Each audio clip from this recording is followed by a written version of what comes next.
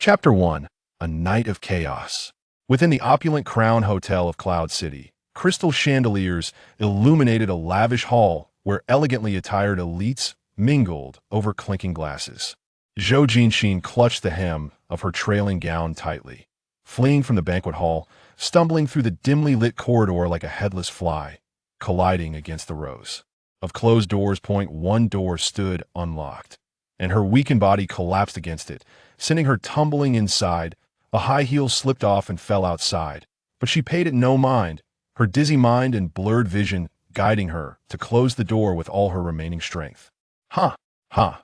The room was engulfed in darkness as Zhou Jinxin collapsed onto the carpet, gasping heavily, beads of sweat forming on her forehead, her breath searing. Her body felt ablaze, as if the surrounding humidity had evaporated, rendering the air arid and transforming her into a human heater. Unbeknownst to her, her fair skin had turned crimson from head to toe, glowing like a fully cooked shrimp laid out on a platter, awaiting a guest's indulgence. Her lake blue gown was wrinkled in her grasp, her entire being ablaze, rendering her immobile, her head spinning. Yet an insatiable itch from within urged her to seek something to fill the void.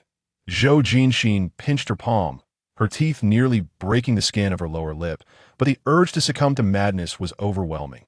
She realized she had fallen into a trap. She should never have sipped that glass of champagne at the banquet, but now it was too late. Suddenly, a loud crash echoed from outside, followed by the sound of the door opening. Zhou Jinxin shuddered, instinctively curling into herself. A tall figure strode in without hesitation, locking the door behind him as he scooped Zhou Jinxin into his arms and carried her to the bed in one fluid motion. Her slender waist was encircled, sinking into the impossibly soft mattress alongside the firm muscle of his arm, enveloped by an overwhelming masculine presence that made her fingertips tremble. Moonlight streamed through the cracks in the curtains, casting a glow on her flushed face and misty eyes, illuminating the enticing flush at the corners of her eyes and the shimmering depths within. The blue of her gown sparkled with fine glimmers under the translucent moonlight, resembling a starry sky. A warm hand lifted her delicate waist, and the zipper of her gown was drawn down completely, revealing vast expanses of unblemished skin beneath.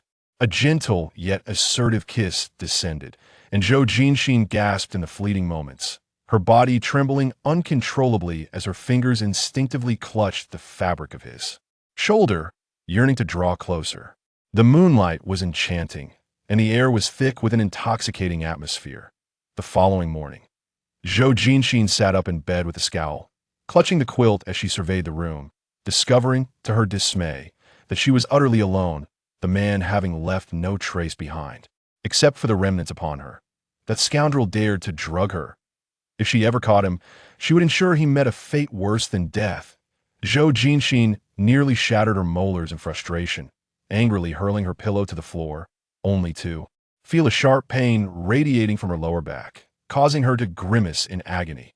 Supporting herself with one hand on her waist, she reluctantly got out of bed and slipped in her dress, only to discover that the off-shoulder gown laid bare the angry red marks on her shoulder and collarbone. Scoundrel! Zhou Jinxin plopped back down at the edge of the bed, gritting her teeth as she cursed under her breath. After a couple of expletives, she attempted to calm herself. After all, venting her anger would not change the fact that the culprit had fled. No point in losing one's temper. It would only harm her health with no one to take her place. No anger. No anger once I find that bastard. I shall make him pay, and all the humiliation of today will be forgotten. You despicable wretch. I swear I will desecrate your ancestors' graves. Clenching her fists and taking a deep breath, she mentally prepared herself before finally reaching for the door. Miss, upon opening the door, Long Qi stood in the corridor, bowing deeply at a 90-degree angle, flanked by 2 rows of impeccably dressed bodyguards. Zhou Jinxin lingered at the threshold, silent, while the bodyguards dared not lift their heads. Last night, Zhou Jinxin had mysteriously vanished from the banquet, and Long Qi, unable to locate her or reach her by phone, had frantically searched with his bodyguards. Eventually, they found her here, but it was too late. The damage had already been done, forcing Long Qi to keep watch outside, awaiting orders from the young lady. He was consumed by guilt despite the Zhou family's overwhelming power in the harbor city. They were currently embroiled in fierce gang conflicts. the young master and the patriarch had entrusted him with the protection of the young lady, instructing him to take her to Yun's city for safety, yet he had failed to prevent this calamity from befalling her. He was damned. Long Qi knelt on one knee, bowing his head as he struck himself across the face several times in self-reproach. Long Qi is to blame for not safeguarding the young lady. The sharp sound of his slaps echoed through the corridor. Enough! Zhou Jinxin, suppressing her fury, trembled slightly in indignation. Get up! What good is it to punish yourself now? Long Qi rose from the floor, head bowed, standing before Zhou Jinxin. With a cold expression and a slightly hoarse voice, she commanded, "Find that person, there's no need to bring him before me, just deal with him directly." Understood. The bodyguards responded in unison. Zhou Jinxin took a deep breath, stifling her raging anger, and began to walk away when suddenly, a warm coat was draped over her shoulders. Turning her head, she saw that the bodyguard who had been standing beside her had removed his coat and placed it over her, concealing the unsightly marks. She studied his face, taking in the shape of his drooping eyes and the cut on his lip. He was a man in his 30s, unfamiliar, yet marked by the trials of life with weathered lines etched across his face. His features were strikingly handsome, with a strong nose and unexpectedly full, sensual lips. Though his countenance bore a certain rugged sharpness, his lowered gaze projected an air of submission. He resembled a leopard, retracting its claws, poised to strike once the opportune moment arose. Zhou Jinxin scrutinized him, but he kept his head bowed, as did the others nearby, all silent in deference. Zhou Jinxin squinted her eyes, her complexion darker than when she had first emerged.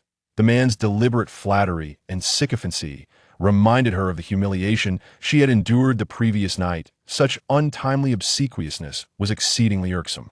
"Remove him from my sight," she commanded, turning sharply to stride out, her movements so vigorous that her suit jacket billowed behind her, the cuffs striking the man's face, the rigid cufflinks grazing his nose as though delivering a slap.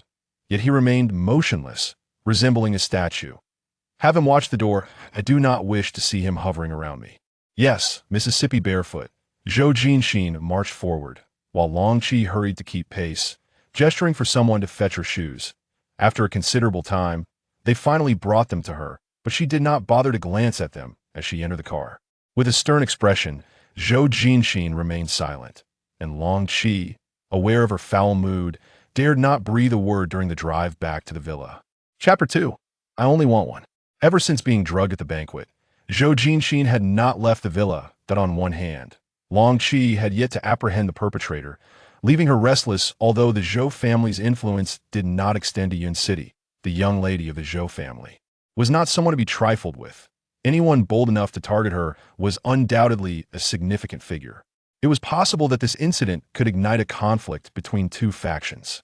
On the other hand, she was genuinely enraged. She found everyone bothersome, particularly men, so she chose to sequester herself in the villa to paint. A few days later, Long Qi informed her that he needed to return to the port city. Upon hearing this, Zhou Jinxin tossed her paintbrush into the paint bucket. "Has my brother encountered trouble?" she inquired, concern etched on her face. Long Qi replied, "Miss, there is no need for concern. It's merely that Yengu is uneasy about entrusting certain matters to anyone else. It is nothing serious." Zhou Jinxin understood the Zhou group had dominated the underworld of the port city for many years. Not only was there a struggle with Zhuofeng over the docks, but they also had numerous forces at their disposal. However, Long Qi was different. He was her brother Zhou Yan's right-hand man.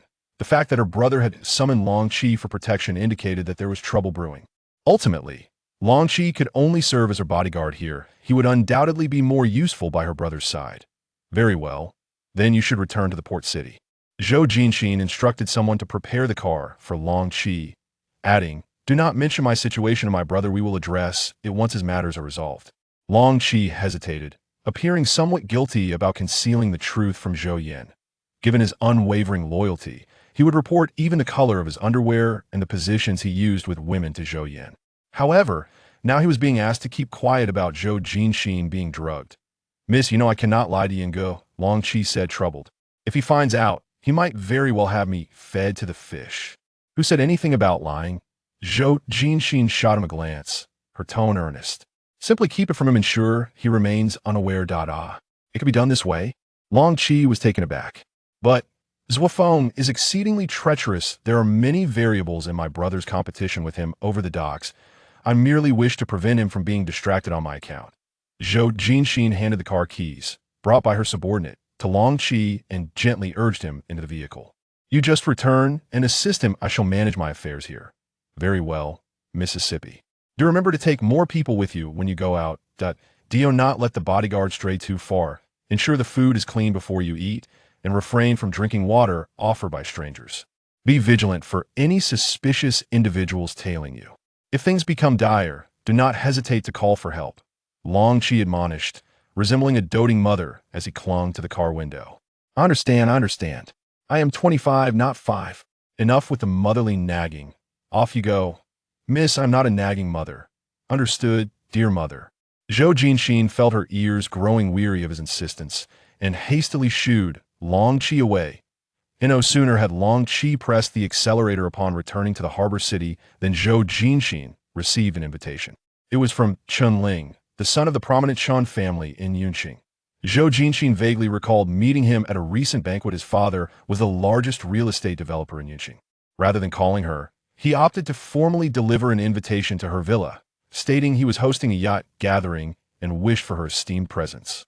As Zhou Jinxin pondered the invitation, she recognized that obtaining her phone number would not have posed a challenge for him nevertheless. The formality of the invitation was, indeed, a sign of respect. In light of this, she resolved to extend him the courtesy he offered.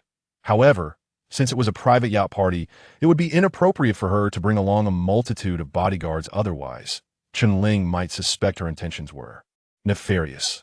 After some contemplation, she summoned a bodyguard stationed in the corridor. Gather everyone here. 2 minutes later, all the bodyguards had assembled in the courtyard, forming 2 long rows in their black suits, standing at attention as if awaiting a reprimand from Zhou Jinxin. Sipping her orange juice while still clad in her paint-stained, multicolored t-shirt and apron, Zhou Jinxin settled in the corridor. She surveyed the 2 rows of dark-clad figures before her with an air of nonchalance. I require the most formidable one, just one. Setting her orange juice on the wooden floor, Zhou Jinxin turned her gaze to the grassy expanse of the courtyard, where over 20 bodyguards had already engaged in a fierce scuffle. The clash of black suits, fists, arms, and legs resonated with relentless ferocity, the sound of wind generated by swinging punches filling the air. Watching the fray, Zhou Jinxin's brows gradually knitted together. Goodness, even among our own, such recklessness. Where are you aiming your strikes? From the sidelines, she intervened to halt a monkey stealing Peach's scenario. The monkey and Peach, momentarily stunned by her shout, were swiftly ousted from about, rolling on the grass in pain. Noticing the individual who had dispatched the monkey and Peach, Zhou Jinxin observed his agility and precision. His fists and legs moved with remarkable speed. When someone attempted to trip him, he countered with a swift scissor kick, leaving his opponent dazed. The surrounding bodyguards, recognizing his prowess, momentarily abandoned their brawls and collectively turned their attention toward him, intent on bringing him down first. Zhou Jinxin was acutely aware that these bodyguards had been meticulously selected by Long Qi, each one formidable in his own right. Yet, when confronted by that man, they faltered within mere exchanges, ultimately failing to gain the upper hand, leaving them utterly defeated. In a matter of minutes, the grass was littered with fallen figures, leaving only one individual standing. The sunlight was somewhat blinding as Zhou Jinxin glanced at the ground, then directed her gaze towards the solitary figure amidst the crowd, beckoning him, "Come here." The man, facing the glaring sun, cast a brief glance in Zhou Jinxin's direction. She sat in the cool shade of the corridor, her pale figure resembling a blooming gardenia amidst the lush greenery of the courtyard. "Hey," I said, "come over here." Noticing the man's hesitation, Zhou Jinxin, puzzled by his daze, called out again. The man blinked, lowering his gaze in an attempt to conceal the emotions lurking within his eyes. He suppressed the fierce energy emanating from his recent altercation and approached Zhou Jinxin. He stepped into the shadow, standing before her. There was a palpable tension in the air, overwhelming Zhou Jinxin with his masculine presence, despite the distance of just a step. Upon seeing his face, Zhou Jinxin's hand, which had reached for the orange juice, faltered. But wasn't this the same bodyguard she had unjustly vented her frustrations upon? sending him to guard the entrance. Furrowing her brow, she grasped the orange juice, biting the straw as she regarded his submissive expression and the way his eyes were cast down. While he appeared docile, for some inexplicable reason, Zhou Jinxin felt an underlying aggression in his demeanor. Initially perceiving him as a crouching leopard, she now saw him as a wolf, silently waiting to pounce after the skirmish. Moreover, those eyes that consistently evaded her own seemed to conceal something profound. "Squat down," Zhou Jinxin instructed. The man complied, crouching before her, and to her surprise, he was nearly at eye level with her seated form. "Look up," Zhou Jinxin commanded, observing him closely. Slowly, he raised his eyes, revealing a pair of icy orbs that met Zhou Jinxin's scrutinizing gaze. As she peered into those depths, she felt as if she were gazing into an abyss, akin to witnessing a meteor plummet into the ocean. In those eyes, she saw a reflection of herself, splattered with hues of all shades, yet there was an indescribable focus that unsettled her. The sensation was so peculiar that it stirred a sense of trepidation within her, prompting an instinctive desire to retreat. For those eyes resembled a wolf silently fixating on its prey, intent on devouring it. Suddenly, with a swift motion, the remaining half-cup of orange juice was hurled at the man's chiseled face, dripping down in rivulets. Unfazed, he remained still, merely lowering his eyelashes as droplets of juice cascaded from his long, thick lashes. "That gaze of yours makes me quite uncomfortable," Zhou Jinxin remarked coldly. That gaze brought back memories of that fateful night. It reminded her of being as helpless as a fish on a chopping board, or a lamb at the mercy of the grill. "I apologize, miss," the man replied, his voice deep and resonant. "It will not happen again." "You had better ensure there's no next time," Zhou Jinxin warned. "Yes," he acquiesced, bowing his head, his strong neck bending into a submissive arc, appearing slightly aggrieved. Realizing that she might have unjustly vented her frustration on him, she softened her tone after a brief moment and inquired, "What is your name?" "Duan Haowen." "Good." Zhou Jinxin rose to her feet and, without glancing back, strode into the room. "From now on, you will accompany me." Duan Haowen was momentarily taken aback upon lifting his gaze. He noticed that Zhou Jinxin had already taken several steps away. He hastily stood up to follow, maintaining a half-step behind her. "Am I to be your personal bodyguard?" he asked. "Never leaving your side," Zhou Jinxin replied. Chapter 3. My Circle. The yacht party arrived as scheduled, and Zhou Jinxin brought Duan Haowen along with her onto the vessel. Chunling hosted the gathering aboard his luxurious yacht, inviting numerous friends, individuals who were both playful and affluent. The deck was filled with a diverse crowd of both men and women, yet Zhou Jinxin was the only newcomer to Chunling's gatherings. "Jinxin, your presence here signifies your willingness to befriend me, Chunling. As a new acquaintance, do not feel constrained. Rest assured, I shall ensure you are well taken care of," Chunling said, personally guiding Zhou Jinxin on a tour of the yacht. He even took the time to prepare pizzas for them, having installed various entertainment facilities on board to enhance the revelry. It was evident that he was well equipped for any culinary endeavor, even if it meant grilling shark.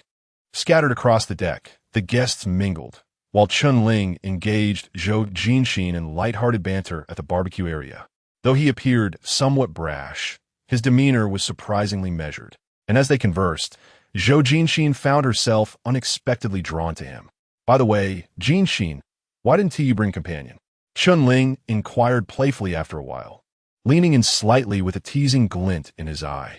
"I have an abundance of options aboard. Would you care for one?" Zhou Jinxin raised an eyebrow, distancing herself slightly as she joked. "What are you, a gigolo or a madam?" "Neither," Chunling replied with a wave of his hand. "We will be on this journey for several days, and seeing as everyone else has a partner, I would not want you to feel isolated." Zhou Jinxin merely smiled. "I won't be bored. I'm not interested in that sort of entertainment." At that moment, Duan Haowen approached from a distance, unaware of Zhou Jinxin's invitation. Noticing her empty cup, he poured her a glass of water. "Ah, it seems you might not hold him in high regard," Chunling remarked, casting a sidelong glance at Duan Haowen.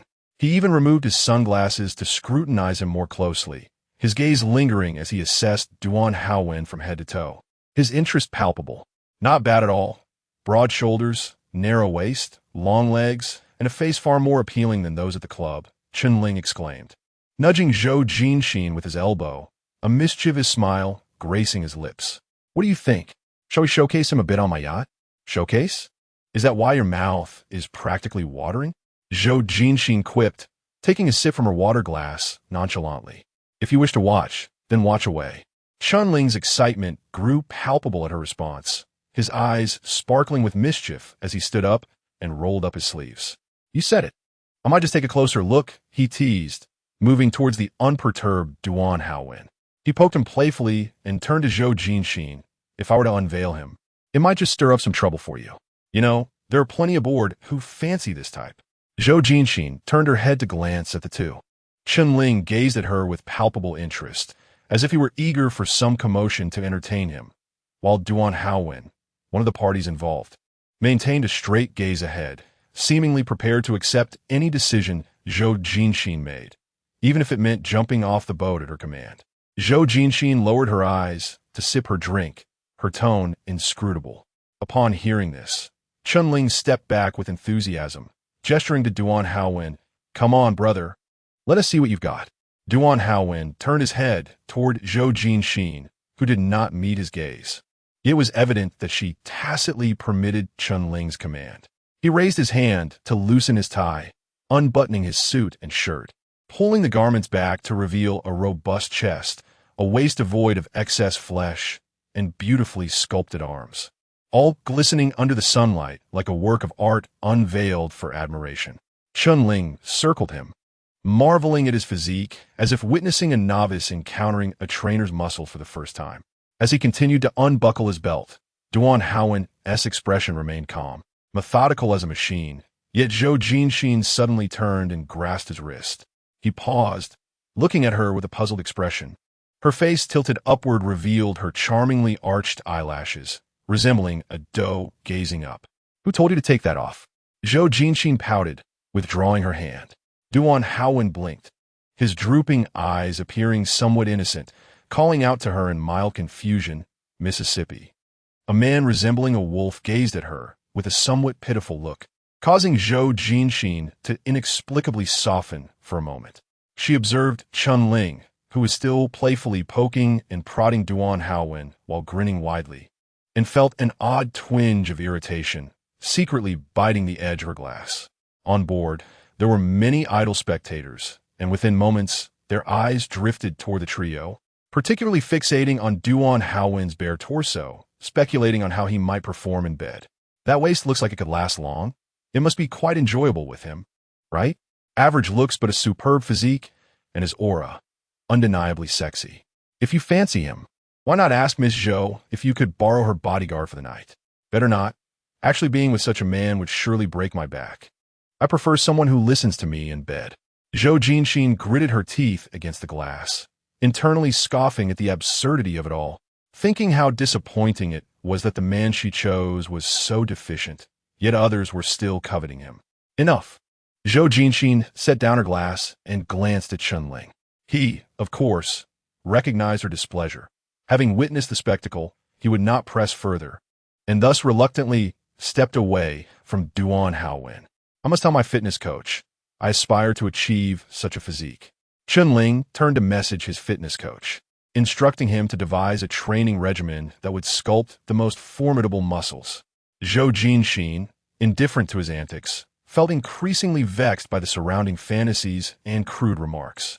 A fleeting glance at the fervent gazes around her, and then at the seemingly oblivious Duan Haowen, who stood like a human statue, caused an inexplicable warmth to rise to her cheeks as she beheld his taut, well-defined muscles. A woman clad in a form-fitting gown approached them, balancing 2 glasses of red wine. Her gaze initially flitted over Duan Haowen before gradually settling on Zhou Jinxin. Hurry and put on your clothes. Zhou Jinxin shot a glare at Duan Haowen, feeling an unusual sense of urgency.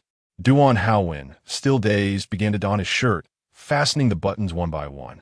No need to button up, just come on, she urged, grasping his forearm and hastily ushering him toward the ship's cabin as the woman drew nearer. Just a few steps in, Zhou Jinxin found her path obstructed by a slender, fair arm. Trouble had indeed arrived. Biting her lip, she regarded the tall woman holding the wine, whose radiant and poised features bore an intriguing smile. Miss Zhou, allow me to introduce myself. I am Fu Shangyue, the chairwoman of Xuyang Group. How unfortunate. Zhou Jinxin silently cursed, yet she turned with a beaming smile. Miss Fu, it is a pleasure.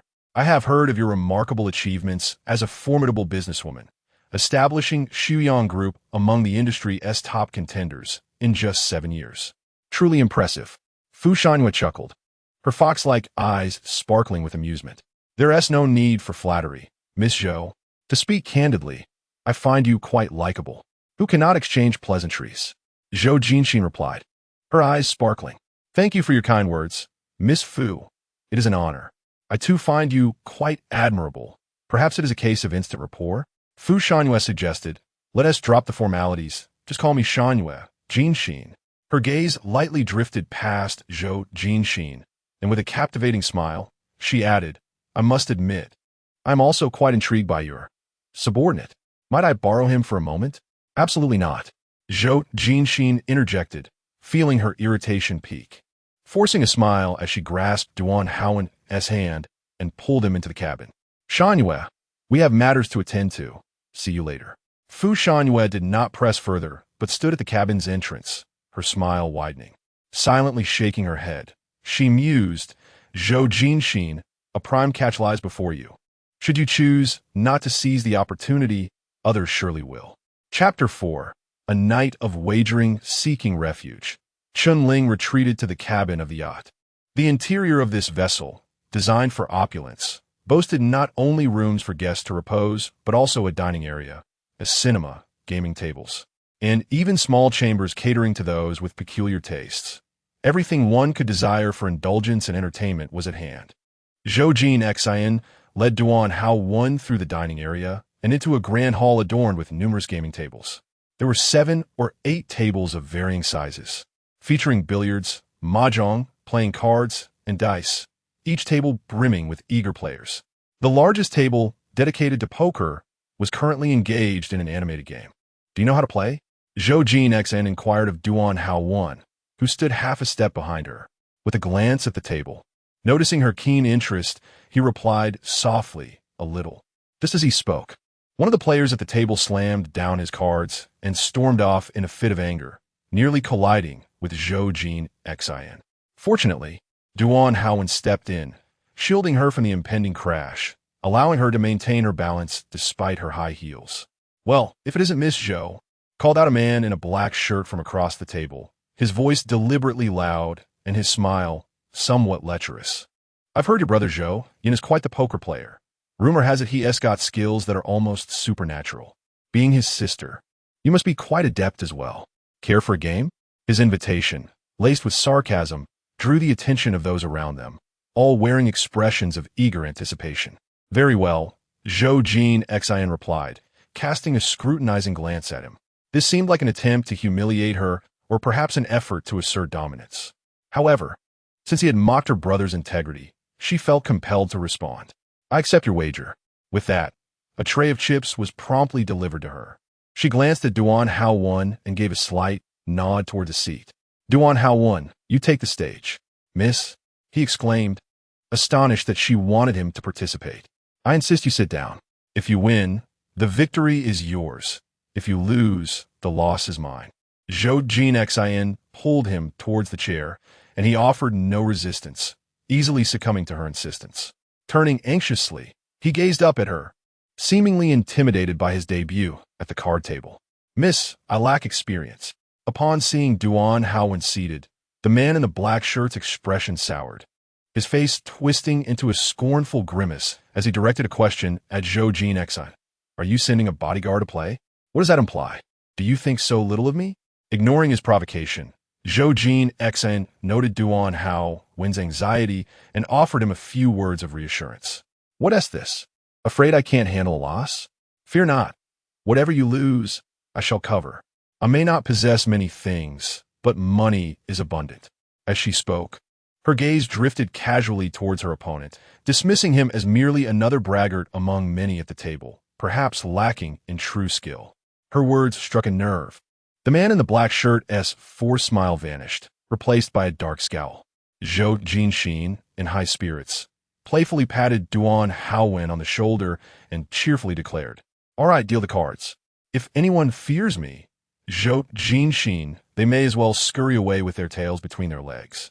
The expression of the man in the black shirt mirrored the color of his attire, revealing a palpable tension. Who truly feared whom? The cards were shuffled, dealt, and bets placed. After several rounds, Duan Haowen, despite being a novice, enjoyed a stroke of fortune, winning substantial sums from the opponent. As the black shirt man lost more, his countenance grew increasingly grim, resembling a turtle in the pond, dark with a hint of green. Zhou Jinxin's lips curled into a satisfied smile as she praised Duan Haowen. "Well done." Flushed with embarrassment from her commendation, Duan Haowen lowered his gaze, attributing his success to her influence. Zhou Jinxin chuckled, lightly tapping his shoulder with her delicate fingers. Her sweet voice laced with amusement. "Winning is your skill. I merely stand here. It's not my doing, so no need for such remarks." The gentle touch of her fingers felt like a butterfly-esque landing, seemingly inconsequential, yet drew his entire awareness to that singular point on his shoulder, rendering the light pressure undeniable, stirring something profound within him. "Huh," scoffed the man in the black shirt, forcing a lewd grin onto his face as he turned his gaze towards Zhou Jinxin, his eyes roving over her chest and face. "Miss Zhou, after betting for so long, how about we switch things up for the next round? I wonder if you dare to wager? What is there to fear? Speak your challenge," Zhou Jinxin replied, her expression shifting, anger simmering beneath a cold smile. The black shirt man grinned arrogantly. "I bet your entire evening. If you lose, you'll accompany me tonight. Do you dare?" Zhou Jinxin's expression darkened, fury evident in her brows, yet a sardonic smile graced her lips. Duan Haowen's gaze hardened as he looked at the man, his eyes sharp as blades, his face shrouded in a menacing calm. "You seek your demise." Oblivious to Duan Haowen's presence, the black shirt man continued his lewd taunts, even going so far as to lick his lips in a crude manner. "Miss Zhou, are you afraid? If you hesitate, why not accompany me upstairs to avoid an embarrassing loss?" Fuming, Zhou Jinxin clenched her teeth, her small face taut with indignation at his audacity. "And if you lose?" she retorted coldly. "You'll feed the sharks in the sea. What do you say?" The black shirt man laughed confidently, brimming with arrogance, as he pushed a mountain of chips onto the table with a flourish. "Haven't you heard? A life beneath the peony blossoms is still a life worth living." "Very well," Zhou Jinxin replied, decisively pushing her own chips onto the betting table, her movements as clean and crisp as if she were not placing herself in jeopardy. "Duan Haowen, let us wager against him." Duan Haowen's expression darkened, fierce intensity hidden beneath his long lashes, yet his head remained bowed, concealing his turmoil. "Yes, miss," he replied in a low voice, tinged with a hint of restraint, as if suppressing something deep within. The table was now a battleground for two. The surrounding onlookers instinctively gathered on either side, anticipation written across their faces as their eyes flitted between the three players. The dealer shuffled and dealt the cards anew. Duan Haowen cast a fleeting glance at the cards on the table, his gaze fixated on the man in the black shirt opposite him. The darkness lurking in his eyes resembled that of a wolf poised to tear its prey apart. The black shirt man's gaze casually flitted over to Zhou Jinxin, as he methodically revealed his cards one by one, laying them bare upon the verdant table. Rising to his feet, he wore a triumphant and wicked smile, a straight flush. "Zhou Jinxin, are you too timid to reveal your cards? They now belong to me." Observing Duan Haowen's reluctance to unveil his hand, Zhou Jinxin sensed that his cards must be of lesser value, signaling certain defeat. What a stroke of misfortune. He had indeed capsized in the murky waters of chance. Chapter 5. He is my precious little sweetheart. The man in the black shirt strode towards her, exuding an air of triumph, as if to claim his prize. Zhou Jinxin nearly pierced her palm with her nails, her disgust unabashedly evident as she glared at him with venomous eyes. Just as the man in the black shirt was about to grasp Zhou Jinxin's hand, Duan Haowen suddenly pushed him away. The force of the shove sent the man tumbling into the crowd, who instinctively recoiled, causing him to land unceremoniously on the ground. "You are cheating," Duan Haowen bellowed in anger. "You're talking nonsense." The man in the black shirt scrambled to his feet, pointing accusingly at Zhou Jinxin. You just want to shirk responsibility. If you can't handle losing, you slander me as a cheater. Zhou Jinxin, are you shameless in front of so many people today? I'll warn you, clean up your language. Duan Haowen retorted, pulling Zhou Jinxin behind him, his imposing figure shielding her entirely. Gripping the man's finger that pointed at Zhou Jinxin, he twisted it with force. The man cried out in pain as Duan Haowen yanked his entire arm, a sharp crack echoing as the man's arm was dislocated. He subdued the man on the ground, searching his person and astonishingly retrieving several playing cards from the man's sleeve. The man in the black shirt, flustered, protested, Zhou Jinxin, you are framing me. Duan Haowen furrowed his brow and delivered a swift kick to the man's abdomen, rendering him speechless as he collapsed, retching on the ground. The crowd murmured, delighting in the unfolding spectacle. Zhou Jinxin observed coldly, catching sight of Chun-Ling and Fu Shangyue approaching, drawn by the commotion. She noticed that Duan Haowen had carelessly undone 2 buttons of his shirt during the scuffle, and the open collar revealing his chest was quite irksome, especially considering Fu Shanyue's evident interest in him. Indeed, as soon as Fu Shanyue arrived, her fox-like eyes darted towards Duan Haowen. Zhou Jinxin couldn't help but wish to offer her some glue to keep her fixated on his muscular chest, lest she lose sleep over him later. It was clear she was ogling, her eyes practically drooling. Jinxin, are you all right? Chun-Ling inquired, genuinely concerned yet inquisitive as he glanced at the man in the black shirt who was now on the ground. Attempting to diffuse the tension, he added, I heard you were having quite the fun here. It seems you all enjoyed yourselves, huh? As the host of the gathering, Chun-Ling felt compelled to maintain decorum, regardless of the assorted characters aboard his vessel. He sought to smooth over the situation, and Zhou Jinxin, recognizing his intentions, decided to let the incident with the man in the black shirt slide gently. No, it was merely for amusement, just a light-hearted moment for everyone, she replied, gesturing for Duan Haowen to release the man. He complied, tossing the man aside before returning to stand dutifully behind Zhou Jinxin, bowing his head submissively, like a well-trained dog awaiting its master's command. Fu Shanyue's gaze followed him, a playful smile dancing on her lips as she remarked, he truly behaves like an obedient dog. Zhou Jinxin returned her a smile devoid of warmth, silently thinking that if she needed an eye examination, she would gladly refer her to an ophthalmologist. What dog? Can you not see this as a man? My man, Jinxin, your little pet is truly remarkable. The tone suddenly shifted to one of intimacy as Su Shanyue, with a beaming smile, took a couple of steps forward.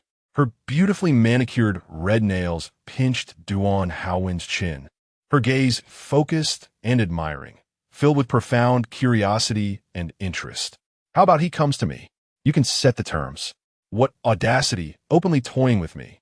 If it weren't for Su Shanyue's slight influence, which made it unwise to offend her directly, Zhou Jinxin would have been eager to push Su Shanyue's hand away immediately. Do your eyes intend to devour my man? Are you so desperate? Steady now. Steady, Zhou Jinxin. This person need not be antagonized for the time being. Maintain your composure. She pressed her own hand down, resisting the urge to intervene, standing firm and composed in place, smiling. No, Sister Shanyue, she said, gathering her hair with a gentle yet resolute tone of refusal. Why? Su Shanyue turned to her, her fingers trailing down Duan Haowen's jawline into his collar. I can offer you better, 10, 100, whatever you desire is not an issue. Or if you want a house, land, we can negotiate anything, Jinxin. Just hand him over to me. As her vividly red fingertips glided over his collarbone and toward his well-defined chest, alarm bells rang in Zhou Jinxin's mind. Before she could think further, her body instinctively stepped in front of Duan Haowen, her petite hand grasping the slender fingers of the more mature woman, firmly yet gently pushing Su Shanyue's hand back toward herself. He is mine. Zhou Jinxin smiled, yet a glint of sharpness emerged in her eyes, befitting her status within the underworld. Sister Shanyue, coveting what belongs to others is hardly a commendable habit. The declaration of mine sparked a flicker of surprise in Duan Haowen's previously somber eyes, stirring a ripple of emotion within him. He gazed at Zhou Jinxin's delicate silhouette standing protectively before him, and his heart suddenly raced. Just a single phrase had reverberated deeply within him. Susan. Taken aback by the sudden intensity in Zhou Jinxin's gaze, momentarily faltered. Yet, Zhou Jinxin quickly masked her piercing intent, her expression transforming into one of sweetness and warmth, reminiscent of a playful kitten basking in the sun. Sister Shanyue. Zhou Jinxin playfully shook Su Shanyue's hand. He is my treasure, my little sweetheart. We get along splendidly. I cannot bear to be apart from him. Please consider this. Hearing such endearments directed toward a rugged man like Duan Haowen in public was enough to provoke a chuckle from Su Shanyue. Chunling, who had been watching the scene unfold for a while, couldn't hold back his laughter. Zhou Jinxin shot him a glare, prompting him to turn away, pretending he hadn't heard, though his trembling shoulders betrayed him. Duan Haowen, meanwhile, was in a state of disbelief, astonished that Zhou Jinxin had turned the tide to declare such sentiments. His eyes widened in surprise, yet his body betrayed him, reveling in the unexpected delight, the corners of his mouth lifting. Treasure, she said. She said I am her treasure? Little sweetheart? Duan Haowen felt as if his heart had been struck, bursting into a cascade of colorful bubbles. The dazed expression on his face was a source of amusement for Su Shanyue, who scrunched her nose in mild distaste, her brows twitching slightly. Is this man truly succumbing to the whims of infatuation? Such romantic folly can be contagious. She should steer clear. Zhou Jinxin couldn't care less about Duan Haowen's mental state. Even if he possessed the intellect of a tofu, it mattered not, as long as he no longer attracted the gaze of those around him. Thus, she boldly proclaimed her claim in public, aiming to avert any future complications. Will you no longer harbor thoughts of this little bodyguard? Zhou Jinxin raised her eyes to Fu Shanyue, her gaze sparkling with determination. She refused to believe that Fu Shanyue would remain reticent after such a display, even if Fu Shanyue was intent on claiming a piece of Duan Haowen today. Zhou Jinxin would demand her to relinquish it. With this resolve, Zhou Jinxin beamed at her even more sweetly. Indeed, Fu Shanyue found herself unable to maintain silence in the face of such earnestness. With a reluctant smile, she began to play along, cradling Zhou Jinxin's delicate face and affectionately tousling her hair. Naturally, a little dog like Jinxin, who so adored, ought to remain by your side. Zhou Jinxin discreetly extricated her face from Fu Shanyue's grasp, reaching for Duan Haowen. Then I shall take him home. Wait. Fu Shanyue halted her. What do you want now? Zhou Jinxin mentally seethed, yet maintained a charming smile. Just as she prepared to express her patience, she felt something being slipped into her palm by Fu Shanyue. Zhou Jinxin, with a suggestive grin, Fu Shanyue leaned closer to her ear. Try this, it's a delightful little enhancement. As she spoke, her finger lightly traced Zhou Jinxin's elegant jawline, sending shivers down her spine. Zhou Jinxin glanced down. So, is the plan to send what cannot be had into the beds of other women? What kind of mentality is this? Chapter 6. Dog bites. Zhou Jinxin halted before the door, and as she did, her back collided with a firm and warm chest, akin to crashing into a wall, causing her to stagger forward. Oh, miss. Duan Haowen swiftly reached out to catch her, his broad palm encircling her delicate waist. It was astonishingly slender. Captivated, he momentarily lost himself in the graceful curve, feeling as though one hand could encompass it entirely. His warm hand rested against Zhou Jinxin's side, enveloping her in a blend of palpable pheromones and a refreshing scent reminiscent of laundry detergent, which made her feel a sudden warmth wash over her.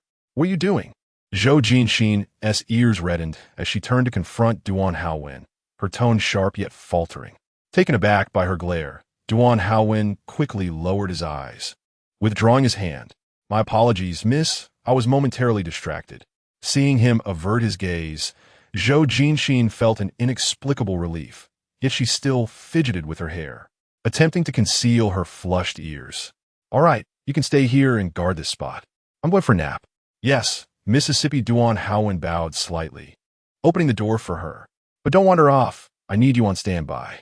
Miss, he replied at the threshold, suddenly calling her back. Zhou Jinxin turned to him, her eyes silently questioning. A hint of shyness crept onto Duan Haowen's rugged face, as if he were inexperienced and trying to soothe the child. After a moment's hesitation, he softly said, "Miss, sleep well and have sweet dreams." Zhou Jinxin couldn't help but chuckle. "What's this? Using a tone meant for a 5-year-old to coax me? How old do you think you are? Don't act like my father." The corners of her lips curved into a bemused smile, small dimples gracing her cheeks, intoxicating like fine wine. Duan Haowen stood mesmerized at the sight, noticing his sudden stillness. Zhou Jinxin blinked in confusion. Why is he so lost in thought? He seems rather dazed. With a resigned sigh, she urged, "Close the door." "Huh? Oh." Duan Haowen hurriedly bowed again before swiftly shutting the door. Zhou Jinxin shook her head, changed into her pajamas, and collapsed into bed, sleeping soundly until darkness enveloped the sky. The deck had transformed into a lively party. The sea breeze gently caressed the faces of the revelers, and the skirts swaying to the rhythm of dance, while warm lights illuminated every corner of the ship, making the crystal-clear glasses and the colors of champagne and red wine shimmer brilliantly. Leaning lazily against the doorframe, Zhou Jinxin caught sight of Chunling, who beckoned her over to dance. Setting her glass down, she strolled leisurely towards Chunling, with Duan Haowen closely trailing behind her. "Oh, are you quite clingy?" Chunling teased. Zhou Jinxin waved her hand at Duan Haowen. "You go enjoy yourself. Drinking is fine too. Just let me see you." Duan Haowen hesitated for a brief moment, refraining from speaking immediately. He merely raised his gaze to glance at Chunling. Upon meeting Chunling's teasing eyes, he lowered his eyelids and obediently stepped back. Chunling, with a gentlemanly demeanor, wrapped his arm around Zhou Jinxin's waist. Zhou Jinxin, appearing rather disinterested, danced with him, her eyes half open in a state of drowsiness. Chunling's gaze followed Duan Haowen as he moved to the corner. When Duan Haowen turned to look back, they locked eyes for several seconds.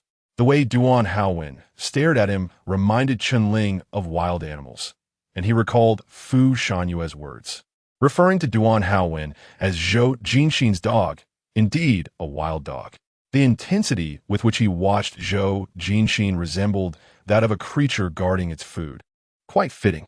Amused, Chunling leaned closer to Zhou Jinxin's ear, almost pressing against her, while his eyes were playfully focused on Duan Haowen in the distance. Oblivious to this, Zhou Jinxin remained unaware, but Duan Haowen furrowed his brows, downing his glass of champagne in one go, nearly crushing the glass in his grip. Chunling suppressed a chuckle and turned to Zhou Jinxin, thinking he was being considerate. "Don't say I don't take care of you.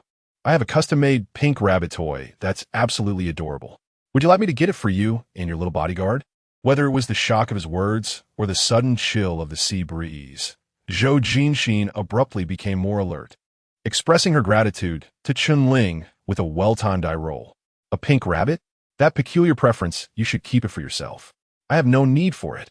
Come on, give it a try. It's handmade. The texture is simply exquisite, even smoother than the real thing. Please, I don't intend to stuff such bizarre items onto myself. Perhaps on you gentlemen, it would be more fitting. What do you think?" Chunling grinned. "That's fine. You can use it on your little bodyguard. Who knows? He might actually like it." His laughter gradually took on a more risque tone, surprised to discover this facet of her personality. It seemed she was quite adept at training others. Zhou Jinxin retorted, "Train my foot. Such a fine item. You should keep it for your own enjoyment." With that, Zhou Jinxin turned and headed towards the cabin. Upon seeing her retreat, Duan Haowen followed without hesitation. Zhou Jinxin, having napped too long that afternoon, found herself unable to sleep now, with nothing else to do, so she asked Duan Haowen to bring his phone to her room to play games together. Zhou Jinxin sat on a large bed while Duan Haowen, a tall man over 6 feet, appeared somewhat cramped on a small chair, looking rather dejected. 5 consecutive defeats. Zhou Jinxin tossed her phone aside, no longer willing to gaze at the dismal screen of failure, and glared at Duan Haowen, demanding, "What is going on? I called you here to save me, and you." Before she could finish her sentence, she was taken aback by Duan Haowen's peculiar state. He was hunched over on the stool, intently staring at his phone, one hand propping up his heavy head while the other clutched the phone tightly, his veins bulging. All exposed skin appeared as if it had been boiled, an alarming shade of red. Silence enveloped the room, with only the background sounds of the game and the increasingly labored breaths of the man breaking the stillness. Zhou Jinxin was all too familiar with this sensation. It felt akin to a heart attack. What have you eaten? When did you? Who gave you that substance? Zhou Jinxin leaped from the bed, anxiously grasping Duan Haowen's arm, intending to pull him to the bathroom for a refreshing wake-up. However, he unexpectedly seized her wrist, holding it tenderly in his palm. Alcohol. What? You drank? Something mixed in? He lifted his head, his eyes shimmering with moisture as they fixated on Zhou Jinxin. The drooping corners of his eyes glistened, exuding a pitiful charm. Unbeknownst to her, beads of sweat had formed on his forehead, dampening a few stray strands of hair, rendering him akin to a small dog drenched by the rain. A veil of watery hue clouded his gaze, his long lashes also dampened, presenting an exceptionally innocent and endearing visage that softened the ruggedness of his face with a touch of fragility.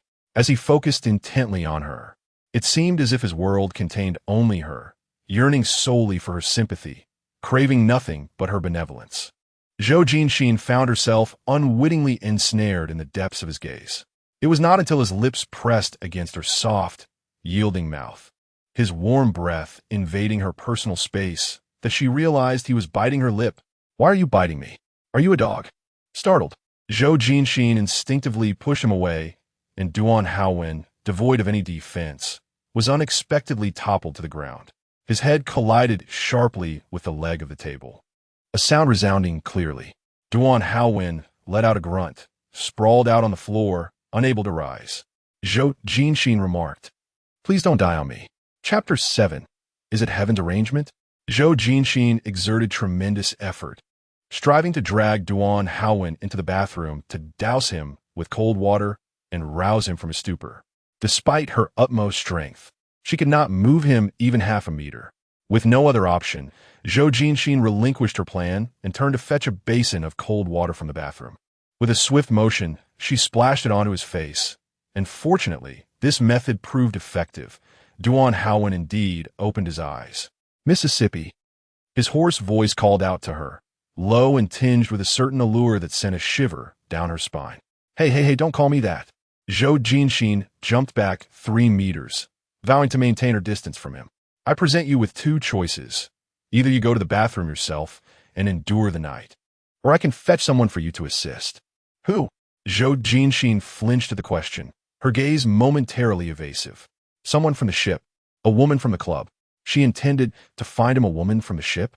Duan Haowen stood up, water dripping from him, his dark hair plastered to his forehead, eyes glimmering with a depth of desire that was almost unbearable. No need. Without another glance at the wary Zhou Jinxin, he strode directly into the bathroom and locked the door behind him. As soon as he entered, the sound of the shower filled the air.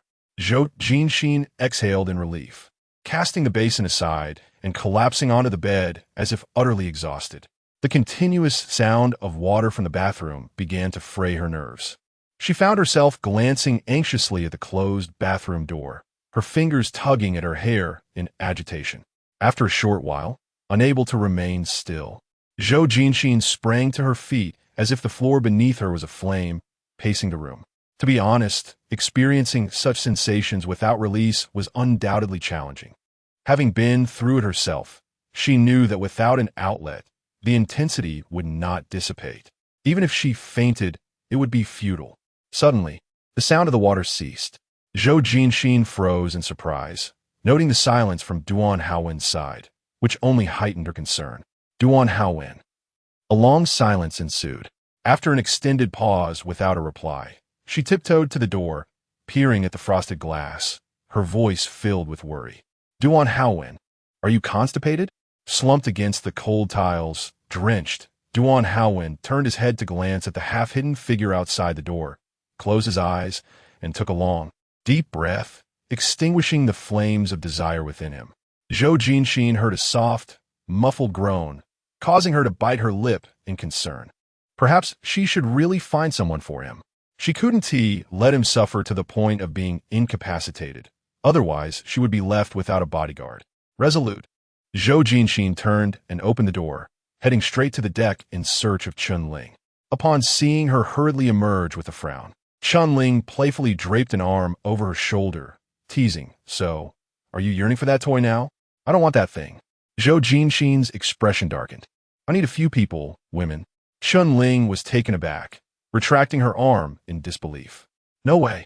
You're not that protective. How could you possibly spare someone for your little bodyguard? Is it your time of the month?" Upon uttering those words, Zhou Jinxin felt a sense of unease and grit her teeth, questioning Chun-Ling, "Did you place those items?" Noticing Zhou Jinxin's displeasure, Chun-Ling innocently waved his hand and pointed to the corner where champagne flutes stood. It was common for their group to spice things up by adding a few intriguing ingredients to their drinks. It was an age-old practice. Little did they know that her bodyguard would fall victim to it. Merely a twist of fate, one might say. Little tricks? Fate. The recollection of her previous manipulation stirred her ire. Zhou Jinxin, seething with anger, found it intolerable. Despite their extravagant and debauched behavior, she had remained silent. However, having been repeatedly ensnared in such predicaments, even her patience was wearing thin. The chill in the air signaled that the small-scale drug manufacturing operation ought to face justice. Perhaps even Chun-Ling should be apprehended by the police as well. Hey, calm down. Please, don't lose your temper." As Zhou Jinxin's fists clenched tighter, Chun-Ling hurriedly sought to placate her. "If you wish, I can summon someone to assist you. They will arrive shortly. It's my fault. Let me rectify the situation." "Shall I? How will you rectify it? By having your people sleep with mine? Wouldn't that mean my people suffer?" Zhou Jinxin's expression remained taut, unmoving. Chun-Ling, eager to apologize, guided her toward the cabin and opened a door to reveal a room filled with a dozen tall women, busy changing clothes and retouching their makeup. Each one was exquisitely adorned, their figures alluring. The collective fragrance enveloped Zhou Jinxin, leaving her slightly dizzy. "Look, choose whichever one you desire." Chun-Ling relinquished his control, allowing her to select freely. Zhou Jinxin cast a cold glance around the room and waved her hand dismissively. "I'll take them all." Chun-Ling was momentarily speechless. The very Zhou Jinxin who had previously shielded her bodyguard from other women had now turned the tables. Turning around, he observed Zhou Jinxin's reluctant yet determined demeanor, prompting a chuckle. "Just a moment ago, you wouldn't let anyone touch him, and now you're offering them all to him. Can he handle it? Whether he can handle it is his concern. Having suffered such a loss, if I'm to choose, I want to take the entire feast away. Isn't this a game? Isn't this fate? Then I shall consume it all, leaving nothing for others. I won't care." Zhou Jinxin turned brusquely, somewhat unwilling yet compelled to proceed. "Bring them over. Let my people choose. If they can't decide, let each person have a turn with Duan Haowen." As Zhou Jinxin led her entourage away, Chun-Ling observed her furious retreat, likening her to a cat whose tail had been stepped on, its once smooth fur now bristling. With no one to soothe it, an utterly amusing sight indeed. "Duan Haowen?" Zhou Jinxin ushered her group into the room, then rapped impatiently on the bathroom door. "Are you done in there? I brought the people. Come out and choose for yourself." Without waiting for a response, she stepped out of the room, leaving behind the array of beautiful women stationed like sentries at the bathroom door, awaiting Duan Haowen's emergence. Zhou Jinxin observed them with an inexplicable sense of anxiety, wondering if Duan Haowen would emerge only to be greeted by their synchronized bows and welcoming smiles. She thought to herself, better not to witness it. Zhou Jinxin was indifferent to whom he would ultimately choose. Yet, an unsettling emptiness and irritation lingered within her, akin to a loss that could not be rectified. She had no desire to eavesdrop, but even as she distanced herself, her thoughts remained tethered to the events unfolding within the room. After pacing the corridor twice, she found herself pushing open the door to Duan Haowen's adjacent room. While he indulged in a night of passion in her room, she resorted to gaming next door, striving for victory. Thud! Her phone clattered to the floor. "Damn it! I can't get in." She picked up the pillow and phone she had carelessly tossed aside, reassuring herself that losing a few games was inconsequential. Yet, restlessness gnawed at her. What was this? Why couldn't she let go? Suddenly, a series of soft gasps from the next room pierced through her thoughts, accompanied by hurried footsteps. Zhou Jinxin buried her head under the blanket. Yet the darkness heightened her auditory senses, rendering the heavy breaths from next door alarmingly vivid, as though they were right beside her. The woman's low gasps intertwined with the man's deep, raspy breaths confirmed her worst fears. She knew he would not be able to resist. Zhou Jinxin bit her finger, cursing inwardly. Men were all scoundrels. Moments later, a loud slam of the door echoed, its force causing her own door to tremble. Following that, all sound from next door abruptly ceased. What was happening? Pressing her ear against the wall, she strained to listen but heard nothing. After a brief hesitation, she decided to venture out. To her surprise, the door to the neighboring room was ajar, a sliver left open. The inside remained shrouded in darkness, silent and still. Zhou Jinxin remained quiet as she gently pushed the door open. It swung halfway when a sudden force yanked her inside, pulling her into the room with an overwhelming strength. Her back met the door as it clicked shut, leaving only the sound of fabric rustling and the soft breaths of kisses. Muscular arms encircled Zhou Jinxin's waist. A warm palm pressed against her back, while another hand gripped her neck, rendering her motionless. She had no choice but to tilt her head back, surrendering to the kiss that drew them closer, obliterating the distance between them. The kiss was fervent and commanding, leaving her no chance to escape. Zhou Jinxin felt dizzy, every ounce of her awareness and strength devoted to inhaling and exhaling to stave off the suffocating sensation, even as a hand roamed her body, stripping her of all defenses. The man's crisp, fervent breath enveloped her, luring her into a haze of surrender. The familiar sensation of being overtaken surged within her, jolting Zhou Jinxin into a moment of clarity as a soft whimper escaped her lips. "Stop! I will kill you." The feeble threat did not yield the desired restraint. Instead, it provoked a more fervent response. Once again, the lips and tongue were ensnared with overwhelming fervor, and amidst the tangle of breaths emerged an exceedingly gentle whisper. "No, my dear, you will not kill me." Chapter 8. I like you. Zhou Jinxin leaned against the headboard, her gaze distant, fingers unconsciously gripping the white duvet. Her raven hair lay tousled upon the pillow, curling like strands of dark seaweed, while her porcelain face and crimson lips punctuated the scene, rendering her akin to a siren emerging from the depths, luring passers-by under the veil of night. Yet, she appeared blissfully unaware, seemingly indifferent as she nestled deeper into the soft blankets, her thoughts adrift, leaving no one to fathom the depths of her contemplation.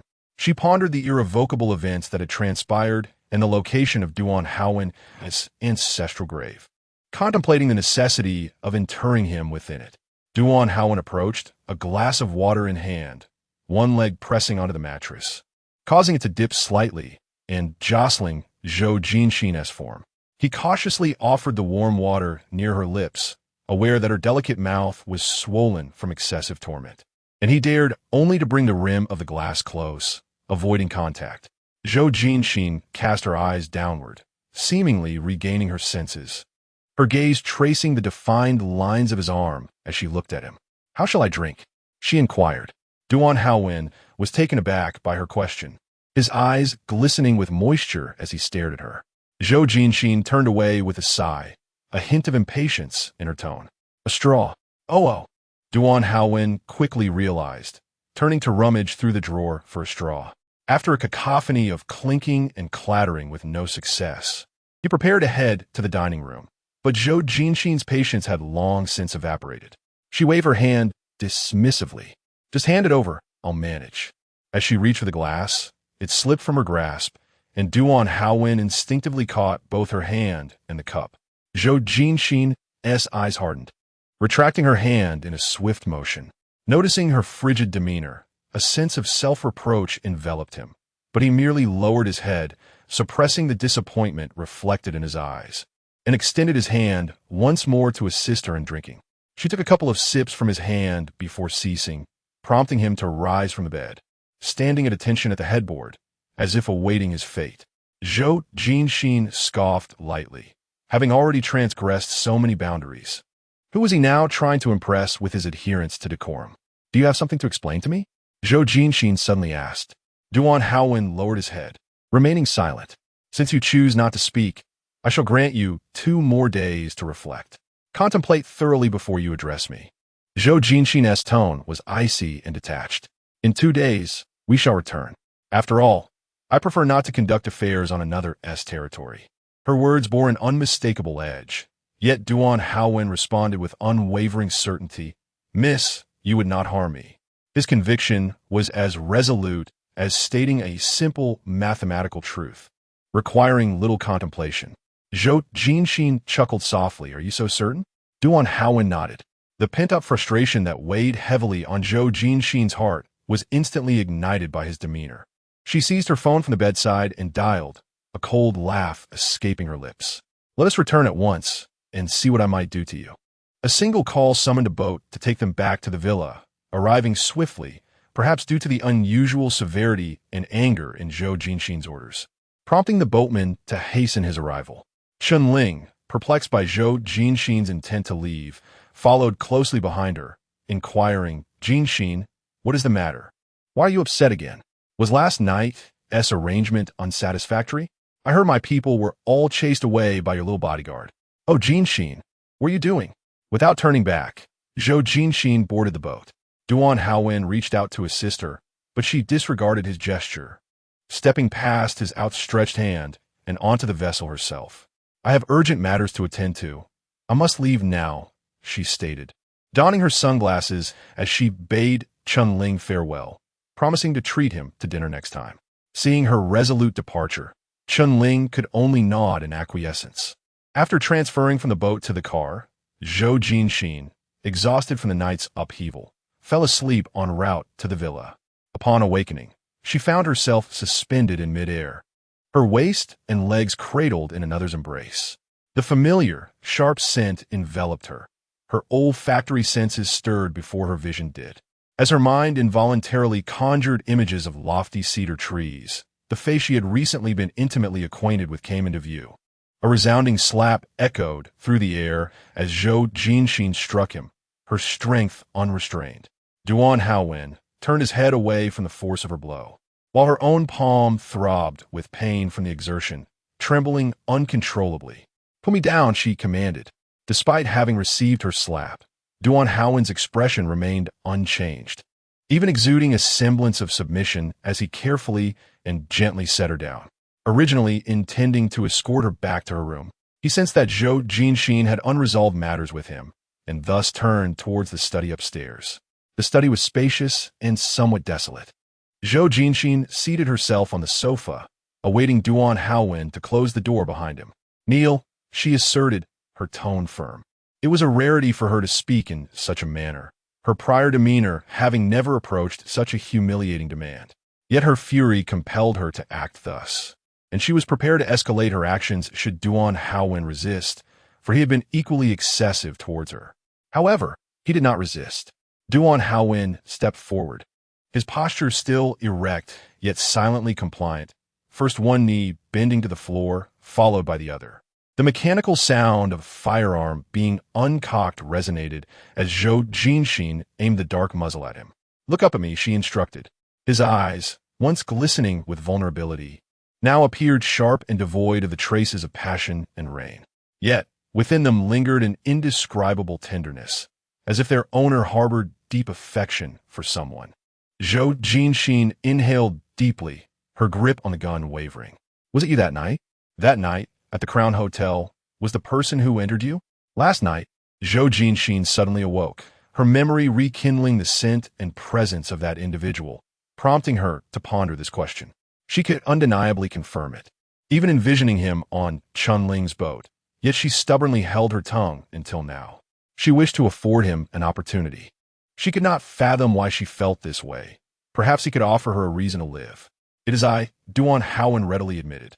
Zhou Jinxin's heart sank heavily, yet surprisingly, a sense of liberation washed over her. Very well, it is you, and your admission is even better, she thought, gritting her teeth. I shall grant you 1 minute to explain. Zhou Jinxin cast a glance at the wall clock. The minute hand pointed to 5. My patience lasts only this long, begin. With the gun firmly in hand, she scrutinized him from above, while Duan Haowen gazed back, his emotions laid bare, unabashed, akin to a piece of meat displayed at a market, open for inspection. I did not administer the drug. I saw you leave the banquet hall alone, and unable to quell my concern, I followed. You entered the room, and a man was attempting to sneak in. I knocked him unconscious and left him on the stairs. Go on. I entered because I wanted to help you. As the weather grew warmer, a fine sheen of sweat appeared on Duan Haowen's forehead. He instinctively licked his dry lips, his deep, resonant voice resounding once more because I love you. Zhou Jinxin was taken aback, momentarily rendered speechless. I love you very much. Chapter 9. My anger is uncontainable. I want to strike you. Do you fancy me? What a jest. The trigger pulled halfway. The icy muzzle pressed against the man's damp forehead. Zhou Jinxin's heart brimmed with unspeakable fury, filled with the humiliation of being deceived, coerced, and toyed with. For she knew that what he uttered was utterly implausible. Nonsense. Zhou Jinxin, genuinely incensed, spoke with a tone that was both urgent and rapid, brimming with an irresistible sense of rebuttal and indignation. You were recruited by Long Qi when I arrived in Yin City. You had never even shown your face before me. You have merely been by my side for a few days, and you dared to profess your affection and sincerity. Do you think I would believe such a farce? Or do you presume I am that easily deceived? It would be better to admit your ulterior motives. Are you seeking to ascend through my status? Or do you merely wish to indulge in a fleeting thrill? Zhou Jinxin's voice escalated in pitch, culminating in a near break. Do you believe that any woman, once seduced, will lose her reason? The gun barrel pressed heavily against her sweating forehead, leaving a circle of indentations upon her skin. The moment the metallic weapon was discharged could spell death. Yet, Duan Haowen remained silent, his eyes swirling with tumultuous depths. No, he gazed intently into Zhou Jinxin's reddened eyes, gently placing his hand over her wrist that gripped the gun, beseeching her to draw closer, slow and tender, clearly aiming to comfort her. However, Zhou Jinxin, consumed by rage, struck the butt of the gun mercilessly against Duan Haowen's head at his slightest movement. Duan Haowen tilted his head, a vivid crimson blossoming at his temple, blood trickling down, bright and scalding. A small spatter stained Zhou Jinxin's hand, searing her skin. You will pay the price for your treachery. Zhou Jinxin turned to leave, but Duan Haowen hurriedly seized her wrist, imploring her to allow him to explain. In that moment, Zhou Jinxin's mind was a tumult of confusion.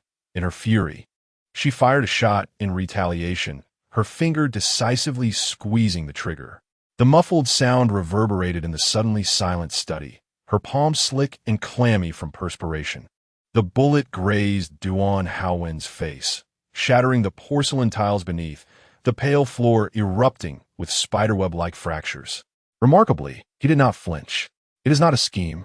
I have not deceived you, nor will I ever deceive you. Surviving the harrowing ordeal, Duan Haowen exhibited no awareness of the imminent death he had narrowly escaped. Instead, he leaned closer to Zhou Jinxin's gun-wielding hand, gently kissing the back of her hand. Faithful, devout, cherished, like the delicate touch of lovers uncertain of their feelings. Akin to a knight's solemn pledge to a princess, or a devotee's reverent homage to the divine, his lips, undeniably sensual, at that moment bore a purity unmarred by any hint of desire, infused with a sense of sanctity. Just as you did not kill me, I shall prove to you that I truly love you. For the first time, his eyes unveiled his emotions to Zhou Jinxin without pretense, revealing a panorama of yearning, love, and longing, overwhelmingly intense and breathtaking. Zhou Jinxin was uncertain whether emotions could be easily fabricated. Was he a masterful deceiver, or did he truly harbor feelings for her? Could it be affection?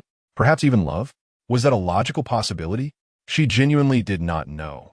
In an instant, she found herself irresistibly drawn to him, nearly drowning in the depths of his eyes that revealed desire and tenderness. Her heart softened. Duan Haowen, Zhou Jinxin murmured, questioning him as if she were also inquiring of herself. Are you a fraud? Duan Haowen smiled, his gaze fixated upon her face. As he leaned his profile against her hand, his voice soft yet beguiling. Miss, You once stated that you wish for me to remain by your side. You will do as I ask, will you not? Zhou Jinxin recoiled her hand in anger. Then what of your life? With a smile, Duan Haowen positioned his head beneath the gun's muzzle and replied, If it is your wish, miss, I will comply with anything. Zhou Jinxin averted her gaze, flustered as she evaded his stare. Yet even in avoidance, she could not quell the tumultuous beating of her heart. Calm yourself, Zhou Jinxin, she chided silently. Logically speaking, love at first sight was mere folly. The likelihood that he was using her to ascend was far greater. He was undoubtedly cunning. She should extricate herself from this perilous entanglement. She need not risk her heart on a gamble of fleeting sincerity. What worth was his genuine affection? However, there was a part of her that hesitated. Do not gamble, do not soften. Yet the internal conflict raged on, her heart torn as two voices clamored within her mind. Turning to glance at Duan Haowen, still kneeling with blood dripping heedlessly from his forehead, she felt a wave of exasperation wash over her. Leave, Zhou Jinxin uttered, as if conceding, sinking back into the sofa, determined to disregard him. Let it be for now, she thought, weary of complications, that perhaps she would take some time to discern whether his feelings were genuine or feigned, to see if she was astute or foolish. Yet, even as she pondered this, she found it difficult to swallow her pride.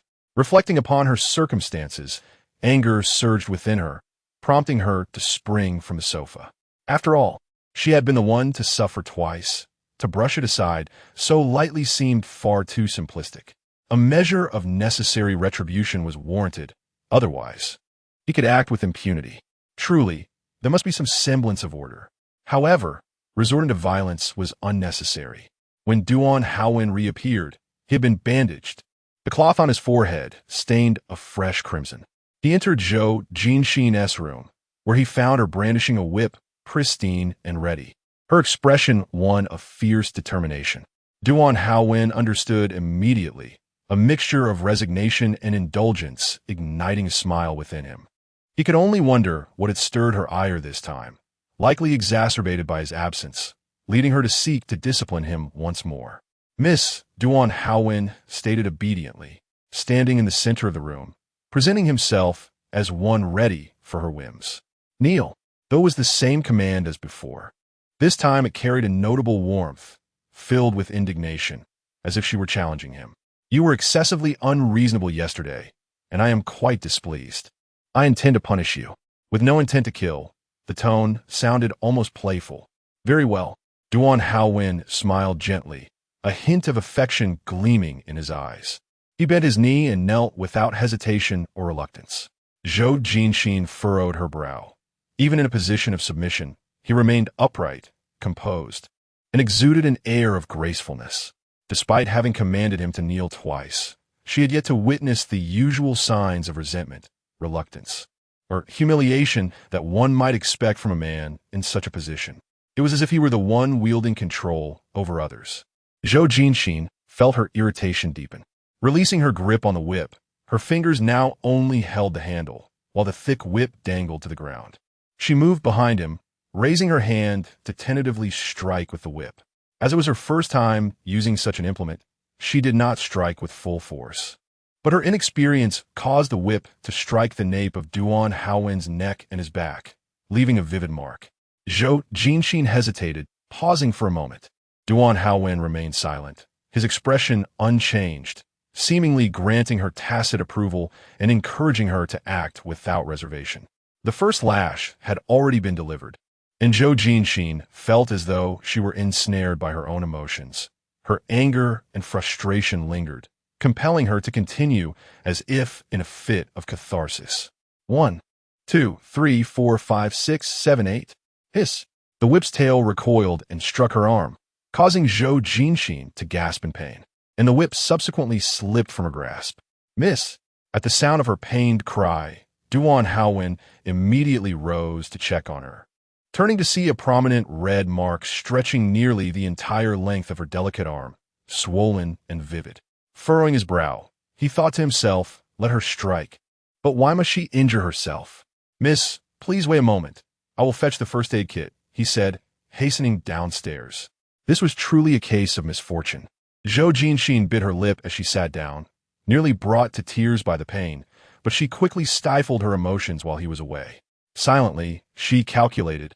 I struck him 8 times, yet I received 1 in return. What a stroke of bad luck, what a poor bargain. It infuriates me. Chapter 10. Is this what you want?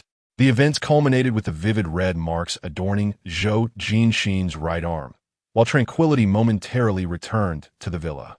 As for the injuries on Duan Haowen's back, Zhou Jinxin did not inquire further. She merely arranged for someone to procure medicine and deliver it to him. She called Zhou Yin to inquire about matters in Gangsheng, to which Zhou Yin responded with a light-hearted tone, stating that the dock had been secured. Having triumphed over Zhuofeng, the territory and business now belonged to him, and in a couple of days, he would have Long Qi come to Yun City to escort her back. Zhou Jinxin agreed, just as Chun Ling returned from a sea escapade, feeling restless and eager to gallop at the racetrack in the mountains, which Zhou Jinxin decided to join him in. Aside from Duan Haowen, Zhou Jinxin selected 2 other companions to accompany them, and after lunch, they set off in a car towards the mountain racetrack. The racetrack belonged to Chun Ling's family. Located in a remote area, yet boasting an exquisite environment and advantageous position, built against the mountains with grand architecture. Typically, it was just Chun Ling and a few of his friends who frequented the place, as it was not open to the public. Upon arrival at the racetrack, Zhou Jinxin quickly changed into her riding attire, feeling more at ease than the host himself. Once mounted, she galloped away, leaving Chun Ling in a cloud of dust. Hey, Jinxin, wait for me, he called out, but Zhou Jinxin was oblivious, racing around the entire track with sheer exhilaration, her initially sullen demeanor blossoming into a radiant smile. The robust black stallion carried her as they raced through the wind, the rushing air brushing against her face, dispersing the worries that had weighed upon her heart. On horseback, she felt liberated, able to revel in the unrestrained freedom of the ride. Zhou Jinxin was adept at riding. She had learned alongside Zhou Yin during her childhood, closely following him wherever he ventured, emulating his pursuits. However, when Zhou Yin delved into finance, she found herself overwhelmed by the complexities and willingly relinquished her role as a shadow, opting instead to study art. As she galloped past, her bright smile illuminated by sunlight. Her posture exuded vitality, reminiscent of a blooming gardenia thriving in the wilderness, pure, fragrant, and imbued with a touch of untamed wildness that held Duan Haowen's gaze captive. With her radiant countenance, she reined her horse to a stop before him, and Duan Haowen found himself engrossed in her presence, as if their shared glance momentarily froze time. Disregarding the fact that the horse's leg nearly kicked him. "Can you ride?" she inquired. "No," he replied. The hooves gently trotted on the grass as Zhou Jinxin tugged the reins, causing the stallion to turn its head towards Duan Haowen, giving a snort. The proximity compelled him to slightly turn away, finally furrowing his brow. Zhou Jinxin leaned forward, half reclining on the horse's back, her waist exhibiting an alluring curve, her eyes glinting with playful mischief as she smiled at him. "If you beg me, I will teach you." Duan Haowen looked up at her, his throat tightening. She often maintained a stoic demeanor with her bodyguards, and her interactions with him were typically subdued, yet she had never smiled at him in such a manner. Though her eyes hinted at the impending jest, he found himself unable to refuse her. "Please, how should I beg you?" he heard himself ask, feeling a dryness in his throat at her enchanting smile. Zhou Jinxin wore an exaggerated expression of distress, exclaiming as she straightened her back on the horse, thoughtfully stroking her chin. "Ah, Duan Haowen, let me think you used to beg me on your knees." Even with tears in your eyes, her cherry-red lips moved animatedly, occasionally revealing a hint of her delicate, crimson tongue between her neat, small teeth, evoking the image of biting into a cherry to uncover its sweet, tangy flesh, so soft. Surely, cherries must be fully ripe by this season, she mused, though the thought seemed out of place. "I have no interest in watching you grovel. I am not Empress Dowager Cixi. How old am I? I'm barely in my 20s, while you must be in your 30s. Wouldn't tea that shorten my lifespan? TSK, so, would you like to shed tears directly, perhaps?" Just as she was speaking, she was unexpectedly seized at the waist, and in a swift motion, Duan Haowen lifted her off the horse. As her heels found solid ground, Zhou Jinxin was about to scold him, but his intense gaze silenced her words. Under his penetrating stare, she felt as if he might devour her whole in the next instant. The tension and the proximity of his breath rendered her speechless, her instinct for survival prompting her to take a step back. "Will that make you happy?" he asked. "What?" Zhou Jinxin zipli bui. Duan Haowen smiled innocently. Yet he inched closer.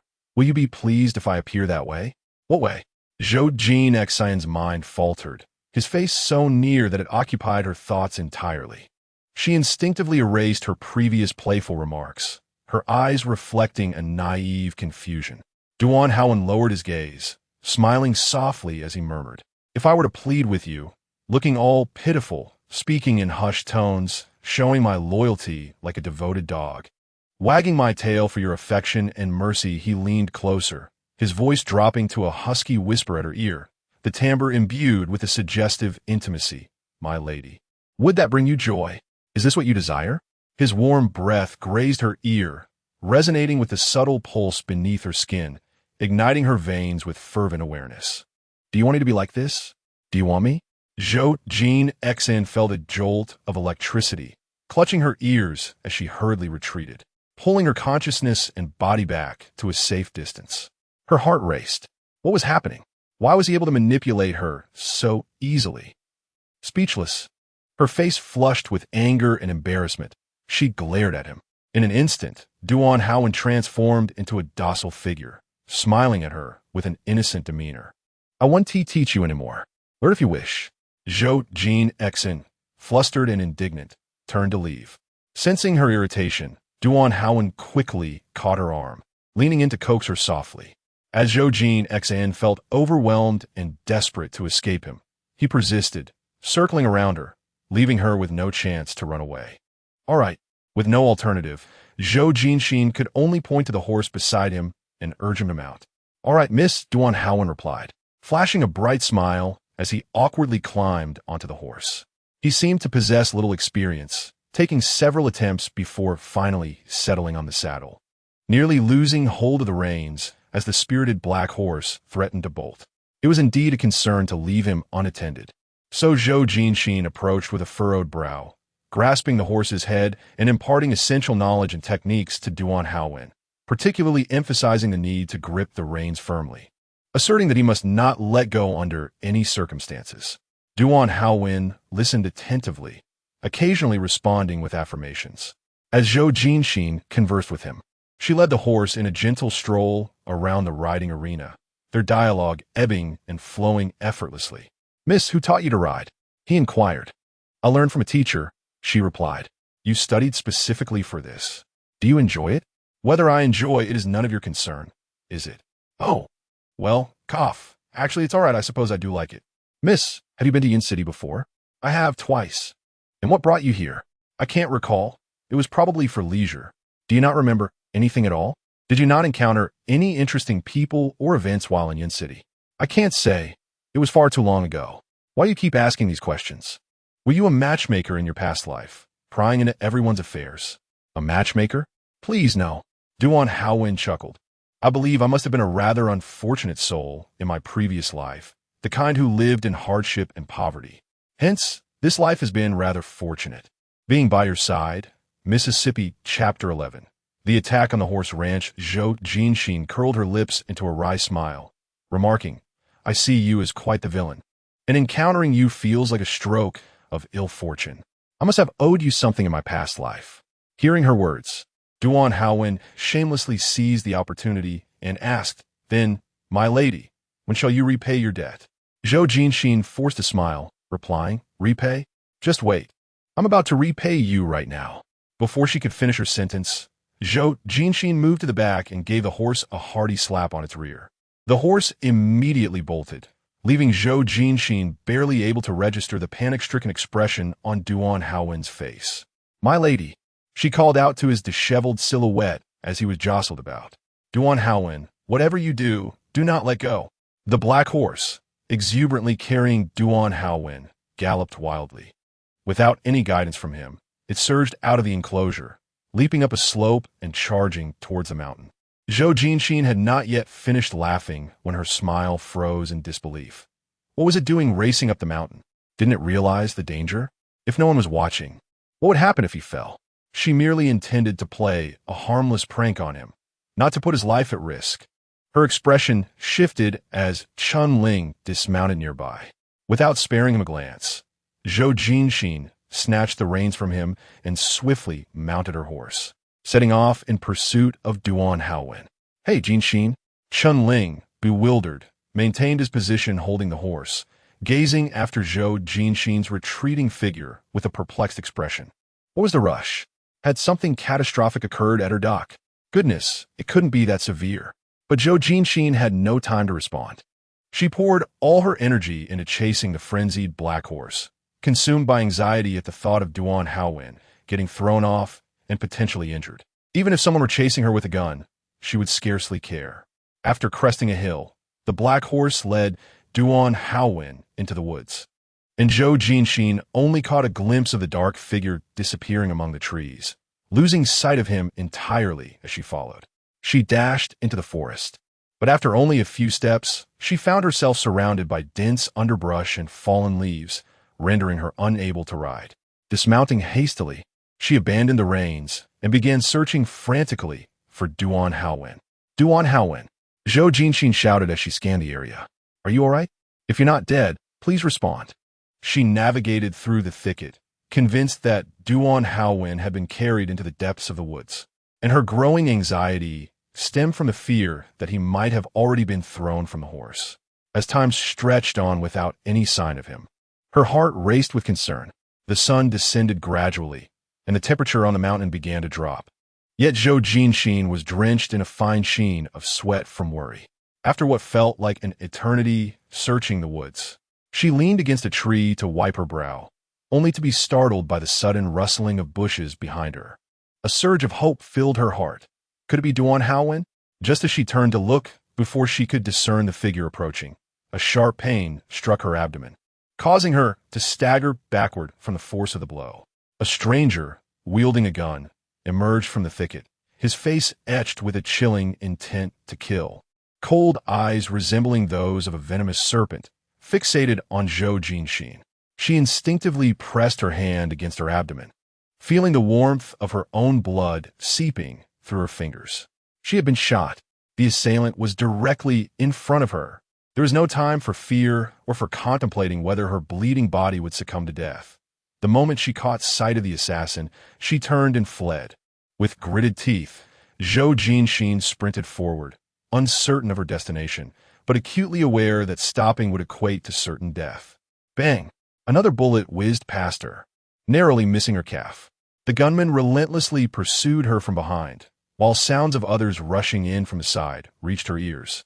She had no time to glance back to ascertain who they were, but the bullets that flew from that direction made it painfully clear that they too wished for her demise. It appeared this was a premeditated ambush. She had fallen into their trap, but what of her allies? Had they all been dealt with beforehand? What of Duan Haowen? Was he also dead? As these thoughts coursed through her mind, darkness enveloped her vision, and she nearly tumbled down the slope. She was still bleeding, and Zhou Jinxin realized that if she continued to run like this, even if she were not shot dead, she would soon succumb to hypovolemic shock. She had to devise a plan. The sharp crack of a bullet slicing through the air grazed her face, leaving a trail of blood, and in that instant, she lost her strength, tumbling sideways down the slope. As her body fell, her world spiraled into chaos. Her eyes flickered like an old television devoid of signal, presenting nothing but static in shades of black and white. The gunfire persisted, but her fading senses allowed her to hear and feel someone embrace her before she plummeted into oblivion. Together, they rolled down the steep incline. The person's chest was solid, a shield protecting her from harm, radiating warmth and dryness, transferring heat to her cooling body. Who could it be? So hot, like a blazing fire. Compared to them, she felt as if she were on the brink of death, as if encased in a freezer or a coffin, struggling for breath, as though crushed by a heavy stone. Unconsciously, Zhou Jinxin attempted to move, but the motion tugged at her abdominal wound, jolting her awake with pain. Hush, don't move, a broad hand pressed down on her shoulder, forcing her back down. If you lose more blood, you will die. She could not resist. Her back met the ground again, the cool stones digging into her shoulder blades.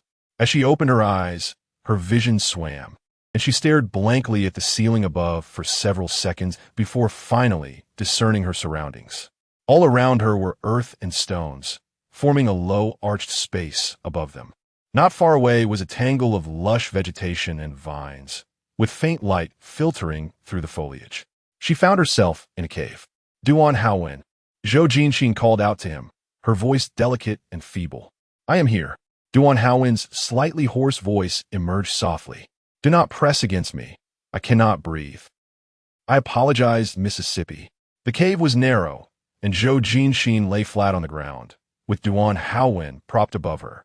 He lifted himself slightly, his back pressed entirely against the stone and earth, causing a few clods of dirt to tumble onto Zhou Jinxin's face, which he gently brushed away. Tiny grains of sand slipped in her nostrils, the earthy scent more pungent than ever before, inducing a fit of coughs from Zhou Jinxin. Duan Haowen supported her as she turned her head to cough, and after a while, Zhou Jinxin spoke again. What is the situation outside? Duan Haowen pondered before responding. It is neither good nor particularly bad. In any case, we shall not perish. Zhou Jinxin offered a bitter smile. You are so certain? Duan Haowen smiled reassuringly at her. Miss, you possess a strong fate. Indeed, I do as well. Yes, you are quite fortunate. Despite your attempt against me, I have yet to take your life. Zhou Jinxin remarked with a faint smile, her left hand resting on a hastily bandaged wound on her abdomen. I have brought this upon myself. Each time I scheme against you, I end up as the victim. Duan Haowen's eyes crinkled with amusement, though no longer youthful. The fine lines at the corners of his dark, bright eyes gave him an unexpectedly mischievous air. Miss, it seems you spare my life, which suggests you hold some affection for me. Affection? Zhou Jinxin did not refute him. To say I like you. Perhaps there's a trace of truth in that, but at a time like this, with our lives hanging in the balance, what is there to discuss about likes and dislikes? She gazed absently at the dirt and stones above her, her eyelids growing heavy as the faint light in the cave dwindled, and she drifted into a hazy slumber. Duan Haowen watched as she closed her eyes, concern etching lines across his brow. He reached out to check her temperature, which was significantly warmer than his own. Indeed, she had a fever. Her injury could not be delayed any longer. With that thought, his gaze sharpened, revealing an icy resolve. He cast a reluctant glance at Zhou Jinxin before slowly retreating from the low cave. Chapter 12. Abandonment deprived of the warm embrace that once enveloped her. Zhou Jinxin found herself enveloped in a chilling darkness. It wasn't long before she anxiously awakened, overwhelmed by the terrifying sensation of life ebbing away in an environment fraught with peril. Struggling to open her eyes, she gazed around in confusion, only to find the absence of Duan Haowen. The cave, shrouded in the night's coldness, made her shiver. No familiar warmth surrounded her, nor the ever-passionate body she longed for. Instead, her hand grasped only a handful of cold earth, making her feel as though she were a corpse buried beneath. Duan Haowen? Duan Haowen? Silence lingered for what felt like an eternity. Zhou Jinxin's heart sank, plunging deep into an abyss like a stone in a lake. Duan Haowen had forsaken her, unceremoniously cast aside. The weight of this realization bore down upon her. A heartbreaking truth she was forced to accept. Indeed, the words of men can be deceitful. A bitter smile escaped her lips as she recalled his fervent declarations of love not long ago, now rendered hollow in the face of her peril. Did he abandon her, believing that staying would lead to a shared demise? She found it hard to reconcile, yet the truth was undeniable. After all, they were after Zhou Jinxin, and his involvement was merely collateral. Her heart twisted in despair, akin to a towel wrung with force. Yet instead of water, what fell was the blood of disappointment. A strange heaviness weighed on her eyelids, and she felt the tears welling up. Gasping for breath, she gritted her teeth, forcing the tears back. No, she cannot cry. She should not cry. Wiping the tears from her eyes, she reminded herself that this was neither the time for tears nor surrender. As long as the final moment had not arrived, she must not yield. Calming her thoughts, she contemplated the identity of those who sought her life. It was not difficult to deduce. The urgency and audacity of her pursuer pointed unmistakably to Zhou Feng, recently defeated by her brother Zhou Yan. She knew her brother well. Zhou Yan's approach was ruthless and decisive, leaving only ruin and death for those who dared to confront him. Zhou Feng had lost everything in the port city, yet he remained alive, which explained Zhou Yan's insistence that she stay in Yun City and not return. Little did she know that Zhou Feng, unable to match her brother, sought revenge through her. Zhou Feng, if her instincts were correct, he was among those hunting her today. As she recalled the figure that had emerged from the thicket, Zhou Jinxin pressed her hand against the wound on her abdomen, a painful reminder of the bullet that had struck her. It seemed that Zhou Feng and his associates truly intended to kill her, without plans to capture her alive and use her as leverage against Zhou Yan. Should they find her again, her fate would be sealed. Remaining here, given her injuries, offered no escape. She understood that she was already burning with fever. Perhaps it was time to take a gamble, to see if fate would show her favor, allowing her to escape. Slowly, Zhou Jinxin maneuvered out of the cave, gasping for breath and struggling to press down on her wound, dragging her weary body through the darkness of the night. She still harbored a glimmer of hope for the outside world. As darkness fell, Chunling would surely send someone to find her, and as long as Chunling's men reached her before Zhou Feng's, she would be safe. However, her steps grew increasingly unsteady, her body growing weaker with each passing moment. She stumbled over a protruding rock in the forest and fell to the ground, unable to rise for what felt like an eternity. The woods were enveloped in darkness, rendering her nearly blind to her surroundings, to the point where she questioned whether she had lost her vision altogether. It was over. She felt as though she were on the brink of death. She thought bitterly. A wave of despair washed over her. She could not escape, and she wondered if Duan Haowen had made it out.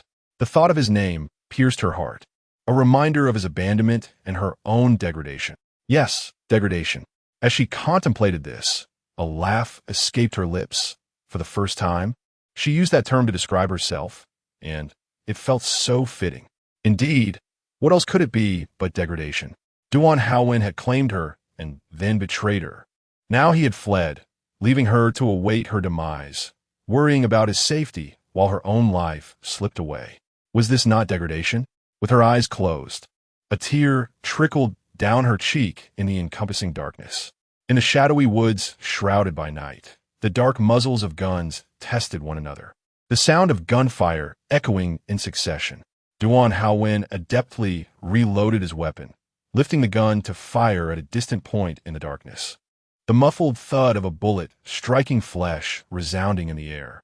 Bullets from various directions struck the sturdy tree trunks as Duan Haowen crouched behind one, his white shirt stained with blood, none of it his own. Bullets ricocheted through the forest, the air thick with the acrid smoke of modern gunfire, mingled with an unmistakable scent of blood. The sound of gunfire was raw and cacophonous, brimming with lethal intent, as the two factions clashed fiercely in the shadows. Leaning against the tree, Duan Haowen tilted his head back slightly, closing his eyes to listen intently. The dull thuds of gunfire were relentless, bullets slicing through the air, ultimately falling around him. After a moment, he opened his eyes, sharp and bright. Without hesitation, he leaned forward and raised his gun, his finger moving decisively as he fired twice into the darkness. The sound of a heavy body hitting the ground followed, and a figure tumbled out from the thicket. Before he could withdraw, a bullet whizzed past him, prompting Duan Haowen to twist away into the shadows, the sound of gunfire echoing as he targeted that final adversary. The last self-proclaimed hunter was swiftly eliminated. Duan Haowen rose from behind the tree, several men in black rushing toward him. The leader, with a buzz cut and a fierce countenance, possessed eyes that glimmered with an unsettling coldness. Yet upon seeing Duan Haowen, his expression shifted to one of respect. He fled? Duan Haowen asked, not bothering to look at them, silently tucking his gun into the small of his back. The buzz-cut man replied, yes, as per your instructions. We left him an opening. Duan Haowen nodded. Do not let him slip away entirely. Keep him under surveillance. Zhou Feng is still of use to me. Rest assured, Brother Duan, Arrangements will be made, the buzzcut man responded, then added, Chun-Ling's men are approaching quickly. Duan Haowen waved his hand. You all go ahead. Upon receiving the command, the man with a buzz cut swiftly turned and vanished into the depths of the forest, accompanied by his companions. Within mere seconds, they had completely disappeared from sight. If it weren't for the blood-soaked ground and scattered bullets, one might have believed they had never existed at all. After dispatching the enemy, Duan Haowen returned without a tinge of regret. In the darkness, discerning his surroundings proved difficult. When he finally managed to find his way back to the concealed cave, the relief he had momentarily felt was immediately replaced by a surge of dread. Zhou Jinxin was gone. Damn it! Duan Haowen cursed aloud, unable to contain his frustration. Where is she? Where is Zhou Jinxin? Has she been discovered by the men of Zhuo? Damn it, how cunning they are! Were they so preoccupied with their own conflict that they sent someone to raid our position? His thoughts raced with panic. Where had they taken her? Was she still alive? Duan Haowen dared not contemplate the worst. The thought of Zhou Jinxin in peril filled him with an all-consuming rage.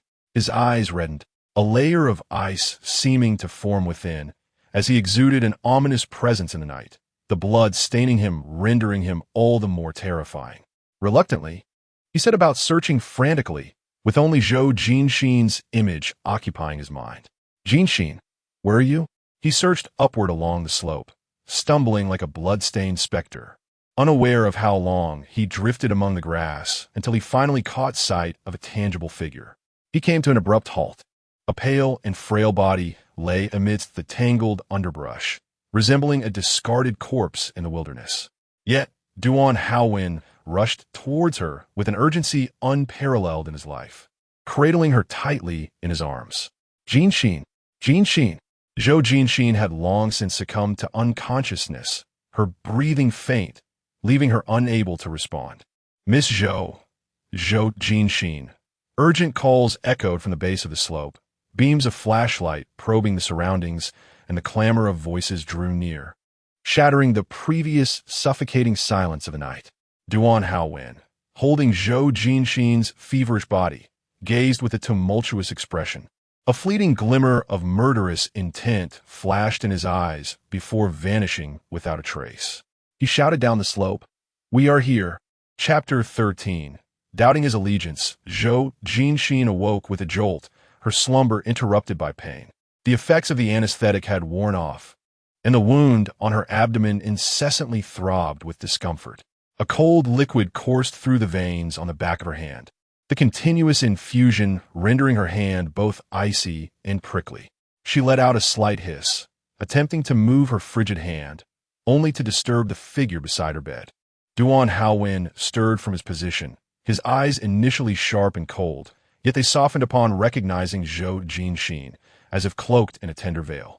"You're awake. How do you feel?" Zhou Jinxin attempted to respond, but found her lips parched and stuck together, prompting her to shake her head instead. Duan Haowen retrieved a cup of water from the bedside and offered it to her, having thoughtfully inserted a straw beforehand, eliminating the need for her to glare at him. Like a traveler in a desert on the brink of dehydration, she eagerly sipped the water through the straw, draining the cup in one go. "Take your time. No one is rushing you. Be careful not to choke," he advised, holding the straw for her, his voice gentle. "Would you like more?" She waved her hand to indicate she was satisfied. With her spirits somewhat lifted, Zhou Jinxin was assisted into a semi-reclined position by Duan Haowen, who promptly placed a pillow behind her back, cradling her with utmost care as if she were a fragile porcelain figure.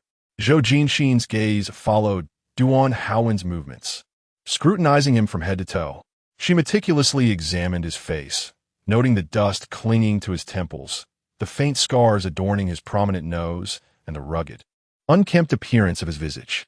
Her eyes traveled down to his notably full lips and defined jawline, finally resting on the stains of blood scattered across his shirt. The heavy metallic scent of blood hung in the air, mirroring the aftermath of her own injuries. Furrowing her brows, she could not suppress her curiosity. "Are you hurt?" Duan Haowen, following her line of sight to the blood on his shirt, offered her a reassuring smile. "It's not mine. Do not worry.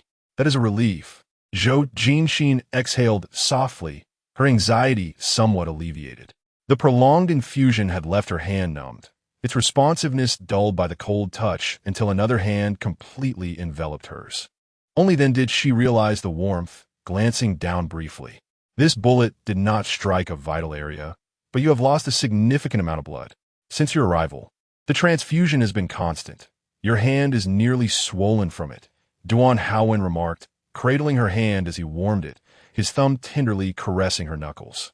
Whether it was the chilling liquid or the intimate gesture from Duan Haowen, a jolt of sensation surged through Zhou Jinxin's numbed extremities. It seems you have feelings for me. She recalled his words from the cave, her mind drifting back to that moment, her spirit swaying in reflection. Yet, a wave of doubt soon washed over her as she remembered her helplessness on the hillside. You were right. I am quite resilient. I truly believed I would perish. She spoke, withdrawing her hand from his palm, her gaze filled with inquiry. What were you doing when you left me alone? Faced with Zhou Jinxin's unreserved skepticism and reproach, Duan Haowen offered a wry smile. Miss, are you blaming me for leaving you behind? Zhou Jinxin retorted. Am I not entitled to? Duan Haowen shook his head, replying, no. Of course you can. You know you may do as you please with me. Zhou Jinxin pressed on. Then what were you doing? What happened afterward? Tell me everything. Very well, I'll explain in due time. No need to rush. Observing Zhou Jinxin's anxious expression, Duan Haowen reached out to smooth her furrowed brow. His rough, calloused fingers brushed against her skin, causing Zhou Jinxin to stiffen momentarily, taken aback before she could react to withdraw. Do not overstep, she suddenly snapped. A hint of irritation in her tone. Noticing her deliberate avoidance of eye contact, Duan Haowen's smile deepened. Miss, I certainly never intended to abandon you. He pulled his chair closer to her, leaning in, attempting to grasp her hand resting atop the blanket. But you are aware of the situation. You were not in the best condition, and I could not merely sit idle beside you. So I chose to take the initiative. In the end, it was Chun Xiao who found us. Zhou Jinxin felt a flicker of emotion, remaining noncommittal. She attempted to withdraw her hand, but Duan Haowen grasped her wrist firmly. After a few futile struggles, she relented. Is that so? Zhou Jinxin lightly smirked, seemingly skeptical. Your luck seems rather good. I recall you were not issued a firearm. How did you manage to escape unscathed? Duan Haowen rubbed her hand, a note of pride in his tone. I did not have one, but I seized theirs. You truly possess remarkable skills. Before Zhou Jinxin could continue, the door was abruptly pushed open, accompanied by a familiar, icy voice. You are of no further use here. I shall take care of the lady. You may leave. Long Qi. Upon seeing him, Zhou Jinxin felt a surge of joy. How could you arrive so swiftly? Long Qi entered, carrying a thermos. He cast a cold glance at Duan Haowen before shifting his gaze to Zhou Jinxin, whereupon he smiled. Miss, the matters in Gangsheng have been resolved. Brother Yin instructed me to come ahead. He will arrive shortly. Zhou Jinxin, having not seen her brother in a long time, beamed at the news of his impending arrival. However, recalling her current state, she feared Brother Yin would be upset, and her expression fell. You need not have come. Brother is so busy. Why would he bother? It is out of concern for you. With Brother Yin here, no one shall dare to have designs upon you. Long Qi placed the thermos on the bedside table, emphasizing the weight of his words. He glanced back at Duan Haowen. Why are you still here? As he spoke, his gaze inadvertently fell upon the hand Duan Haowen held, and Zhou Jinxin, feeling a rush of guilt as if caught in a lie, swiftly withdrew her hand, concealing it beneath the blanket. Duan Haowen found himself ensnared by Long Qi's vigilant gaze, realizing that his departure was no longer an option. He stood up, adhering to the decorum of the moment, and offered a slight bow to Zhou Jinxin before taking his leave. The palpable wariness and hostility emanating from Long Qi towards Duan Haowen was so pronounced that Zhou Jinxin sensed something amiss. Long Qi had brought Zhou Jinxin some light refreshments. Upon opening the thermal container, the fragrant aroma of shredded chicken congee wafted into the air. He served her a bowl, but Zhou Jinxin gestured for him to set it aside, for she had pressing inquiries. Have you ascertained the circumstances surrounding my recent ordeal? Zhou Jinxin inquired. Is it true that Zhuo Feng's men lay in wait to exact revenge? Long Qi placed the bowl of congee aside, resting his hands on his knees. His posture impeccably straight, yet his head inclined slightly, facilitating their conversation. As you surmised, Miss Zhuofeng seeks a mutually destructive confrontation. Since Yangu spared his life, he has turned his ambitions towards you. I have thoroughly investigated the incident of the attack and am left with a sense of unease. Zhou Jinxin did not shy away from addressing the matter directly. Are you implying Duan Haowen? Long Qi nodded when the young lady was unconscious. I interrogated him as well as Chun Ling's associates. It appears that his entry into the woods on horseback led to your encounter with the ambush, with Zhuofeng's men positioned on that very hill. Such coincidence is troubling. In other words, had he not ventured in, Zhuofeng would have found it far more challenging to target you. Long Qi's words suggested a suspicion of Duan Haowen's ulterior motives, even casting doubt on his allegiance to Zhuofeng. However, if he were indeed affiliated with Zhuofeng, how could Zhou Jinxin still be present here? Chapter 14. The banquet. Zhou Yin firmly disagreed with Long Qi's speculation, countering, indeed, he provided Zhuofeng's people with an opportunity, but he did save me. Did he not? How does one reconcile that? If you were truly one of Zhuofeng's men, why did he not simply eliminate me? In fact, he was the one with the greatest chance of success. Yet, Zhuofeng fled.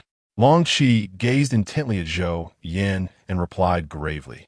There were a total of 10 individuals surrounding you, and while he might have dispatched the others, perhaps he could have justified it by claiming some skill. However, the fact remains that Zhuofeng escaped unscathed. What does that signify?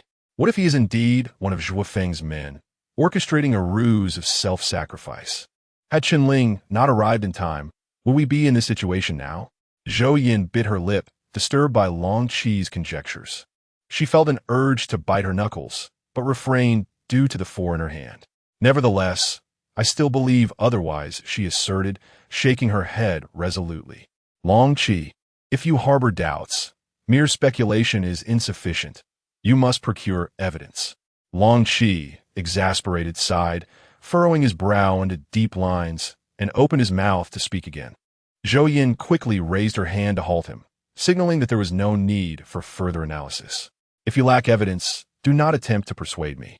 Either find proof of his allegiance or reveal his true intent lurking beside me.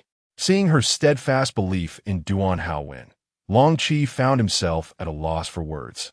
His arguments caught in his throat. He stood silently beside her, grappling with the weight of unspoken thoughts. After all, he had just discerned the subtlety of their relationship. The young lady's attitude towards Duan Haowen was decidedly unusual. Did she genuinely harbor feelings for that boy? If so, it could lead to complications. Do you have anything further to say? Zhou Yin asked, noting his hesitation and wondering what he was concerned about. Just speak your mind. Long Qi lowered his gaze in silence, and Zhou Yin patiently awaited his response. Long Qi was typically straightforward, never one to deceive or conceal. Thus, whatever caused his hesitation must be significant. After a moment, Long Qi swallowed hard, nervously reassuring Zhou Yin to brace herself. She regarded him with indifference. For heaven's sake, just tell me what it is. Very well. Long Qi closed his eyes, gritted his teeth, and declared, the individual who assaulted you at the hotel has been identified. It's Duan Haowen. Upon hearing this, Long Qi anticipated a reaction from Zhou Yin, but when he looked up, he found her expression calm, her gaze as if she had already been aware of this revelation. Miss you. You knew? Long Qi exclaimed, astonished. Zhou Yin sighed, closing her eyes as she leaned back against the cushion, feeling exasperated with herself for being unable to muster anger over a matter she had already addressed. I have known all along. Please do not look at me like that. I have already dealt with it. Dealt with it? Long Qi stood up in agitation, suppressing his frustration. But he clearly, what if this is merely his tactic to get close to you? Are you truly willing to let him go just like that? Zhou Jinxin was aware that Long Qi's words held a semblance of possibility. However, she had made the resolute decision to stand by Duan Haowen. Thus, she chose silence. Zhou Jinxin possessed a stubborn temperament, and her current reticence was, in itself, a declaration of her stance. Long Qi understood that further persuasion would be futile. Much like Zhou Yin, she was resolute in her beliefs, disregarding the counsel of others on certain matters. Nevertheless, all the details had already reached Yan Ji's ears. Long Qi returned to her seat with a composed demeanor, her fists clenched in silence. If the young lady could not make a rational decision, Yan Ge would not remain indifferent. Upon hearing this, Zhou Jinxin, filled with indignation, attempted to sit up straight, her nostrils flaring with a mix of surprise and urgency. However, the pain from her injury forced her to grimace and recline once more, though she glared at Long Qi with unyielding resentment. "Did you inform my brother?" Long Qi shrugged, expressing her helplessness. "Miss, given the numerous incidents surrounding you in Yin City, Yan Ge has the right to seek clarity. I cannot intervene." "Did he interrogate you, and you divulged everything?" Zhou Jinxin asked, incredulous and gritting her teeth in anger and pain. "Wouldn't that mean my brother would immediately confront Duan Haowen?" Long Qi suddenly smiled with a hint of mischief, tucking the blanket around her. "Not immediately. At least, Yan Ge will review his profile before approaching him." "Profile? Have you already investigated Duan Haowen's lineage?" Zhou Jinxin inquired regarding his background. Long Qi shook her head, clicking her tongue. "It's too pristine. Isn't that a good thing?" "Not all," Long Qi replied. "The absence of any flaws makes it all the more suspicious." Zhou Jinxin fell into a profound silence, engulfed by her concerns for Duan Haowen. She truly wished to believe that this man was not her adversary.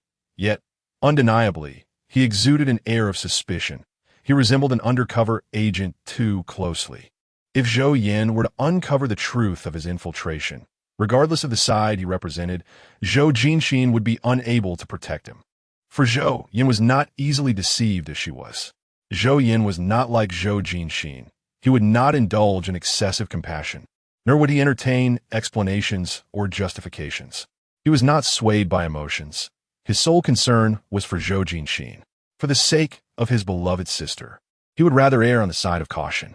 Thus, when he reviewed Duan Haowen's profile and received the report from his subordinates stating that no further information could be uncovered, a decision began to form in his mind.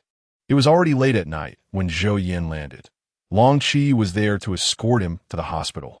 Zhou Yan had been tirelessly managing his new business in the port city for several consecutive days, his eyes heavy with fatigue as he settled into the back seat of the car. After a brief moment of rest, he awoke as the vehicle came to a smooth halt before the hospital entrance. Despite his weariness, he maintained an upright posture as he alighted from the car, his trench coat creating an elegant arc as he closed the door and turned. The muscles in his shoulders and neck accentuated the stylish lines of his coat, and with purposeful strides, he entered the hospital, his gaze shrouded in shadows. The VIP ward on the top floor was tranquil, with 2 bodyguards stationed at the entrance. Upon seeing Zhou Yan approach, they automatically bowed to grant him passage. The lights in the ward were dimmed. Zhou Yan paused at the door, gazing inside for a moment before stepping in. "Not asleep?" he inquired, as he flicked on the incandescent light. Zhou Jinxin, startled by the sudden brightness, squinted her eyes shut. Gradually acclimating, she opened her eyes to find Zhou Yan standing by her bedside, his face strikingly similar to hers, etched with fatigue. His sharp brows knitted together, and his thin lips formed a straight, taut line. "Brother." Zhou Jinxin's half-hidden face peered from beneath the covers, her voice soft and kitten-like. Zhou Yan's eyes softened with helplessness. He could not bring himself to scold her. Instead, he bent down to gently tousle her soft hair. "Be good, brother is here." Despite his cold demeanor, which often repelled strangers, his features were undeniably handsome, though his eyes held an air of aloofness and guarded calculation. His thin lips rarely smiled, and when they did, it often conveyed a subtle mockery of the trivial. It was challenging for others to decipher his thoughts, leaving them wary of both his smiles and his profound silence. "Is the pain keeping you awake?" His voice was now tinged with a gentle smile, his eyes reflecting both helplessness and concern. With his lips slightly curved, he sat at the edge of her bed, tending to her blanket as if caring for a child, exuding an aura of tenderness and affection. Upon seeing him, Zhou Jinxin felt a warmth in her eyes, suddenly aware that her wounds throbbed with greater intensity. Yet, being of age, she was reluctant to show weakness, biting her lip defiantly. "It's not that painful," as the glimmer of tears threatened to spill from her eyes. Zhou Yin let out a soft, affectionate sigh, brushing aside the stray strands of hair from her forehead and tucking them behind her ear. You've never endured such serious injuries before, especially not a gunshot wound. It's all right, brother 1T mock you. No need to be brave. I'm not being brave. Zhou Jinxin sniffed, insisting it doesn't hurt. Doesn't hurt, huh? Zhou Yin chuckled lightly, wiping away the tears from the corners of her eyes. If it doesn't hurt, then stop crying. You are my precious little pearl, after all. Ah, a seawater pearl. Oomph. Hearing Zhou Yan's jest, Zhou Jinxin pouted and swatted his hand away. I'm not that worthless. I'm a golden bean, a golden bean. All right, Zhou Yin replied with a smile. Our esteemed young lady, golden and precious. However, his tone shifted abruptly, growing serious. But, Jinxin, can you tell me what is going on between you and that Duan Haowen? His demeanor remained calm and collected. At his words, Zhou Jinxin felt a shiver run through her body. Chapter 15. I am Miss No, nothing happened. Zhou Jinxin's gaze wavered with guilt, shifting from side to side, deliberately avoiding Zhou Yan's eyes. It was just a minor incident, a trivial event. Zhou Yin did not interrupt her stammering speech. Instead, she crossed her arms and regarded her with a bemused smile, waiting patiently for her to finish before summarizing. You always stutter when you're nervous. That's not true. Zhou Jinxin nearly jumped up in protest. I don't. I heard you initially intended to get rid of him. Zhou Yin mused, stroking her chin. Her interest piqued as she observed the fluctuating expressions on Zhou Jinxin's face. What made you suddenly change your mind and allow him to stay by your side for so long? Do you really like him? Zhou Jinxin's complexion changed dramatically, and in a moment of struggle, she attempted to rise, instinctively rebutting, only to be gently pressed back down onto the bed by Zhou Yin, who frowned slightly and admonished. Be careful with your injury. Why are you so agitated? Am I not speaking the truth? Rendered speechless by this confrontation, Zhou Jinxin pouted and begrudgingly admitted, I do like him a little, but just a little. Besides, my feelings shouldn't affect your decisions regarding him, right? It seems you are quite aware of your own feelings, Zhou Yin replied, a sly smile curling her lips as she settled leisurely onto a chair beside the bed, creating a slight distance between them. I won't allow him to remain near you as long as there is any uncertainty about him, especially given his dubious and dangerous nature. Zhou Jinxin pursed her lips, her discontent evident as she furrowed her brow. So what do you plan to do? She asked in a dry tone, sounding less like a question for Zhou Yin and more like a challenge. Zhou Yin chuckled softly, her warm, playful voice brushing through Zhou Jinxin's hair as she ruffled it gently. Don't worry about it. I will handle it. The almost inconceivable gentleness in her voice, which was unexpected from someone like her, only deepened Zhou Jinxin's worry. Get some rest. I must take my leave now. Long Qi will stay to take care of you. With that, the sound of her polished shoes softly echoed against the floor, gradually fading away as she departed. Zhou Jinxin pressed her lips together, sighed heavily, and remained in silence. After leaving the hospital, Zhou Yin returned to the villa where Zhou Jinxin resided. Casually tossing her trench coat onto the living room sofa, she began to unfasten her tie while ascending the staircase. As she reached halfway up, an inexplicable impulse compelled her to halt. Peering down, her gaze traversed the spiraling banister, locking onto the man standing below, who was looking up at her. The man's lips curled into a subtle smile upon seeing Zhou Yin, his obsidian-like eyes seemingly fathomless, yet glimmering with a hint of amusement. Zhou Yin's expression remained icy, her face devoid of emotion as she scrutinized him from head to toe, saying nothing before averting her gaze and continuing her ascent. She was not in a hurry to uncover his identity. A dossier awaited her in her room, and once she had perused it, she would take her time to ponder who this man truly was. On the table in the room lay a modest stack of documents, neatly inscribed with the name Duan Haowen. The photograph bore an uncanny resemblance to the man downstairs, who leaned against the stair railing, smoking. Duan Haowen languidly tilted his head back, exhaling smoke rings that drifted and mingled with the night air, his gaze unfocused on the ceiling. Seemingly oblivious to the impending arrival of Zhou Yin and the consequences it might entail. Perhaps it heralded his doom. The night was eerily silent, as if holding its breath in anticipation of Zhou Yan's arrival. Zhou Yan had slept for an extended period, a consequence of his exhaustion in the bustling harbor city, and awoke in the afternoon. The sun had begun its descent towards the west when he summoned Duan Haowen to the study.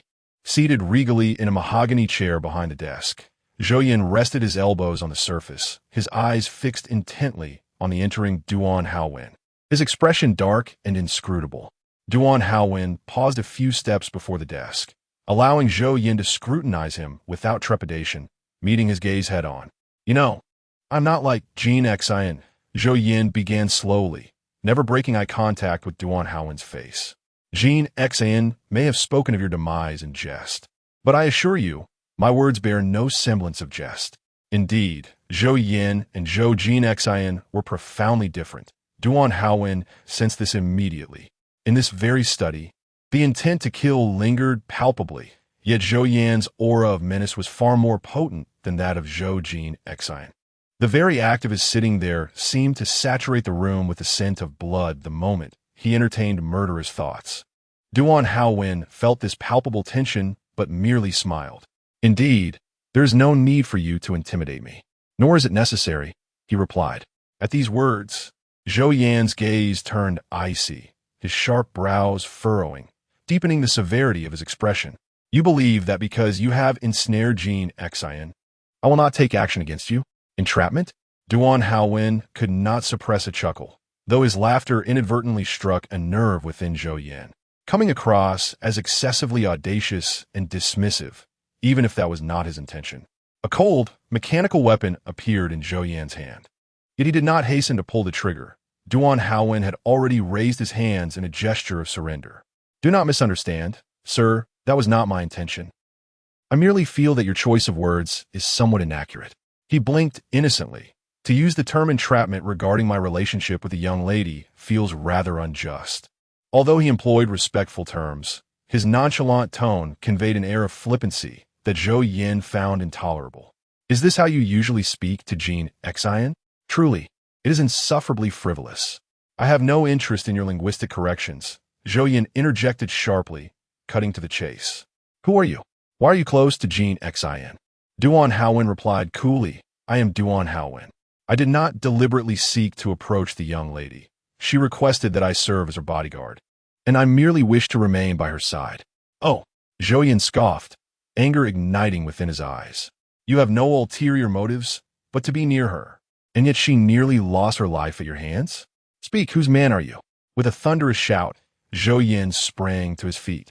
The dark muzzle of the gun aimed directly at Duan Haowen's head. His finger rested ominously on the trigger, and the room fell into an eerie silence, the tension palpable as if it could ignite at any moment. This was not the first time Duan Haowen had found himself under the threat of a gun in this very space. As he regarded Zhou Yan's cold visage, ablaze with unbridled fury, he was suddenly reminded of the last time he had witnessed such wrath from Zhou Jinxin in the same place. A faint smirk crept onto his lips as he maintained his low, gravelly tone. "I belong to the young lady. It seems you remain obstinate." Zhou Yan's icy demeanor shattered, his expression contorting into a fierce grimace. "Then let your empty words linger for a moment longer." He squeezed the trigger. Duan Haowen's brow furrowed sharply, instinctively retreating a step. "Brother, no."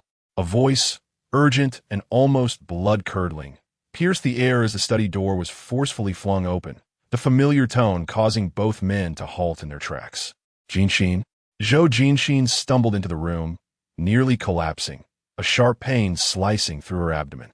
Clutching her wound with one hand and gripping the doorframe with the other, she slowly made her way to the center of the room, her pale face illuminated under their scrutinizing gazes, her frail form defiantly positioning itself between the two men. She faced Zhou Yan, her back shielding Duan Haowen. "Brother, please don't do this," she implored, her voice tinged with desperation. Chapter 16. Duan Haowen. "Come here and help me. How did you escape from the hospital?" Zhou Yan glanced at Zhou Jinxian's pale face and her eyes, which were subtly tinged with redness. He sighed irritably, feeling a surge of anger, and tightened his grip on the gun, his knuckles turning pale. "Jin Xian, you ought to remain in the hospital. I will handle these matters." Zhou Yin would not relent. Zhou Jinxin watched helplessly as the gun was slightly adjusted away from her, yet still aimed at Duan Haowen. She pressed her lips together, stepping back until she stood protectively in front of Duan Haowen, casting a defiant gaze back at Zhou Yin. "Brother, you cannot do this." Zhou Yin's expression grew colder, his words sharp as ice. "I can." "No." Zhou Jinxin shook her head. "He is mine now. Whatever happens, the decision should be mine to make. If he is yours, then you should understand that this is not the time for you to shield him with your emotions." Zhou Yan's anger erupted as he seized Zhou Jinxin's arm, forcefully pulling her out. With one hand, Zhou Yan pushed open the automatically closing study door, while with the other, he thrust Zhou Jinxin toward the bodyguard station just outside, instructing them to take her back to the hospital. "Brother." Zhou Jinxin protested as two bodyguards restrained her, struggling against their grip. "Keep an eye on her. She is not to come out again." Wounded and fiercely resisting, Zhou Jinxin's struggles caused the bodyguards to hesitate, fearing that her movements would exacerbate her injuries. Their expressions were filled with anguish and concern as she was dragged downward.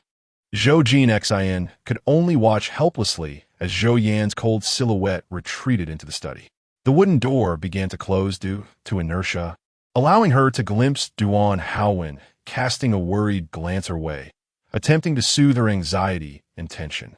"No, I absolutely cannot allow Zhou Yin to act."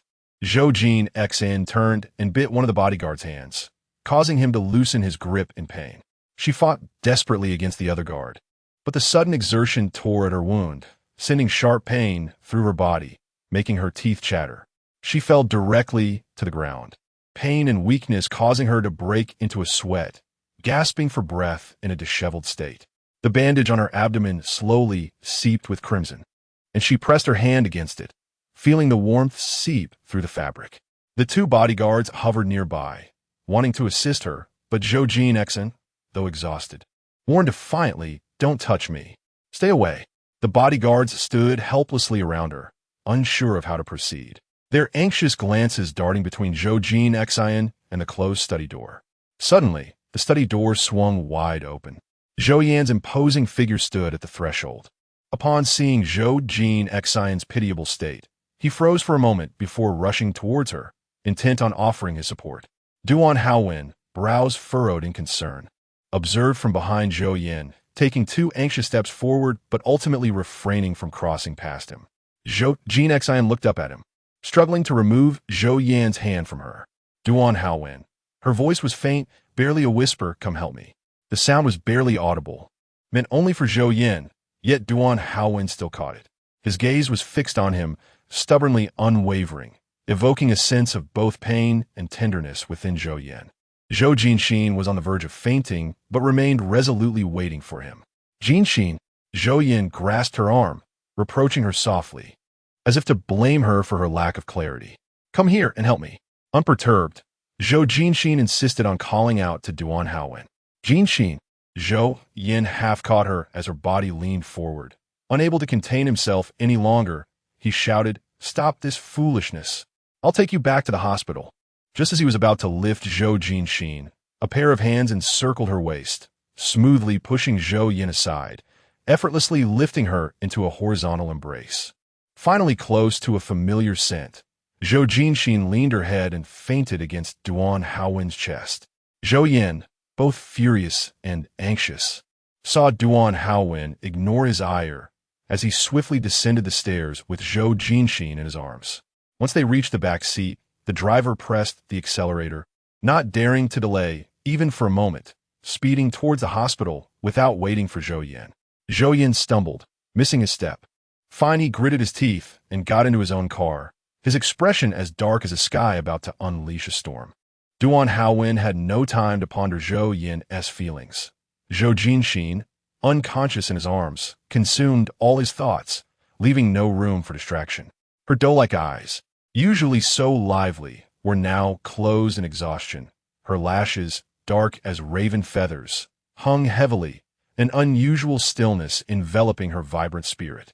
Her once rosy lips were pallid, and her soft body had lost vitality, lying motionless in Duan Haowen's embrace. "Drive faster." Duan Haowen, filled with concern and tension, began to sweat, turning to shout at the driver. "Haven't you passed your second driving test? A turtle could drive better than you." The young driver, clearly inexperienced in fast driving, became even more flustered at Duan Haowen's outburst. His hands trembled, and the car jolted unsteadily over several speed bumps, causing Duan Haowen to awkwardly shift with Zhou Jinxin in the back seat. Before he could speak, Zhou Jinxin cried out, stirring from her slumber in his arms. Zhou Jinxin moved her hand, letting it fall into the crook of Duan Haowen's elbow, softly whimpering in pain with a voice as delicate as a kitten's, making Duan Haowen wish to envelop her completely in his embrace, protecting her from any further jolts. "Just bear with it a little longer, all right?" Duan Haowen held her tighter, speaking softly, "I'll take you to the hospital, and it won't hurt as much once we get there." "Who are you trying to fool? You're not giving me any anesthesia." Zhou Jinxin's face scrunched up in discomfort, shaking her head as she inadvertently nestled into the warmth of Duan Haowen's shoulder. "I'm not lying to you. Whatever you desire, I can provide. Anesthesia, pain relief, anything." "Duan Haowen, please don't leave my side, all right? I want tea. Otherwise, you might lose your life." "Do not fear. That shall not happen. I assure you, I will not leave, nor will I easily succumb to death." As he spoke, he gently ran his fingers through her hair at the back of her head, each stroke steady and imbued with a reassuring strength. Zhou Jinxin's brow gradually relaxed, her expression transforming into one of tranquility. At last, the vehicle arrived at the hospital entrance. Duan Haowen pushed open the car door and strode forward, cradling Zhou Jinxin in his arms. As she lay in his embrace, her consciousness faded. But just as Duan Haowen was about to release her into the care of the doctors and nurses, she momentarily opened her eyes, becoming aware of her surroundings. Her body was placed upon the cold, unfeeling stretcher, and Zhou Jinxin instinctively reached for his hand, which still bore a trace of their shared warmth. The bloodstained, delicate fingertips barely brushed against his roughened ones before the medical staff wheeled her away. Duan Haowen could only watch in despair as that hand fell limply back on her abdomen, returning to the crimson hue. He stood there, lost in a daze, in the middle of the corridor, witnessing Zhou Jinxin being ushered into the emergency room. The door severed their connection, and he could only curl his fingers into his palm, clinging to the faint memory of her warmth through the trace of blood on his fingertips. Chapter 17. The final lesson. Zhou Jinxin's wound was torn, and after receiving treatment, she returned to her hospital room, where Duan Haowen remained steadfastly by her side. Zhou Jinxin clutched Duan Haowen as if he were a cherished stuffed rabbit, refusing to let go, resisting the adult's attempts to take away her seemingly insignificant toy, considering her injury and the necessity of recuperation in the hospital. Zhou Yin chose not to further distress her and reluctantly yielded for the time being. Zhou Yin received a message regarding Zhuo Feng's whereabouts. When Long Qi relayed the information, there was a hint of hesitation in his expression. Was the news inaccurate? Zhou Yin discerned an unsettling factor from his demeanor. Long Qi shook his head, his countenance peculiar, and whispered, "It was delivered by the individual you have always disdained, claiming to welcome you to Yun City with a small gift." Zhou Yan's fingers, which had been poised to bring a cigarette to his lips, faltered, and he set it aside, allowing the ember to burn down into ash in his silence. Zhou Yan's lips twitched in annoyance, extinguishing the cigarette in the ashtray. The last time the elder personally visited Yin City to discuss business, he had shown him no respect. Since Zhou Yin had taken charge, he had consistently opposed him. Why, then, was he suddenly inclined to curry favor? Unsolicited flattery often harbors ulterior motives. Moreover, he was Zhou Yan's adversary. Their interactions had historically been marred by discord, lacking any semblance of civility. Perhaps he wished to reopen discussions on collaboration, Long Qi pondered. Otherwise, there would be no need to extend such a favor. Extend a favor? Zhou Yin echoed with a bitter laugh. That kind of person is far more likely to resort to threatening me with Jinxin than to offer me a favor. He did not regard this unexpected overture as a good omen. Long Qi, having confirmed Zhou Yan's stance on the matter, chose to suppress his own speculations and remain silent. After all, since Zhou Yin had taken over the Zhou family's enterprise, the individual from Yun City had not ceased to provoke him. although they had never met in person. Negotiations had consistently fallen apart, and confrontations had often escalated. Zhou Yin had also researched how this individual had risen to prominence. A bottom-feeding creature with a heart as dark as his methods, he had thrived only after securing a powerful patron through a wealthy heiress. Ultimately, he had ascended through the influence of a woman, which bred Zhou Yan's disdain for him. Over time, their rivalry had devolved to the point where any encounter would result in mutual disparagement. Sudden overtures of goodwill. Who could tell if it was merely a weasel wishing a chicken a happy new year? So, should we make use of Zhou Feng's information? Long Qi inquired. Zhou Yan narrowed his eyes, coldly replying, yes. He was curious to see what kind of deceit lay within that individual's schemes. Long Qi took considerable time to locate Zhou Feng in the depths of the mountains, where Zhou Feng found himself at the end of his rope, offering little resistance. The residents of Yin City were well informed and quickly learned of Zhou Yan's arrival, prompting numerous invitations for him to attend social gatherings. Engaged in these obligations, Zhou Yan instructed Long Qi to keep a watchful eye on Zhou Jinxin. Long Qi had always been by Zhou Yan's side, able to intuit his thoughts with considerable accuracy. He understood that Zhou Yan would never easily let go of Duan Haowen. His presence here was merely a temporary restraint. When the time came for him to address the matter, the situation between the young lady and Duan Haowen would undoubtedly reach a conclusion. It would be one that Zhou Jinxin would not desire, even though she had rushed out of the hospital that day to thwart Zhou Yan's intentions. It would not alter the course of events. Thus, as he watched Zhou Jinxin, who could only find solace in holding Duan Haowen's wrist even in her sleep, Long Qi could only sigh silently, knowing full well that Duan Haowen's origins were dubious and his behavior suspicious. Why was she so unwilling to accept the reality?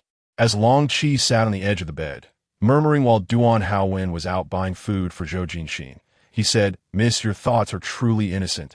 Yet Brother Yan's judgment of people is astute. Why do you not trust him? They say love can render one blind, but you seem to have plunged headlong into it." Zhou Jinxin, who had been munching on an apple, paused and shot him a sidelong glance. "Long Qi, you've truly become quite adept at this. Your rebuke is rather sophisticated." Long Qi shrugged, feeling somewhat guilty as he turned away. "I merely fulfill my duty to remind you to be aware of the dangers." "Is it really that dangerous?" Zhou Jinxin, distracted, took a couple of bites of the fruit, retorting, "I don't feel that way." "Not dangerous?" Long Qi leaped up to enumerate the threats. "Poisoning, gunfire, and now you're lying in the hospital, having even lost your rationality." Zhou Jinxin stared blankly at Long Qi's exasperated admonishments, realizing that he spoke the truth and finding herself unable to retort, so she resignedly slumped onto the bed, enduring Long Qi's tirade. After a lengthy discourse, Zhou Jinxin remained silent, while Long Qi spoke until his throat was parched. He took a sip of water and noticed Zhou Jinxin, with her head down, exhibiting an impenetrable demeanor, and he gravely added, "Miss, if you wish to avoid a confrontation with Brother Yin that would only escalate matters, it would be wise to cut your losses promptly. This might allow you to preserve the person you wish to protect." The apple began to oxidize in the air, and Zhou Jinxin, holding it, found her appetite vanished. Long Qi sighed and took the apple from her. Zhou Jinxin grabbed a tissue to wipe her hands, her mind wandering as she stared blankly at her fingers, her thoughts consumed by the idea of cutting losses. After all, Yin City is not our territory. Brother Yin finds it too inconvenient, so he has already made arrangements for a transfer to Port City in a couple of days, Long Qi suddenly remarked. Zhou Jinxin remained silent, dejectedly nodding to indicate her understanding. As evening fell, she instructed Long Qi to return home, leaving Duan Haowen to keep vigil. Duan Haowen noticed her subdued demeanor throughout the day, resembling a wilted plant. So he attempted to lighten the mood with jokes while tending to her face and hands before bed. Zhou Jinxin did find amusement in his antics, but when she laughed, it pulled at her abdominal wound, causing her to grimace in pain for some time. Each time she winced, Duan Haowen gently leaned closer, wrapping her in a tender embrace and affectionately stroking her hair. Zhou Jinxin teased him repeatedly, likening the gesture to grooming a puppy. Upon hearing this, Duan Haowen chuckled softly. suppressing the impulse to pull her into his embrace, maintaining a respectful distance. I find you more akin to a cat, like a little kitten. Zhou Jinxin remained silent, enduring a wave of discomfort before finally relaxing her muscles, collapsing onto the bed like a lifeless fish. Duan Haowen, understanding her need for space, retreated to the edge of the bed, yet instinctively caressed his fingers that still bore her lingering essence. Zhou Jinxin had closed her eyes, appearing tranquil, and assuming she was about to drift off to sleep, Duan Haowen stood to extinguish the light. However, Zhou Jinxin suddenly called out to his retreating figure. Duan Haowen. He turned back in confusion and returned to her side, bending down to inquire, "Miss, is there something you need?" Zhou Jinxin beckoned him closer with a curl of her fingers. Duan Haowen complied, bending lower, his posture submissive, resembling a tamed leopard, obediently lowering his head into the palm of his master. Zhou Jinxin's hand brushed against his face, and without hesitation, she delivered a sharp slap. Duan Haowen was taken aback, his head turning in surprise and bewilderment from the unexpected blow. He refocused his gaze on Zhou Jinxin's face, his raised hand meeting the retreating fingers she had hastily drawn back, her palm reddened from the force. Zhou Jinxin pursed her lips, averting her gaze from his somewhat aggrieved expression. "There is no need for you to feign poise before me. Consider this slap a lesson. I shall not dwell on the matter further." Pushing Duan Haowen away, she felt the familiar warmth of his presence recede, leaving her with an inexplicable sense of loss, as if a part of her heart had emptied. Yet, she resolutely pushed him further away, until his shadow no longer lingered at the bedside. "I keep you near merely to safeguard your life. You desire to survive, and I am well aware of that." Chapter 18. The Stray Dog Miss. "Your intention to keep me is merely because..." Duan Haowen spoke with difficulty, his voice quivering in the latter part. "Am I not deserving of life? Is it not that you wish to have me by your side, but rather that you perceive some pity in my existence, compelling your benevolence to spare me?" Zhou Jinxin fell silent, tacitly acknowledging his words. What could the sudden utterance from Miss mean? Duan Haowen leaned in slightly, unwilling to relent. "Are you attempting to draw a line between us?" He gazed intently at Zhou Jinxin, his eyes filled with anguish, reminiscent of a dog aware of its impending abandonment. Zhou Jinxin felt a chill pierce through her as she met his gaze, her heart twisting with sorrow. "Draw a line?" she began, tasting bitterness in her mouth. "Were we not already delineated by boundaries? Did you not come to me with ulterior motives?" Her eyes were clear, discerning every truth, yet the clarity brought her undeniable pain. "You claim to possess no selfishness or schemes. Do you dare assert that?" This time, it was Duan Haowen who fell silent, unable to refute her. His eyes, like black obsidian, glimmered with a natural luster, gazing at Zhou Jinxin in a manner that was almost pleading. "I care not who you are. You have entangled me in your affairs, and I shall not hold it against you. I grant you leniency, but that does not imply that Zhou Yin will afford you the same indulgence." Zhou Jinxin paused, her throat prickling with the words she was about to utter. Drawing a deep breath, she met Duan Haowen's gaze and with great difficulty articulated, "You saved my life. Let it be considered a life for a life. From this moment forth, do not appear before Zhou Yin and me again." Her tone was resolute, and Duan Haowen sensed an irrevocable melancholy in her demeanor. "Mississippi, are you dismissing me?" A tremor coursed through Zhou Jinxin's heart. Yet, she declared firmly, "I shall not retain one who schemes against me, regardless of your intentions." The Zhou family never allowed themselves to be manipulated. There is an unspoken truth she refrained from voicing. The Zhou family placed the utmost importance on loyalty. While Duan Haowen may possess some semblance of loyalty, it paled in comparison to the inscrutable complexities of his heart, rendering his loyalty almost insignificant. He resembled a predatory beast, cloaked in an aura of unfathomable mystery and peril. Zhou Jinxin yearned to tame him, yet she could not dismiss the possibility of his instinctual retaliation in the future. After all, she was a Zhou. With their blood coursing through her veins, she would inevitably weigh the gains and losses, eliminating all unstable elements. The path selected may not always be the best, but it will be the most suitable. Perhaps you know that I harbor a slight affection for you, although it is merely a slight fondness, and shall not sway my decisions."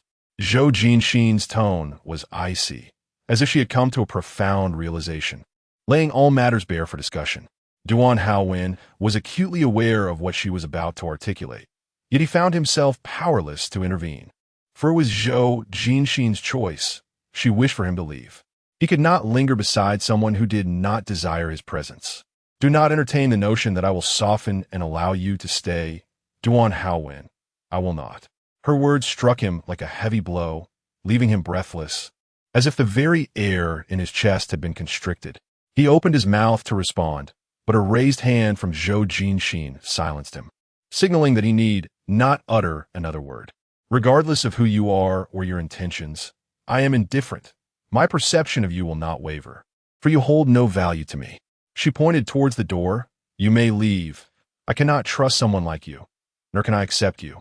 With that, she turned her back, avoiding any glance in his direction, retreating beneath the covers and closing her eyes. She would not spare him another look, nor grant him an opportunity for explanation. The decision unmade in the study had now been reiterated. Duan Haowen managed a bitter smile, his gaze fixed on the slender silhouette of Zhou Jinxin enveloped in white blankets. The rejection was unmistakable, an unspoken expulsion devoid of even a glance. Zhou Jinxin was casting him away. This reality engulfed him in a profound sense of helplessness. Heaven knew how desperately he wished to remain by her side. Even amidst the malevolent intents surrounding Zhou Yan, he had never contemplated departure, for he was not one to cower in fear of death. Yet, Zhou Jinxin was the one insisting he leave. It was not someone else, but her, the sole Zhou Jinxin of his heart. Zhou Jinxin no longer wanted him. Pain, akin to countless needles piercing his mind, surged within him, an intricate agony that was not fatal yet would leave him profoundly scarred. Duan Haowen inhaled deeply, striving to avoid becoming like a fish stranded on the shore. Silently, he rose from the chair, casting one last glance at the quiet figure upon the bed, and slowly exited, gently closing the door behind him. As he melancholy walked out of the hospital, he stood at the entrance, lost in thought. The bustling crowd outside regarded him with lingering glances, their eyes filled with sympathy, curiosity, and pity, as if he were a lost soul in search of home. A grown man resembling a homeless wanderer. He allowed the scrutinizing gazes of strangers to wash over him. And suddenly, a self-deprecating smile crept onto his face as he mused that in his current state, he truly resembled a stray dog, so utterly disheveled. He had ensnared himself with invisible ropes, retracting his sharp fangs and claws, extending the metaphorical cord towards Zhou Jinxin. Now, if she declared she no longer wanted him, then he would concede. Clutching his own metaphorical tether, he felt despondent, uncertain of where to turn next. Ultimately, he followed the road leading away from the hospital, walking aimlessly, unaware of his destination. Zhou Jinxin watched him disappear through the gap in the curtains, her heart twisted in anguish. She returned to her bed, her heart gradually regaining a steady rhythm, no longer quickening or slowing for any particular individual. Yet an inexplicable discomfort lingered within her. She lay there, staring at the ceiling in a daze for an extended period, before finally deciding to call Zhou Yan. Coincidentally, Zhou Yan had just finished a banquet and instructed his driver to take him directly to the hospital. The top floor was unusually quiet today, an atmosphere tinged with a sense of desolation. Upon entering the hospital room, Zhou Yan suddenly comprehended the situation at hand. I had let him go. Zhou Jinxin feigned indifference, yet Zhou Yan discerned the reluctance in her tone, vowing never to appear again. Zhou Yan was taken aback and inquired, "Could you truly bear it?" Zhou Jinxin bit her lip and turned away, refusing to meet Zhou Yan's gaze. "What does it matter? It is merely a timely cessation of losses. Besides, even if I were to insist on his staying, would you not intervene? It is better that I send him away, sparing you the burden of concern. Allowing him to leave is beneficial for everyone. No one will suffer any loss. Yet, it will be somewhat sorrowful." Zhou Yan secretly smiled, fully aware of the motivations behind Zhou Jinxin's choice. He reached out to pat the figure beneath the quilt as a gesture of comfort. "With the matter resolved, let us return to the harbor city sooner rather than later." Zhou Yin's tone finally lifted. Zhou Jinxin asked sullenly, when? Zhou Yin pondered for a moment, concluding that the sooner, the better, tomorrow. Chapter 19. Almost risking my life in the dim light before dawn. A solitary figure leaned against the bridge. The cold wind wailed as a few early risers drove beneath, while only the quiet smoke drifted in the shape of the wind above. A few familiar faces approached from both sides, and the one leading them was none other than the drowsy Long Qi. Duan Haowen tilted his head for a glance, flicked his fingers to shake off the long ash from a cigarette. He knew it wouldn't be that simple. With a resigned smile, he sighed, realizing that developments often turn out to be slightly worse than he had anticipated. Long Qi and his companions advanced, surrounding Duan Haowen in a tight formation. You are quite perceptive. You don't intend to flee? Long Qi yawned. Duan Haowen discarded the cigarette, crushed the butt underfoot, and turned to face Long Qi, nonchalantly grinning. Flee? The lady has already asked me to leave. Would I dare return to complain? Long Qi grinned. You've got her figured out. She is rather soft-hearted. Duan Haowen responded with a smile, revealing a row of white teeth, seemingly delighted, as if it were merely a matter of someone with a heart of stone coming to clean up the mess for the lady. Long Qi raised an eyebrow, his gaze sweeping over Duan Haowen's smiling face, his eyes devoid of pretense, revealing only inscrutability. Although he was smiling, Long Qi could not fathom his thoughts. The air felt excessively dry, and Long Qi suddenly felt restless. He pulled a cigarette from his pocket, lit it, and waved his hand at those behind him. Tie him up quickly. At his command, the men swiftly approached and bound Duan Haowen's hands and feet securely. Surprisingly, Duan Haowen offered no resistance, merely maintaining a mischievous smile as he watched them tie him up like a dumpling. Perhaps his demeanor was indeed too irksome, for Long Qi frowned and specifically instructed them to cover him with a black cloth bag, tossed in the back seat of the car like refuse. Duan Haowen endured the jostling until the vehicle halted in a place that reeked of damp seawater. Before dawn breaks, let us take you for a swim. He heard Long Qi's voice distorted by the sea breeze as he was yanked from the car. Brother Yin said, this is it. Life and death are fated, and it all depends on your luck. With that, Duan Haowen felt something bind his feet again, followed by an unhesitating kick that sent him plunging into the water. A dark figure splashed into the sea, sending up a flurry of water as the surface churned, swallowing the edges of his black clothing.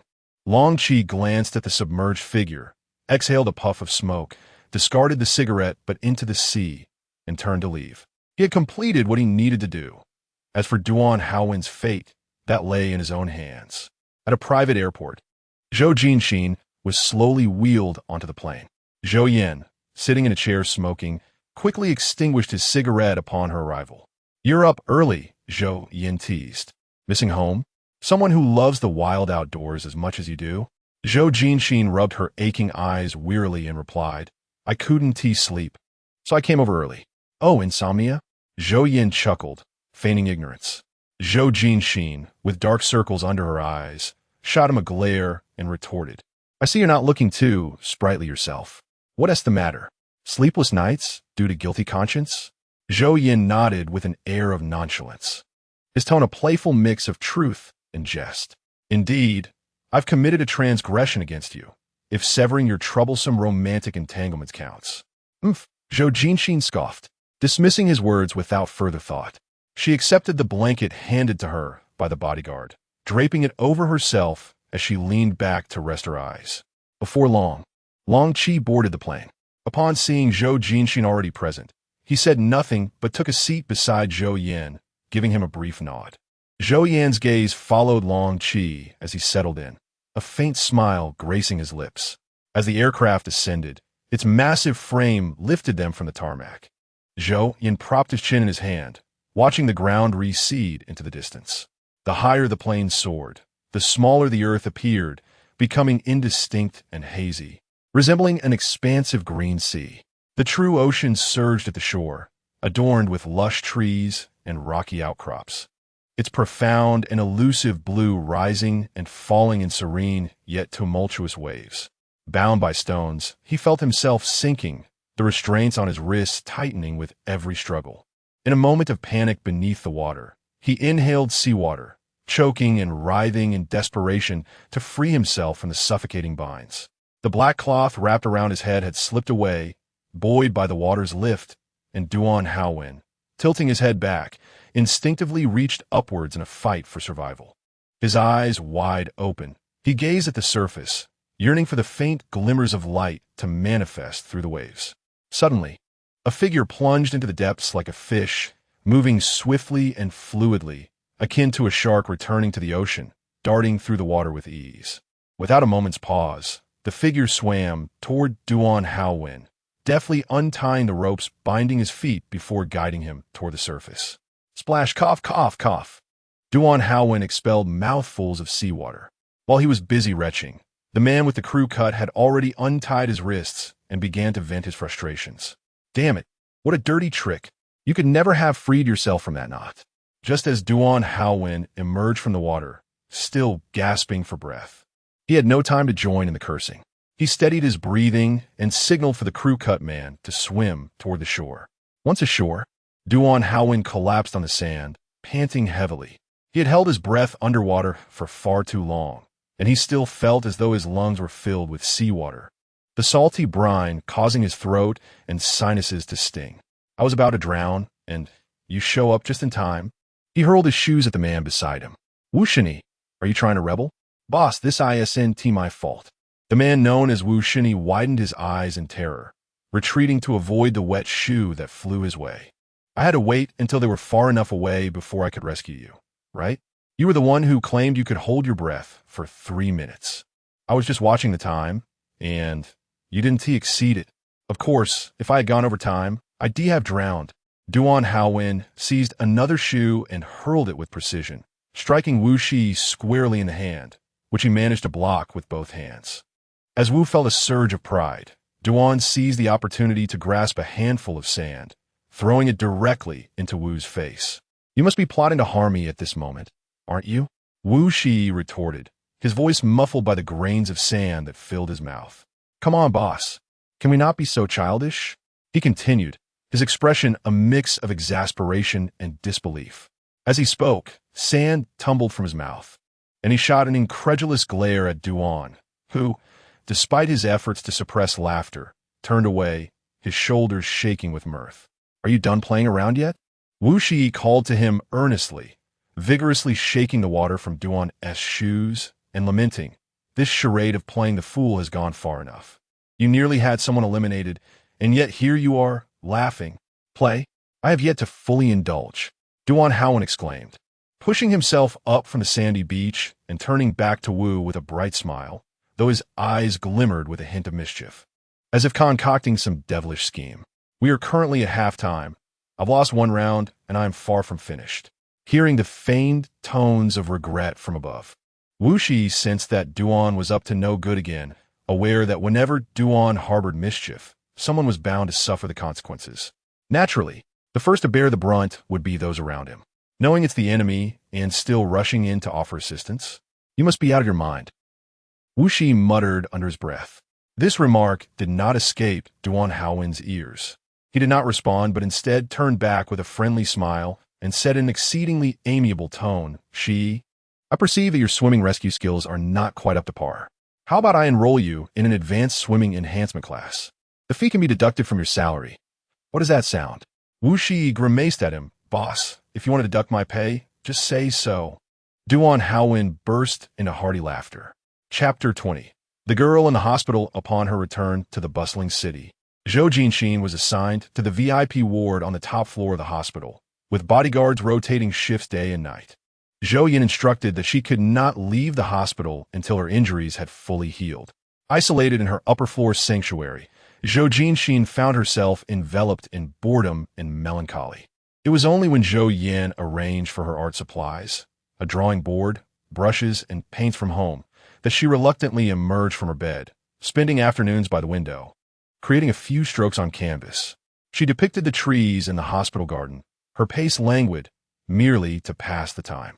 More often than not, she held the brush, staring blankly as it hovered above the paper. As Zhou Yin resumed his busy life in the city, Long Qi visited frequently, almost daily. He could sense Zhou Jinxin's thoughts, yet he refrained from mentioning them. Neither spoke of the elephant in the room, each choosing to forget the existence of that person. One day, as Long Qi casually flipped through Zhou Jinxin's sketchbook, he was taken aback by the numerous sketches: eyes, noses, lips, contours, fingers, and even silhouettes.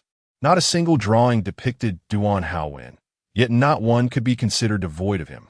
Long Qi stood frozen, holding the sketchbook, and only realized Zhou Jinxin was behind him when he turned to leave.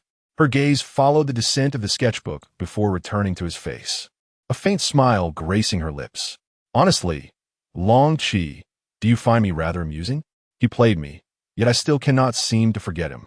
Long Qi's expression was complex as he shook his head, firmly denying her sentiment. It is not you who is foolish, miss. Rather, you are simply too naive. Naive?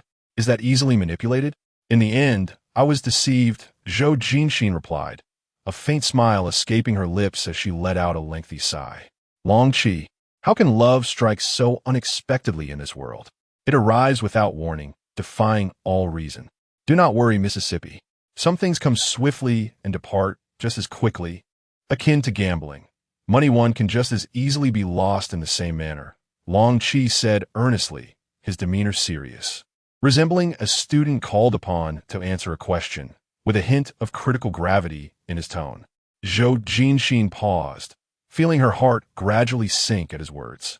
Your life is still long, and this is merely a small part of the emotional tapestry you will weave throughout your experiences. It will pass in due time. Long Qi added. Zhou Jinxin mulled over his statement, sensing a discordance. That doesn't sound like something you would say, you old woman. Long Qi bashfully scratched his head, chuckling awkwardly. It's actually Brother Yen's original words. It just came to me, and I repeated it. Zhou Jinxin couldn't help but laugh. Indeed, it was Zhou Yin. Such trivial judgments of others' worth could only be uttered so effortlessly by one perpetually navigating the waters of self-interest. After a month's stay, Zhou Jinxin's wounds had healed, yet Zhou Yin insisted she remain in the hospital. Zhou Jinxin had repeatedly called to express her desire to be discharged from the hospital, only to be firmly rebuffed by Zhou Yin. Confused by his insistence, she nearly engaged in a quarrel with him. Long Qi clarified that Zhou Yin was simply alarmed by her current injuries, which softened Zhou Jinxin's heart, leading her to reluctantly agree to remain in the hospital for a few more days. Bored and restless, she refused to stay confined to her hospital room, and instead ventured to the garden below to bask in the sunlight and sketch. Seated on a bench, she was suddenly enveloped by an alluring fragrance. Before she could discern its source, a figure clad in a hospital gown had already taken a seat beside her. The bench was spacious enough for three, yet this individual chose to sit closely next to Zhou Jinxin, leaning in to peer at her sketchbook.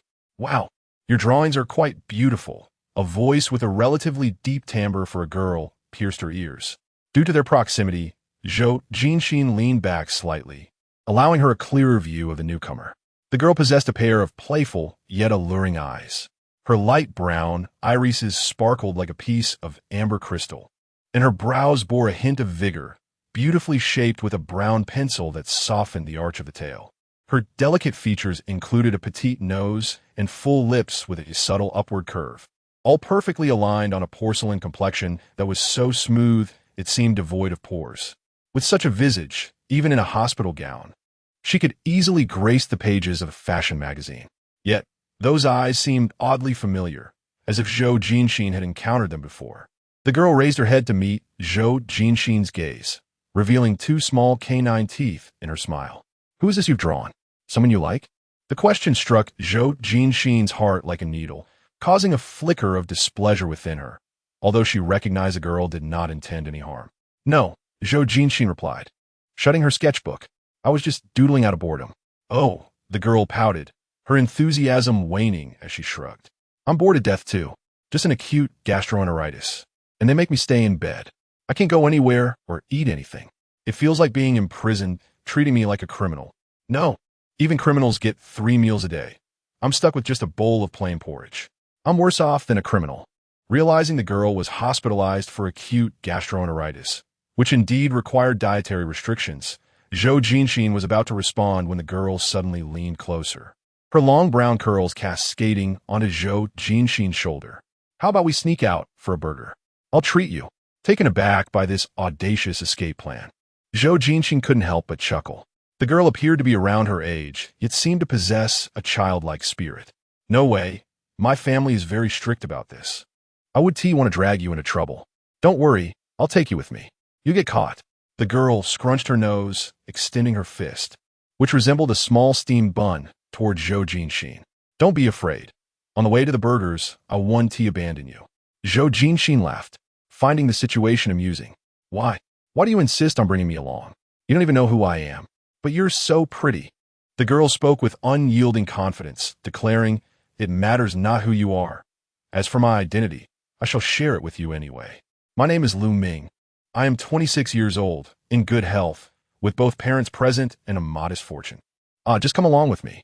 Why do you sound as though you intend to abduct me?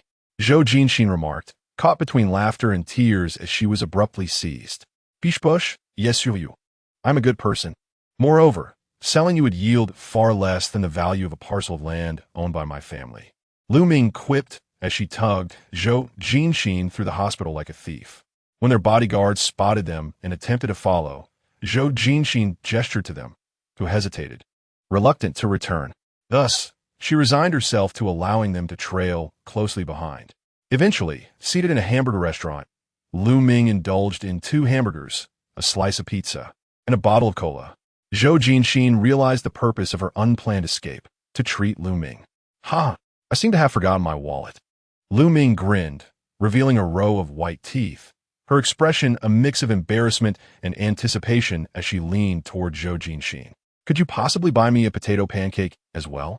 Zhou Jinxin waved to the owner, generously and stylishly ordering 2 for her. Lu Ming, brimming with excitement, wrapped her arms around Zhou Jinxin's neck and planted a kiss on her cheek, exclaiming, "You are truly wonderful." Chapter 21, dedicated to Zhou in the hospital. A bond was formed with a girl named Lu Ming over shared hamburgers. Before parting ways, Lu Ming and Zhou Jinxin had agreed to sneak out the following day for a sumptuous meal together. Zhou Jinxin readily consented. However, she found herself alone in the small garden the next day, as she was taken away early in the morning by Zhou Yan. Logically, she should have been elated to finally be discharged, yet the absence of a farewell meal with Lu Ming left her feeling somewhat melancholic. However, this sentiment was soon overshadowed when Zhou Yan presented her with an invitation. Chunling's brother, Chun Sheng, was getting engaged, and she was invited to attend the engagement banquet in Yuncheng. Zhou Jinxin closed the invitation, her fingers gently gliding over the embossed gold lettering. Zhou Yan sat across from her, leisurely sipping tea from his cup. Brother, if you wish to go, then go, Zhou Yan remarked nonchalantly. You have only one day. Attend the engagement banquet and return, as we still have our rivals in Yuncheng. Rivals? Did that imply that Duan Haowen and his associates were encroaching upon their adversaries? Yet, one day felt rather rushed. Zhou Jinxin discreetly lifted her gaze, observing Zhou Yan's obscured expression behind his long eyelashes. She detected the slight furrow of his brow, a sign of his concealed displeasure, perhaps even a hint of reluctance that he wished to keep hidden. Brother Zhou Jinxin rose and seized the empty teacup from his hands, smiling as she prepared him another cup of tea. Her eyes sparkled with delight as she presented it to him, cradling it in her hands. The white tea has steeped too long and will disrupt your sleep tonight. By the way, I've heard that Yuncheng's specialty teas are quite remarkable. I shall bring some back for you. As Zhou Yan accepted the teacup from her, he found himself drawn into the brightness of her eyes, a smile unconsciously forming on his lips. It was a well-known fact that Zhou Jinxin could easily lighten his mood with a mere smile. One day is too rushed. You must allow me some time to rest, Zhou Jinxin implored, squatting beside him and resting her hands on his knees, tilting her head in a playful manner. I promise to behave this time, prioritizing my safety. Just let me stay for 2 days. Allow me one night of respite. Zhou Yan chuckled at her playful antics, causing the tea in his cup to sway, spilling a few drops. Zhou Jinxin hastily grabbed a napkin, eager to wipe the tea off his clothes and hands. The sight of her, even tending to her own fingernails, made him stifle a laugh. "All right," Zhou Yin said, gently pinning her hands down before flicking her forehead with his finger. Zhou Jinxin stumbled back, clutching her forehead. "Okay, I understand." Zhou Jinxin blinked. "Brother, does that mean you agree?" "Indeed, Miss Zhou. I'm still waiting for you to procure some fine tea for me." "Absolutely." Zhou Jinxin's eyes gleamed with excitement, her spirit radiating with enthusiasm. "Rest assured, I won tea. Consider any tea that costs less than 100,000. 100,000?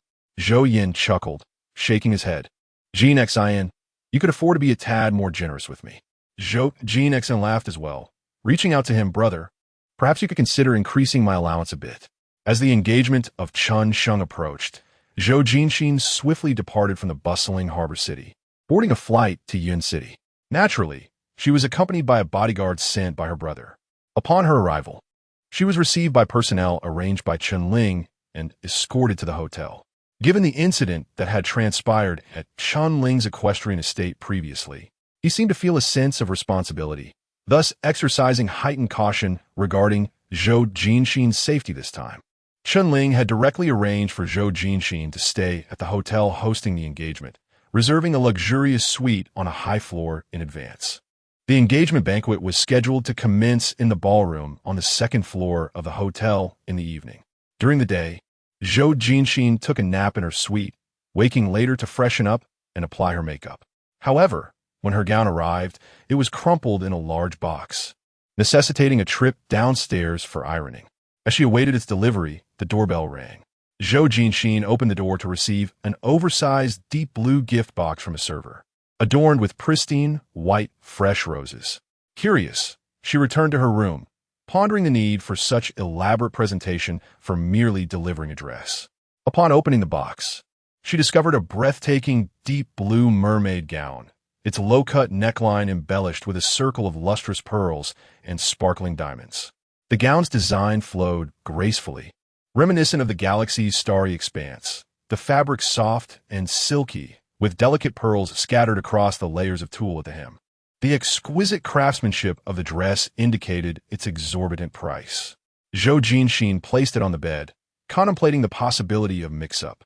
Although the gown was stunning, she had initially planned to wear a more understated black short dress, and this was clearly not hers. At the bottom of the box lay a note, which she picked up to read. "As a token of my apologies, please accept this small gift. I hope you do not find it unworthy." The handwriting was bold and graceful, even somewhat elegant, suggesting it was penned by a man. There was no signature, only a line followed by 3 words, dedicated to Zhou. "Zhou, me? Among so many guests. Am I the sole Zhou Jinxin? Surely there must be others with the surname Zhou." Yet she had never heard of another girl with that name residing in the suite.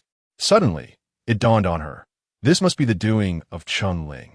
He was the only one aware of her accommodation here, and sending a gift as an expression of regret seemed entirely in line with his character.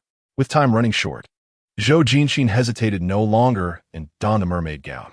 To her surprise, it fit her perfectly, neither too loose nor too tight, accentuating her waist and leg curves as if it had been tailored specifically for her. However, the neckline was a touch too low. While it did tastefully reveal a hint of cleavage, she wasn't entirely accustomed to such exposure. "Miss Zhou, Mr. Chen has sent me to escort you downstairs." Came a knock at the door. Time was up. Zhou Jinxin's heart raced suddenly as she responded from behind the door, steadying herself against the wall as she slipped into her high heels, an inexplicable tension gripping her heart. It felt as if something significant was about to unfold. The hotel has recently installed a panoramic elevator, its golden lights dazzling in the opulent world around. As Zhou Jinxin descends in the transparent lift, the vivid hues of the night outside captivate her gaze, and she notices a figure by a luxury car, exhaling clouds of smoke. Instinctively, she leans closer to the glass, striving for a clearer view.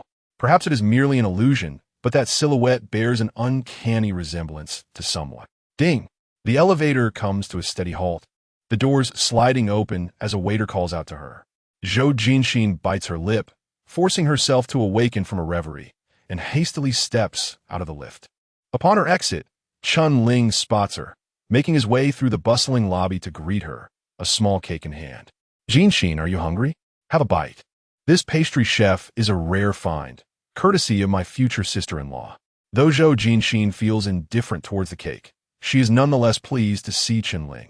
She accepts it, taking a bite, and is pleasantly surprised by its delightful flavor, genuinely impressed by its quality. Observing her enjoyment, Qianling promptly retrieves an entire platter from a passing waiter, presenting it before her with a mixture of hesitance and concern. Ahem, Jinxin, is your injury all healed? Zhou Jinxin absent-mindedly nods, immersed in her evaluation of the delectable cake. Everything is fine. Oh, I'm completely recovered. Lively and well, so you needn't worry. Qianling discreetly surveys her from head to toe, relieved to see her in good spirits. That's a relief. You have no idea how frightened I was. I thought you might not make it. After you were hospitalized, I was confined at home by my grandfather until you were discharged. Oh, so that's the reason for your absence, Zhou Jinxin remarks with a hint of sympathy, playfully brandishing her fork at him. No wonder you brought me a dress. You're seeking my forgiveness, aren't you? Qianling nearly recoils, startled as the fork nearly grazes his nose, bewildered as he asks, what dress? Chapter 22. My little ancestor Zhou Jinxin was momentarily taken aback by his inquiry, furrowing her brow as she plunged her fork into the petite cake. Isn't this dress the one you gifted me? Qianling appeared utterly perplexed. What are you talking about? I didn't give you any dress. Zhou Jinxin gestured to her attire. This very dress. It was delivered to my room. Qianling tilted his head in confusion. It wasn't me. Zhou Jinxin blinked, her eyes clouded with deeper uncertainty. If it wasn't Qianling who had sent it, then who could it be? Suddenly, the heavy door swung open with a resounding thud, akin to the grand overture of a classic performance.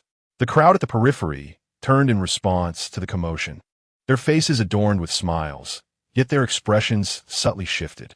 There was surprise, curiosity, wariness, and vigilance. This individual seemed extraordinary. Who could it be? Zhou Jinxin couldn't help but feel intrigued, and she too turned to look.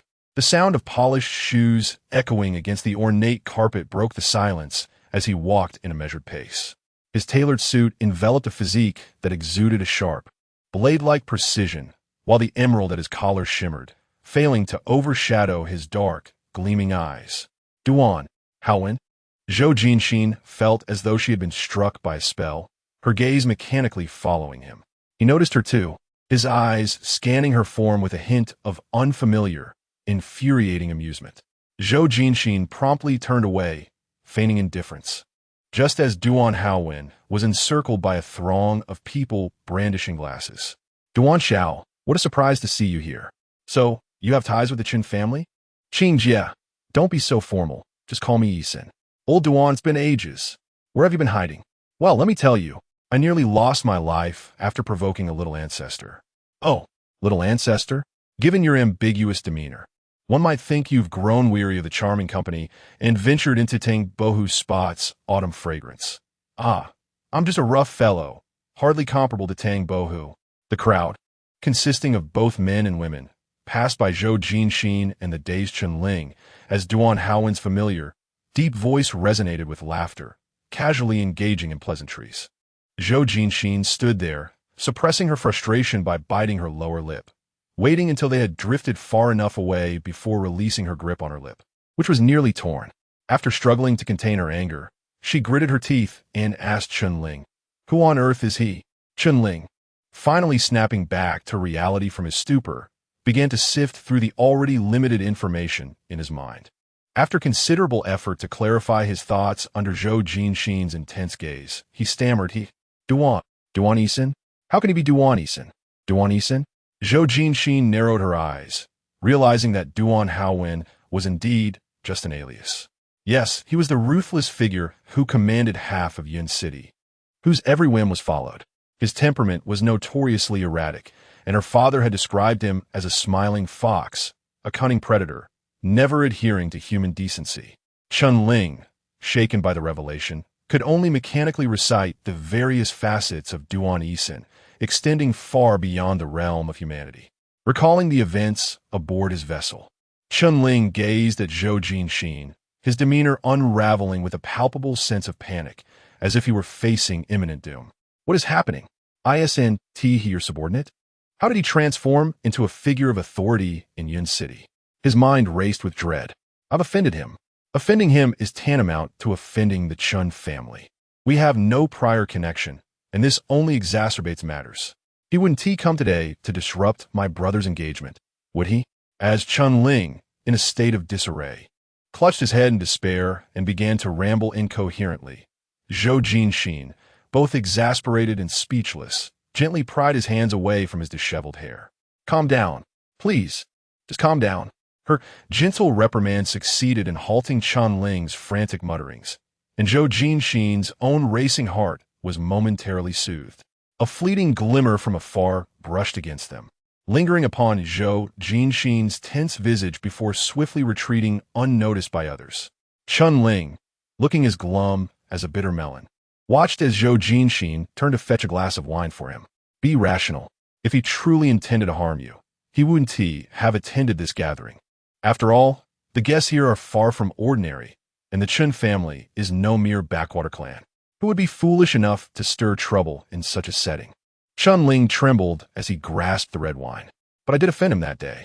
Zhou Jinxin elegantly rolled her eyes, adopting a demeanor of nonchalance. So what if you offended him? I've struck him too. By your logic, he should have eliminated me first, right? So you needn't worry. I'll draw the fire away from you. It's not your turn to be targeted just yet. Jinxin Chenling's eyes brimmed with tears. But that man, Duan, has an interest in you. That makes it different. You don't understand. Silence. I'm quite troubled myself. Zhou Jinxin nonchalantly raised a glass to her lips, pretending to sip, her eyes unable to resist glancing at the crowd. There, Duan Haowen navigated through the throng with ease, charming everyone around him, completely shedding the image of the subdued bodyguard he once was. It seemed he had been playing a role all along, feigning innocence while cleverly evading detection. The more Zhou Jinxin pondered, the more infuriated she became. She downed her drink in one gulp, nearly crushing the glass in her grip due to its rigidity. Jinxin Chenling reached out, but was unable to stop her. That was my drink. Splutter. Zhou Jinxin awkwardly spat out a mouthful, and Chenling, quick on the uptake, produced a handkerchief to wipe her mouth. His gesture nearly made her believe he was attempting to stifle her breath. That's enough. Cough. I've had enough. Zhou Jinxin snatched the handkerchief, coughing as she cleared her throat. Wiping away the wine stains from her chin, she looked up only to find that, at some point, Duan Haowen had become isolated, leaning against the table with an intrigued gaze fixed upon her. Seeing her glance in his direction, he offered a slight smile, setting down his glass as he made his way toward them. Zhou Jinxin hastily pulled Chun Ling over to take the blame, while she herself turned and fled to the restroom, exclaiming that her clothes were dirty and needed washing. Chun Ling, masquerading as Zhou Jinxin, felt a poignant sense of tragic heroism akin to Wang Zhaojun departing to the frontier as Duan Haowen's amused gaze fell upon him. Yet, all that manifested on his face was an overwhelming sense of embarrassment and, more embarrassment. Oh, the irony. He had once touched this calamity's chest and even mistakenly consumed his medication. Chun Ling's laughter grew increasingly bitter. Duan Haowen raised an eyebrow, his smile becoming ever more devilish. Zhou Jinxin was perplexed. It should have been Duan who felt guilty, yet it was she who had to make a hasty retreat. Inside the restroom, the faucet was running, creating a cacophony of splashing water. Zhou Jinxin stood before the mirror, ostensibly fortifying her resolve to return triumphant and demand accountability. But in truth, she was merely lost in thought. Footsteps approached, but Zhou Jinxin paid little heed until a tall figure unhesitatingly entered the women's restroom. She snapped back to reality, glaring at the intruder through the mirror. The men's restroom was just a left turn away. Duan Haowen leaned casually against the sink, a lazy smile gracing his lips as he unabashedly scrutinized her, playfully inquiring, "Oh, did I take a wrong turn?" Zhou Jinxin retorted coldly, "Get out." Duan Haowen pretended not to hear, asking if she was done washing her hands, adding, "My lady, this is quite a waste of water." Zhou Jinxin remained silent, turning off the faucet with a sharp snap, not even bothering to dry her hands, and stormed toward the exit. Just as she reached the door, Duan Haowen stretched out his long arm to shut it, and Zhou Jinxin shot him a furious glare. He grinned back at her, casually locking the door with a flick of his finger. Zhou Jinxin took a step back, maintaining her distance, and demanded, "What do you want?" Duan Haowen stepped away from the sink, advancing toward her and taking her hands in his. Zhou Jinxin coldly watched as he guided her hands beneath the hand dryer, where warm air gently enveloped them, gradually drying the droplets. "You know, little kittens lick their wet paws dry," Duan Haowen remarked, alluding to the fact that kittens dislike water. "Their paws shouldn't be damp after all." Zhou Jinxin abruptly withdrew her hands, fighting the urge to slap him across the face, but she restrained herself, considering his current status. "Do you know what happens if you get scratched by a cat?" She replied with a forced smile. "Mr. Duan, are you considering getting a rabies vaccine?" Chapter 23. Do Not Bite Me. Duan Haowen suddenly raised his hand to caress the side of her face. Zhou Jinxin, belatedly realizing the provocation, felt a flicker of anger. Duan Haowen smiled with the charming audacity of a scoundrel who had successfully flirted with a virtuous woman. It was said that the likelihood of feral cats carrying rabies was considerably higher, hence one must seek vaccination if scratched by such a creature. He deliberately elongated his final syllable, then, shifting his tone, leaned closer to Zhou Jinxin, almost resting his weight upon her shoulder as he murmured, "But a domestic cat, clean and proper, generally poses no risk, does it?"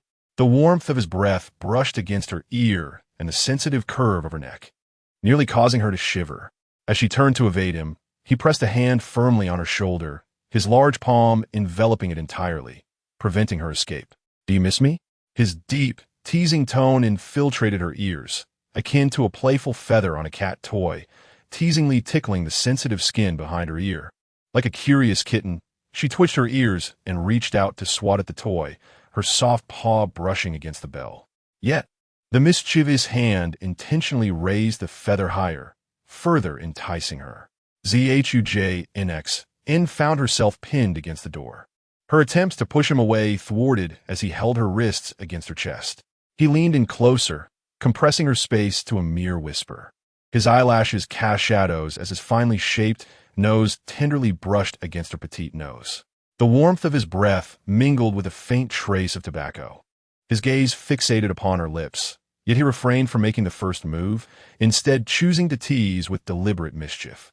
They resembled two small creatures in the wild, gently touching each other's faces with their noses, inhaling the unique scent of one another, returning to a primal intimacy. "Do you miss me?"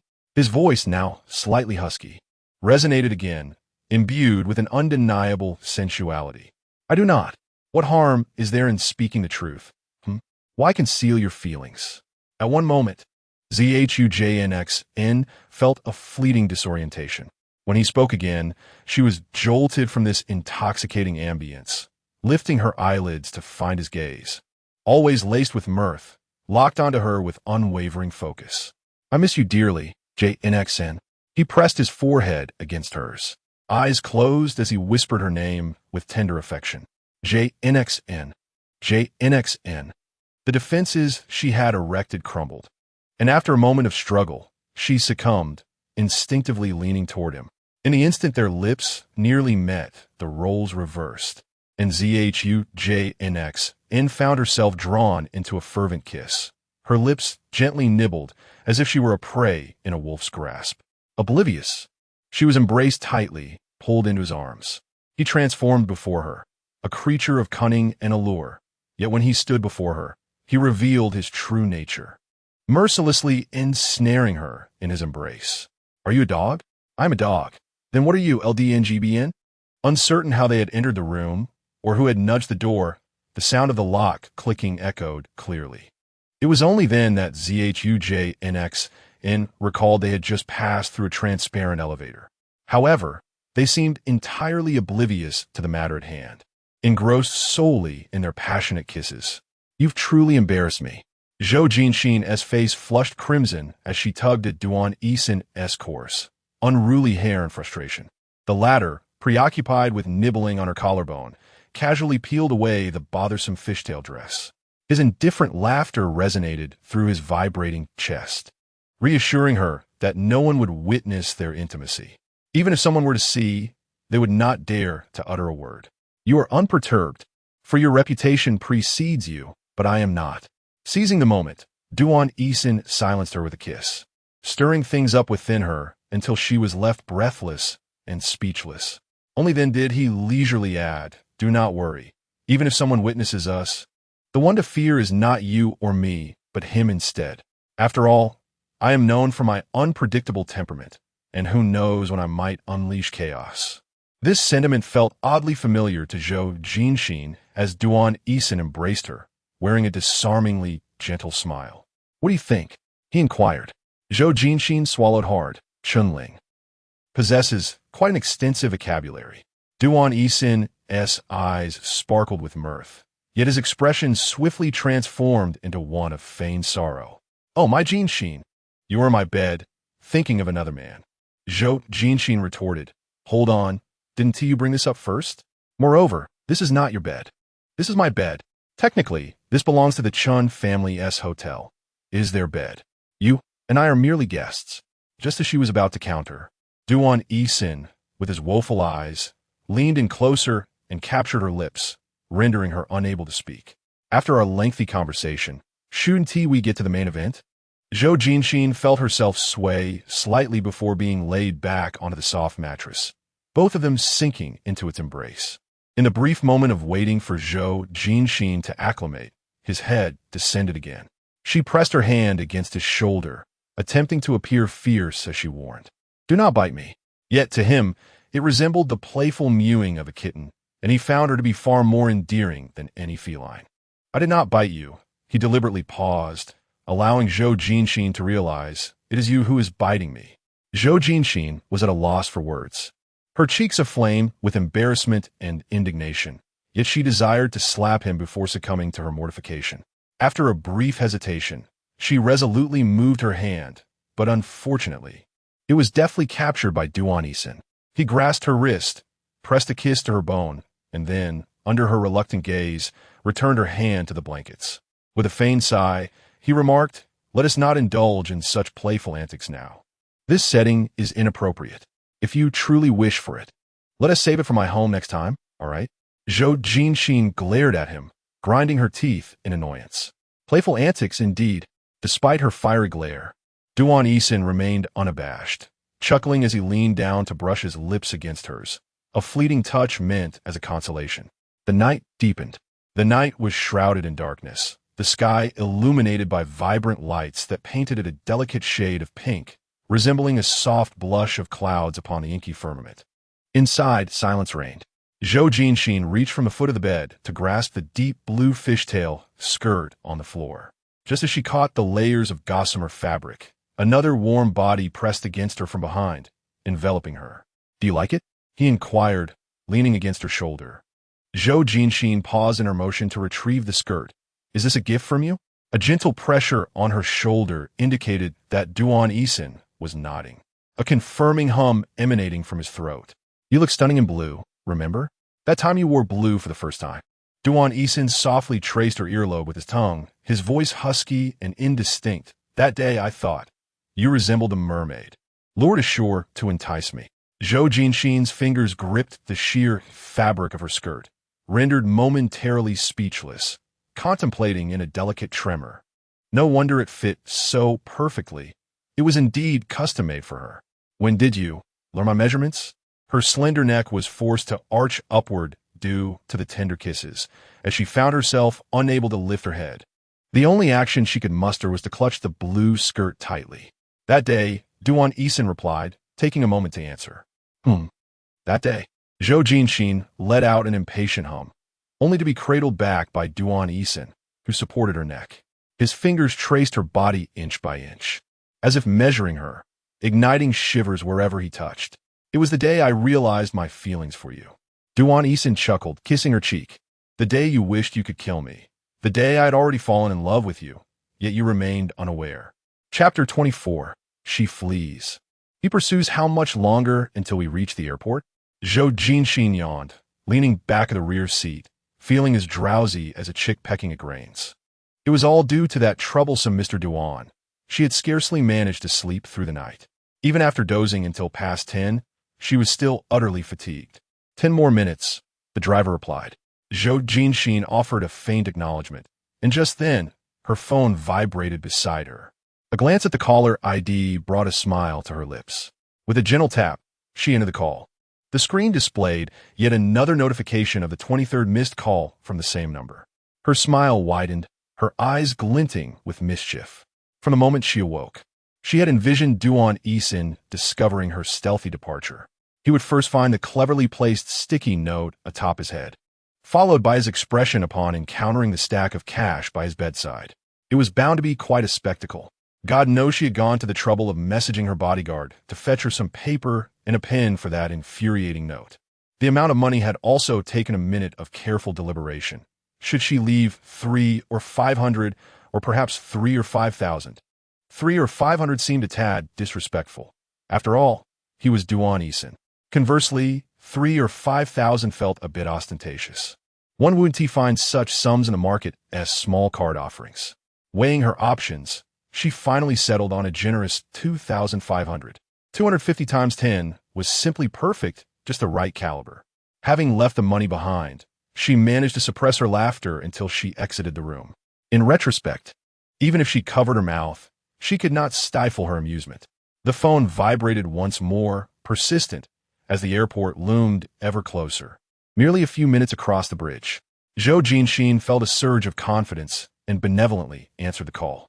"Hello," she said, her voice betraying her delight. "Mr. Duan." A light chuckle resonated from the other end, laced with a languorous charm, as if he had yet to rise from slumber. "Jinxin, is it not a bit inconsiderate to eat and run?" "Likewise," Zhou Jinxin replied. "You too have your moments of taking without asking. Have you not dined at the table without the host's consent?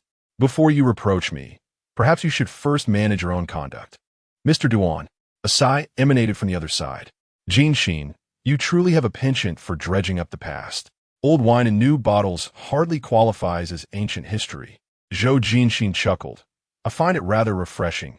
After all, each instance brings its own unique flavor, does it not? Are you lamenting my lack of restraint? I hope you grasp the meaning of moderation," she retorted, feigning a smile while resting her hand on her waist. "If you do not, perhaps you should just hand over your bank card password and company shares, and I shall teach you the ways of frugality." Another laugh escaped him. "Jinxin, you're rather bold, attempting to threaten me directly by asking for my shares. You're truly the first to do so." Zhou Jinxin laughed as well, casually inquiring, "Did that manage to unsettle you?" A melodious chuckle resonated through the phone, imbued with a sense of indulgence. "Indeed, it was your voice, effortlessly striking me like a bullet, leaving me momentarily incapacitated." The voice transmitted through the electric waves seemed to possess a hook. Zhou Jinxin was momentarily taken aback, as an invisible tether stirred a dormant nerve within her mind, causing her thoughts to buzz while her heart tingled with anticipation. "You, however," Jinxin had only uttered a single syllable when the voice on the other end resumed. Adopting a somewhat irritable tone, "I advise you to pull over immediately. Otherwise, I won't hesitate to come down and apprehend you myself." "What on earth?" Zhou Jinxin leaned forward, and indeed, in the rearview mirror, she spotted a vehicle tailing them closely. The audacious figure leaning out from the passenger seat, greeting her with a wave, could only be Duan Haowen. Had he already been in hot pursuit during their phone conversation? She had presumed he was merely sulking at the hotel. "Jinxin, my driver-esque skills." "I'm not interested," she interrupted decisively, hanging up the phone. Mere meters away from the airport, Zhou Jinxin commanded her driver to accelerate. Even if they had to make a sudden stop later, she refused to relent at this moment. "Show off all you want. No, demonstrate your vehicle-stopping prowess. I have no intention of getting out and accompanying you." True to her expectations, a sudden brake produced a shrill screech as the tires skidded against the asphalt, nearly propelling Zhou Jinxin into the front seat. Steadying herself, she looked up to find their car obstructed by another vehicle, rendering them immobile. Zhou Jinxin yanked open the car door and exited without a glance at anyone, dashing through the few remaining seconds of the traffic light directly towards the airport entrance. Duan Haowen, taken aback by her swift reaction, watched her sprint away, hesitating for a moment before disembarking, only to be caught in the flow of airport traffic. Witnessing Zhou Jinxin enter the airport, Duan Haowen furrowed his brow, seizing the opportunity as the traffic thinned, heedless of warnings as he dashed through the red light. With his long limbs and athletic prowess, Duan Haowen quickly closed the distance. Zhou Jinxin, unable to outrun him, was seized just before the escalator leading to the boarding area. Akin to a young frog caught by a seasoned farmer, his single hand securing her with ease. She flailed helplessly, meeting his gaze with defiance. "Let go. Not a chance. Release me. I will, but not at this moment. I'll call for help. Go ahead. My skin is thick. I fear no embarrassment." Fuming, Zhou Jinxin's mind sparked with sudden inspiration. She sprang up and forcefully stomped on Duan Haowen's foot, causing him to momentarily loosen his grip. Seizing the chance, she broke free and turned a point at him, shouting, "Thief! Thief! Pervert! Thief!" Duan Haowen winced in pain, his expression briefly frozen at her outburst. "Jinxin! Security! Thief!" Zhou Jinxin frantically waved at two nearby security guards. "Quick, apprehend him!" A crowd gradually gathered, and Zhou Jinxin swiftly darted into the throng. Two security guards approached with purpose, encircling Duan Haowen from either side. Meanwhile, Zhou Jinxin had already slipped into the elevator, unhesitatingly pressing the button, relishing the ascent. Through the glass of the elevator, she could see herself making a face, wrinkling her nose in playful defiance, leaving Duan Haowen both amused and exasperated. Zhou Jinxin had meticulously calculated her timing. She would be able to board the flight without a hitch. Once aboard, Duan Haowen would have no means to thwart her. The airline in Yun City was a state-owned enterprise, not his personal domain, and he could not simply halt its operations at will. Did he believe himself invincible, pursuing her relentlessly? If he possessed any real prowess, let him cancel the flight. Let him summon a hailstorm, a blizzard sleet, or even a dust storm followed by a tornado. She firmly believed that the plane would take off today. Zhou Jinxin reclined comfortably in her seat, contentedly humming. As her hand brushed against the side, she suddenly realized something was amiss. Startled, she sat up straight and scanned her surroundings, only to discover that her bag was missing. Zhou Jinxin gasped. It seemed she had left it in the car. In her exuberance, she had forgotten the tea cake meant for Zhou Yan, carelessly abandoned in the back seat. All this was Duan's fault. Oh, what a stroke of misfortune. The tea leaves, dear tea leaves, you are indeed fated to suffer. Zhou Jinxin lamented, falling back in her seat, sorrowfully humming. Chapter 25. Jin Exine, I have come to rob you, not lingering too long over the loss of the tea leaves. Zhou Jinxin returned home only to discover that the bag of expensive tea cakes she had misplaced lay unscathed on her brother's desk, intact without a single leaf missing. It was evident who was responsible.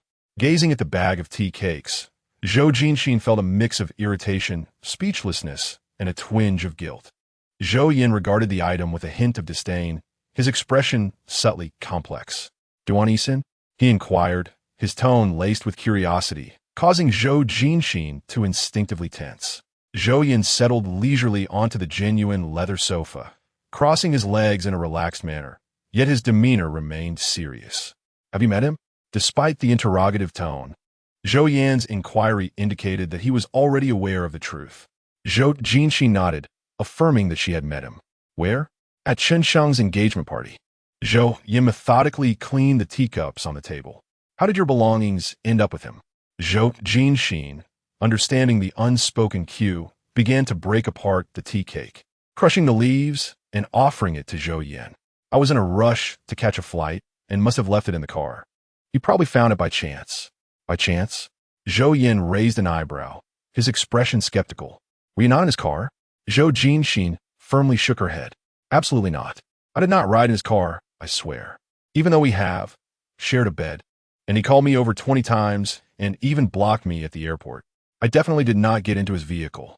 Zhou Yan's eyelids lifted slightly, his gaze lingering on Zhou Jinxin's face for a few seconds. Ultimately, her unwavering sincerity and conviction reassured him, and his focus shifted back to the tea set as he proceeded to boil water. Jinxin, you must avoid any association with this individual. Zhou Jinxin blinked, cautiously asking why. Because I have a profound dislike for him. His authenticity is questionable, and he has repeatedly opposed me in business. Moreover, I disapprove of his methods. Zhou Yan's demeanor grew colder, as if recalling something significant. What is most detestable is his incessant scheming, coveting that which he should not. Zhou Jinxin, intrigued, inquired, "What is he coveting? Something from the harbor city? Or from the Zhou family?" Zhou Yan did not respond immediately, instead slowly shifting his gaze back to Zhou Jinxin. Their eyes met, and she sensed the complexity of his expression deepening. "Brother?" A sudden smile broke across Zhou Yan's face, cool and sardonic. "What are you saying? Isn't everything from the harbor city part of the Zhou family? As long as it belongs to us, he shall not lay a finger on it. If he dares to reach for anything belonging to the Zhou family, I will ensure he regrets it." "Ah ha ha, yes." Zhou Jinxin laughed awkwardly under her brother's scrutiny.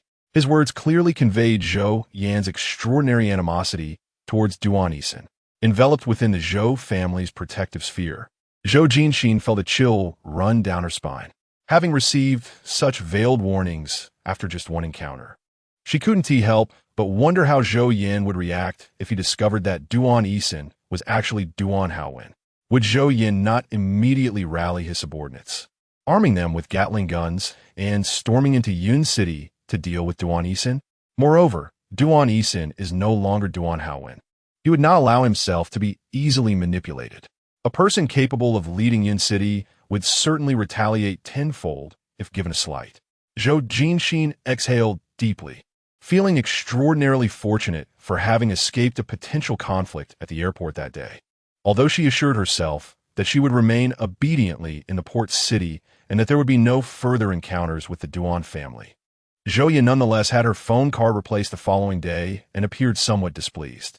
Zhou Jinxin was bewildered as to why Zhou Yan seemed to regard her single encounter with Duan Haowen as a grave threat, almost as if he were already aware of Duan Haowen's true identity as Duan Haowen.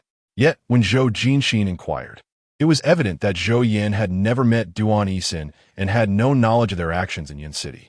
Was Zhou Yan experiencing an early midlife crisis, or perhaps developing a protective instinct akin to that of a hen guarding her chicks? Zhou Jinxin pondered this at home, exhausting her thoughts to no avail. Why was her freedom of movement being restricted? Why was she required to report her outings, accompanied by a small army of bodyguards? It was as if Duan Haowen were plotting an assassination against her. Would he? Zhou Jinxin mused. He likely would not. He would never harm his own.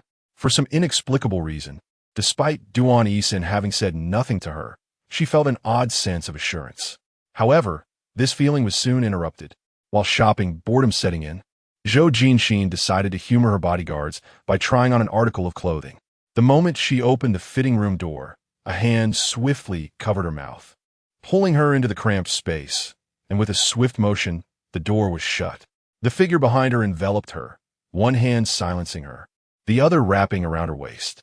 "Jinxin, your family is quite strict," came the familiar, infuriatingly playful voice. He bit her earlobe. "I waited 2 whole weeks just to see you." "MMM." Zhou Jinxin protested, attempting to pry his hand away. Duan Haowen admonished, securing her wrists at her waist to quell her struggles. "Don't be so agitated. If your bodyguards come, it will be disastrous for me." "MMM." Zhou Jinxin retorted, akin to a fish caught in a net. Her movements restrained while she kicked and thrashed, striking his shins with the heels of her shoes. Duan Haowen kissed her cheek, refusing to let her speak, allowing her to exert her strength in vain. When Zhou Jinxin delivered a particularly forceful kick to his shin, he merely chuckled. Suddenly, the hand covering her face relaxed, granting Zhou Jinxin a moment to breathe. Just as she was about to speak, her body was pressed against the wall, cushioned by Duan Haowen's hand behind her, making it bearable. Her chin was held firmly by a rough palm, the calluses grazing her skin as she was compelled to tilt her head back, gazing up at Duan Haowen. The distance was minimal, and beneath the harsh glow of the white ceiling light, his rugged exterior enveloped a finely sculpted bone structure, fully revealed.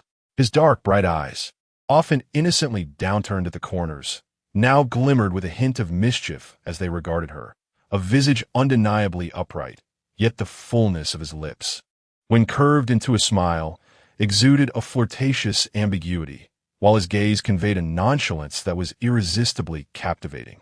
He was still prone to sweating. Zhou Jinxin could feel the dampness of his fingertips, her eyes unwaveringly fixed upon his face. She was unaware of how long he had been there, a bead of sweat reflecting light at his temples.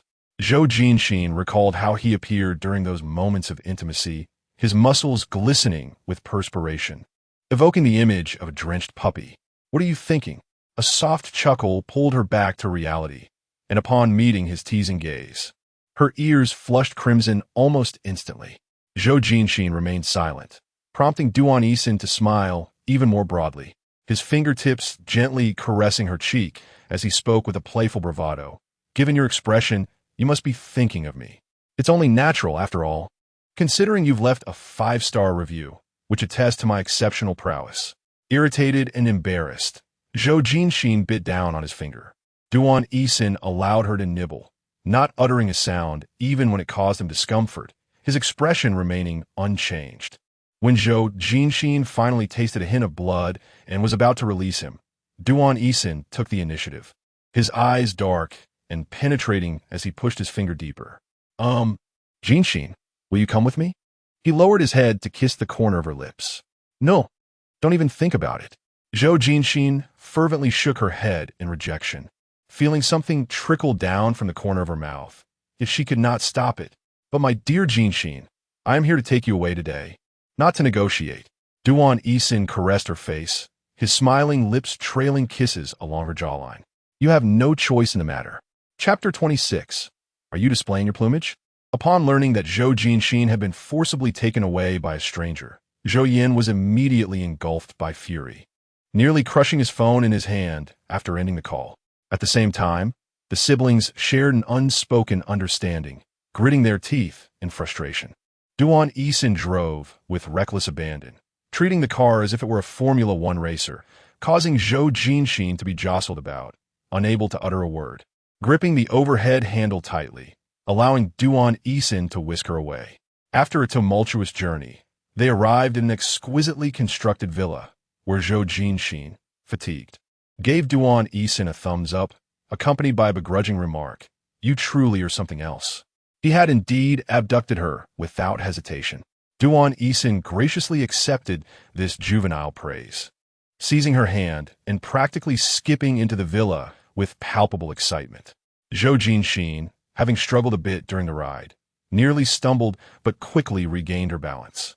As Duan Haowen turned to smile at her, she unconsciously matched his pace and jogged inside. The front yard boasted a vast expanse of lawn, and the pair dashed through the lush greenery, traversing the bright and elegant foyer and passing through the villa's first floor. Duan Haowen pushed open the large glass door with one hand, guiding Zhou Jinxin into the fragrant rear garden. As the sun descended, casting a golden, gentle light across the courtyard, the wind tousled Zhou Jinxin's long hair and skirt, while roses swayed gracefully in the breeze. Gazing upon the entire garden of roses, she momentarily froze, feeling an overwhelming tide of tenderness wash over her. Standing beside her, Duan Haowen tucked a stray strand of hair behind her ear, speaking softly. "The flowers at home have blossomed beautifully. I wanted you to see them at their finest." Zhou Jinxin could not help but smile slightly, her lips stubbornly pursed. Yet her tone had softened considerably. "Is this your ploy to win me over?" Duan Haowen chuckled, his eyes filled with affection for her. "This isn't merely a ploy. I am the one who seeks to charm you. These flowers are indeed yours." Zhou Jinxin tilted her head slightly, a look of confusion gracing her features. "What do you mean they're mine?" She found herself perplexed, sensing that Duan Haowen was different from Duan Haowen. Duan Haowen seemed to allow her to dictate the relationship, while Duan Haowen was elusive, each word and action unpredictable, much like this sudden abduction. With her clear eyes fixed on him, framed by clusters of intertwining white roses and verdant leaves, she resembled a fawn in a forest. The wind playfully lifted her hair, the sunlight illuminating it as if showcasing the fawn's beautiful coat. Though her hair was disheveled, Duan Haowen thought the wind favored her, with each strand rising in perfect arcs that stirred his heart. His smile deepened, spreading from the curve of his lips to encompass his entire face, infiltrating every line etched by the passage of time, flowing to the corners of his eyes and brows, then spilling forth from those enchanting eyes that could convey a myriad of emotions with just a glance.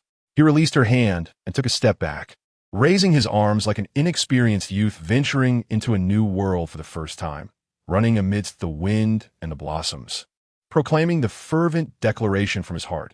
I declare that all of this is yours. It exists for you, and everything you see here belongs to you. The wind clung to his white shirt, embracing his heated chest. Zhou Jinxin watched as he ran back towards her, his smile so wide it seemed to eclipse his eyes, reminiscent of a naive youth brimming with anticipation for love and the world. Just a few steps away, he suddenly dropped into a smooth kneel, exuberantly and boldly presenting himself, arms outstretched in front of her. Zhou Jinxin gazed at his open collar, through which the youthful, reckless breeze rushed in, admired his spirited face, and beheld the affection radiating from his eyes. He awaited her to fall into his embrace. Everything belongs to you, including me. You. Zhou Jinxin looked down at him, her heart racing like a startled deer, pounding with an intensity she had never known, almost painful. Yet all she wanted to do was laugh, and she truly did. Are you displaying your feathers like a peacock? As expected, her seemingly unromantic words caused Duan Haowen's smile to falter, his crescent-shaped eyes shifting to a look of grievance and reproach akin to that of a child. She was being deliberately teasing. He was aware of her intention. Zhou Jinxin secretly reveled in this, the curve of her lips betraying a playful spirit. You desire me. But it won't be that simple. Do you think a house, a garden of flowers, and your presence alone suffice? That would be akin to try to catch a wolf with empty hands. Duan Haowen looked up at her, his smile somewhat innocent. Then you have misunderstood me and the wolf. It was Duan Haowen who played that trick. As for me, I am filled with sincerity. This sincerity has been brewing for many years, encompassing everything I possess. He then turned his gaze with a flirtatious smile. Of course. I hope what you desire most is me. Zhou Jinxin remained silent, gazing at him for a moment before suddenly bursting into laughter. Your sweet talk flows so effortlessly. And what do you mean about brewing for so many years? We've known each other for barely a few days.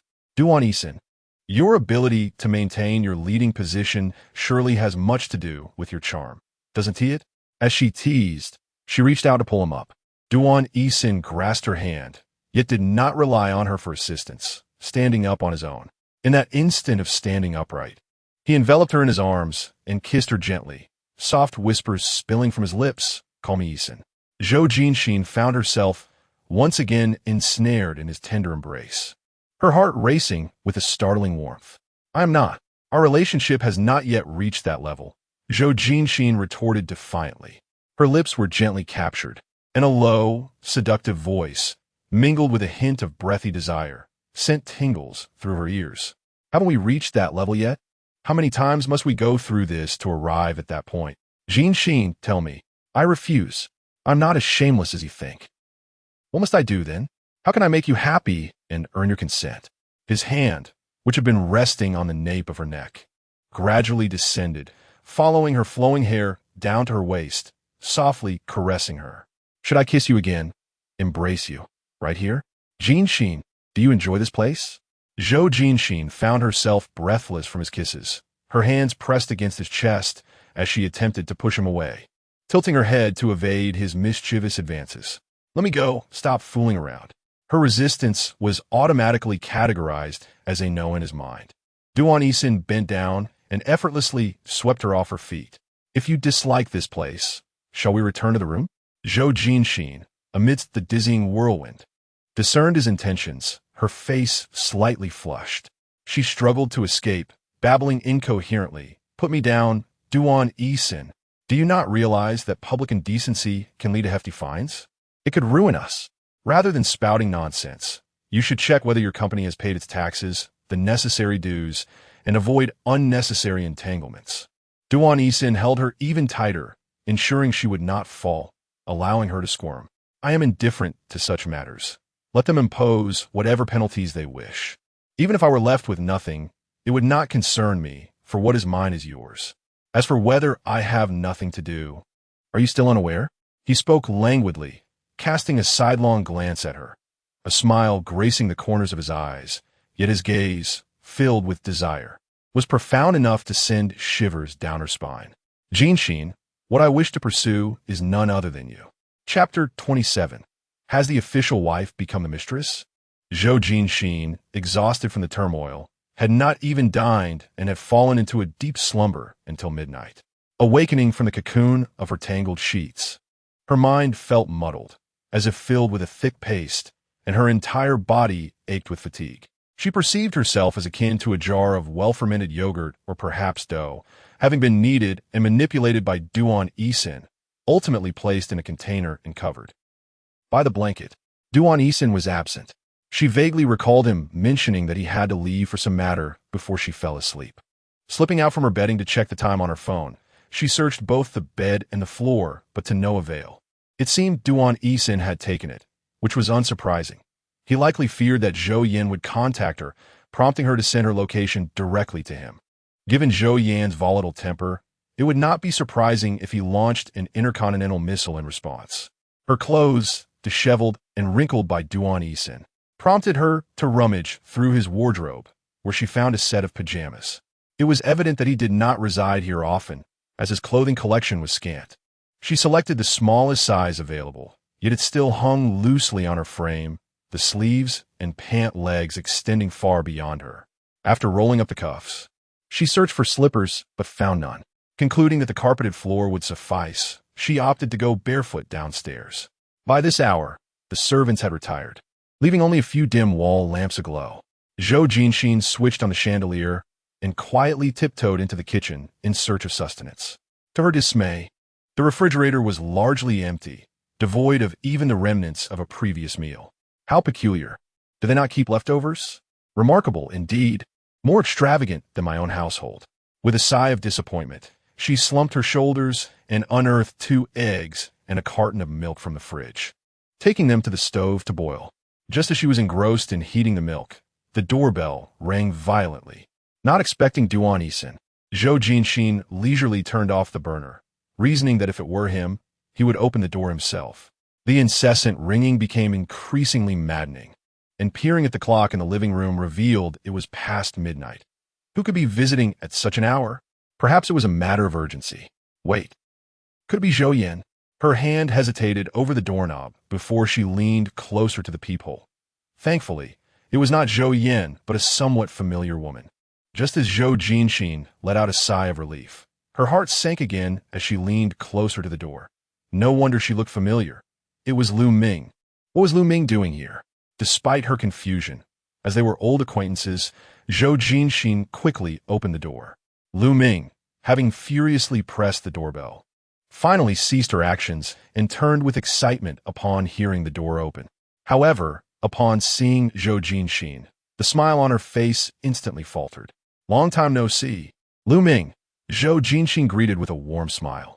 Lu Ming paused momentarily, the cheer in her eyes dissipating slowly as she did not respond.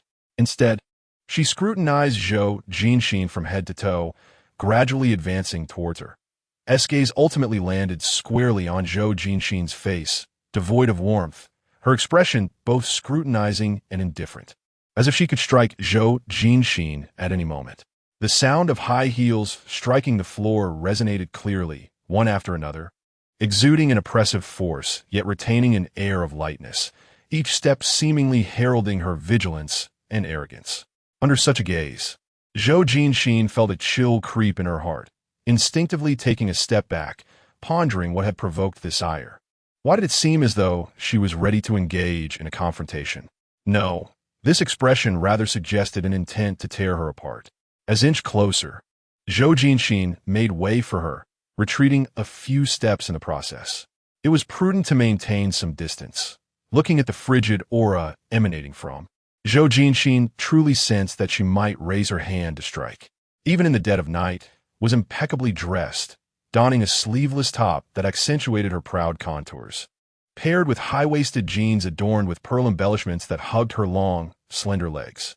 Perhaps due to her hasty arrival, Her makeup was slightly askew, yet it did nothing to diminish her striking beauty. At this moment, her playful yet alluring eyes were fixated on Zhou Jinxin. The scrutiny and disdain in her gaze, rendering her akin to a mistress intruding upon the domain of the rightful couple. What was this inexplicable display of a jealous wife catching her rival in the act? Could it truly be a consequence of Duan Haowen's flirtations? This thought sent a chill through Zhou Jinxin, causing her expression to shift. While Zhou Jinxin was still lost in speculation, suddenly spoke, her voice icy. "What are you doing here?"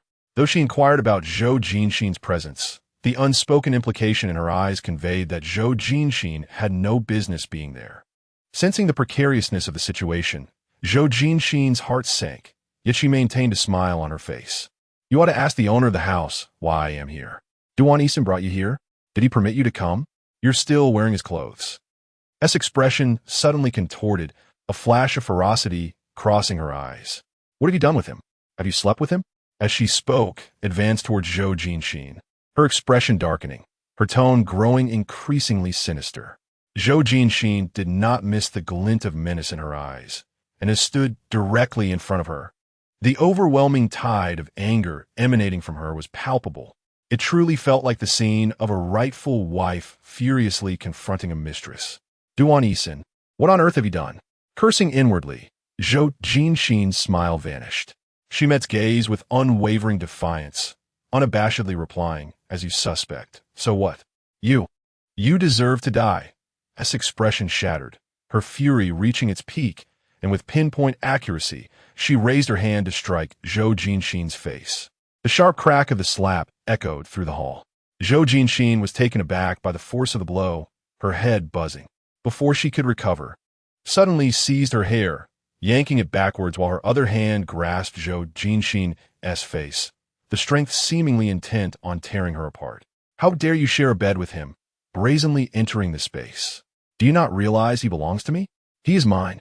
Lu Ming tightened her grip around Zhou Jinxin's neck, pushing her down to the floor with a leisurely yet deliberate motion, her voice laced with urgency and darkness. "How dare you touch what is mine here? What more do you wish to do? Do you aspire to be the mistress of this place? Are you worthy of such a title?" Grasping Zhou Jinxin's hair, Lu Ming forced her to look up, and upon witnessing the pain etched on Zhou Jinxin's face, her indifferent expression transformed into a mocking smile. "Who do you think you are? Merely a plaything for EXN during his moments of boredom. Allowing you to accompany him was an act of mercy on my part. Do not indulge in foolish fantasies." Lu Ming released her grip around Zhou Jinxin's neck and hair, carelessly discarding her like refuse. She stood gracefully, her proud and beautiful visage adorned with a smile that seemed venomous. Casting a sidelong glance at Zhou Jinxin, who was struggling to rise while clutching her neck, she scoffed. "Utterly useless. And you wish to challenge me? It is nothing short of a jest. Now, remove his clothing. Roll out of here in your nakedness, and consider it a lesson. Never again approach anyone belonging to Lu Ming." She settled elegantly onto the sofa, her gaze directed at Zhou Jinxin, imbued with a naive yet malevolent mirth. "Otherwise, I would not hesitate to summon a few individuals to entertain you for an entire night, or perhaps send you to a place where no one could find you, to be a pet for the affluent." Zhou Jinxin's complexion turned ashen, yet Lu Ming's laughter grew even more jubilant, her tone playfully laced with a hint of coaxing. "Will you undress or not?" Chapter 28. Love You Get Lost. Zhou Jinxin wiped the blood trickling from the corner of her mouth with her finger, then carelessly smeared it on her sleeve. The more she thought about it, the angrier she became, ultimately spitting disdainfully. "Get lost." Lu Ming's smile froze, causing her to sit up straight on the sofa. "So, you mean to oppose me to the end?" Zhou Jinxin noticed the stark shift in her demeanor. She treated her not merely as a friend, but as a sworn enemy, prompting Zhou to abandon any pretense of civility. She crossed her arms and scoffed, "And what if I do oppose you?" Seeing Zhou Jinxin's unyielding stance, Lu Ming was unwilling to concede. She rose from the sofa, and the two reverted to their previous standoff, where it felt as though a confrontation could erupt at any moment. "You likely do not comprehend the consequences of competing with me. Those who dare to challenge Lu Ming will find themselves unable to handle the repercussions. Zhou Jinxin smirked. If they were truly yours, I wouldn't even bother. How about we summon Duan Haowen and discuss whether he truly belongs to you? The last few words were enunciated deliberately, each syllable laden with intent, further igniting Lu Ming's fury. Of course he is mine, she screamed in a frenzy, raising her arm to strike Zhou Jinxin. Zhou Jinxin swiftly seized her wrist and forcefully pushed her back, catching Lu Ming off guard and sending her sprawling to the door, landing hard. Lu Ming, likely unaccustomed to such treatment, groaned on the ground, cradling her injured elbow, unable to rise. Zhou Jinxin stood silently, arms crossed, observing her. You wretched creature. How dare you push me? What is your name again, Zhou something? Lu Ming fumed, struggling to get up, her beautiful face twisted with rage. I will not let you off easily. I will make you suffer. She glared at Zhou Jinxin, using the door for support to rise, her expression contorted with vengeful fury. Zhou, just wait. I will ruin you. Zhou Jinxin raised an eyebrow, contemplating how Lu Ming's arrogance was misplaced. Not everyone could be bullied by her. Just as she opened her mouth to speak, familiar footsteps resonated in the entrance. The sound of polished shoes striking the bluestone was so distinct that, before he even entered, Lu Ming was already eagerly scrambling to greet him outside. Haowen, Lu Ming's voice suddenly sweetened in the night, a stark contrast to her earlier hostility. Duan Haowen? His voice, tinged with curiosity, echoed from the courtyard. What are you doing here? Zhou Jinxin remained inside, momentarily frozen, suppressing her urge to move. She desired to witness Duan Haowen's response. But upon hearing his softened tone, a knot tightened in her chest. Lu Ming outside began to complain, her voice laced with a hint of tears. That Zhou person hit me. You must avenge me. How audacious to play the victim. As if hoping to beat me to the punch, she twists the narrative. Zhou Jinxin bit her lip, closed her eyes, and exhaled deeply, refraining from uttering a sound. She awaited Duan Haowen's reply. Yiqin, why do you look at me that way? Do you not trust me? Lu Ming's overly sweet voice drifted in once more, seemingly clinging to Duan Haowen outside. She is truly bullying me. Look, my elbow is scraped, it hurts so much. Zhou Jinxin gritted her teeth, nearly bursting to confront her immediately. Who is bullying whom? Really? Your elbow is scraped, yet I am bleeding. Haowen, do not go in. Take me to hospital. Zhou Jinxin's temper finally exploded, her fingers cracking audibly as she strode into the courtyard with a cold demeanor. Yes, hurry to the hospital. Otherwise, your wound will heal. Lu Ming pressed herself against Duan Haowen, her arms wrapped around his neck. Upon hearing Zhou Jinxin's footsteps, she merely turned her head slightly, casting a glance with an air of triumph and disdain. Zhou Jinxin regarded Duan Haowen with a cold gaze, observing how he placed his hands on Lu Ming's fair, smooth shoulders, unsure whether to comfort or to push her away. His expression was neutral, not entirely unappealing. Upon seeing Zhou Jinxin emerge, still clad in his clothing, his eyes brightened. Jinxin, I'm back. Noticing her displeased expression, Duan Haowen offered a wry smile as he slowly pushed Lu Ming away. Lu Ming, shocked and hurt by his dismissal, clung to his arm like a vine, unwilling to part from its tree. Oomph!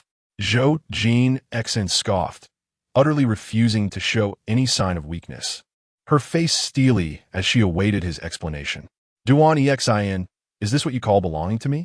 What sort of belonging is this? Your mistress has come to confront me. Seeing Duan Haowen standing there unmoving, Zhou Jinxin was so furious she could hardly catch her breath. Are you blind? Don't you see how furious I am? Hurry up and come over to soothe me. No, come over and explain. Zhou Jinxin resembled a cat whose tail had been stepped on, her fur bristling, claws extended, yet she was too proud to admit her distress, merely sitting at the table waiting for him to appease her. Duan Haowen noticed her demeanor, finding it endearing, a secret smile playing on his lips. Her jealous display was quite charming. He subtly curved his lips, determined not to display too much joy in such a setting, and forcefully removed Lu Ming's hands from him. If he did not do so, Zhou Jinxin would likely throw him out along with her. Yiqin, ignoring Lu Ming's calls. Duan Haowen, standing in the shaded corridor, Zhou Jinxin's expression became clearer as he approached, revealing a trace of blood at the corner of her mouth. "You're bleeding." His eyes darkened as he reached out to touch her lips, but she turned her head away, swatting his hand aside with a defiant gaze directed at Duan Haowen. "Yes, I am bleeding. She hit me. I certainly did not fall by myself, all right? Don't downplay this. You know what I'm truly concerned about. Give me a reasonable explanation." Her seriousness conveyed an air of finality, as if implying that any unreasonable explanation would lead to a complete severance of their relationship. Duan Haowen replied, "What kind of explanation do you wish for? My reputation is quite untarnished." "Untarnished?" Zhou Jinxin bit her lip, pointing at Lu Ming. "Then what is her role? Your woman? Girlfriend? Fiancée? Or mistress? How many women do you have? You have never mentioned it. Do you intend for me to await my turn, completely unprepared, to receive slaps from them? If each person takes a turn, will extend into next year? Let me clarify. I'm neither a punching bag nor a fool. How do you perceive me? Am I merely one of your numerous lovers?" Her increasing urgency in questioning was palpable as she struggled to suppress her rising anger. Yet her frustration only intensified.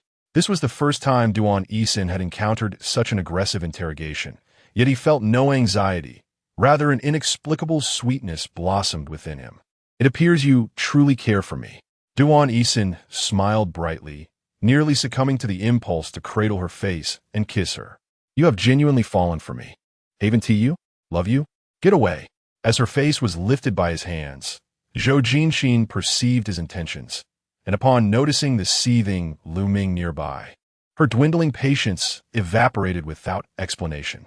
Abruptly, she broke free from Duan Haowen's grasp and delivered a sharp slap across his face. After this act, Zhou Jinxin turned and strode towards the door. Naturally, Duan Haowen would not permit her to leave. He encircled her waist in his arms, ensuring she could not take a single step away. Zhou Jinxin struggled fiercely, and just as Duan Haowen was about to offer words of comfort, Lu Ming, who had been overlooked by both, spoke up again. "Haowen, you actually allowed her to hit you." Lu Ming's tone surprisingly calmed, his expression bearing the stillness before storm.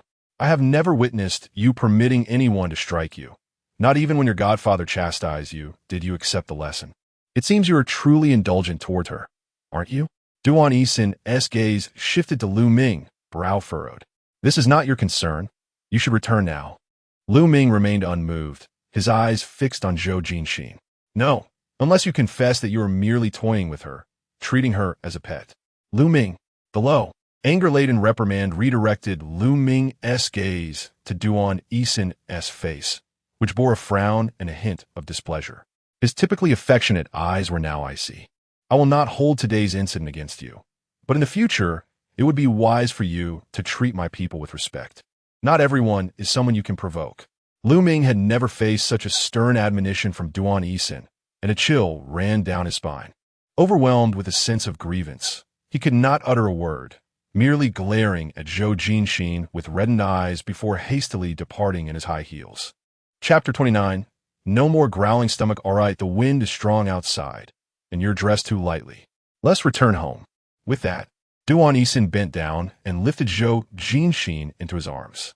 It was only upon entering the house that he noticed her bare feet, which were now reddened from the cold. Zhou Jinxin, though still fuming, was no longer struggling violently as he carried her inside. He gently placed her on the sofa, his hand lingering on her shoulder when she suddenly pushed him away, deftly slipping past him like a nimble cat.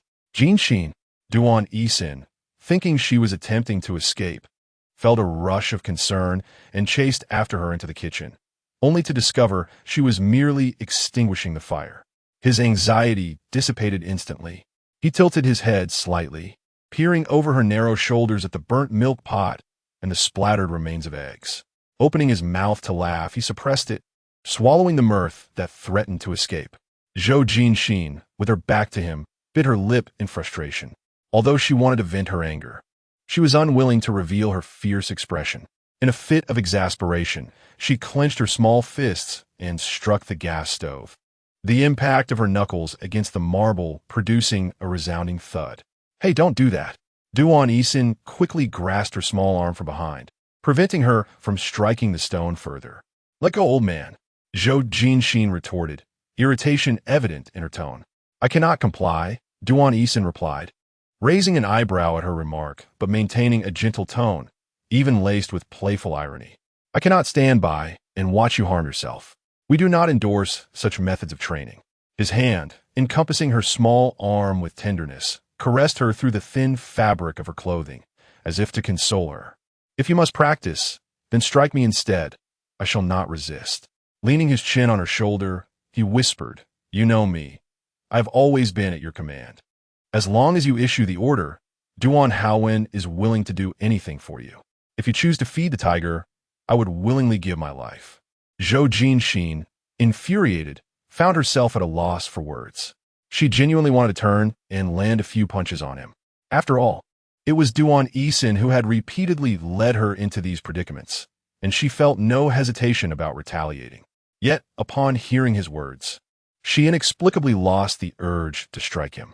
The surge of anger within her subsided slightly, replaced by a sense of resignation that made her want to sigh, and her tense body began to relax. Duan Haowen sensed the change. The prickly short hair brushed against her neck, causing Zhou Jinxin to feel an itch. She tilted her body to evade him, but her evasive maneuver only tightened his hold around her waist. Feed the tiger? Zhou Jinxin pushed against his head. I see you more as a wolf, self-serving and untrustworthy. Go away. Go away. Duan Haowen paused, realizing that she genuinely wished for him to distance himself from her. He chuckled softly, shaking his head as he gazed at her profile. Little did she know the time and effort he had invested in reaching her side. It had taken him many years to find her, and now that he had, how could he possibly walk away easily? Indeed, it is the heart of a wolf and the lungs of a dog. Duan Haowen grasped her hand and pressed it against his cheek. Gazing intently at her with an air of solemnity, his eyes clouded with a hint of sorrow. He mused that neither of them was particularly admirable, both inherently flawed, and he included himself in that judgment. They say that a person is like grass or trees, rooted in their nature. Someone like me, he lamented, has probably been rotten at the core since childhood, harboring the ferocity of a wolf while living a dog's existence. Even if fortune were to smile upon me one day, deep down, I would still be a wretched soul. I have never possessed anything virtuous, not in my youth, nor now. The only difference is that I have acquired wealth, which holds little significance for you. As he spoke, a smile unexpectedly broke through, tinged with an unmistakable bitterness. So this is all I have, this heart of a wolf and these lungs of a dog. Do you want them? If you do, take them all. His tone was flat, yet a glimmer of emotion sparkled in his eyes, his sharp brows furrowing over those eyes that concealed sensitivity and insecurity. Could he truly feel inferior? Why? Was it my arrogance that made him feel unworthy of me?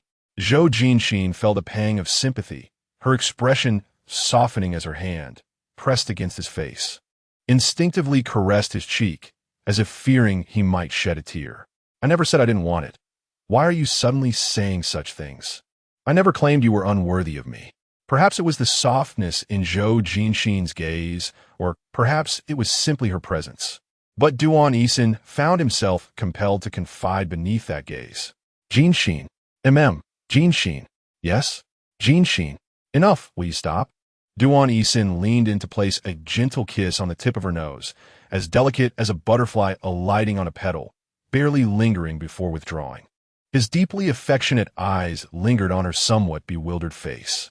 I believe you may not appreciate such sentiments, yet I yearn to share my entirety with you. Jinxin, I fear that once I reveal my heart, you might flee. Zhou Jinxin blinked, perplexed. Why are you beating around the bush? If you have something to say, just say it.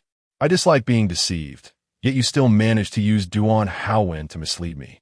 I did not wish to come here, yet you bound me to this place. After a moment's contemplation, she patted his face, offering sincere comfort. I understand the storms you've weathered. It seems you possess a reputation for being ruthless, as outsiders say. But I too have grown in a similar environment, even if you bear unsavory truths.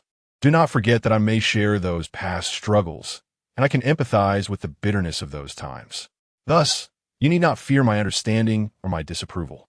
Her fingers, though cool, lingered on the warmth of his cheek, and that slight touch seemed to weave an inexplicable magic, prompting Duan Haowen to surrender himself to her hand. Offering a faint smile, observing his uplifted spirit, Zhou Jinxin's lips curved into a gentle smile, her body relaxing as she leaned into his embrace. Speak your mind. However, I warn you, I have not forgotten about the matter of Lu Ming. Regardless of which topic you choose to address first, you must clarify your romantic entanglements. Duan Haowen casually wrapped an arm around her and lifted her, carrying her toward the living room. Perhaps now is not the right time. Why? Zhou Jinxin furrowed her brow. Duan Haowen pouted, his voice softened as if speaking to a child. Our delightful milk and eggs have been consumed, and we find ourselves quite famished. A soft growl emanated from his stomach, prompting Zhou Jinxin to glance down at her own belly, feeling a sense of indignation at its unruliness. Is that all you can manage? Do you not possess a shred of respect for your master? She scolded. Surely you must be Duan Haowen's spy. The stomach responded with another growl. Duan Haowen merely smiled. Zhou Jinxin sighed, realizing that when hunger strikes, the belly disregards all notions of dignity. Sit tight. I'll prepare you a bowl of egg noodles. Duan Haowen gently patted her fluffy hair, reminiscent of affectionately stroking a small kitten. Chapter 30. Speak carelessly again. And I shall punish you. A steaming bowl of noodles was placed upon the table, adorned with 2 perfectly golden fried eggs nestled atop vibrant green vegetable leaves, enticing Zhou Jinxin with its savory aroma. Grasping her chopsticks, she glanced up at Duan Haowen seated across from her. Duan Haowen surveyed the bowl before her, then looked back at her with an air of confidence, raising an eyebrow slightly. Zhou Jinxin was undeniably famished, her hunger overpowering her restraint against the allure of the egg noodles. She eagerly lifted the bowl and began to consume the meal voraciously. Perhaps it was her ravenous appetite, or perhaps Duan Haowen truly possessed the culinary prowess to elevate a simple bowl of noodles. Either way, she found his dish far more delectable than anything crafted by a 5-star chef. In her haste, she scalded her mouth several times, prompting Duan Haowen to place a cup of warm water beside her. After slurping the last strand of noodle, Zhou Jinxin set down her bowl and chopsticks. Exhaling a sigh of satisfaction, Duan Haowen leaned against the table, observing her with an involuntary smile gracing his lips. Clearing her throat softly, Zhou Jinxin dabbed her mouth with a napkin, her gaze drifting as she reflected on her years. Never had she consumed a meal with such abandon, especially in the presence of this rather unrefined older man.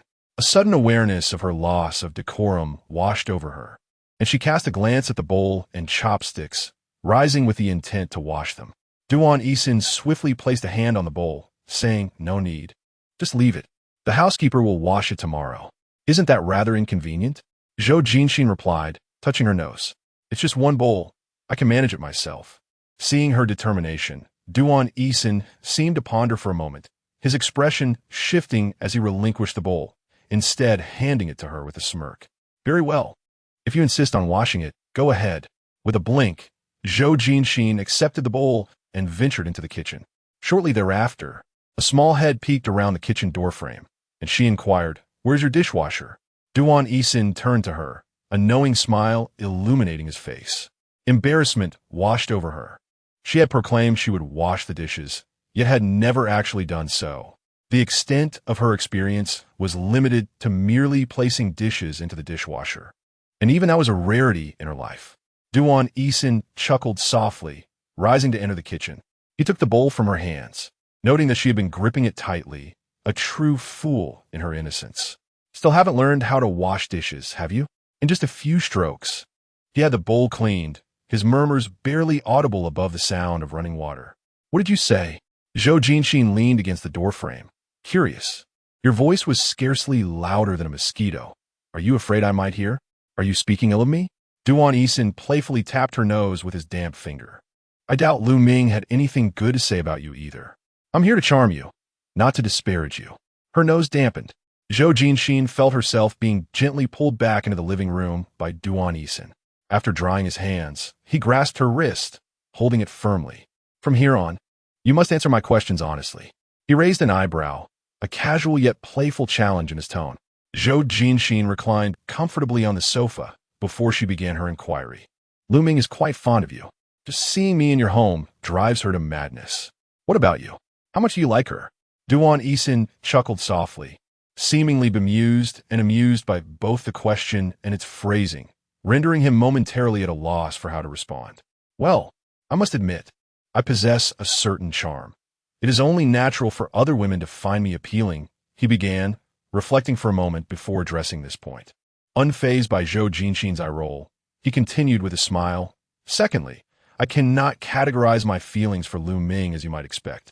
To be honest, she is quite special to me. But you said you don't like her? Zhou Jinxin interjected. Special? In what way? Did she save your life or something? Or are you suggesting she's like a dear sister to you? Do you think I would believe that?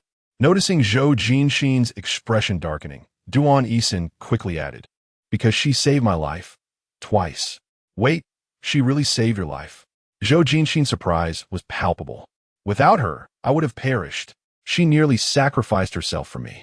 Zhou Jinxin, who had been on the verge of an explosive reaction, momentarily froze, her expression stiffening. Upon meeting Duan Haowen's gaze, a soft sigh escaped her lips, a life-saving grace. Then why haven't you pledged your devotion to her? Duan Haowen playfully tugged at the corners of her mouth, his tone light. Of course, it is because I have someone else in my heart. Aside from her, I desire no one. His thumb and finger glided gently down her smooth skin, applying just enough pressure to elicit a faint smile from Zhou Jinxin, who then allowed her lips to curve in response. Oh, that sounds quite flattering. Abruptly shifting the topic, she asked, she must have known you for quite some time, right? So beautiful, so affectionate, willing to risk her life for you, and yet you remain unmoved? Indeed, we have known each other for approximately 6 years. Duan Haowen calculated the time in his mind, meeting Zhou Jinxin's skeptical gaze. 6 years is not a short span, but compared to the struggles I've faced, is not particularly long. Jinxin, you may not be aware, but Lu Ming's father is the mayor. Just think if I were inclined to cultivate that connection, I would have ascended effortlessly long ago rather than laboring through these years. That is true, Zhou Jinxin conceded. If Lu Ming's father is the mayor, marrying her would have easily elevated your status over the past 6 years. Why would you need to toil and scheme? She nodded in acceptance of his reasoning, although she found it incomprehensible that he would dismiss a devoted and extraordinarily well-connected beauty like Lu Ming. But he claimed to like her, so... Wait, that was 6 years ago. When did he start liking her? Wasn't it only recently that he developed feelings for her? Could it be that he had such discerning taste 6 years ago? Did he truly find no appeal in someone like her? Zhou Jinxin? Suddenly, she touched her face and asked, somewhat absurdly, could it be that you actually prefer someone who looks like me? I happen to embody your aesthetic, so you find yourself captivated at first sight? Chuckling softly, Duan Haowen couldn't help but laugh at her whimsical thoughts, yet he readily acknowledged, it could indeed be said that I am enamored by you at first glance. Zhou Jinxin's mouth formed an O. You are indeed captivated by my beauty, succumbing to temptation. After saying this, she pouted, feigning disdain. If one didn't know better, they might think you had harbored feelings for me for quite some time. Duan Haowen remained silent, the laughter in his eyes suggesting tacit agreement. Unfortunately, Zhou Jinxin failed to notice. Having already inquired about my feelings, should it not be my turn to question you? Duan Haowen turned her head to face him. Feel free to ask. I shall respond without reservation. I have already stated that I am waiting for you. And what about you? What are your feelings? Zhou Jinxin blinked innocently, and as she appeared ready to feign ignorance again, Duan Haowen tightened his grip on her face in a gesture of mild threat, insisting on a proper answer. Oh, I have no feelings for Lu Ming. Who inquired about Lu Ming? In truth, there are some feelings. Initially, I found her quite attractive, and her temperament is rather pleasant. To be honest, if I were a man, I would likely be fond of her. Duan Haowen sighed in exasperation, realizing her words often outran her thoughts. As a woman, you too could find her appealing. Oh, really? Zhou Jinxin pondered this. Do you think we would make a good match? Duan Haowen replied, if you continue to speak frivolously, I shall impose a 30-minute silence upon you. The mouth resides upon my face if I wish to speak. Can you truly stifle me with a rag? Zhou Jinxin expressed her disbelief. Would he dare? Duan Haowen unfastened his coat and tossed it aside, dismissing the idea of a rag as too unsanitary. Surely, we can employ something else, something you would find delightful. All right, enough. Zhou Jinxin interjected, promptly zipping her lips. I shall remain silent, if that is what you desire. Chapter 31. The kiss-mart Duan Haowen had brought Zhou Jinxin here with the intention of devoting himself entirely to her. However, Wushan arrived early in the morning with news that the company was facing an issue. A project that was previously secured had encountered some complications, and if Duan Haowen did not address it, the significant project could fall through. Reluctantly, Duan Haowen returned to the company. Yet, without fail, he would appear before Zhou Jinxin at mealtimes. Initially, she presumed he would take her out to dine, but to her surprise, he rolled up his sleeves and entered the kitchen, skillfully preparing a spread of 4 dishes and a soup. Zhou Jinxin was taken aback, exclaiming, "You can actually cook?" After savoring 2 meals, she marveled, "And you're quite good at it. What did you learn?" Duan Haowen served her some vegetables, his tone nonchalant. "When I was 9, I learned from Aunt Wong next door." "Aunt Wong from next door? What about your parents? Didn't they cook for you?" "My parents died in an accident back then, leaving me all alone." Duan Haowen paused, seemingly recalling something, and offered a faint smile. "At that time, the factory compensated me with 1,000 yuan in funeral expenses. The neighborhood committee wanted to find a guardian for me, and my cousins were my only remaining relatives. The village committee wished for them to adopt me, but my uncle was a heavy drinker and gambler, only interested in that compensation money. Once he got it, he sent me back." Given Duan Haowen's current standing and accomplishments, it was hard to fathom his past experiences. Zhou Jinxin listened to his recounting, which was delivered with an unsettling calmness, as if he were narrating someone else's story. Yet she could empathize. The young Duan Haowen must have endured immense suffering. And then, she inquired softly, her heart aching for him. "Did truly no one care for you after that?" Duan Haowen chuckled lightly, setting down his utensils and gazing at the food on the table. "I went hungry for 2 days, scavenging rotten tomatoes discarded by others at the market.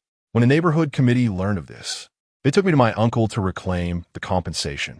In the end, he only returned 501 yuan after losing a significant amount while gambling. And then my uncle kicked us out, claiming he could barely afford to support himself and would never take in a burden like me. I returned to my own home. Initially, I knew nothing, but living alone compelled me to learn how to buy groceries, cook, wash clothes, and find ways to earn a living. But you were so young.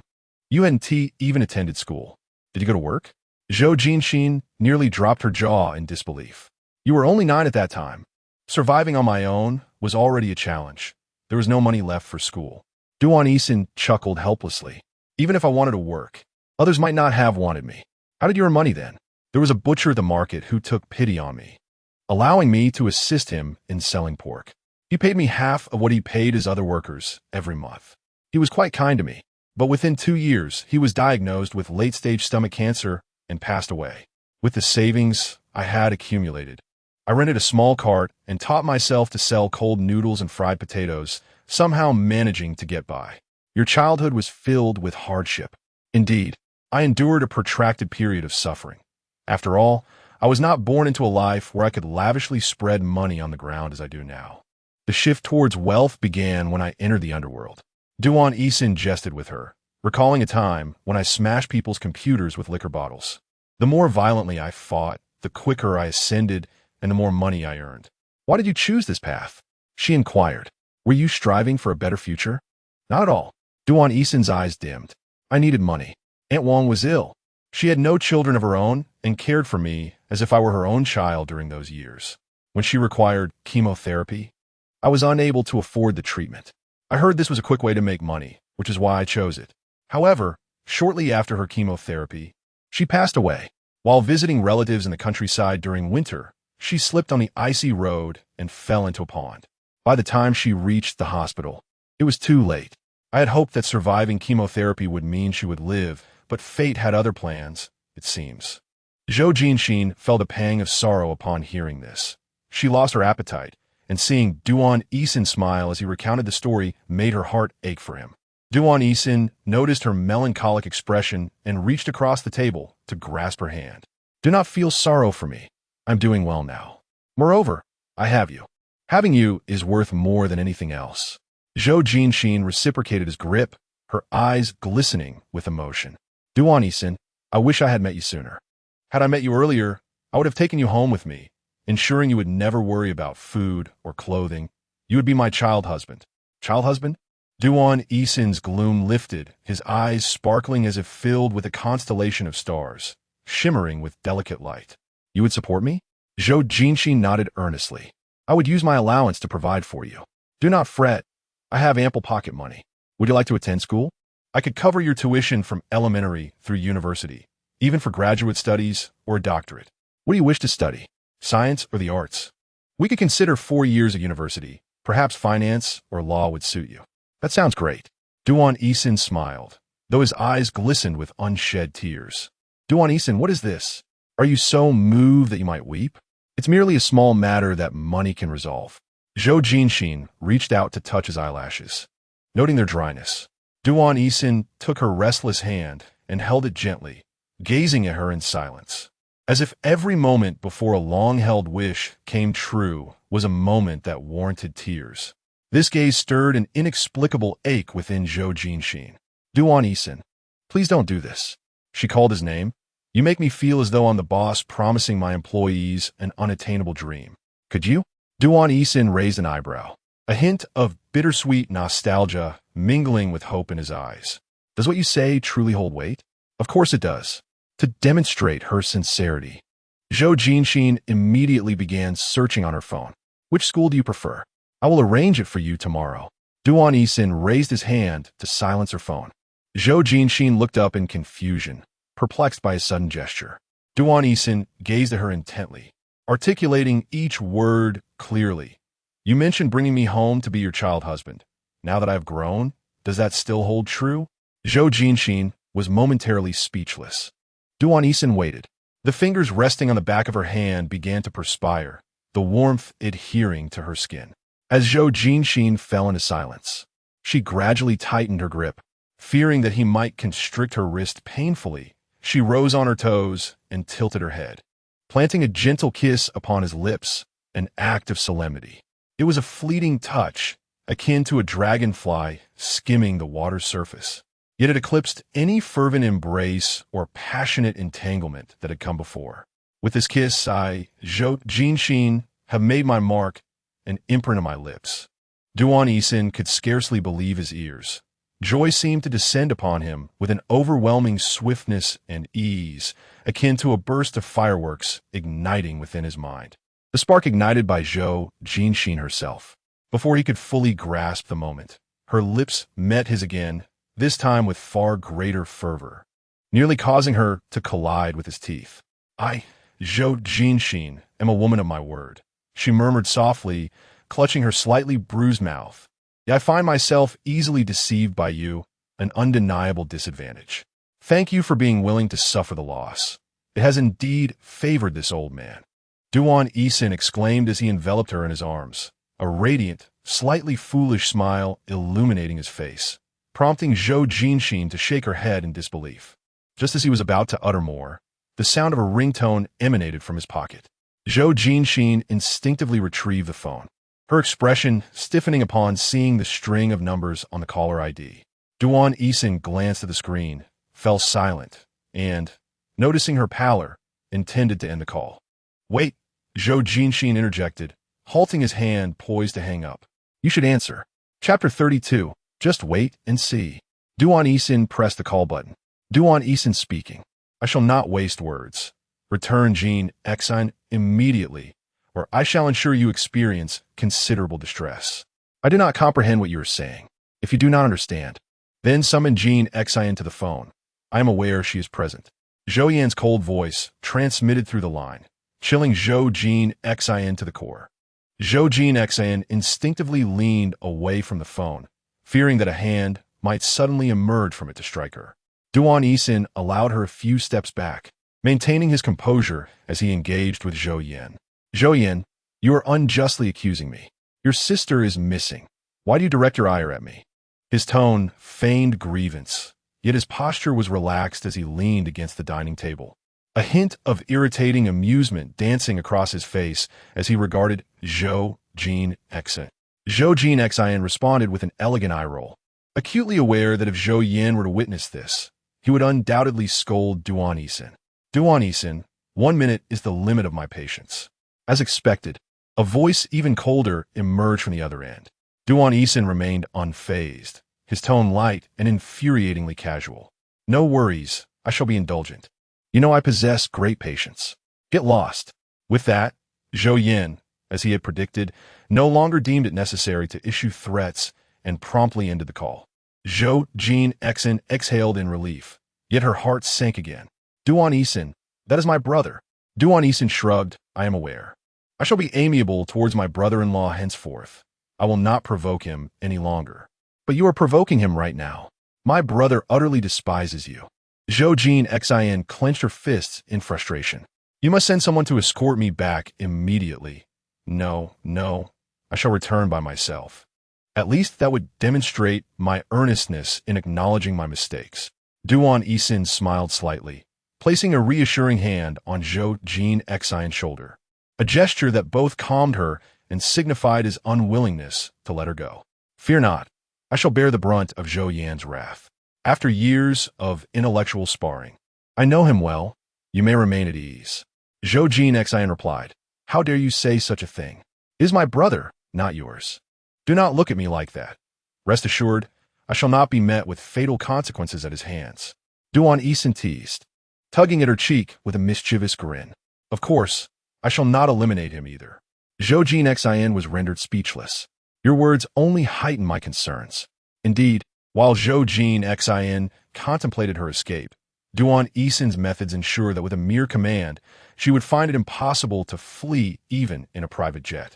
Unable to escape, she began to scratch at the leather of the sofa in frustration, prompting Duan Haowen to jest about acquiring a husky to keep her company.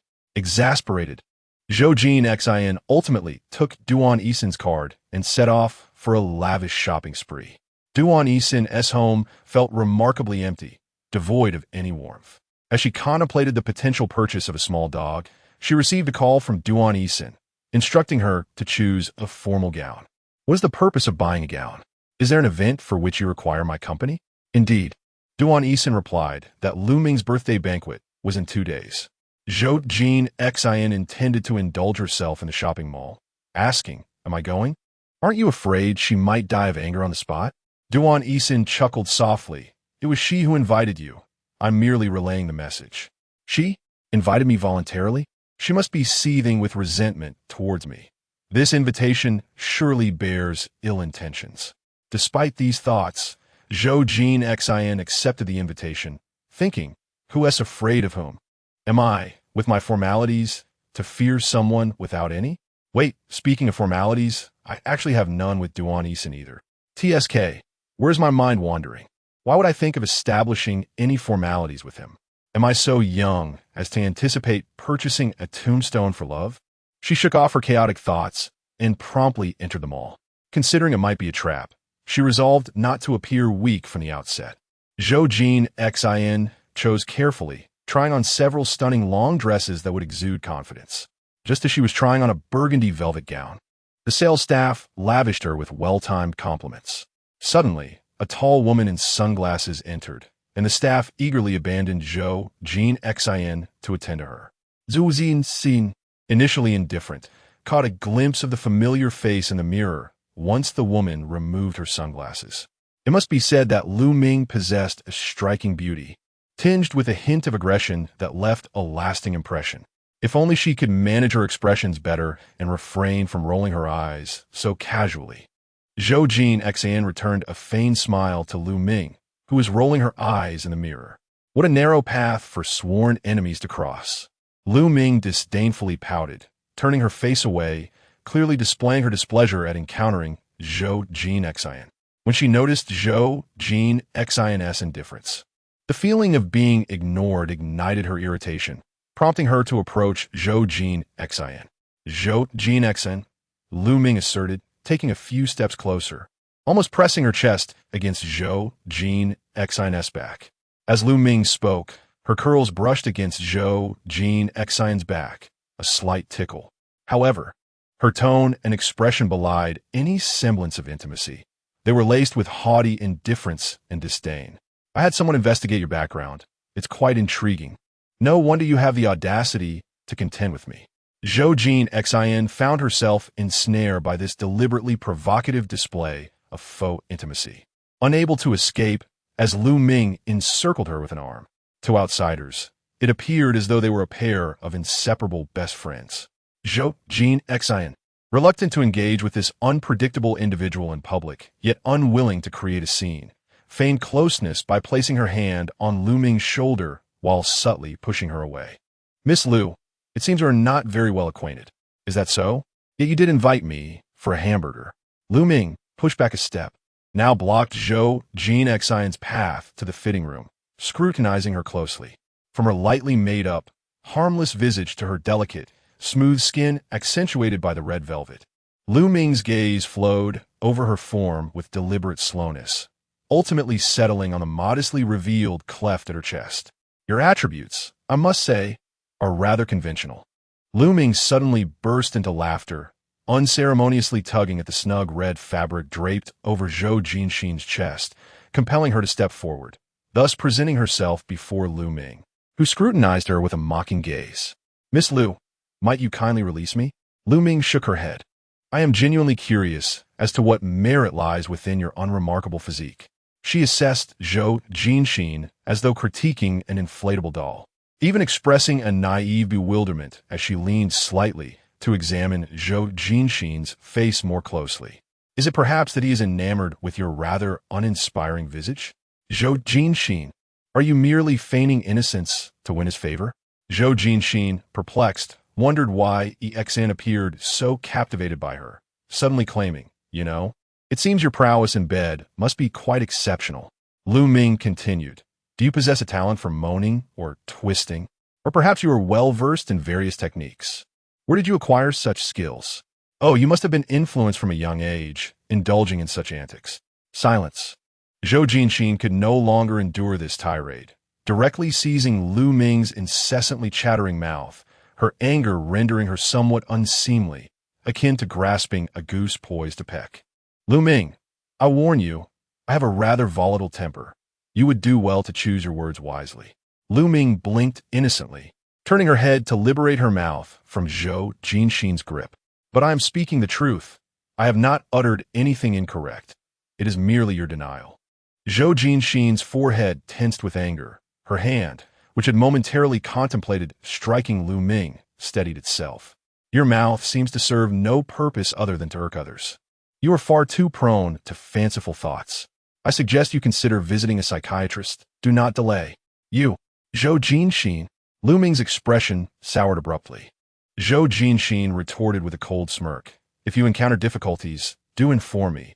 I am quite generous and would gladly offer 50 yuan for you to see a specialist. With that, she dismissed Lu Ming from her thoughts and signaled to settle her bill. Wrap this up. Having lost this round, Lu Ming attempted to follow up with further taunts, yet Zhou Jinxin swiftly closed the changing room door, nearly leaving Lu Ming to collide with it. Ah, Zhou Jinxin! Lu Ming shrieked, clutching her nose. How dare you slam the door on me? It was you who collided with the door, Zhou Jinxin retorted, rolling her eyes inwardly, unable to fathom how someone who would scream in agony from merely brushing against the door could have once saved Duan Haowen's life in such dire circumstances. Once she had changed, Zhou Jinxin exited gracefully, leaving Lu Ming seething in the store, hopping in frustration. Zhou Jinxin, I shall make you pay for this. Just wait and see. Chapter 33. Considered upon returning to the villa in the afternoon, Duan Haowen discovered Zhou Jinxin nestled on the sofa, her laughter resonating with such exuberance that it seemed almost uncontrollable. What could possibly be so amusing? As he changed his shoes and stepped into the living room, he noticed Zhou Jinxin reclining on the sofa, tears of joy streaming down her face, her red velvet dress crumpled beneath her. Duan Haowen took a seat at the edge of the sofa, and Zhou Jinxin instinctively leaned against him. He gently brushed aside the disheveled strands of her hair, and in this tender moment, he too found himself smiling involuntarily. What delightful incident has occurred that you must share with me? Ha ha. It's truly hilarious. Zhou Jinxin laughed so hard she struggled to form coherent sentences, clutching her belly and collapsing into Duan Haowen's embrace. He naturally wrapped his arms around her, gazing at her with warmth as he patiently awaited the conclusion of her mirth. Duan Haowen guessed, "Why do cats feel hot in summer?" Zhou Jinxin laughed until her stomach hurt, needing a moment to catch her breath before continuing. Duan Haowen gently caressed her wrist. His tone soft. "I would guess it's because they're covered in fur." "Wrong." Zhou Jinxin laughed even more uncontrollably, nearly tumbling out of his arms. "Because cats were mink." "Haha, how could they not be hot?" "Cats were mink." Duan Haowen raised an eyebrow, slightly perplexed yet respectful of her amusement. As long as she was happy, that was enough for him. "Isn't it funny?" Zhou Jinxin placed her hand against his cheek. Duan Haowen's eyes crinkled with affection as he nodded indulgently. "Quite amusing indeed. Which little genius thought of this?" "I saw it online." Zhou Jinxin shifted in his embrace, turning to find a more comfortable position, lying back and gazing up at him. "Oh, let me tell you another funny one." Duan Haowen cradled her with one arm, while using the other to smooth her tousled hair, not overly concerned but still nodding with a smile to indicate he was listening. Zhou Jinxin fixed her gaze on his face and said, "Today, while choosing clothes, I ran into Lu Ming." Duan Haowen continued his gentle motions, glancing at her. "Did Lu Ming give you a hard time?"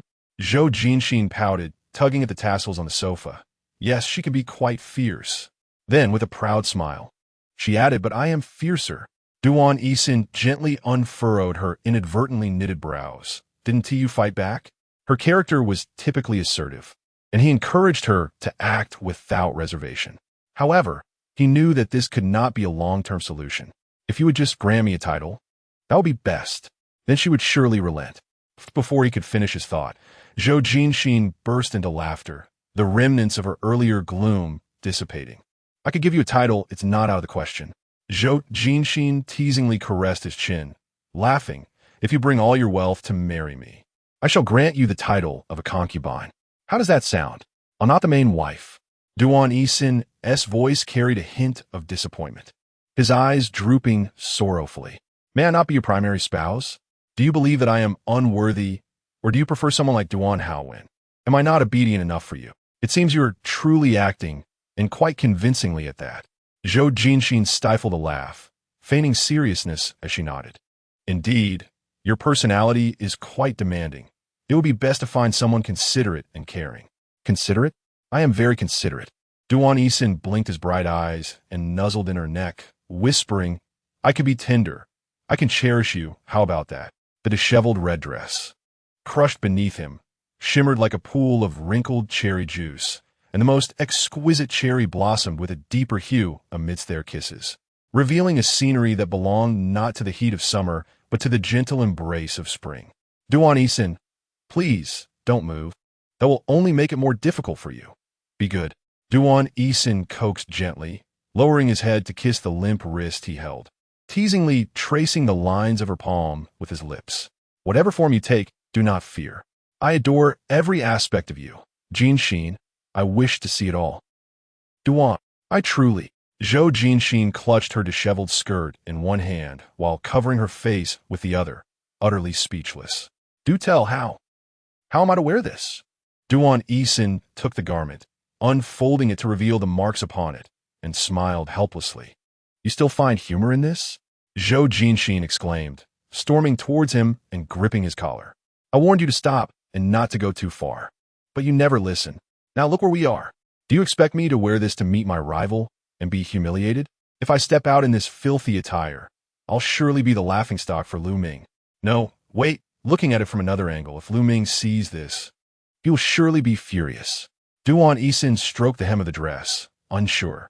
If wearing it meant everyone would know what they had done, then so be it.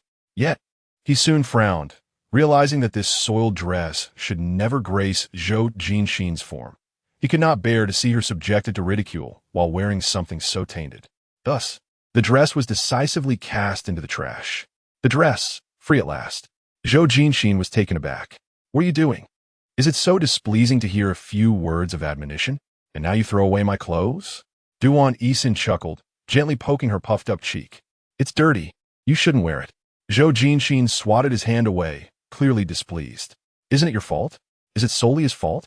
Duan Haowen merely smiled, remaining silent, his gaze laden with meaning that made Zhou Jinxin's cheeks flush, wishing to bury herself in the cracks of the floor.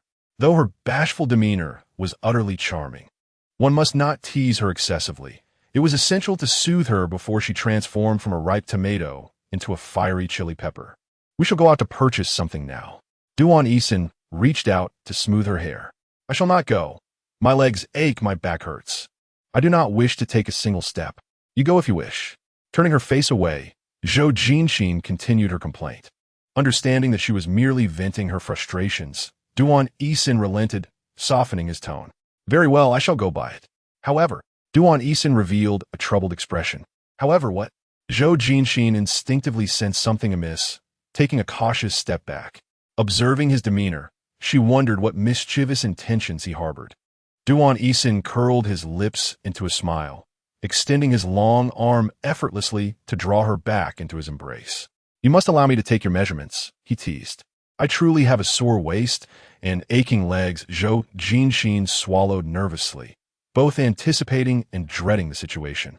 Please, don't torment me. Further, Duan Haowen obediently halted his fingers, his face adorned with a smile and his brows slightly raised, as he playfully regarded her with his cunning eyes. Really, you don't want to? Zhou Jinxin recognized his deliberate mischief, designed to elicit a response from her. After a moment of inner turmoil, she succumbed, biting her lip and burying her flushed face into his chest. She could easily envision the triumphant and sly smile that would grace his features. Just be gentle at your service, my lady. Chapter 34. The birthday party. As the neon lights began to glow, the city center bustled with traffic, the overpasses congested with vehicles navigating the nighttime chaos. No matter how affluent one may be, the inevitability of traffic jams during peak hours remains unassailable. Zhou Jinxin, arms crossed, sat in the back seat alongside Duan Haowen, her fingers leisurely tapping along to the rhythm of the car's music, her demeanor relaxed, as if she were unaffected by the gridlock enveloping them. Arriving late was not entirely unwelcome. In fact, it was preferable.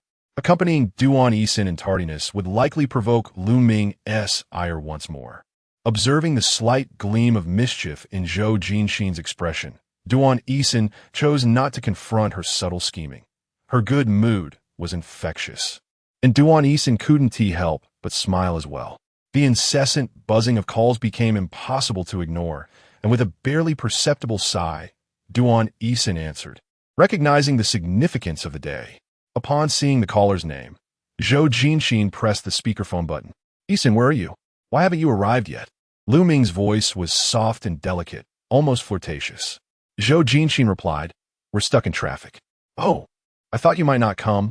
Lu Ming's voice brightened, laughter ringing sweetly in the air. Hurry up. I've prepared a surprise for you. You will absolutely adore it. Understood. I shall await your arrival. Duan Haowen concluded the call. Zhou Jinxin tilted her head like a curious kitten, her expression a blend of intrigue and contemplation. Has she always been like this? Duan Haowen nodded. Indeed, she is a penchant for being coy. I've always regarded her as a little sister. Zhou Jinxin pouted, shaking her head in disagreement. That's not right. She doesn't speak to me in such a manner. Ah, so she possesses two distinct voices? Does she automatically switch when she encounters you? Duan Haowen met Zhou Jinxin's bemused gaze with a shrug, conveying her exasperation. After navigating through the sea of vehicles, they finally arrived at the hotel.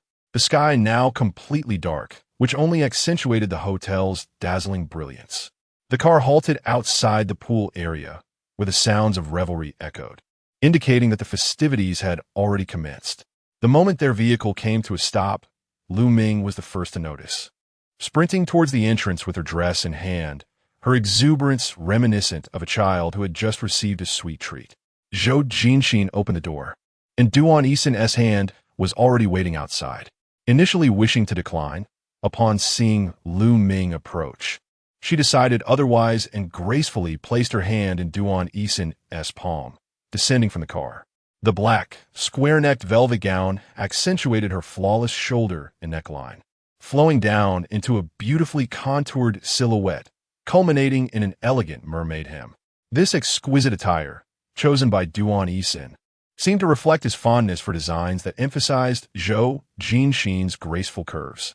The earrings, also his selection, showcased meticulously cut rubies adorned with diamonds, sparkling amidst Zhou Jinxin's seaweed-like dark tresses. Tonight, Zhou Jinxin radiated a sharp beauty akin to a rose with thorns. Guests accompanying Lu Ming, some familiar with her and others not, were momentarily taken aback by her striking presence. It must be acknowledged that Lu Ming is indeed one of the most stunning beauties.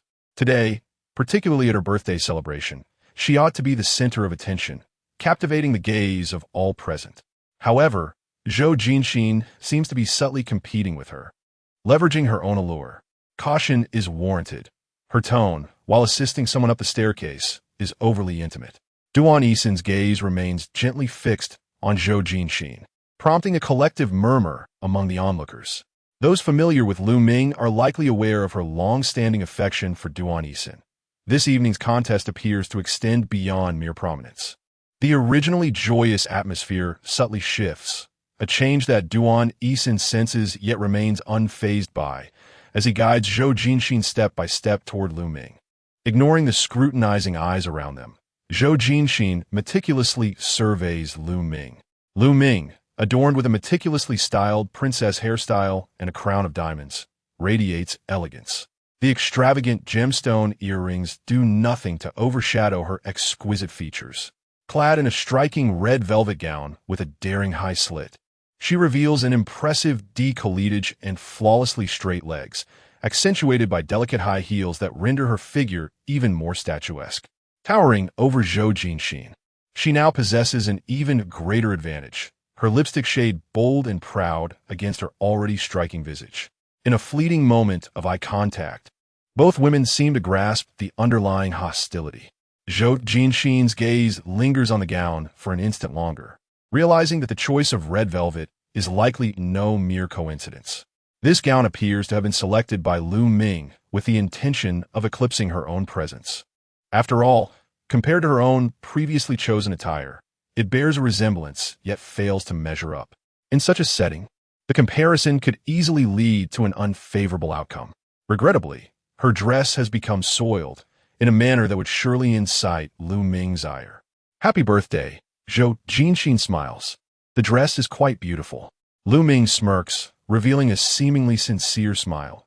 Thank you. You look lovely as well. The two momentarily fall silent, the tension between them palpable.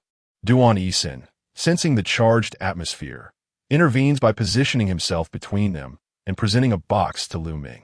Happy birthday, Lu Ming. This is a gift. Lu Ming's expression brightens instantly as she accepts the box and opens it, her eyes sparkling at the sight of the exquisite necklace inside.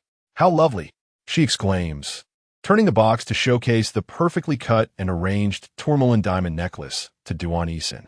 Please, help me put it on. In front of so many witnesses, she boldly makes her request, gazing expectantly at Duan Haowen. Duan Haowen glances at Zhou Jinxin, inquiring, should I put it on? Zhou Jinxin nods slightly, of course, why not? With her consent granted, Duan Haowen carefully drapes the necklace around Lu Ming's neck. Lu Ming's eyes gleam with joy as she touches the necklace, remarking, they say giving a necklace signifies affection.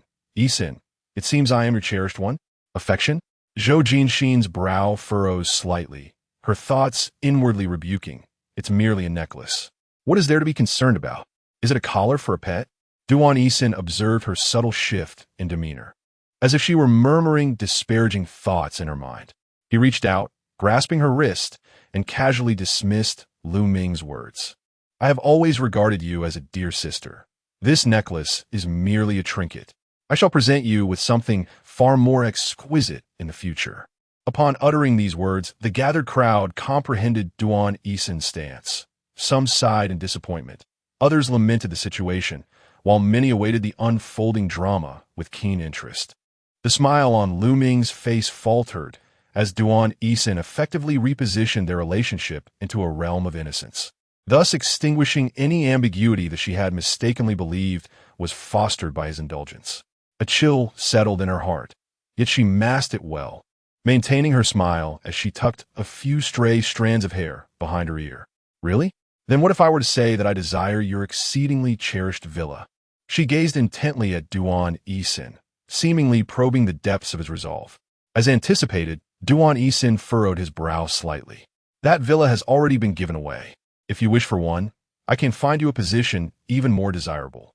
Lu Ming lowered her gaze, letting out a soft, mocking laugh. Her eyes momentarily clouded with despondency.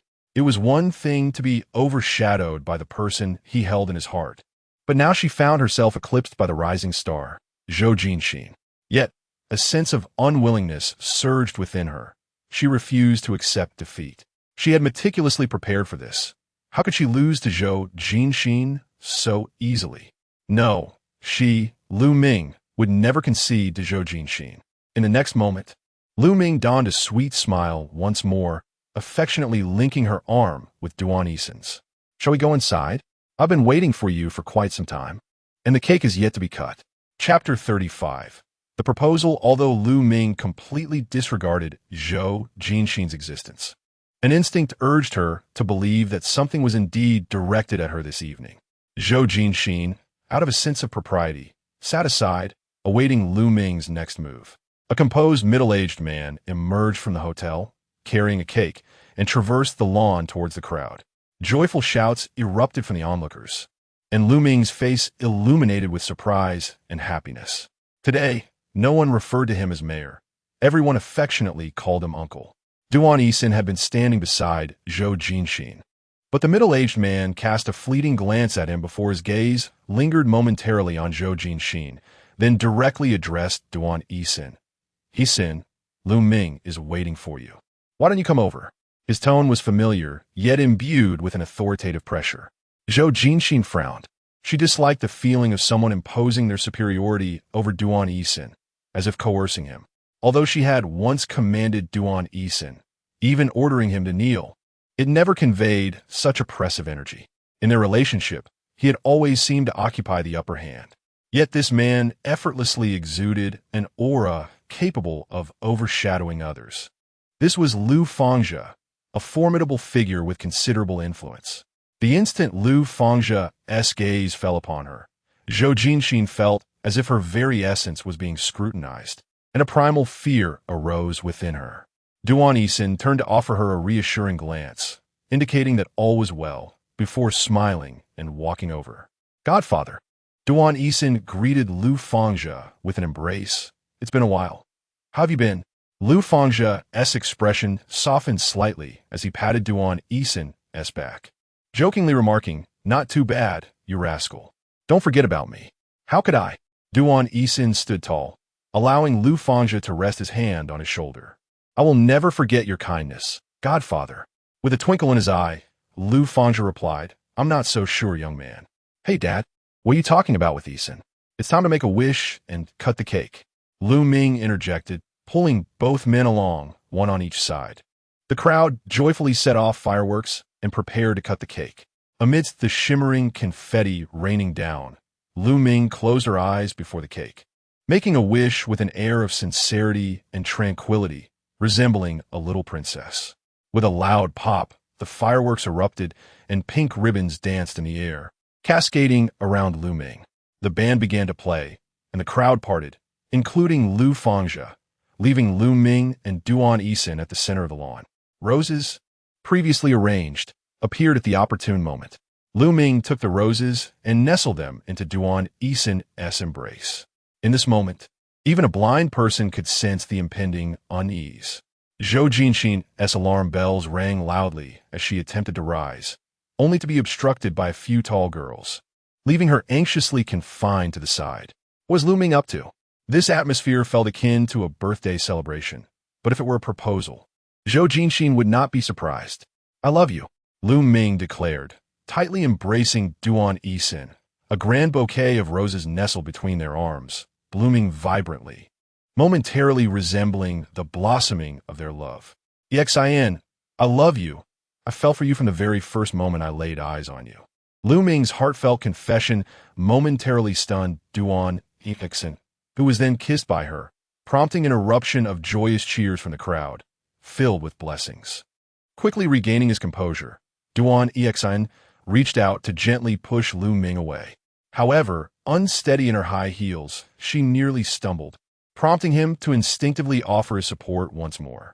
Seizing the opportunity, Lu Ming entwined her arm with his, presenting an appearance of intimacy between the two. The onlookers respectfully made way, ensuring they did not intrude upon the young couple's conversation, with some standing too far to overhear their words. While Zhou Jinxin remained utterly oblivious. Zhou Jinxin watched from a distance, her heart heavy. Lu Ming, this is no jest. You are aware that I have someone I cherish, Duan Haowen stated slowly, yet firmly, disentangling Lu Ming's grasp. Lu Ming, undeterred, smiled brightly. I know, your first love, but that was 8 years ago. You have yet to find someone, and I have been by your side for 6 years now. I dare say I cannot be inferior to her. I am referring to Zhou Jinxin. Duan Haowen spoke with calm assurance, his tone unyielding. Yet, Lu Ming seemed struck by his words, her expression shifting dramatically. She stifled the twitching of her lips, forcing a semblance of a bravado-filled smile.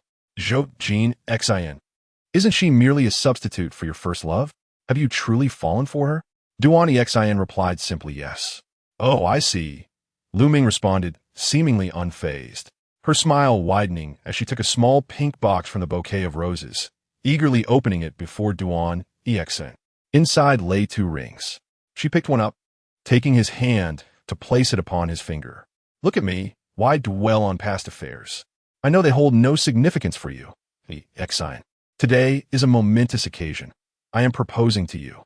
Duan Haowen's expression remained stoic as he restrained her hand. Do not be foolish. You know I do not harbor feelings for you. There was a note of thinly veiled anger in his voice, as if Lu Ming continued this charade. He would turn and leave. Yet Lu Ming maintained her smile, appearing even more composed than before, holding onto his hand with tenderness. I realize this is rather sudden. You must be shy. Fear not. Once we are together, we will have ample time to adjust. Duan Haowen shook his head. Lu Ming, you know this is utterly impossible. Lu Ming's demeanor grew obstinate. How can it be impossible? I am determined to try. Duan Haowen, at the end of his patience, seized the ring Lu Ming attempted to place on him and returned it forcefully to the box, only to be halted by the swift approach of Lu Fangzhe. Leaning close, Lu Fangzhe whispered into Duan Haowen's ear, Son, consider the account from the past few years. They remain in my possession. Haowen, do you wish for a glorious celebration or to meet a grim fate? Duan Haowen's body tensed, turning sharply to glare at Lu Fangzhe, suppressing his anger as he retorted, How could they be in your hands? I clearly destroyed them. Lu Fangzhe smiled enigmatically, gently patting his shoulder in a gesture of affectionate seniority. Isin, there are no secrets in this world. Once something is done, evidence will inevitably remain. Duan Isin felt his heart plummet. Isin, have you thought this through? Lu Fangzhe continued with a smile. Shouldn't you be putting a ring on Mingming's finger? In that moment, Duan Isin felt akin to a rabbit, stripped bare and skewered on a roasting spit, having once fancied himself exceedingly clever, only to stumble into a banquet of peril. Today, he was compelled to accept this proposal, for his fate and that of his subordinates rested firmly in Lu Fangzhe's hands. Yet, Zhou Jinxin, she was watching. She would be hurt. Duan Haowen closed his eyes and took a few deep breaths. The thought of Zhou Jinxin brought him acute pain. She would surely be disappointed. Yet he dared not cast a glance in her direction. Zhou Jinxin stood at the edge of the crowd, her expression a mixture of astonishment and sorrow. Witnessing Duan Haowen's prolonged silence before he ultimately placed the ring on Lu Ming's finger, Lu Ming beamed with joy, wrapping her arms around his neck and kissing him. Guests swarmed around them, dancing and teasing, their laughter and cheers echoing across the pool and lawn. From a distance, Zhou Jinxin watched, feeling as though her heart had been pierced, leaving her with a profound sense of loss. Chapter 36. The impossible underground affection the hurried footsteps echoed, one after the other, as Zhou Jinxin stumbled over the hem of her skirt, falling onto the asphalt and scraping her elbow. Duan Haowen rushed forward to assist her, cradling her hand to inspect the injury, only to be brusquely flung aside by Zhou Jinxin. You have already accepted someone's proposal. What more is there to say? She turned her head away, refusing to meet his gaze as she examined her arm. Duan Haowen frowned, attempting to draw closer to her injured hand. Zhou Jinxin evaded him, retreating a significant distance while gazing at him with the wounded look of a small creature ensnared by a trap, simultaneously filled with anger and pain. I ask you, what do you have to say, prospective son-in-law of the mayor? With each word she uttered, his eyes brimmed with a hint of red, stirring unease within her. The suffocating feeling mirrored in Duan Haowen's chest. Jinxin, please don't treat me this way, he implored, his hand hovering in the air, unwilling to retract it. I had no choice. No choice. Zhou Jinxin scoffed, her eyes glistening with unshed tears. Why didn't you say no choice when you wore the ring? Why didn't you say it when you kissed her? Fine, you claim you had no choice. What precisely does that entail? Was Lu Ming holding a knife to your throat, forcing you to marry her? At the mere mention of that name, tears escaped from her eyes, and Zhou Jinxin could no longer conceal her grievances. She turned her face away to wipe them, then faced him again, her voice trembling with uncertainty. What do you take me for? A trivial pastime? Now, with your mere words of having no choice, you expect me to relinquish you to Lu Ming. Is that it? As her tears fell, Duan Haowen felt a rush of panic, hastily reaching out to wipe her tear-streaked cheeks, only to be consistently evaded by Zhou Jinxin. No, Jinxin, please believe me, it's not like that. Finally, he grasped her shoulders, drawing her close to his chest in an attempt to console her. I'm truly sorry. I'm truly sorry, Jinxin. It's just that I genuinely had no other option. I have leverage in Lu Fangjia's hands. I never anticipated this situation, never expected it to unfold in this manner. I do not understand why, despite having eradicated all traces, I initially sought his power, and over the years, I was aware of his wariness towards me. Yet, I never imagined he would sever ties with me today, merely for Lu Ming's proposal.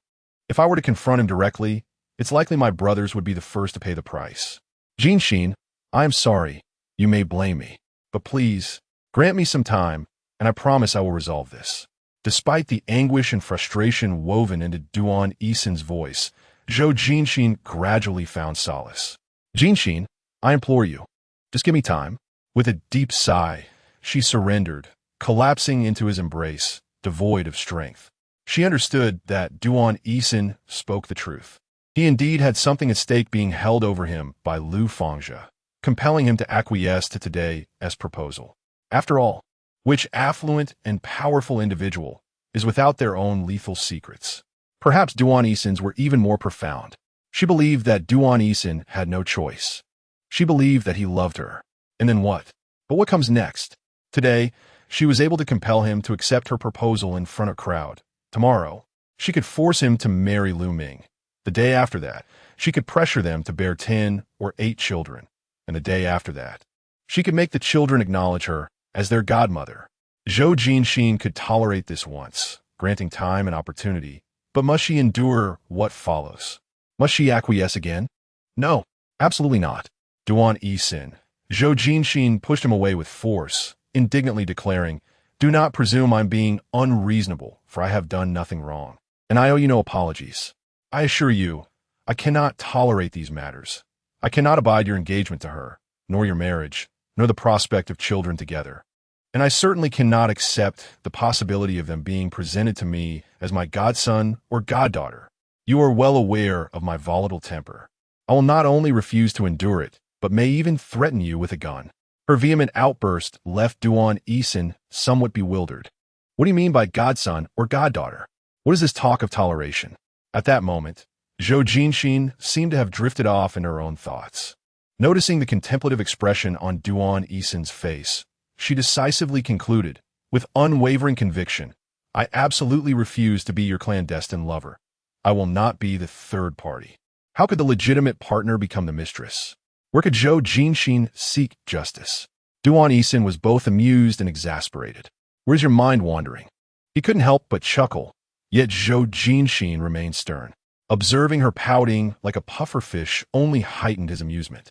In her fury, Zhou Jinxin noticed his laughter and kicked him lightly, exclaiming, "What are you laughing at? Our Zhou family possesses great integrity." Duan Haowen feigned pain from the gentle kick. dramatically collapsing onto Zhou Jinxin, lamenting, "Oh, it hurts." "Jinxin, could you please take me home?" Zhou Jinxin was not swayed by his theatrics. She pushed him away and walked off. "Jinxin." Duan Haowen quickly turned to grasp her hand, asking, "Where are you going?" With irritation, Zhou Jinxin replied, "To the hotel." Duan Haowen tightened his grip on her hand, but when she attempted to pull away, he, unwilling to hurt her, had no choice but to release her. It seemed evident that Zhou Jinxin would not return home with him today, perhaps until the matter was resolved and his engagement to Lu Ming annulled. She would not accompany him again. Duan Haowen sighed internally, recognizing Zhou Jinxin's stubborn nature. Everything required gentle coaxing. One must stroke the fur in the right direction. Forcing her to return now would only yield the opposite effect. "Then allow me to escort you to the hotel." Having come to this realization, he jogged a few steps to catch up with Zhou Jinxin, positioning himself in her path and signaling for the car that had been quietly trailing them to come to a halt beside them. Duan Haowen opened the door, stating, "At the very least, let me take you to the hotel. I cannot bear the thought of you going alone." Zhou Jinxin stood by the car, unmoving, locked in a standoff with him, and Duan Haowen remained still as well. After a moment, he sighed, his eyes revealing a mixture of helplessness and weariness as he leaned against the car and lit a cigarette. Perhaps he too felt constrained, his brow furrowed as he smoked. Zhou Jinxin could not bear to see him in such a despondent state, and it seemed Duan Haowen was aware of this, as if this were his most profound display of vulnerability. Zhou Jinxin hesitated for a moment before eventually entering the car. As they drove to the hotel, an uncomfortable silence enveloped them. Zhou Jinxin had forgotten her identification, and the room was booked using the driver's ID. Duan Haowen followed her into the elevator, playfully attempting to solicit a kiss. Zhou Jinxin, now irked by his presence, firmly refused and even kicked him out of the elevator, insisting that he should not approach her until their issues were resolved. Duan Haowen found himself utterly at a loss. Zhou Jinxin was like a prickly hedgehog, bristling with defensiveness against any contact. He could only endure this frustration, which festered until he returned alone to the villa, seething with anger. He removed his jacket and sank onto the sofa, lighting a cigarette. By the time he had lit his third, Wu Xinai arrived. Duan Haowen flicked the ash from his cigarette, resting his feet on the coffee table, acknowledging her presence without a glance. "Did you deliver the clothes to her?" Wu Xinai asked, plopping down beside him with a dramatic flair. "Oh dear, Miss Zhou was quite furious. It was a close call. I almost found myself thrown out too. TSK, TSK, TSK. Brother Duan, look at the mess you created." As she spoke, a chilling glare shot her way, compelling Wu Xinai to fall silent. The intensity of his gaze could have been lethal, prompting her to hunch her shoulders in response.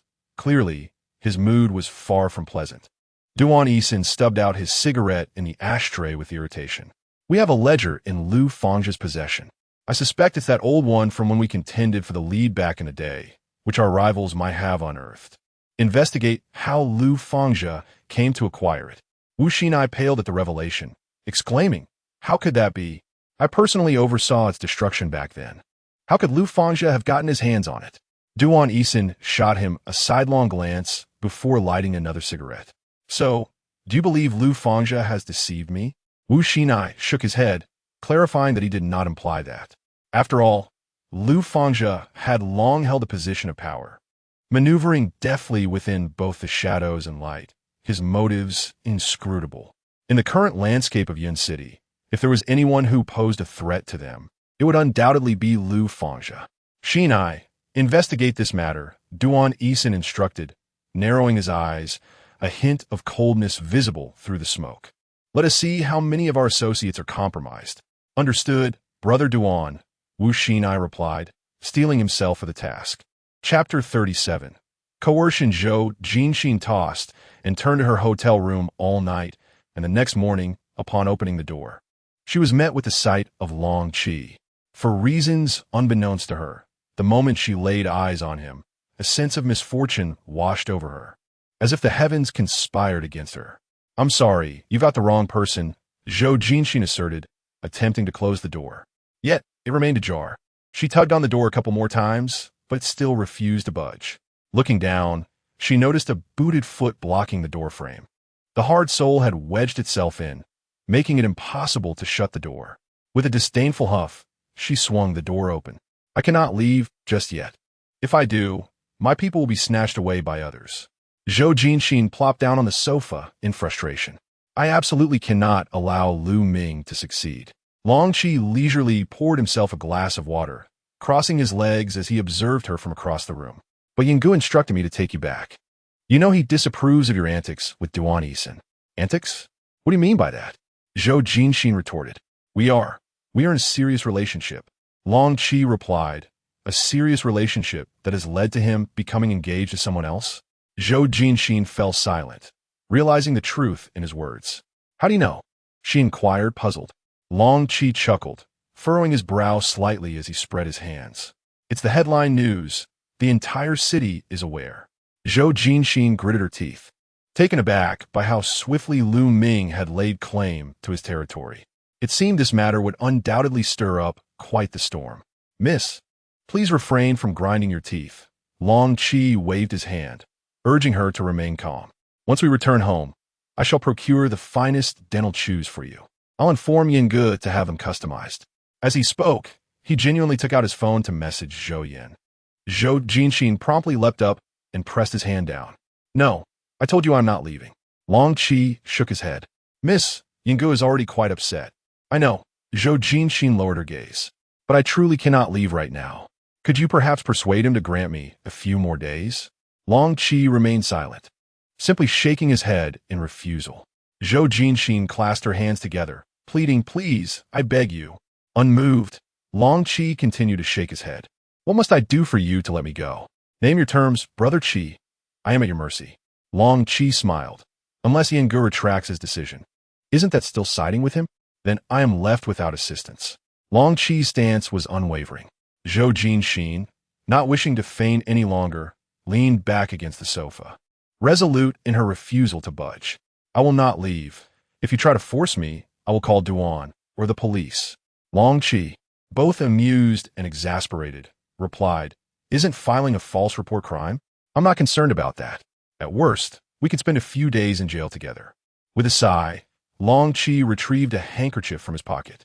I'm sorry, miss, but it seems there is no other way. What? Zhou Jinxin barely had time to react before the handkerchief was pressed over her mouth and nose. After just a couple of inhales, she succumbed to unconsciousness. Before losing consciousness, the last thing Zhou Jinxin perceived was the blurred ceiling and wallpaper of the hotel room. Time passed, and she groggily opened her eyes. Her mind clouded. She propped her heavy head with one hand while using the other to support herself as she sat up in bed. Home! Had she returned so swiftly?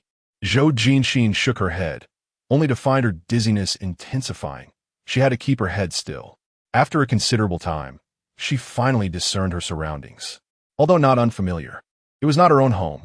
More precisely, it was not the Zhou family residence, but that of Duan Haowen. Zhou Jinxin stood frozen, bewildered by how she had ended up in Duan Haowen's home. Had she inhaled too much ether and begun to hallucinate? Or had Long Qi's mind faltered? Could it be that Long Qi had been captured by Duan Haowen? Like Zhou Yan, Long Qi harbored no fondness for Duan Haowen. Would he have provoked him?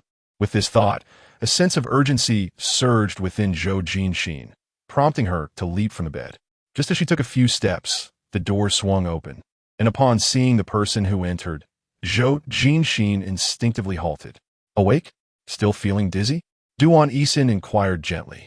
A little, Zhou Jinxin replied habitually. Then rest a bit longer, Duan Haowen suggested, reaching out to assist her back to bed. Oh, she murmured, reclining once more.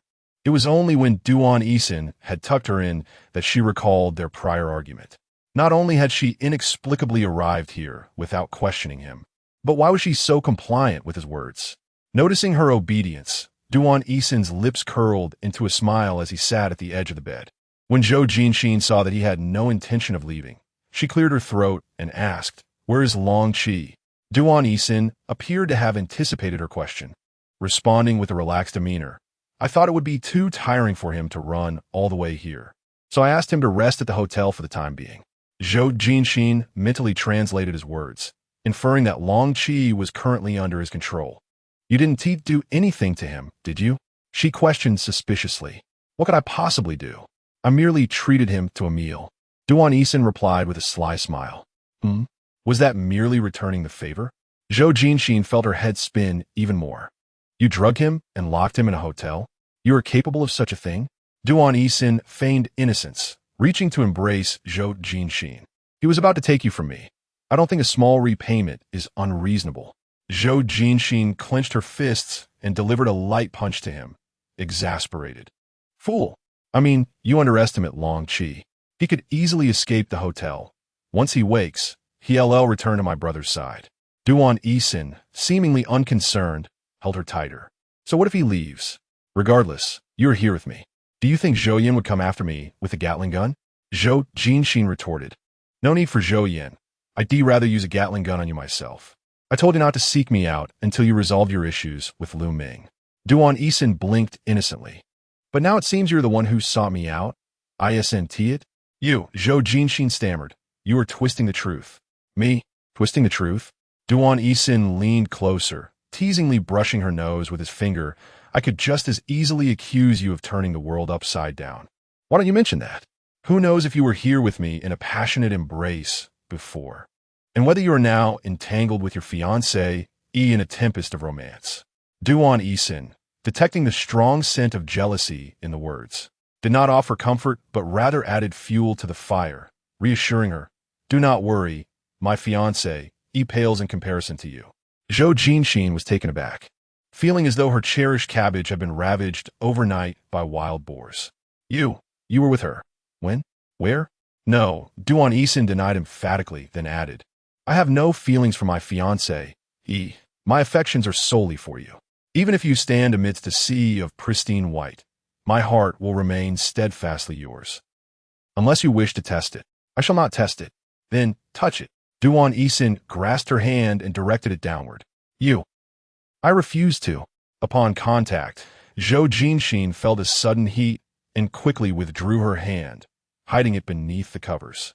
Jinxin, you claim to be uninterested.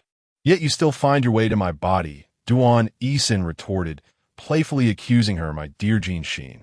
This is a classic case of playing hard to get. When did you learn such tactics? Zhou Jinxin felt her cheeks flush with embarrassment and hastily countered, I have not learned anything. It was you who insisted I touch. Duan Haowen feigned ignorance, gently stroking her hairline, his tone teasing yet charming. I see now. You are deliberately trying to make me fall head over heels for you. Who would have thought you possessed such cunning? It is you who are cunning. Your entire family is cunning. Yet, you are the most devious of all. Zhou Jinxin felt exasperated, unable to contend with him, and resorted to biting his wrist in determination to make Duan Haowen suffer a little. Duan Haowen, however, remained unfazed, laughing lightly. One hand remained still as a mountain while she bit down. The other gently grasped Zhou Jinxin's chin. With a slight pressure, he compelled her to open her mouth, effortlessly freeing his wrist from her grasp. Zhou Jinxin glared at him. Let go. Duan Haowen smiled, as you wish.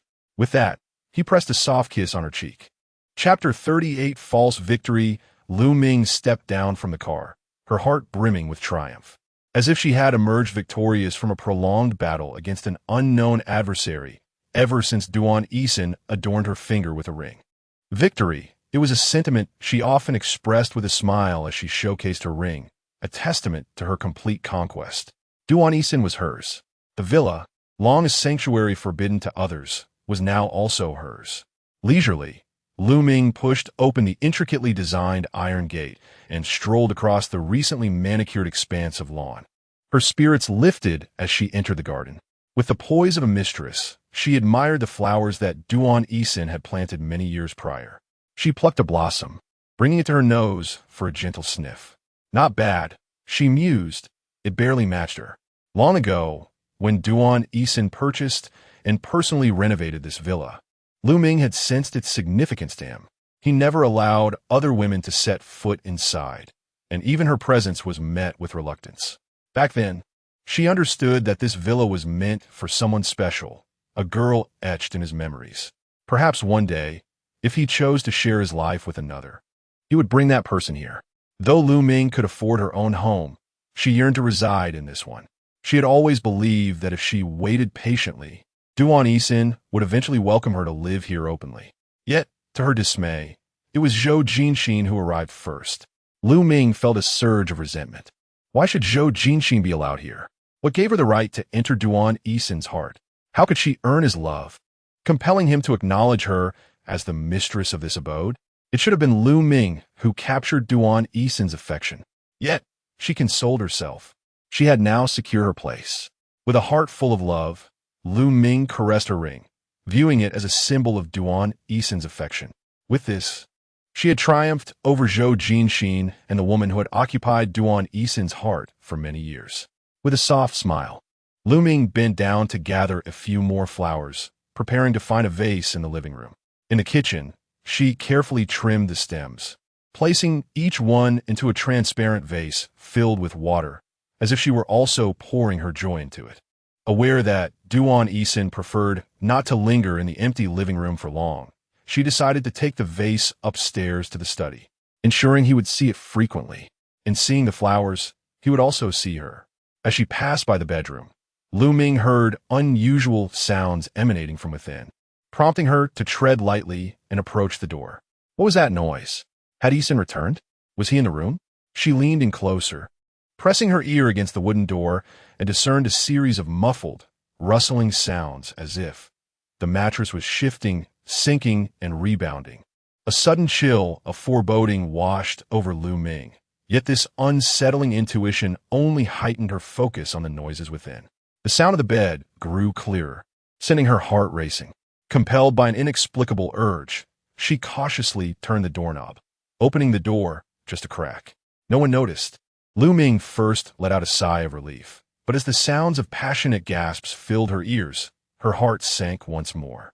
No words were spoken, only the breathy sighs, moans, and whispers accompanied by the sound of skin against skin and fabric brushing against flesh. Lu Ming didn't even need to see. The sounds were enough for her to discern the identity of the occupants within. In Duan Haowen's room, on his bed, there could be no one else but him and the one she loathed to name, Zhou Jinxin. Who else could it be? Such a repugnant and vulgar voice could only belong to Zhou Jinxin. Zhou Jinxin, why must it be you? She bit her lip tightly, tears welling in her eyes. The mixture of resentment and jealousy making her feel as though her eyes would shatter from the pain. Gripping the edge of a vase, she longed to burst in and shatter it over Zhou Jinxin's head.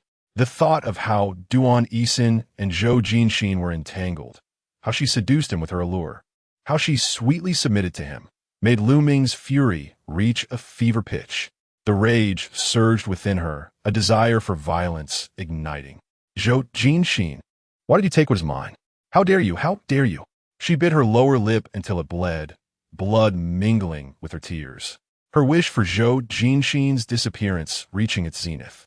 The jealousy coursing through her veins felt like fire, nearly consuming her. Jinxin, Duan Haowen's voice, laced with desire, was low and intoxicating, sending shivers down Lu Ming's spine. Yet the next moment, she felt her blood freeze. She doubted her own hearing. I love you. Duan Haowen's voice returned, clearer and more heartfelt than before. I have always loved you. Lu Ming was almost entranced by those words she had longed to hear from Duan Haowen. However, hearing them directed at another shattered her heart anew. She stood frozen at the doorway, her tears dried. Inside, Zhou Jinxin laughed softly, her voice light yet undeniably seductive. Only a fool would believe a man when he says, I love you in bed after the act. So you don't believe it? Oh, how unjust this is. Fool, you've chosen the wrong moment to speak. Moreover, love is not mere words. It must be demonstrated through actions. First, resolve your engagement before discussing this with me. As you command, my lady. After a short while, the sound of fabric brushing against skin returned, and the room filled once more with passionate gasps. Lu Ming finally regained her composure amidst the increasingly reckless creaking. With a numb expression, she clutched the vase and drifted down the stairs like a lost soul. She calmly emptied the vase of its water, returned it to its place, and stepped outside, discarding all the flowers into the trash before getting in her car and leaving. Throughout the entire process, she remained astonishingly quiet, had it not been for her makeup running down her face from her tears. One would hardly have guessed the depth of her earlier sorrow. She drove home in silence, rushing into her room and burying herself under the covers. In the darkness, she wept uncontrollably, her tears smudging her face, yet she remained indifferent. Gasping for breath, she questioned, lamented, and cursed, ultimately directing all her anguish toward Zhou Jinxin. It was all because Zhou Jinxin had changed. If only Zhou Jinxin would disappear, everything would revert to its former state. Zhou Jinxin, I want you gone. After she had cried enough, she sat dazed on the bed, her expression numb and cold. The tears that had fallen clumped her long eyelashes into segments. Lu Ming gazed at the empty room, where nothing was present, yet it felt filled with voices. The voices of Duan Haowen and Zhou Jinxin resonated. They were conversing, making love harmoniously, breathing. Zhou Jinxin? Why is it Zhou Jinxin again? Why can't Zhou Jinxin just disappear? Leave me be. After a while, the room fell silent once more, leaving only Duan Haowen's voice. Lu Ming, her eyes half closed in bliss, surrendered to the sound of Duan Haowen, as if a hand were cradling her, lifting her to a soft, ethereal cloud. His voice ignited a harmonious flame within her, consuming her entirely, leaving nothing behind. Haowen, she murmured softly. I love you. I have always loved you, he confessed. Lu Ming breathed gently, her entire being relaxing. She stared at the ceiling, a sweet smile gracing her lips. Haowen, I love you too. Chapter 39. The infuriating old man in the presence of Duan Haowen. There was nothing that could not be resolved with a touch of charm from Zhou Jinxin. If there was, she would be willing to test the waters by offering herself as bait. After several daring attempts, Zhou Jinxin finally found herself adorned with a pair of handcuffs, firmly securing her to the bedpost. They were, rather amusingly, pink. Zhou Jinxin stood at the head of the bed, attempting to control the quivering corners of her mouth, torn between indignation and a desire to scold him. You have these things prepared? What sort of twisted game are you playing? As she spoke, she tugged at the chain of the handcuffs, noticing how slender yet surprisingly sturdy they were. After a few futile pulls that only resulted in pain to her wrist, she thought that with more vigorous movements, she might even draw blood. Were such items not meant for mere display? Why must they be of such high quality? Frustration bubbled within her. Duan Haowen emerged from the bathroom, freshly shaven, and playfully ruffled her hair, a triumphant smile dancing on his lips. I had them custom-made. Do you like them? Like them? Zhou Jinxin grimaced, not in the least. When had he even ordered such a thing? She had no inkling, yet here they were, undeniably part of her predicament, making it clear that Duan Haowen had plotted this all along. You didn't bring me to Yun City with the intention of letting me go, did you? Duan Haowen, deftly tying his tie before the wardrobe, nodded slightly at her words, his movements unfaltering. Very astute of you. I might reward you with an extended chain for your handcuffs, allowing you a bit more freedom within the room. Once he finished with his tie, he approached her with a composed demeanor. Zhou Jinxin shot him an exasperated glare, to which he responded with a gentle embrace. Jinxin, you are now the princess who has wandered into my forest, and outside there are hunters eager to capture you. I shall protect you. You can rest assured here, all right? He affectionately tapped her nose. Zhou Jinxin turned her head away, scoffing. Don't be ridiculous. I am Little Red Riding Hood, and you are the big bad wolf. My grandmother. No, my brother is out there searching for me, and he is bringing hunters who are eager to settle the score with you. Well, if you prefer being Little Red Riding Hood, that can work too. No ruse. We shall have our chance to reenact the scene tonight. He kissed her forehead, reluctantly releasing her. However, I must head to the office now. Be good and stay here. As Duan Haowen reached for his coat to leave, Zhou Jinxin attempted to grasp him, only to be thwarted by the handcuffs. Frantically, she stepped forward and tugged at his coat. You promised to change my handcuffs. How am I supposed to use the bathroom like this? Her expression was one of righteous indignation, her tone laced with a sense of entitlement. This blend of patience in her demands and her unwillingness to yield was utterly charming. And as Duan Haowen gazed at her, he suddenly found himself reluctant to depart. Jinxin, how about I stay a little longer? Zhou Jinxin noticed the change in his gaze, one filled with profound tenderness.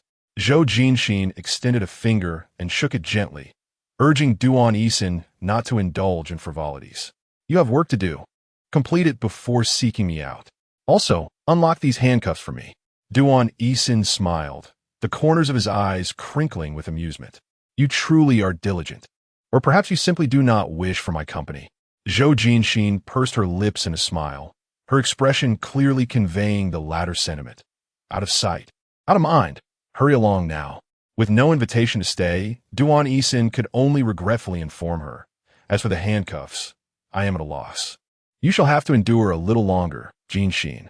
With that, he feigned sorrow and made a hasty retreat. Left alone, Zhou Jinxin tugged at the chain in a futile display of frustration.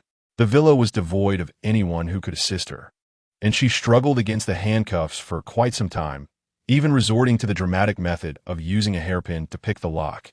Yet after half an hour of effort, she achieved nothing. Bah, those television shows are utterly misleading. By afternoon, after consuming the lunch delivered by the maid, her anxiety heightened. However, the maid merely dropped off the food and departed, ignoring Zhou Jinxin's pleas. No matter how fervently Zhou Jinxin insisted on being released, the maid remained resolute, as if she were deaf and blind to her plight. Oh, maid, just glance my way. Are you some sort of NPC in a game? At least interact with me. Grant me this one favor.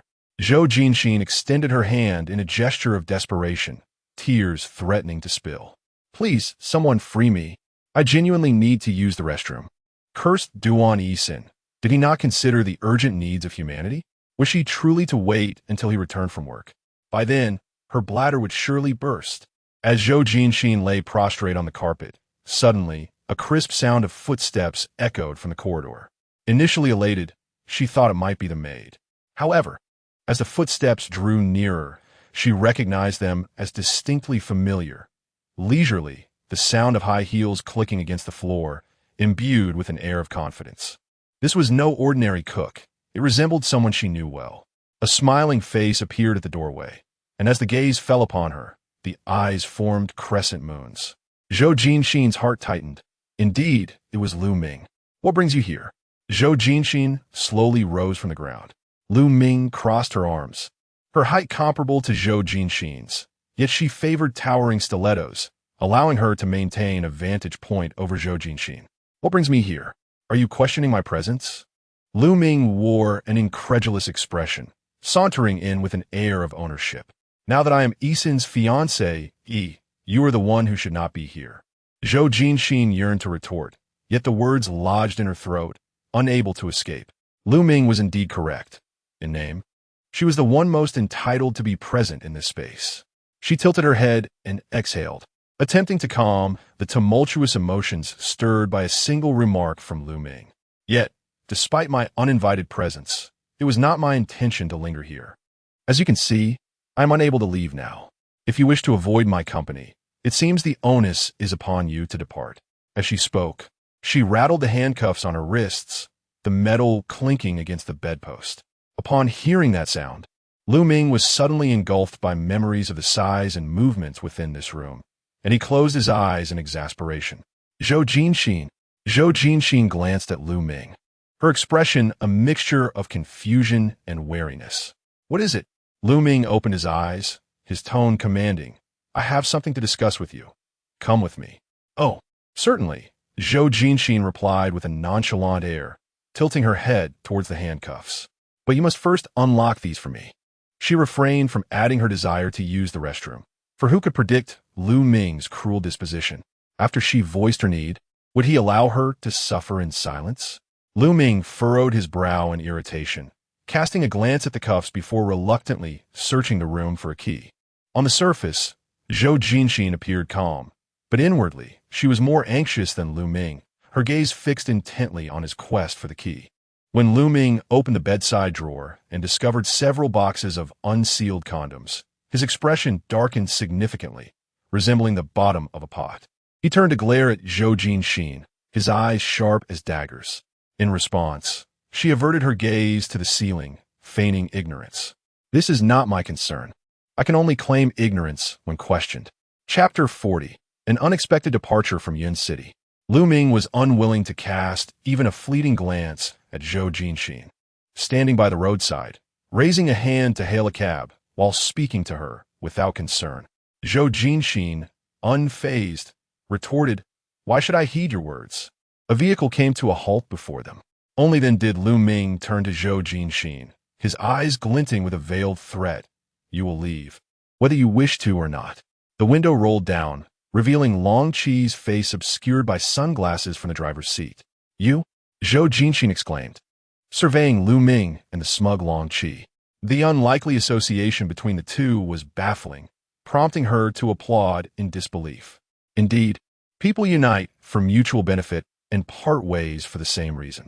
Long Qi nodded with a smile, as if to commend her newfound insight. Ignoring Zhou Jinxin's sarcasm, Lu Ming turned his head slightly and commanded Long Qi, "Enough chatter. Take her away swiftly." Long Qi then addressed Zhou Jinxin, "Miss, will you come willingly, or shall I compel you?" Zhou Jinxin, disinclined to comply, pondered for a mere second the possibility of making a discreet escape before abruptly turning to flee. Suddenly, a cadre of bodyguards emerged from every corner of the street, encircling her. Lu Ming stood leisurely, observing Zhou Jinxin with an air of amusement. "I advise you to be sensible and avoid unnecessary suffering." It was evident that they had prepared for this moment, intent on forcing her departure. Zhou Jinxin glanced back at Lu Ming, who was fixated on the sunlight glinting off her engagement ring. She shot an incredulous glare at Long Qi, who shrugged in apparent delight, a hint of schadenfreude evident in his demeanor. "Long Qi, you traitor, collaborating with outsiders against me. And you, Lu Ming, I shall remember this."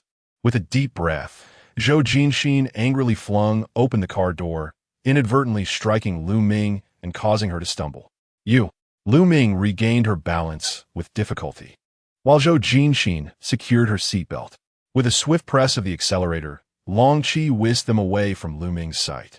The exhaust fumes caught Lu Ming off guard, prompting her to cover her mouth. It was deliberate. They must have planned this. Zhou Jinxin. Lu Ming clenched her fists, her freshly manicured nails digging into her flesh. "Do not revel in this victory.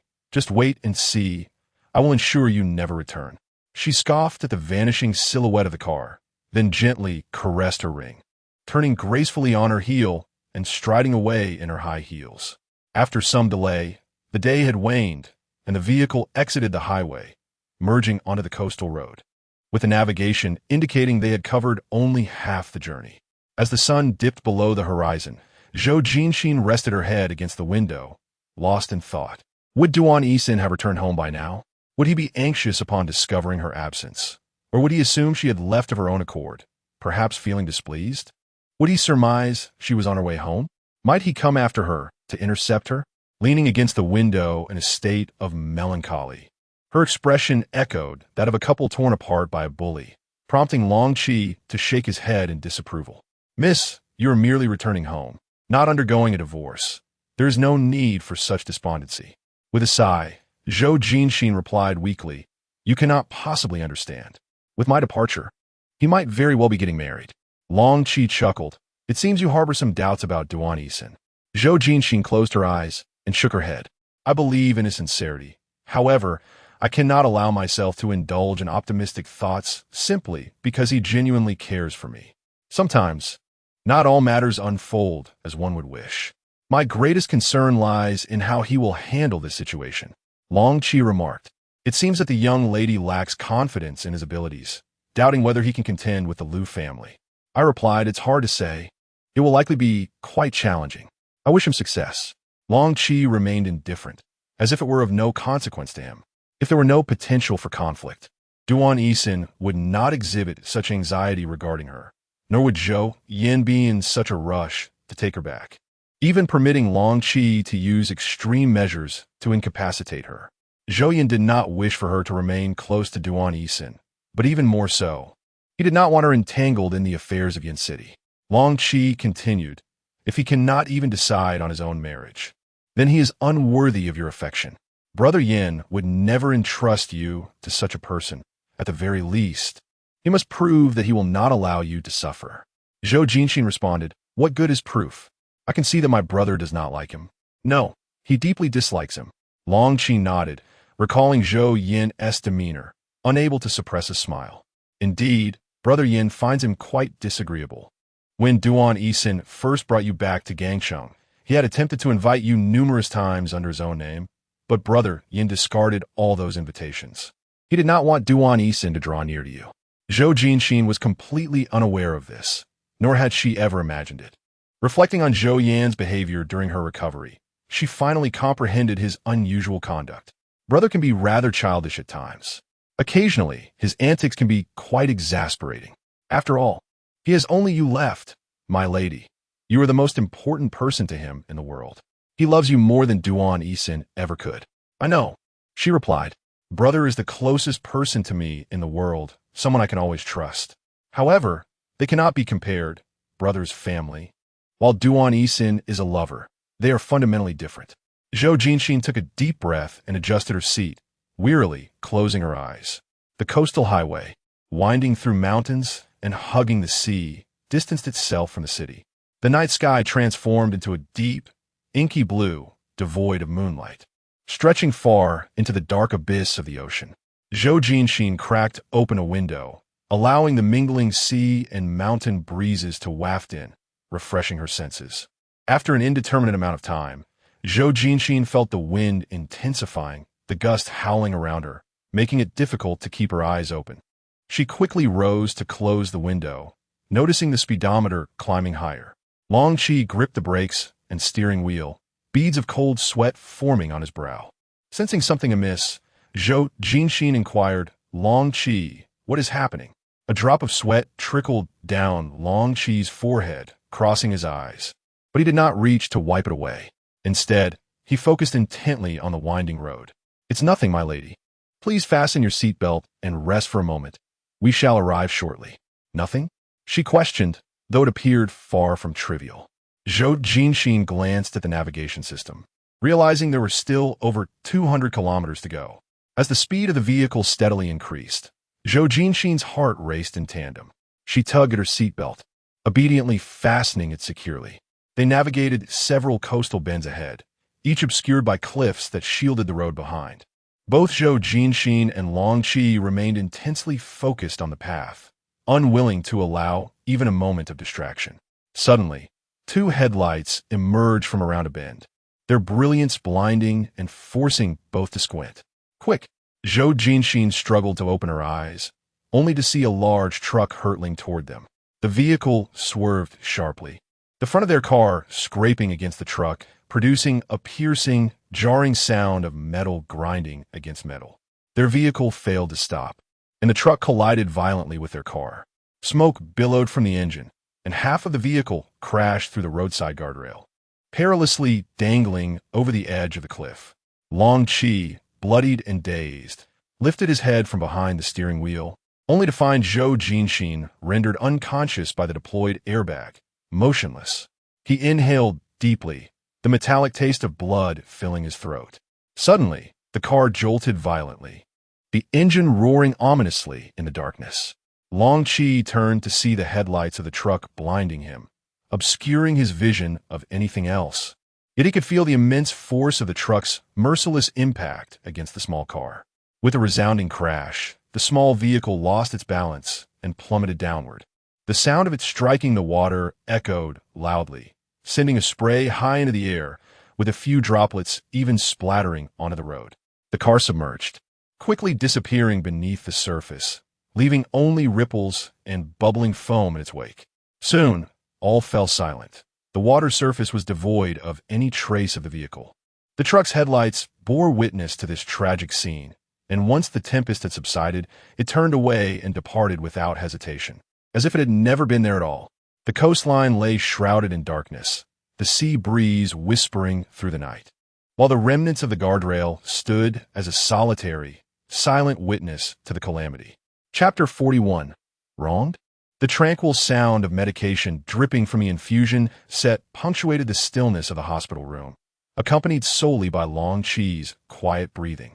Outside, Duan Haowen stood smoking, his phone gripped tightly in his hand, poised to either receive or make a call at any moment, his tone laced with the acrid scent of smoldering tobacco.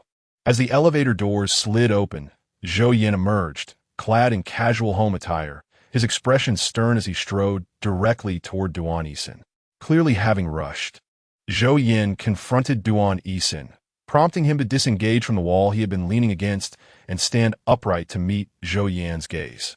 Long Qi's condition has stabilized. He is unharmed, merely in a state of unconsciousness, he rasped. Duan Haowen had already spoken with Zhou Yin over the phone earlier, including a conversation regarding Long Qi. Thus Zhou Yin was aware that Long Qi was out of danger. Nevertheless, he had hastened to the hospital, for Duan Haowen had failed to locate Zhou Jinxin.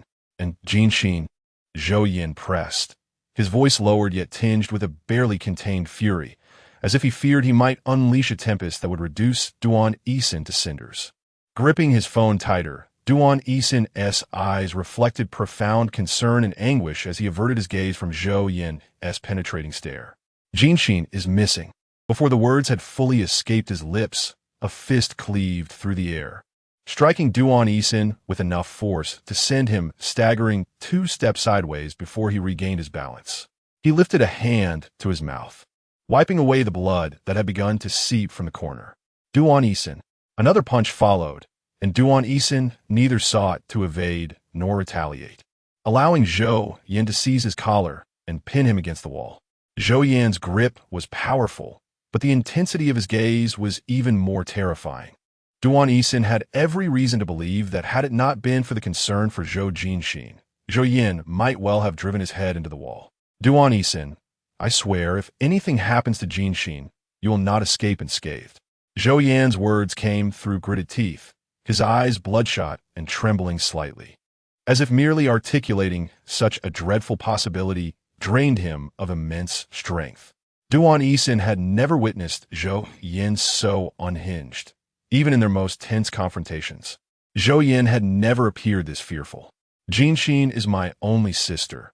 At any cost, I will uncover the truth, regardless of your involvement. Releasing his grip, Zhou Yin stepped back, and Duan Haowen remained against the wall, appearing utterly lost. But the most pressing matter is locating Jinxin. You better dispatch all your people to search for her. Should a single strand of her hair go missing, I will not let this rest. With those words, Zhou Yin turned and entered the hospital room, his gaunt face cast in the pallid light of the hospital, the contours appearing ominous, his expression frigid as ice.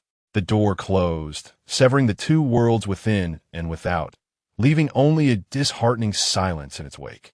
Duan Haowen's hand trembled as he answered the phone, his movements automatic, as if rehearsed 1,000 times before. Brother, the guys still Haven T found anything. The police have arrived. They are here in the area assisting us in the search. Duan Haowen listened to the report like a wooden figure, devoid of any desire to speak, maintaining his stance even as the cigarette burned down to his fingers, unheeded. On the other end of the phone, Wu Shan fell into a brief silence before inquiring, has Long Qi awoken? Perhaps he might offer some clues upon regaining consciousness. Though the police will undoubtedly want to question him as well. Should we? Not necessary. Duan Haowen released his grip, allowing the cigarette but to fall to the ground, where he extinguished it with his foot. His tone was one of impending calmness, as if a dam were about to burst. In this matter, we are aligned with the police. They have their methods. We have our own avenues. Everything must prioritize Jin Xin. Indeed. Also, Brother Duan, the surveillance around the villa indicates that Miss Lu Ming took Miss Jin Xin away. Should we inquire with her? Of course we should. Duan Haowen's expression was inscrutable. I will question her personally. At that moment, Lu Ming reclined on the sofa, engrossed in her phone, a thick bridal magazine pressed beneath her hand.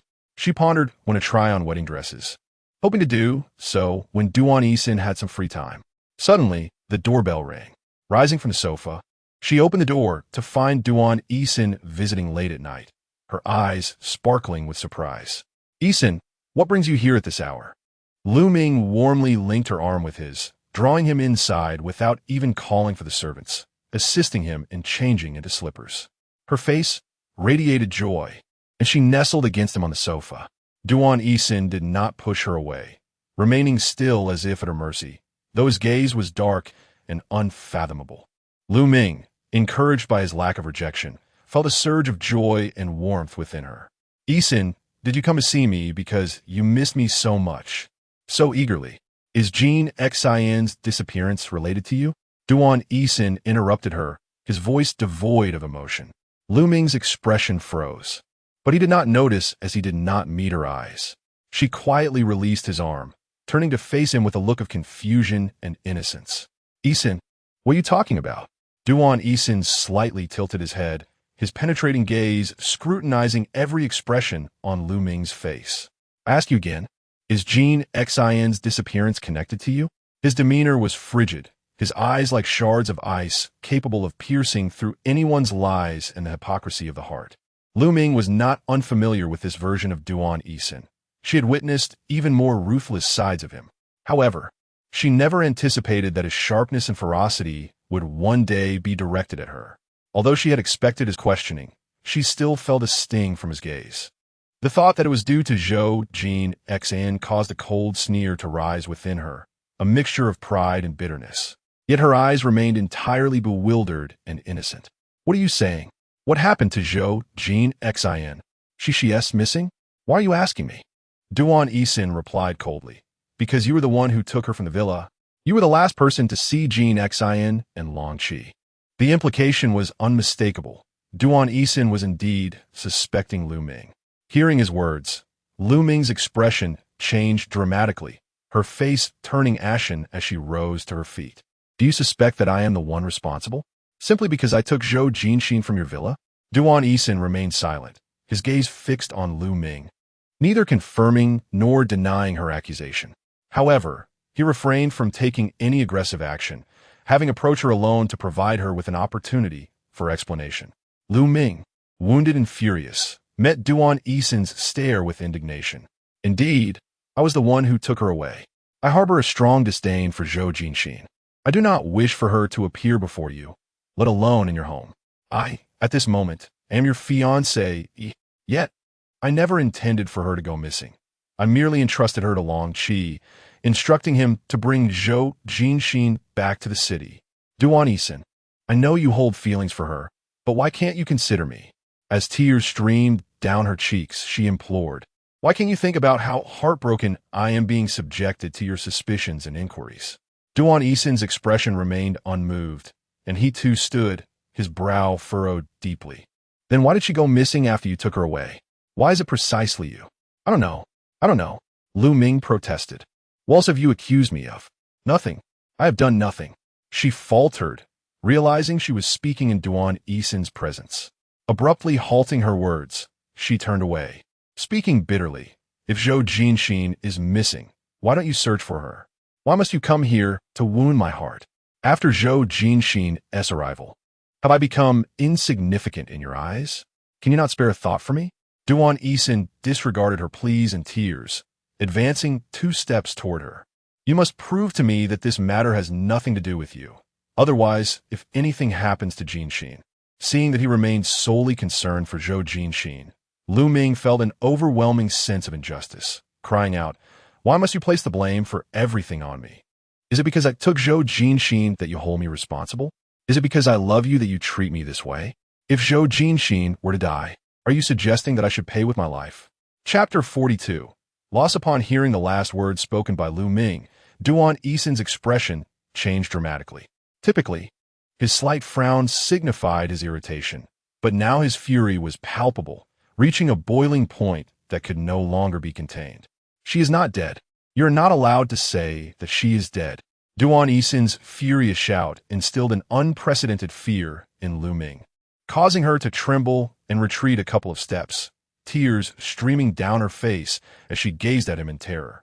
Duan Haowen had uttered a word he dared not imagine, and it pierced him like a dagger. His eyes reddened with pain as he whispered, I will find her. She must be safe. She must be safe. Lu Ming was both frightened and heartbroken by his demeanor, feeling as if Zhou Jinxin was using this version of Duan Haowen to inflict pain upon her. If Zhou Jinxin were still alive, witnessing this scene would surely bring her great satisfaction. Overwhelmed with resentment and grievance, Lu Ming shouted, then go find your Zhou Jinxin, before retreating to her room. Unwilling to confront Duan Haowen in that moment, she feared that if she lingered too long, she might succumb to the urge to shout, she is dead. She drowned in the sea and will never return. You must give up. Heaven knows, she wished more than anything for Zhou Jinxin to die before Duan Haowen once again, so that he could finally let go. She closed the door and slid down against the door panel, sobbing softly, ensuring that Duan Haowen could hear her from outside. Not long after, the sound of the front door closing echoed, signaling Duan Haowen's departure. Lu Ming's tears abruptly ceased, and though her face was still wet with sorrow, a victorious smile crept across her lips. With her head held high, she elegantly wiped away her tears, gazing at the pristine white ceiling, donning an expression that was both unreal and tinged with remorse. Yet every word she spoke was laced with a light-hearted mockery. "Oh, Zhou Jinxin, I'm sorry. But I have one. I told you not to covet what is mine. I truly detest sharing, especially when it comes to men." Rising from the floor, she peered into the mirror at her slightly swollen eyes, feeling a tinge of sadness at her diminished beauty. She sat back down to tame her unruly, voluminous curls, which had a mind of their own. After washing her face, she dabbed a bit of eye cream around her reddened and swollen eye area, pouting in dissatisfaction. "How long must I cry because of you? I don't wish to appear so disheveled in front of Haowen. The surname Zhou truly brings trouble." The vehicle was hoisted up, and seawater cascaded from the shattered windows and doors, trickling into the depths below.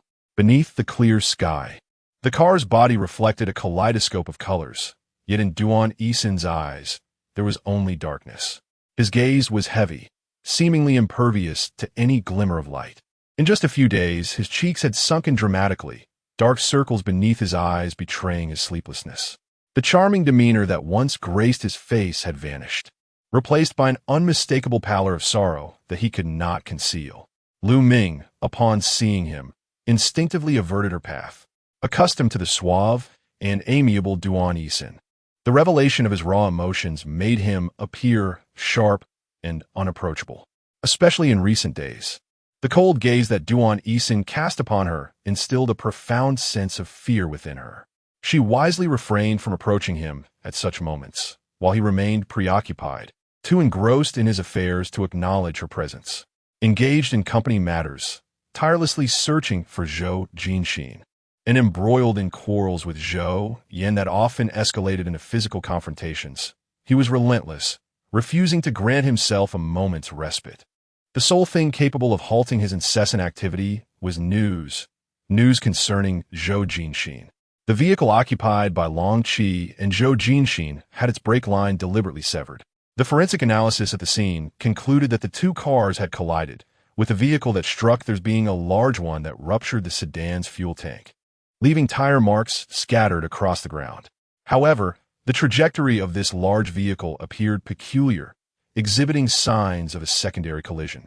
This indicated that someone had intentionally targeted Long Qi and Zhou Jinxin. It was not merely an ordinary road accident. Both conclusions were drawn by the police following their investigation, devoid of any external influence, thus rendering them highly objective. Long before Zhou Jinxin's misfortune, Duan Haowen had speculated that it was not an accident, but a deliberate act. Hence, the confirmation of such a conclusion did not surprise him. Rather, it felt as though a heavy stone had settled upon his heart, suffocating him. Someone sought Jinxin's life, aiming directly at her.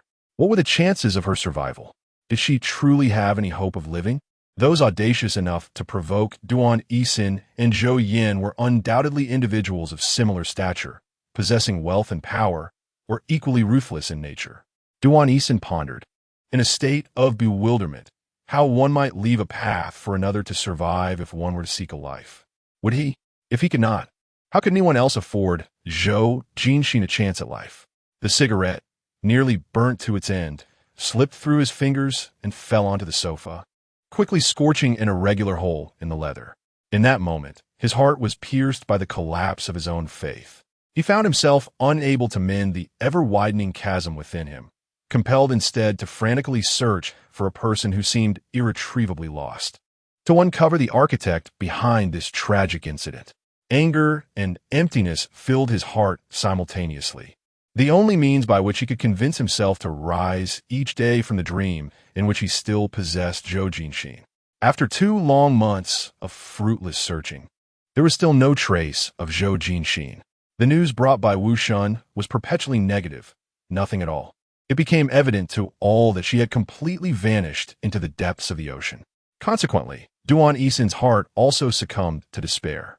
With a single command, he ceased the search, and everyone returned from the windswept shores of that incident back to solid ground, including Duan Haowen, who had frequented the sea breeze. Duan Haowen did not annul his engagement to Lu Ming. In fact, he even set a date for their engagement banquet, selecting the attire together. Shortly thereafter, amidst the witnesses of the entire Yunqing, they were formally engaged. Zhou Yan, upon seeing the newspaper headlines, was infuriated and erupted in anger within the dining hall. Since Zhou Jinxin's disappearance, he had become exceedingly volatile regarding any matters related to her, particularly towards Duan Haowen. During a drinking gathering, someone inadvertently mentioned Zhou Jinxin in relation to Duan Haowen, prompting Zhou Yan to darken his expression, pouring liquor over Duan Haowen's head and bitterly proclaiming it a toast to his deceased sister, wishing him joy in his engagement. Duan Haowen's expression was pale, his brows furrowed in silence. He allowed Zhou Yan to pour an entire bottle of wine before he finally took a handkerchief to slowly wipe the alcohol from his forehead and face, exhibiting an astonishing level of tolerance toward Zhou Yan. It was not that he had lost his temper, nor did he believe he owed anything to Zhou Yan. Rather, each time he encountered Zhou Yan, he would, through those familiar eyes and brows, be reminded of Zhou Jinxin, which caused his heart to ache, rendering him incapable of anger. Zhou Jinxin's dress still lingered in his home, within that villa where the roses had long since withered. Whenever Duan Haowen thought of her, he would open the wardrobe to gaze at it, and every vibrant image of Zhou Jinxin clad in that dress would unfold in his mind as he stood before the wardrobe. Tears brimmed in his eyes time and again, and he would clutch the edge of the dress, burying his head in sorrowful weeping. These remnants of beauty had once borne witness to how he had gradually gained her affection, yet now they stood as a testament to how he had repeatedly lost her. With every glance, with every thought, his heart felt as if it were being cleaved by a knife. Zhou Jinxin, merely uttering her name, felt akin to being cast into a cauldron of sulfuric acid, leaving him eroded and hollow, with pain as the sole remnant, and bitterness as the only companion. Chapter 43, How much is the rice? $3.50. The shopkeeper opened the rice bag and pulled over a smaller bag, deftly preparing to scoop the rice. Young lady, how much do you need? I would like, one caddy. The shopkeeper's mouth opened and closed in disbelief, holding the rice scoop with a bemused expression. You only want one caddy? Are you planning to eat just this meal?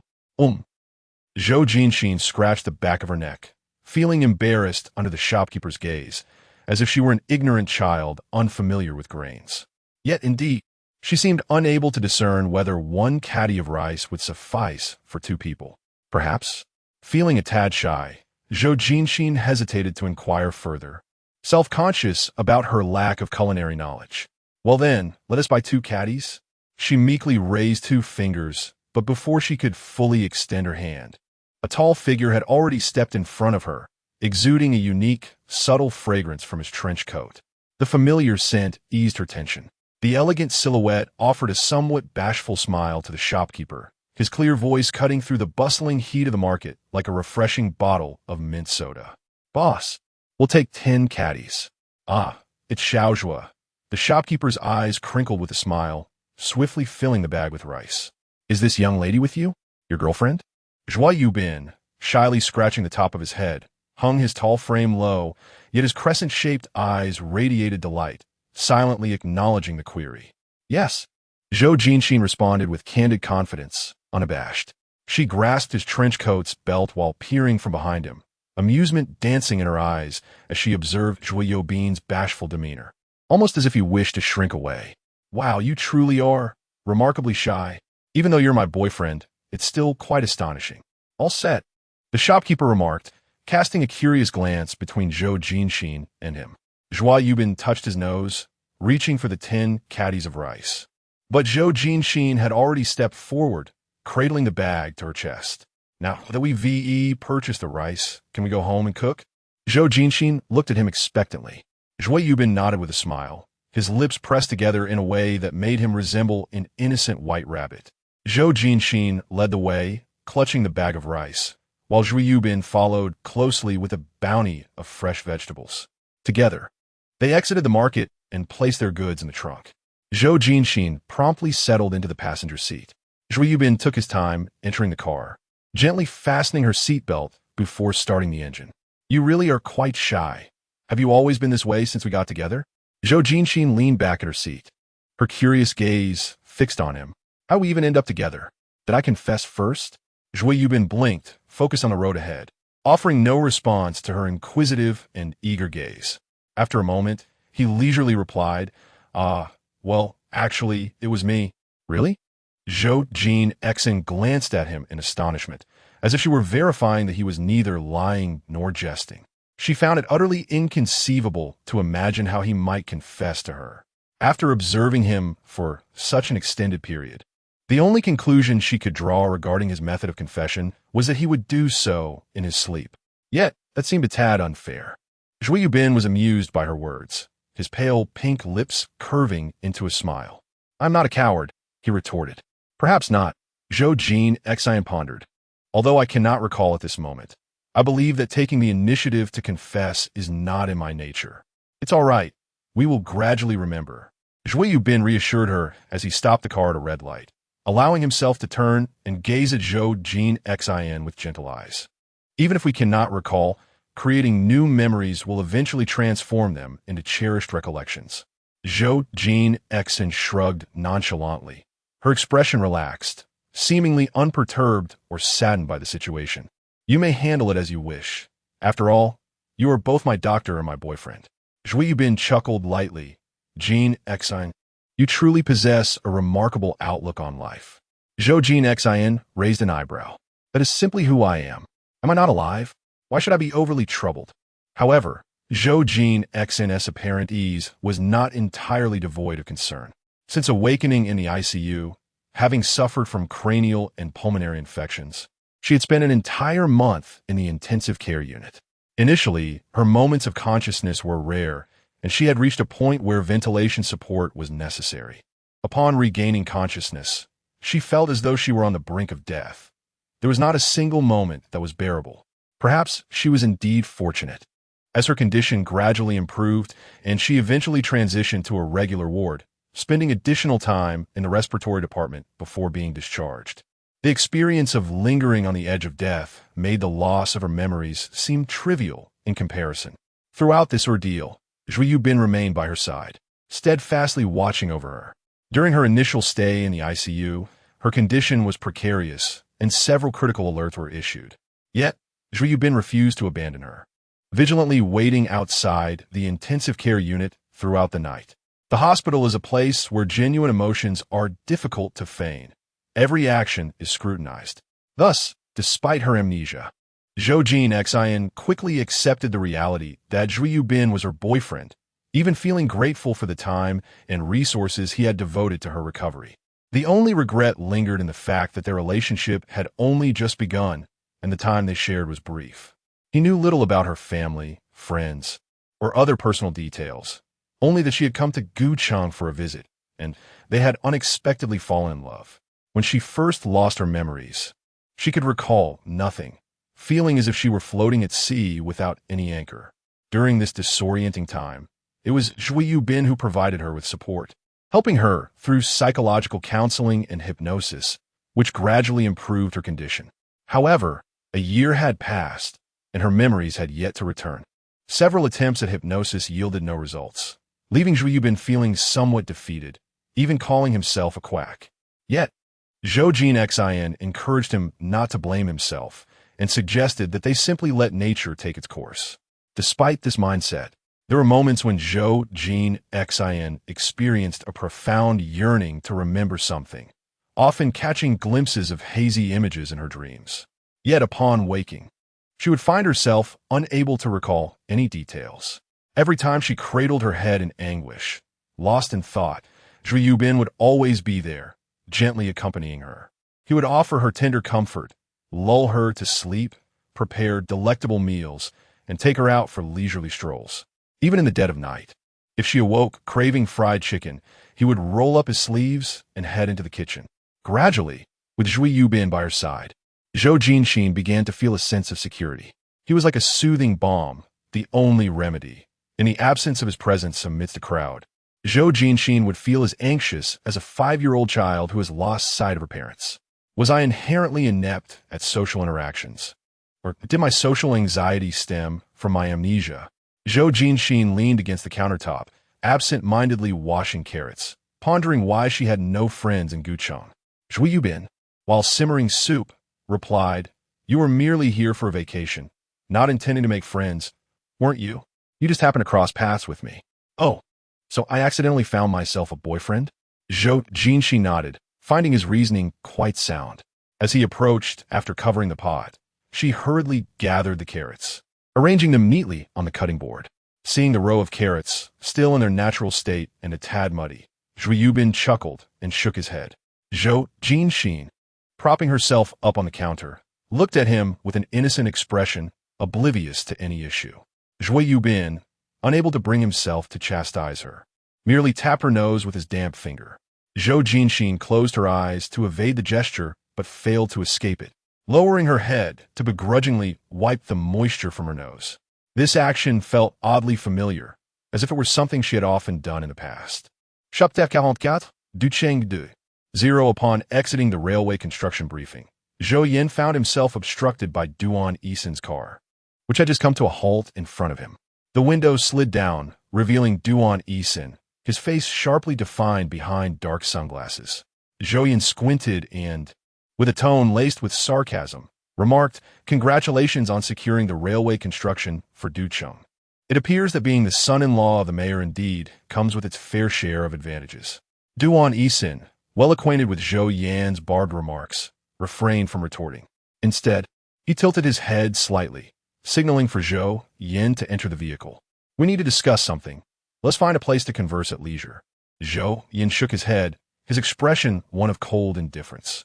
"There is nothing for us to discuss. We shall each pursue our own paths, without interference." With that, Zhou Yan turned to leave, his tall frame striding away decisively. However, Duan Haowen called after him, "What if I told you it relates to Jean Xian's disappearance?" Zhou Yan halted in his tracks. He turned back, his gaze sharp and unyielding, yet merely glanced off the opaque lenses of Duan Haowen's sunglasses. Duan Haowen did not flinch, though the sunglasses obscured any glimpse into his thoughts. "Come closer. You'll want to know this." With a scoff, Zhou Yan's eyes narrowed, a flicker of anger evident in the corners of his expression. Nevertheless, he took a few steps back and entered the car. They drove to a restaurant where Duan Haowen requested a private room. Zhou Yan casually ordered dishes as they sat in silence, awaiting their meal. Duan Haowen offered Zhou Yan a cigarette, which he accepted but did not smoke, merely twisting it in his fingers. "You mentioned it concerns Jean Xian. What is it?" Zhou Yan, ever direct, preferred to eschew unnecessary banter with Duan Haowen. Duan Haowen inhaled deeply, exhaling a cloud of white smoke. "You are aware that when Jean Xian encountered her misfortune, someone had severed the brake lines, correct?" "I am indeed aware," Zhou Yan replied coldly, gripping the cigarette tightly. "I also know that the truck involved in the accident was no coincidence. It bore false plates, and its whereabouts remain elusive, likely destroyed." Duan Haowen nodded. "My sources have uncovered similar findings. The operation was executed with precision, leaving no traces behind. Is that all you wish to convey? Is it too late for you to share this intelligence?" Zhou Yan frowned. "You truly lack patience. If 2 sentences fail to reach the crux, you become irritable." Duan Haowen chuckled softly, shaking the ash from the ashtray. "What I intend to discuss is the individual who severed those brake lines in advance." Zhou Yan's eyes narrowed. "Are you certain? Have you resolved to take action?" Duan Haowen raised an eyebrow, a hint of surprise flickering across his features, though he quickly masked it. "Do you know who it is?" Zhou Yan gently shook his head, uncertainty clouding his expression. "I lack evidence. It is merely conjecture. Moreover, I perceive your protectiveness. Your fiancé?" Duan Haowen neither confirmed nor denied, but his silence spoke volumes. Zhou Yan, leaning on the table, felt the cigarette in his hand bend under pressure. "Since you have long been convinced, why the restraint? Are you reluctant to relinquish your status as the mayor's son-in-law?" If you care so deeply for that elderly gentleman, why not marry him directly?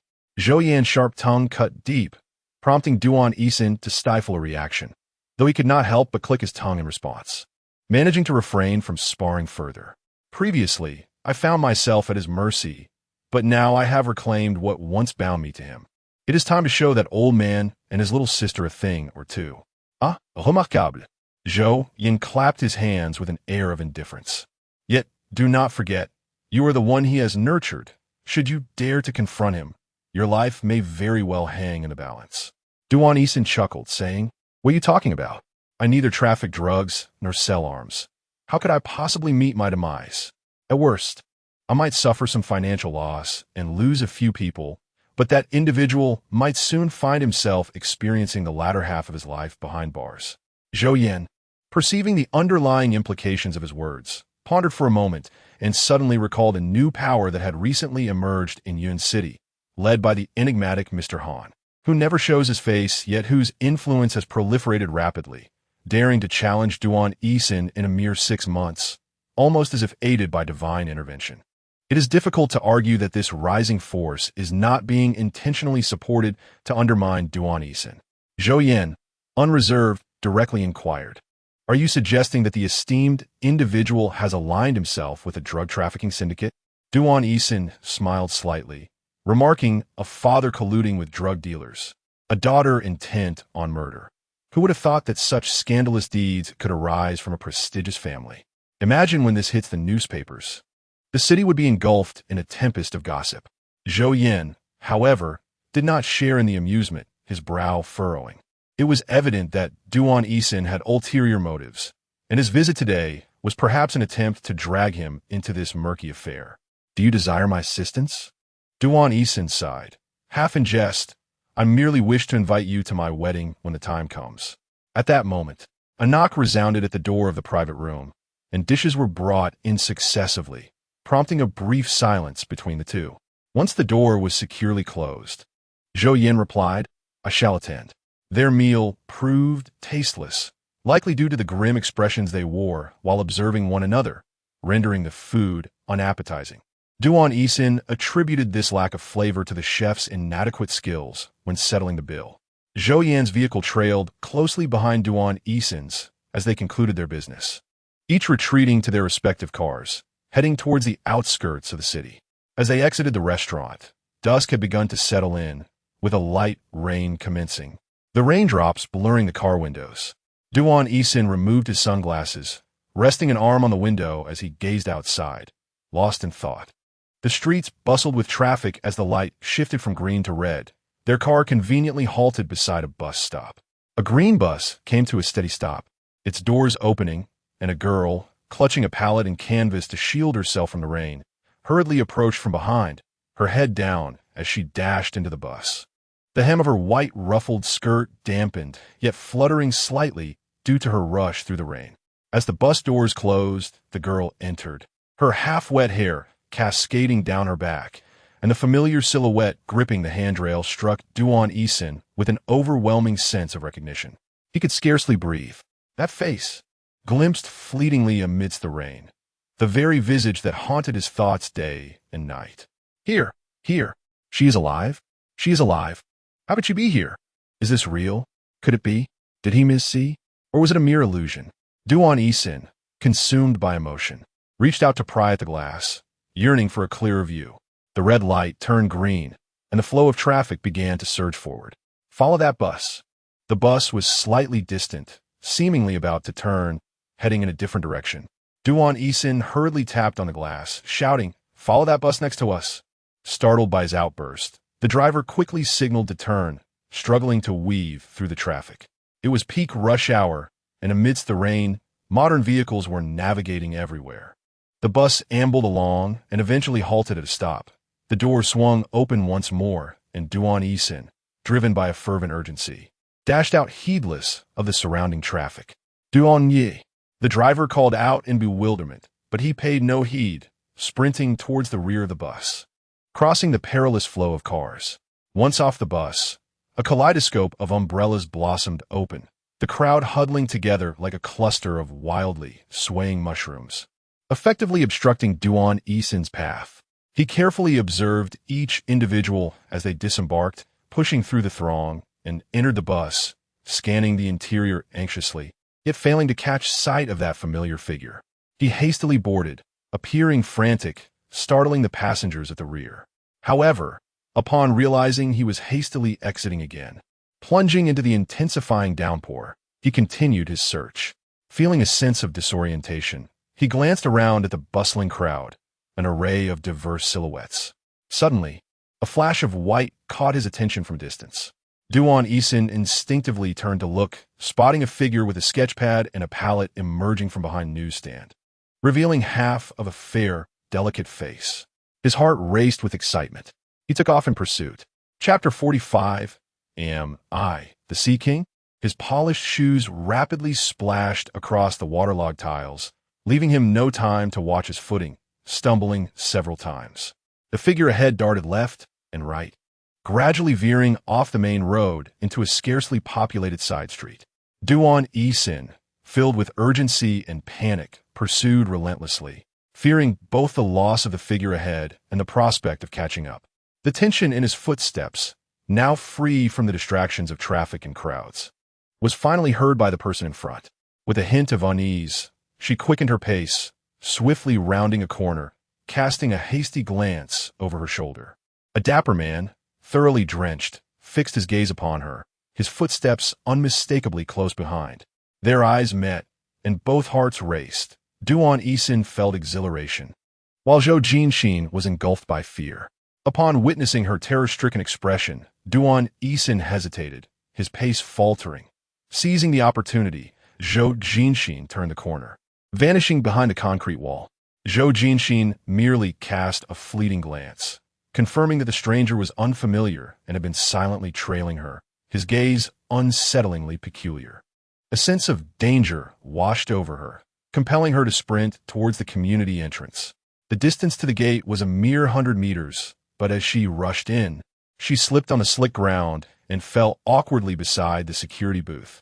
Jinxin, the man behind her, seeing her tumble, hurried over, eager to assist. Jinxin, are you all right?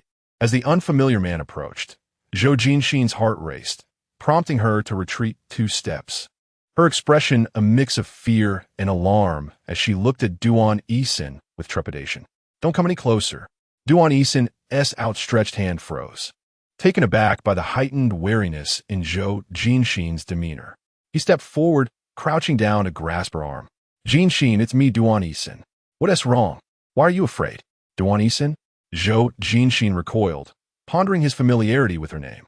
Could he be someone she knew? Yet, no recollections surfaced, and his appearance did not suggest a benevolent nature. Who are you? What do you want? Just then, a security guard returned from the restroom and was taken aback by the scene unfolding near the booth. The man appeared somewhat deranged, prompting the guard to swiftly draw his baton and rush over. 2 guards quickly intervened, separating the two. One shielded Zhou Jinxin as she retreated, while the other confronted Duan Haowen, barring his advance. You're not a resident of our community. What are you doing here? Duan Haowen paid no heed to the guards, his gaze solely fixed on the trembling Zhou Jinxin behind them. Soaked and shivering, she huddled to the side, sneezing from the cold. What happened? Did he push you to the ground? One of the guards inquired. Zhou Jinxin glanced quickly at Duan Haowen, feeling a sense of security with the guard beside her. She shook her head. No, it was my own fault. The guard nodded in understanding. So it's a misunderstanding? Zhou Jinxin pursed her lips, remaining silent. It seemed that way, yet she indeed did not recognize him. As Duan Haowen noticed the hesitation in Zhou Jinxin's expression, his heart sank, and he spoke in a subdued tone, we know each other. Zhou Jinxin suddenly lifted her gaze to him, her eyes wide with surprise and her expression somewhat conflicted. But I have no recollection. Perhaps we should wait until my boyfriend comes down. I've messaged him, and he'll be here shortly. Duan Haowen felt as if struck by lightning. He stood frozen, struggling to regain his voice. Why your boyfriend? Observing his stunned demeanor, Zhou Jinxin instinctively took a step back, as if wary of him. Yes, my boyfriend. You are mistaken. I am your boyfriend, Jinxin, Duan Haowen exclaimed, unable to contain his voice. Startled by his sudden escalation in volume and the shocking revelation, Zhou Jinxin was left bewildered. What is happening? He's also a boyfriend? Could it be that I was once juggling two relationships? Just as she was grappling with this terrifying thought, a car halted outside the community, and a sharply dressed man emerged, holding an umbrella. Upon spotting her, his face lit up with surprise and joy. Jinxin, he hurriedly crossed the threshold, advancing directly towards her, his fox-like eyes brimming with tears. Without hesitation, he enveloped her in a tight embrace. Zhou Jinxin stood in a daze, sensing a disconcerting familiarity in his demeanor. At that moment, her mind faltered. Who was this man? Could he also be a boyfriend? Was she, Zhou Jinxin, once a master of time management, surrounded by an array of charming suitors? While she struggled to comprehend the situation, a voice broke through from behind her. Jinxin, Zhou Jinxin stepped forward, his long legs swiftly closing the distance as he shielded her from the rest. Don't be afraid, we are going home. With that, he drew Zhou Jinxin into his embrace and prepared to ascend the stairs. Wait, no! Zhou Yin and Duan Haowen simultaneously interjected. Zhou Jinxin stood speechless. Ultimately, the three men occupied the three sofas in the living room, each claiming one. As Zhou Jinxin emerged from the room with a fresh towel, she was met with the peculiar sight of the three men seated on the sofas, forming a bizarre, triangular formation, each staring at one another. She had not yet stepped fully into the living room when the scene made her feel as though the expansive space offered her no refuge. This is not a battleground. Not a battleground. I'm not a heartbreaker, nor a time management expert. They won't harm me. They won't harm me. After mentally preparing herself, Zhou Jinxin took hesitant steps into the living room. All three pairs of eyes turned toward her in unison. Instantly, a chill ran down her spine, and she could only manage a nervous laugh. Let me just wipe this. I might catch a cold. After handing the towels to the two unfamiliar men, Zhou Jinxin instinctively returned to Zhou Yobin's side. In the presence of two strangers, one of whom seemed particularly unstable, staying close to the familiar and emotionally stable Zhou Yubin provided her with a sense of security. Zhou Yubin, noticing her need for space, shifted to one side of the single sofa, making room for her. However, before Zhou Jinxin could even settle onto the sofa, having merely turned to sit, the two remaining individuals sharply shifted their gazes toward her, their expressions decidedly unfriendly. This was especially true for a certain Duan Haowen. Zhou Jinxin felt as though the seat designated for her had sprouted thorns under their scrutinizing stares, leaving her caught in a dilemma, neither fully seated nor prepared to rise. As Duan's countenance grew increasingly displeased, seemingly on the verge of approaching her, Zhou Jinxin abruptly stood up again, forcing a smile. Allow me to fetch you some water. With that, she swiftly retreated toward the kitchen. Upon reaching the kitchen entrance, she slipped on the wet tiles, her heart racing at the thought of falling and the possibility of one or all three of them coming to her aid. An utterly daunting prospect. Desperate to prevent a tumble, she clutched the sliding door for support. Although the sight of her awkwardly swaying alongside the door was less than graceful, it was far preferable to confronting any of them, or all three, with their inquiries of concern. Jinxin, the three men rose simultaneously. Don't move, Zhou Jinxin exclaimed, her face more flustered than theirs. Iem me fine. Truly, I am. As long as you refrain from approaching and imposing psychological pressure, I shall be perfectly all right. Chapter 46. The arena of chaos. 4 cups of steaming water quietly exhaled warmth from the corners of the glass coffee table. Zhou Jinxin casually stirred the lemon slices in her glass, her gaze flitting from one man to another. 3 men surrounded her from 3 directions. No, this atmosphere bore an uncanny resemblance to a courtroom inquisition. To complicate matters, the man exuding the most formidable presence, Duan Haowen, occupied the central position. Whenever Zhou Jinxin dared to lift her gaze, she was met with his intensely burning stare, leaving her no avenue of escape from his penetrating scrutiny. Ah, is this my former boyfriend from my social circle? No, he is the chief examiner. What title was it again? What on earth is happening? Suddenly, Duan Haowen posed a question. Zhou Jinxin was taken aback, meeting his unwavering gaze. Despite being drenched and with her hair hanging limply, his aura remained imposing. Is he already interrogating me? I can hardly recall the name of whatever official this is in court. I am not interrogating you, Duan Haowen replied, shifting his gaze to the right towards Zhou Bin. I am asking him. Zhou Yin shared the same confusion and allowed Duan Haowen to proceed with his questioning while he quietly observed Zhou Bin's reactions.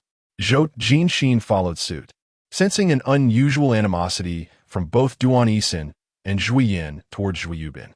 Yet, Zhou Bin, being a psychologist, appeared utterly unfazed by their scrutinizing stares, exuding an air of calm indifference. Instead of inquiring about the events that transpired, Zhou Jinxin attempted to redirect the attention, suggesting, perhaps the two of you could introduce yourselves. Who are you? It was evident they were not to be trifled with. Best to assess whether they were formidable before proceeding. Zhou Jinxin maintained a smile while her mind raced. What if this truly is a chaotic arena? Zhou Yin turned to her, addressing the expectant Zhou Jinxin. I am Zhou Yin, your brother, your only family. Zhou Jinxin exhaled in relief. A brother, thank goodness, a family member, that is splendid. However, verification was still needed. Do you have any proof? Zhou Yin tilted his head. A paternity test? Or perhaps the household registration book? What do you prefer? Or should I recite your ID number on the spot? Also, you have 3 moles on your backside. All right, that's enough, Zhou Jinxin interrupted, a wry smile on her face. Do I not trust you? You'll know once you return home with me. Zhou Yin paused.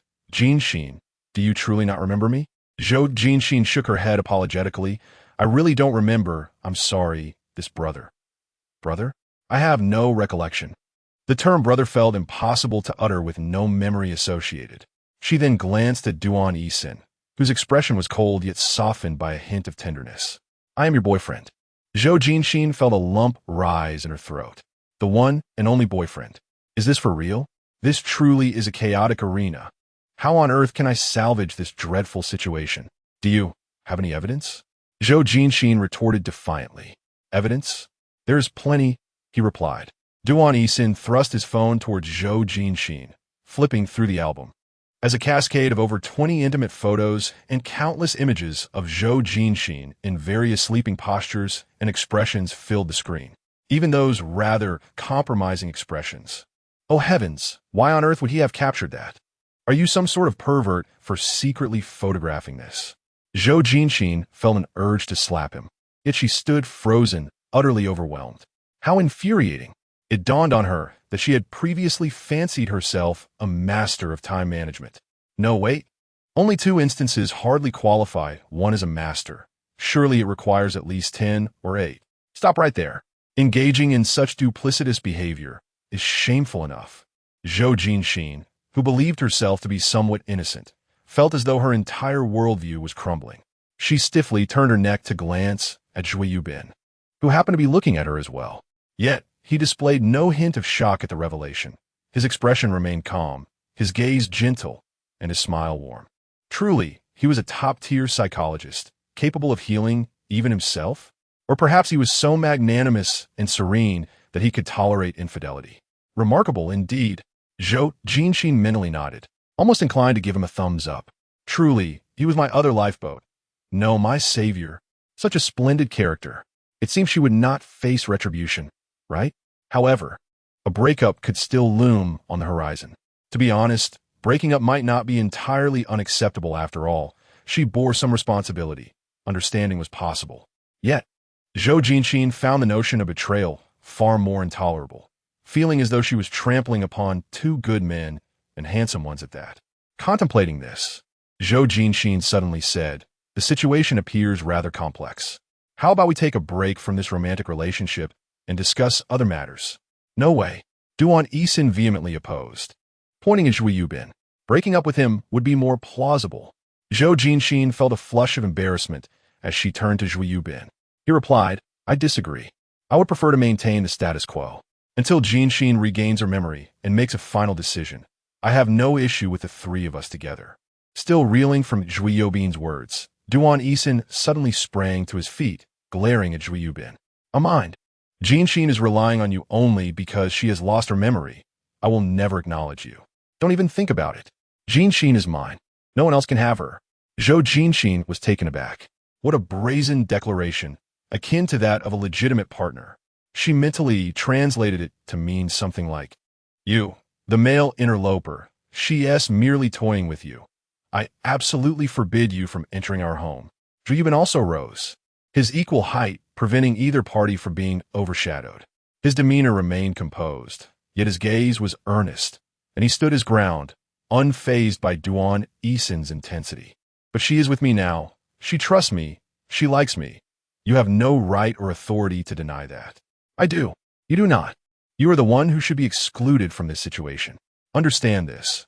You have intruded upon what exists between us. And so what? Ask Jinxin if she recognizes you now. At this moment, she does not know you at all."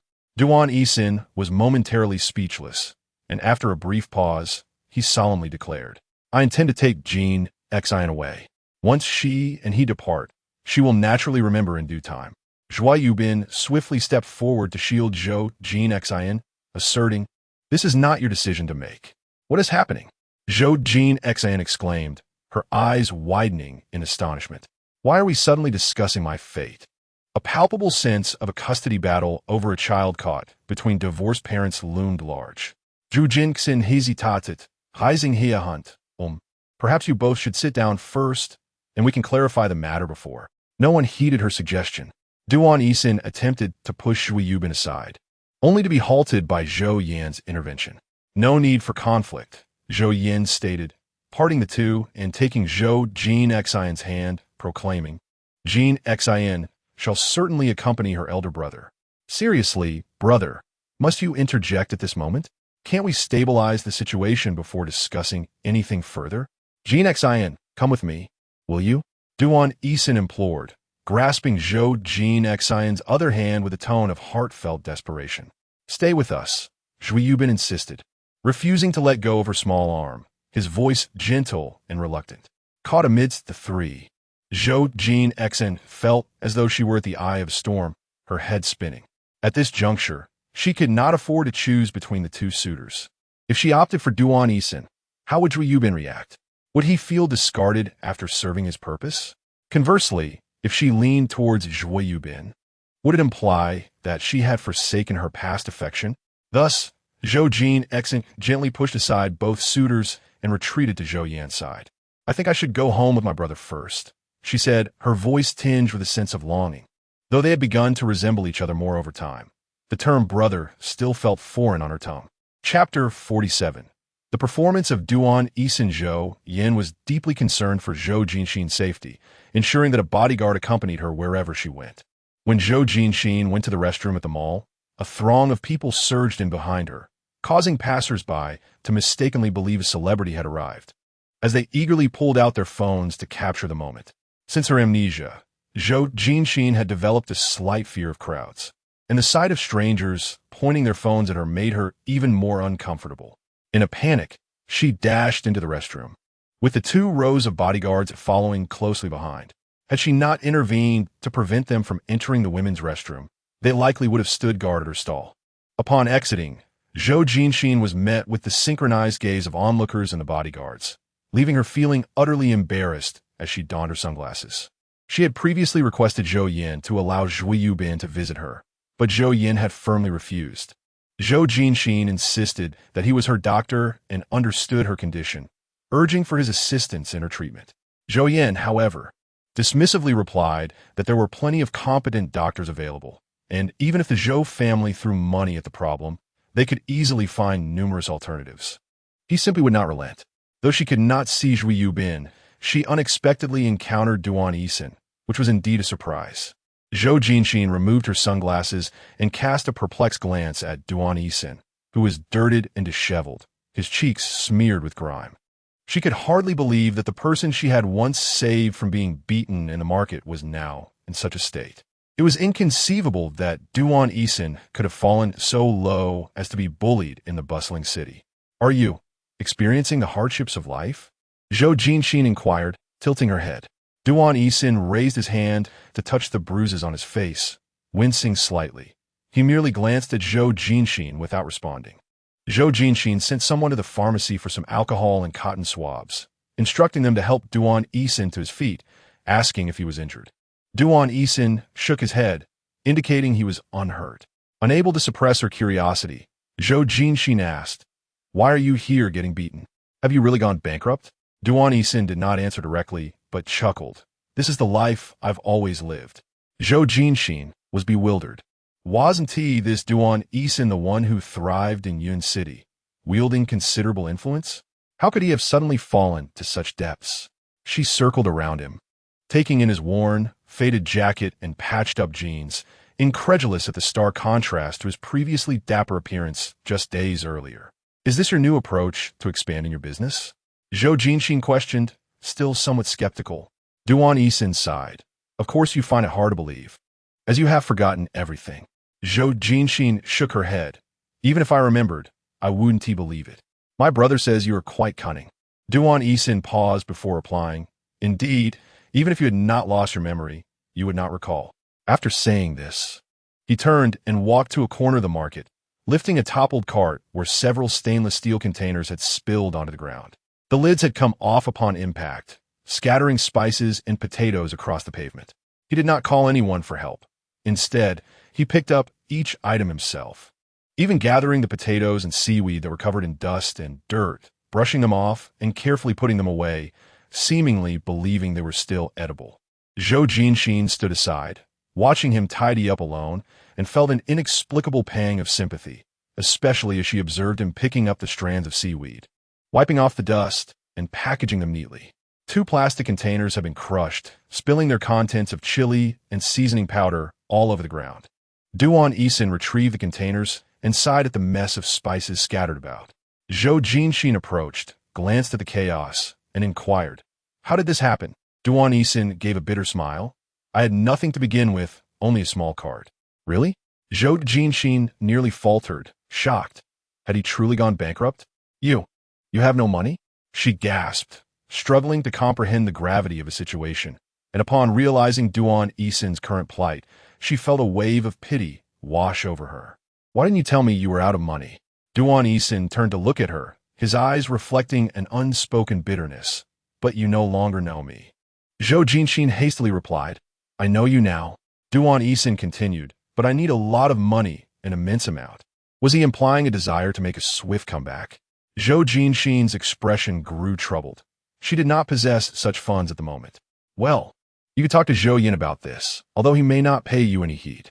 He would probably prefer to see me starve on the streets." He remarked, "It can't be that dire." Duan Haowen tidied up the small cart, slowly pushing it towards the back of the market. At that moment, a bodyguard returned with alcohol and cotton swabs, handing them to her. Carrying the small plastic bag, she followed him. They walked to a few dilapidated old buildings, a stark and grim concrete complex where several structures were haphazardly intermingled. Clothes hung from lines strung across balconies, creating a vibrant patchwork. There were no elevators. Duan Haowen unloaded his cart and locked it to the stair railing with a chain. "Shall we go up for a while?" he asked, cradling a pile of containers. Zhou Jinxin, almost involuntarily, nodded. Noticing he struggled to carry everything, she reached out to take several stainless steel bowls and followed him up the stairs. This building had clearly been around for many years. The stair railings had all rusted. Was this where Duan Haowen now resided? She glanced down at the bowls, their bottoms uneven and stained yellow, indicating they had been used for quite some time. "Didn't you just go bankrupt? How come these things look so old? Did you pick up what others discarded?" Zhou Jinxin murmured to herself, wondering if he truly needed to be this frugal. "I could at least lend you some money to start a grocery store." Duan Haowen led her to the 3rd floor, navigating through a corridor cluttered with clothes hanging in disarray. As Zhou Jinxin turned a corner, she accidentally bumped into a stove and pot left in the hallway, causing the iron pot to clatter loudly against the floor. Zhou Jinxin was taken aback, her hands flustered as she attempted to pick things up. With great difficulty, she managed to free one hand to place the large iron pot back in its original position, nearly twisting her wrist in the process. "Wow, how could these be left in the hallway?" Duan Haowen was unlocking the door, explaining that there was no space at home and no ventilation, making cooking indoors a smoky affair. As Zhou Jinxin listened to his clear explanation, she couldn't help but speculate. "Is it yours?" Duan Haowen shook his head, opening the door to let her in. It's not mine. It belongs to the family next door, Uncle Wong and his 3 members who sell fish at the market downstairs. Oh, Zhou Jinxin replied as she stepped inside, intending to set the items down, but found only a single room where the bed and table were crammed together, with no sight of stove. At that moment, she felt uncertain about where to place her belongings. Where should I put them? She turned to Duan Haowen for guidance. On the table, he suggested. Zhou Jinxin glanced at the small table, already cluttered with various items, realizing there was no space available. Then on the floor. I'll tidy up later, she acquiesced, placing the items down as instructed. She then surveyed the room, a wave of musty and damp air enveloping her. Water stains marred the ceiling, indicating that the roof had leaked significantly during rainy days. Zhou Jinxin felt as though she was not standing in a room, but rather beneath a leaking eaves on a rainy day. Chapter 48. Could you hold me? Zhou Jinxin lingered for dinner, while Duan Haowen ventured out early to sell fish. As the sun dipped below the horizon, Duan Haowen returned with the fish, deftly preparing it at the sink in the hallway before moving to the small stove by the window to braise it. The moment the fish hit the pan, a cloud of smoke erupted, filling the compact space rapidly. Zhou Jinxin coughed from the smoke, and despite Duan Haowen opening the window, the situation remained untenable, prompting him to suggest she wait outside. Seated on the stairs, Zhou Jinxin occupied herself with her phone, responding to the messages from Zhou Yin and Zhui Yubin that lay quietly waiting. Peering through the gaps in the staircase, she noticed 2 rows of bodyguards standing rigidly, akin to statues, a scene that felt oddly familiar, though she could not recall the specifics, her body adapting instinctively. Dinner's ready, Duan Haowen called, leaning out the window. Zhou Jinxin rose from the stairs, brushing off the dust from her backside. A small table had been cleared, adorned with 3 dishes. The braised fish emitting steam and a tantalizing aroma that danced enticingly toward Zhou Jinxin's nose. I never imagined you were such a skilled cook, she remarked, as she picked up a piece of fish perfectly cooked and seasoned. Duan Haowen, busy extracting the large bones from the fish, glanced at her with a smile and replied, "It's merely a matter of practice." "Who taught you?" Zhou Jinxin inquired. "A kind aunt of mine," came his unexpected response. "An aunt? I assumed it was your mother who taught you." Zhui Yubin's culinary skills were passed down from his mother, and he cooks exceptionally well. She consciously omitted the latter part of her statement. Duan Haowen continued, "My parents passed away when I was young, and I lived alone, so I became adept at cooking out of necessity." Ah! Zhou Jinxin was taken aback by his sudden revelation, sensing a tinge of discomfort in addressing such a sorrowful topic. She quickly shifted the conversation, asking, "So how did you manage to earn a living all by yourself and eventually become successful?" "This is the second time you've broached this subject," Duan Haowen replied with a gentle smile, fixing his gaze on her for a moment. Zhou Jinxin felt a blush rise to her cheeks under his scrutiny, lowering her gaze as he served her another helping of food. "Should I recollect what I previously shared with you?" he teased. Zhou Jinxin stared at the piece of fish on her bowl of rice, her mind blank. Was he implying she should remain silent, or urging her to reflect? If she confessed her inability to remember, would he deny her fish bones later? After a moment of contemplation, she finally surrendered, lifting her head in defeat. "I cannot recall." Duan Haowen chuckled softly, not pressuring her further, and added another helping to her plate, a balanced mix of meat and vegetables. "Is this your way of telling me to keep quiet and avoid emotional discomfort?" she queried. "It simply means I want you to eat well and have more," he clarified. "Oh, you have lost quite a bit of weight. Has this past year been difficult for you?" "Well, it's actually quite all right. Zhui Yubin has not treated me poorly. He has bought me numerous clothes and prepared delightful meals, even getting up in the middle of the night to make me late-night snacks. During the days spent tirelessly caring for her in the hospital, it is fair to say he has been exceptionally kind to her, almost more so than to his own father." TSK. Duan Haowen could not help but tap the table, urging, "Do not mention other men in my presence, or I shall pour vinegar into your bowl." Zhou Jinxin feigned ignorance, asking, "What do you mean? Are you suggesting I should prepare sweet and sour fish in your bowl?" That method seems rather rudimentary. Despite her amnesia, she adeptly sidestepped the topic with her usual wit, prompting a smile from Duan Haowen as he chose to overlook his previous comments. Suddenly, Zhou Jinxin set down her bowl and covered her throat with her hand, revealing a distressed expression to Duan Haowen. He immediately sprang to his feet, disregarding the fallen utensils. "Have you choked on a fishbone?" Zhou Jinxin nodded frantically, gesturing towards her throat to indicate that it was lodged quite deeply. Duan Haowen turned to fetch some vinegar, swiftly returning with a bottle of aged Shanxi vinegar. Thrusting the mouth of the bottle towards Zhou Jinxin. "Tried drinking some vinegar. When I choked as a child, that was what helped me." Zhou Jinxin did not need to lean in to smell it. The pungent aroma assaulted her senses, making her wince in distaste.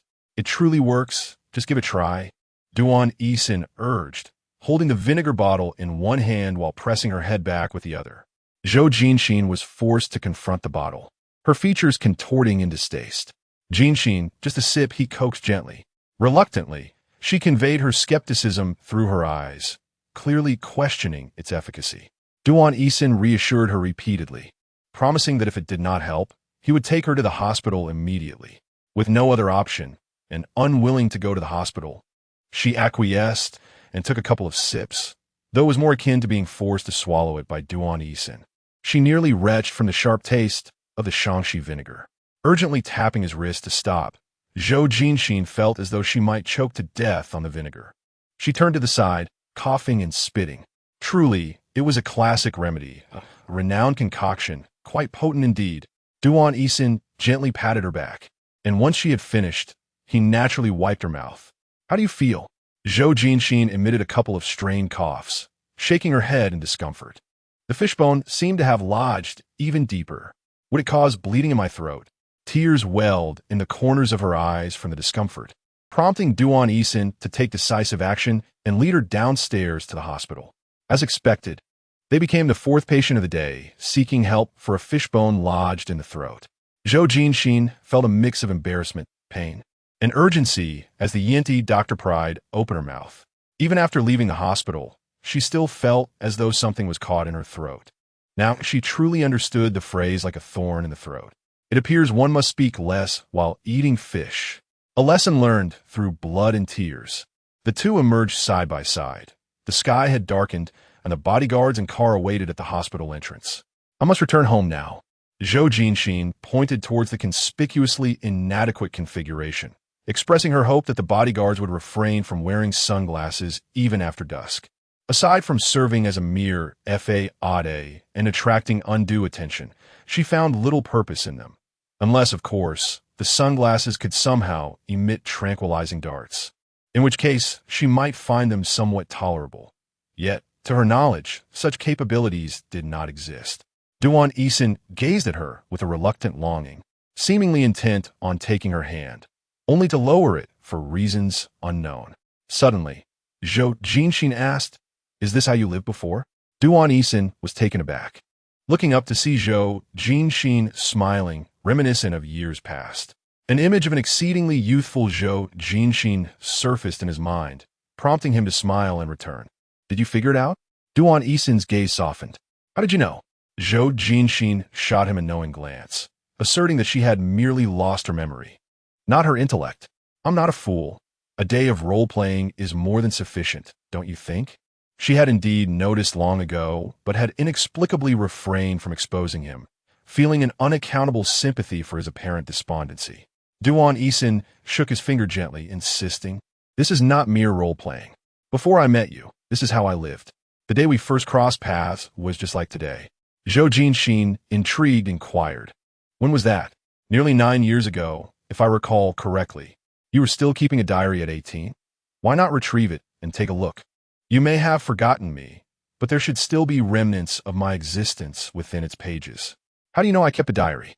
Zhou Jinxin responded, both respecting and disliking his teasing manner, offering a feigned smile. "I will find it." As she turned to leave, Duan Haowen suddenly called out, "Jinxin, would you mind giving me a hug?" Zhou Jinxin hesitated, "But I have a boyfriend now. Though you seem to have one too. Is this really appropriate? I feel a bit guilty towards Zhu Yubin."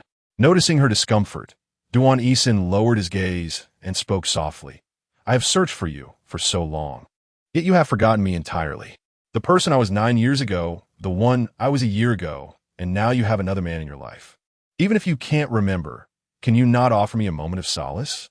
A pang of guilt struck Zhou Jinxin, as if her heart had been pierced by an arrow. How had she managed to juggle both of them before? Jinxin Duan Haowen's eyes glistened with unshed tears. Zhou Jinxin's heart raced in panic. No, please don't cry. I didn't mean to imply anything negative. I'm just trying to come to terms with this. She urged, you are a formidable person. Please don't do this. All right, let us embrace, she relented, wrapping her arms around him tightly. As her petite form nestled into Duan Haowen's embrace, he held her with an extraordinary tenderness. Honestly, I can't believe this. A powerful figure like you, playing the victim, and yet, here I am, falling for it. Chapter 49. Forgotten past, Zhou Jinxin turned her bedroom upside down, but found nothing even remotely related to the diary. However, she did unearth 2 photo albums and sat on the edge of her bed, perusing through pictures of her and Zhou Yin from childhood to the present. Among them were even photographs of Zhou Yin bathing in the nude. It was quite challenging to reconcile the image of the bare-bottomed child in the photographs with the now elegantly aloof Zhou Yin, who seemed to embody the essence of a vengeful Jinhuan. Truly, they were siblings. The collection was remarkable, though it remained uncertain whether Zhou Yin was aware of it. Zhou Jinxin couldn't help but give it a thumbs up. When Zhou Yin returned, Zhou Jinxin, undeterred, inquired once more if she had never kept a diary in her youth. Honestly, she found it hard to believe that any adolescent did not harbor some secrets. Even if they lacked personal dilemmas, surely they held grievances regarding school? Did they not need an outlet for their frustrations? As expected, Zhou Yin pointed her to a small attic, indicating that all her accumulated textbooks, notebooks, diaries, sketchbooks, romance novels, and comics from childhood were stored there for her to rummage through. Naturally, Zhou Jinxin felt too embarrassed to invite him to join her. What if someone stumbled upon her childhood diary? It would be akin to suddenly discovering Zhou Yan's nude photographs. The attic appeared untouched for ages, and as Zhou Jinxin ascended, her skirt was brushed with a layer of dust. She absent-mindedly patted it off, staring at the towering stacks of books and notebooks before her, somewhat at a loss. Among them were 2 piles of textbooks. Why had they not been discarded? What purpose did they serve? To increase her workload? To gather dust? Would she return to review high school knowledge after suffering amnesia? At her age, could she even comprehend them? She randomly picked up a book, only to find it was a comprehensive workbook from her past. Instantly, a wave of nostalgia washed over her. But the memories she wished to recall were not related to this. She tossed it back into the pile of textbooks, expressing a silent protest against reliving those academic trials. Bending down to sift through a chaotic array of colorful notebooks, she was soon overwhelmed by a fit of coughing, yet finally stumbled upon a promising lead in a leather-bound notebook. This diary dated back to her high school years, its pages yellowed with time. Though it was labeled a diary, it was not entirely so. It was filled with pencil doodles and contained daily assignments, complaints about the cafeteria's excessive salt, the sudden closure of the snack street by authorities, and musings on why her best friend had suddenly stopped talking to her. There were also notes about love letters slipped into her desk, clipped from magazines, and a jumble of mathematical drafts. It was indeed a vibrant tapestry of her thoughts. However, it proved of little utility. Zhou Jinxin flipped through numerous pages and found not a trace of Duan Haowen, nor any hint of youthful romance. As she neared the final pages, it was only after the college entrance examination that she spotted the words Yuncheng. Yuncheng. Duan Haowen had always been in Yuncheng. The diary contained only a few brief entries, and as she scanned them, she found no mention of Duan Haowen. It merely recounted her secret trip to Yuncheng after graduating high school. She had secretly purchased a plane ticket and slipped out, only to have Zhou Yin follow her with a few bodyguards. Wait a moment, Duan Haowen? The name seems somewhat familiar, thought Zhou Jinxin as she glanced down once more. After a challenging arrival in Yun City, where she struggled to find a hotel and got lost, she wandered aimlessly to the market, where she witnessed 2 men engaged in a fight. Fortunately, the imposing bodyguards her brother had insisted she take along proved effective. The 2 men slunk away at the sight of her standing there, a quintessential example of the fox borrowing the tiger's ferocity. The vendor selling cold noodles bore the marks of the altercation, his face bruised and battered, yet he bowed repeatedly in gratitude. making her blush despite her feeling she had done nothing noteworthy. Lacking a hotel, he invited her to his home, and with so many bodyguards in tow, she felt untroubled following him upstairs. Despite his own injuries, limping from the fight, he insisted on carrying her suitcase, oblivious to the throng of people trailing behind him, a testament to his stubbornness. He mentioned that his aunt next door was hospitalized and opened the door to her apartment for her to stay the night. While he was on the phone with her, she mistakenly thought he was speaking to his mother. Her own mother had long since passed away, and he confided that he too had lost his mother at a young age. When he inquired about her name, she fibbed, introducing herself as Zhou Jinxin, fearful that revealing her true identity might bring trouble. Is it still common for people to stitch their names onto their clothing? Passing a balcony lined with drying clothes, she spotted a jacket emblazoned with the name Duan Haowen. Was it a precaution against misplacement? Indeed, public drying lines can lead to such risks. She once lost a school uniform in a similar fashion, receiving demerits from the student council when it went missing on a Monday, and her homeroom teacher had reprimanded her in the office. Fortuitously, she nearly allowed him to glimpse her diary, but the watermelon he brought back was quite sweet. Yin City was far cooler than Harbor City. Even without air conditioning, one could enjoy stargazing on the rooftop while savoring watermelon, making it an ideal retreat from the summer heat. This segment involving Duan Haowen concluded here. The narrative then shifted to her efforts to locate a hotel, depart from his home, and visit various attractions in Yin City, returning to Harbor City in a matter of days. In the tapestry of Zhou Jinxin's life, this fleeting encounter was but a minor detail. The myriad places she had visited, the diverse individuals she had met, and the countless experiences she had lived through soon relegated this brief acquaintance to the dusty archives of her memory, preserved within the pages of her diary. As she flipped through her diary, she noted that after entering university, her entries became sporadic and adorned with an array of stickers, though the words were few, and the names Duan Jinxin or Duan Haowen had not appeared again. Upon closing the diary, she realized that she had likely forgotten about Duan Haowen. Their chance meeting in Yin City had been fleeting, and she never anticipated they would cross paths again in the future. Yet, how they would meet again remained a mystery, one that Duan Jinxin had not disclosed to her. Zhou Jinxin neatly tucked away her diary and descended the stairs, only to find Zhou Yin in the living room, beckoning her over. "What's the matter, brother?" she asked, obediently approaching him. Zhou Yin ruffled her hair and smiled. "Have you forgotten? Your birthday is coming up." Zhou Jinxin scratched her head in confusion. "Me? My birthday?" Zhou Yin tapped her forehead playfully. "What are your plans for this year? Where will you celebrate? Are you inviting your friends?" Zhou Jinxin crossed her arms defiantly in refusal. "Farewell, then. Even if I were to be summoned now, I would find myself a stranger in this circumstance. The sudden influx of so many people would be quite overwhelming for me, especially with Zhui Yubin, the one I am most familiar with, absent. Brother, could you please call Zhui Yubin here? If he comes, we might as well settle the medical expenses he is owed. Spending such a lengthy period in the ICU is no trivial matter for an ordinary family.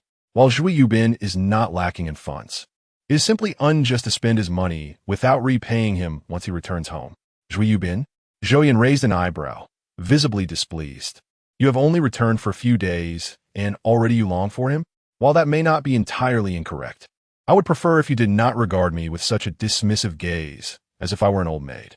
Do you even comprehend who he is, that you would so easily fall in love again?"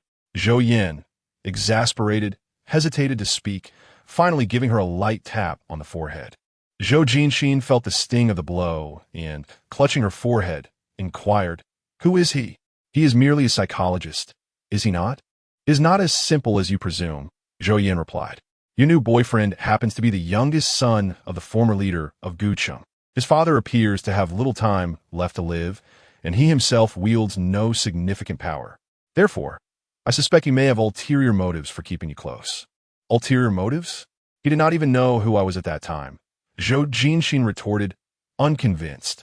"Ulterior motives?" Zhou Yin chuckled dryly. "I had someone retrieve your medical records.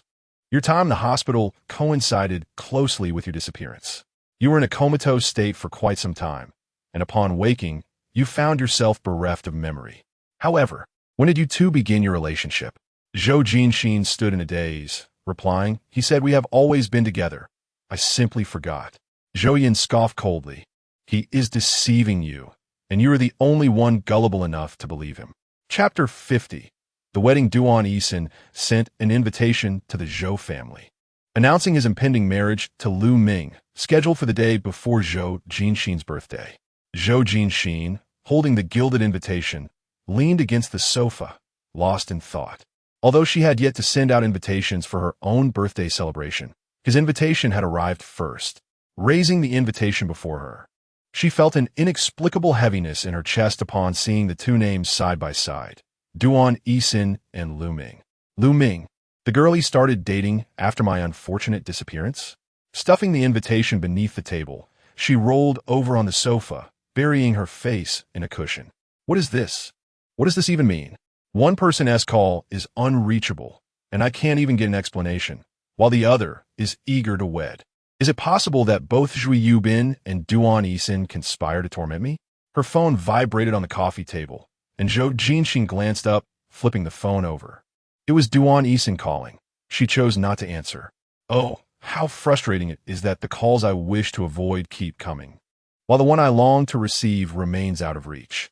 Zhou Jinxin, could you at least provide me with some explanation? Even if you deceived me, you did save my life. I owe you more than I can express. But even if it is true, what difference does it make? Zhou Jinxin sighed, feeling utterly trapped. Her feelings of frustration persisted until the day of Duan Haowen's wedding. She consistently ignored his calls, and Zhou Jinxin remained unreachable. Accompanying Zhou Yin to the wedding, Zhou Jinxin observed Duan Haowen greeting guests at the entrance, a smile gracing his face, seemingly in high spirits. Upon seeing the Zhou siblings, he entrusted the other guests to the groomsmen and made his way over to escort them inside. As it was a joyous occasion, Zhou Yin refrained from showing any discontent towards Duan Haowen, managing a half-hearted smile. While Zhou Jinxin felt a twinge of displeasure at the sight of Duan Haowen's beaming face, she felt compelled to maintain a polite smile. The wedding venue was set on a grassy lawn, and with the sun shining brightly, a canopy had been erected early on. Prior to the ceremony, Zhou Jinxin intended to remain beneath the shade, but as soon as she sat down, Duan Haowen, seemingly by design, approached her. Zhou Jinxin shifted deeper in her seat, but after exchanging pleasantries with other guests, Duan Haowen effortlessly strode over with a glass of wine in hand. As he inched closer, Zhou Jinxin instinctively tried to evade him. She stood up, prompting Duan Haowen to rise as well. In a moment of misalignment, he stumbled, spilling a glass of red wine onto Zhou Jinxin's champagne-colored dress. A chill coursed through her abdomen as she stared at the deep red stain marring her attire, with droplets of wine trickling down. This must have been intentional, right? With an entire venue serving champagne, he chose to bring red wine solely to drench me? What an exquisitely awkward position he has put me in. Duan Haowen exaggeratedly apologized, his smile unwavering. I assure you, it was not my intention. Would you like to change into another dress? Zhou Jinxin glared at him. What do you think? Shall I pour a glass onto your clothes to see how it feels? Go ahead. I wouldn't mind, Duan Haowen replied with a subtle smile. But let us wait until after the wedding. Zhou Jinxin choked momentarily, unable to articulate her feelings, and only expressed her displeasure through the flaring of her nostrils. All right, let me take you to change your clothes, Duan Haowen said, nudging Zhou Jinxin's arm with his elbow, signaling her to follow. Zhou Jinxin glanced around and spotted Zhou Yin, who seemed to be observing them intently. Upon seeing Zhou Jinxin seek his approval, he nodded in agreement. Led by Duan Haowen, they entered a changing room filled with racks of clothing, evidently intended for the bridesmaids and groomsmen, although they were all preoccupied with the wedding proceedings, leaving the space empty. What trickery are you up to now? Zhou Jinxin casually took a seat, waiting for Duan Haowen to select an outfit for her from the racks. Duan Haowen's fingers glided across the garments until he retrieved a white satin off-shoulder gown, holding it up for Zhou Jinxin to see. You've lost quite a bit of weight. I'm not sure if it'll fit, but why not give it a try? Zhou Jinxin glanced at the dress, hesitated, and replied, This gown, if I recall correctly, is a minimalist wedding dress from this spring and summer collection. Is it truly appropriate for this occasion? Despite its simplistic design, which could pass for a formal dress, anyone with discerning eyes would recognize it immediately. If she were to wear it, Wouldn't it be akin to upstaging the bride? Zhou Jinxin tactfully avoided taking it, prompting Duan Haowen to search for something less ostentatious.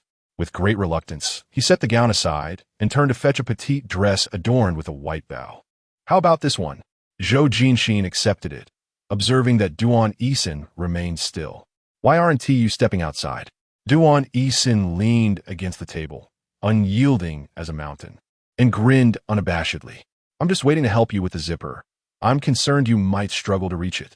Zhou Jinxin scoffed inwardly, pondering how someone on the brink of marriage could be so oblivious to boundaries with the opposite sex, especially with an ex-girlfriend. Step outside. Given your status as the groom, I advise you not to provoke me.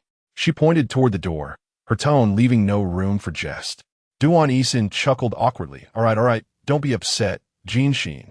I'll wait for you outside. However, by the time Zhou Jinxin finished changing and emerged, Duan Haowen had already vanished.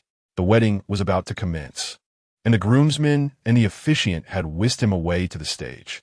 The meticulously arranged venue resonated with the wedding march, played by an ensemble of instruments. While Duan Haowen stood tall on the platform, his lips curving into a subtle smile, captivating the attention of all present. Guests were seated, and Zhou Jinxin quickly spotted Zhou Yin among the rows, who had saved a seat for her in the middle. As she settled down, both Duan Haowen and Zhou Yin turned their gazes toward her simultaneously, their eyes reflecting not only mirth but also a hint of an inscrutable emotion that Zhou Jinxin could not comprehend. As confetti and floral petals cascaded down from the ceiling, Zhou Jinxin's attention was drawn to the end of the long aisle, where Duan Haowen's gaze was fixed, prompting everyone to turn their heads in anticipation of the bride's arrival. As Lu Ming gracefully walked down the carpet in a flowing white wedding gown, a bouquet of pristine white flowers clutched in one hand, and her beloved Lu Fangzhe embraced in the other, her eyes sparkled with pure happiness. She strolled through a cascade of petals, her beauty reminiscent of an angel. Watching this, Zhou Jinxin felt a twinge of bitterness in her heart. With such a stunning wife, it was only natural to desire to bring her home sooner, was it not? The groom took the bride's hand from her father, and the couple stood together on stage, a match seemingly ordained by heaven. Suddenly overwhelmed by emotion, Zhou Jinxin lowered her gaze as sorrow washed over her. The officiant, brimming with enthusiasm, invited the couple to pledge their vows and exchange rings. Miss Lu Ming, do you take Mr. Duan Haowen to be your lawfully wedded husband? To walk hand in hand through life, to know and support each other, never to part? I do, the bride responded earnestly, declaring, Haowen, I will love you forever. The officiant turned to pose the same question to the groom, yet an unsettling silence ensued. The guests below erupted in astonished murmurs. Jinxin, look at the scene unfolding. Zhou Yin chuckled, prompting Zhou Jinxin to lift her head. This has been specially arranged for you. To her astonishment, she witnessed Duan Haowen on stage tossing the ring along with its box far into the distance, where it landed with a splash in a nearby lake. Stunned, she gazed at the spectacle, bewildered by Duan Haowen's antics. Suddenly locking eyes with him, she saw his gaze steady, tinged with a mischievous satisfaction, while the bride's expression morphed into one of shock and disbelief. Chapter 51. The farce Zhou Jinxin. Had she not perished? How could she possibly be here? Lu Ming locked eyes with Zhou Jinxin, who met her gaze unwaveringly, even offering a polite nod and a smile. The look in her eyes resembled that of the past, fearless and indifferent, yet infused with a hint of curiosity. Zhou Jinxin's gaze shifted from the ring that had plunged into the lake back to Lu Ming, her wide eyes watching her every move as if she were an audience savoring a spectacle. Zhou Jinxin was reveling in Lu Ming's misfortune, surveying her surroundings. Lu Ming realized that not a single person was spared from the whispers and furtive glances. Everyone seemed to be mocking her. Suddenly, an overwhelming weakness washed over her, and she reached for Duan Haowen's arm. He did not pull away, allowing her to cling to him as though he were a last hope. Haowen, what are you doing? Lu Ming questioned, her tone sharp yet her eyes pleading. Her fingers gripped Duan Haowen's arm tightly, the pressure escalating. Stop joking with me. This is no time for jest. Just tell me you agree, and bring out the ring. I know you've hidden it. Haven to you? Duan Yisin raised an eyebrow, remaining silent as he callously brushed Lu Ming's hand away. She stumbled back, nearly losing her balance as her foot caught on the hem of her wedding gown. Duan Yisin adjusted his cuff with a casual demeanor, stating in a nonchalant tone, Lu Ming, I am not jesting. The ring? I discarded it. Marrying you is out of the question. A murmur of shock rippled through the audience. Lu Fangzhe, seated in the front row, immediately darkened in expression. What did you say? Lu Ming's lips trembled, her eyes brimming with tears, disbelief etched across her face. You said you want to marry me? The guests buzzed like agitated ants, their whispers escalating from hushed tones to audibly discussing the unfolding drama, each word piercing Lu Ming like countless needles. So, just like that, he reneges on the marriage? What is Duan Yisin thinking?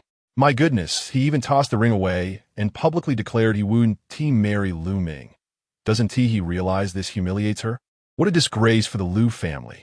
I heard rumors that Duan Yisin was never fond of Lu Ming. He only acquiesced to the engagement out of fear of the Lu family's influence. This lad is not one to concede easily. So I suspected this wedding was doomed from the start. TSK, Lu Ming is likely to make the headlines again. How amusing. She brought this upon herself.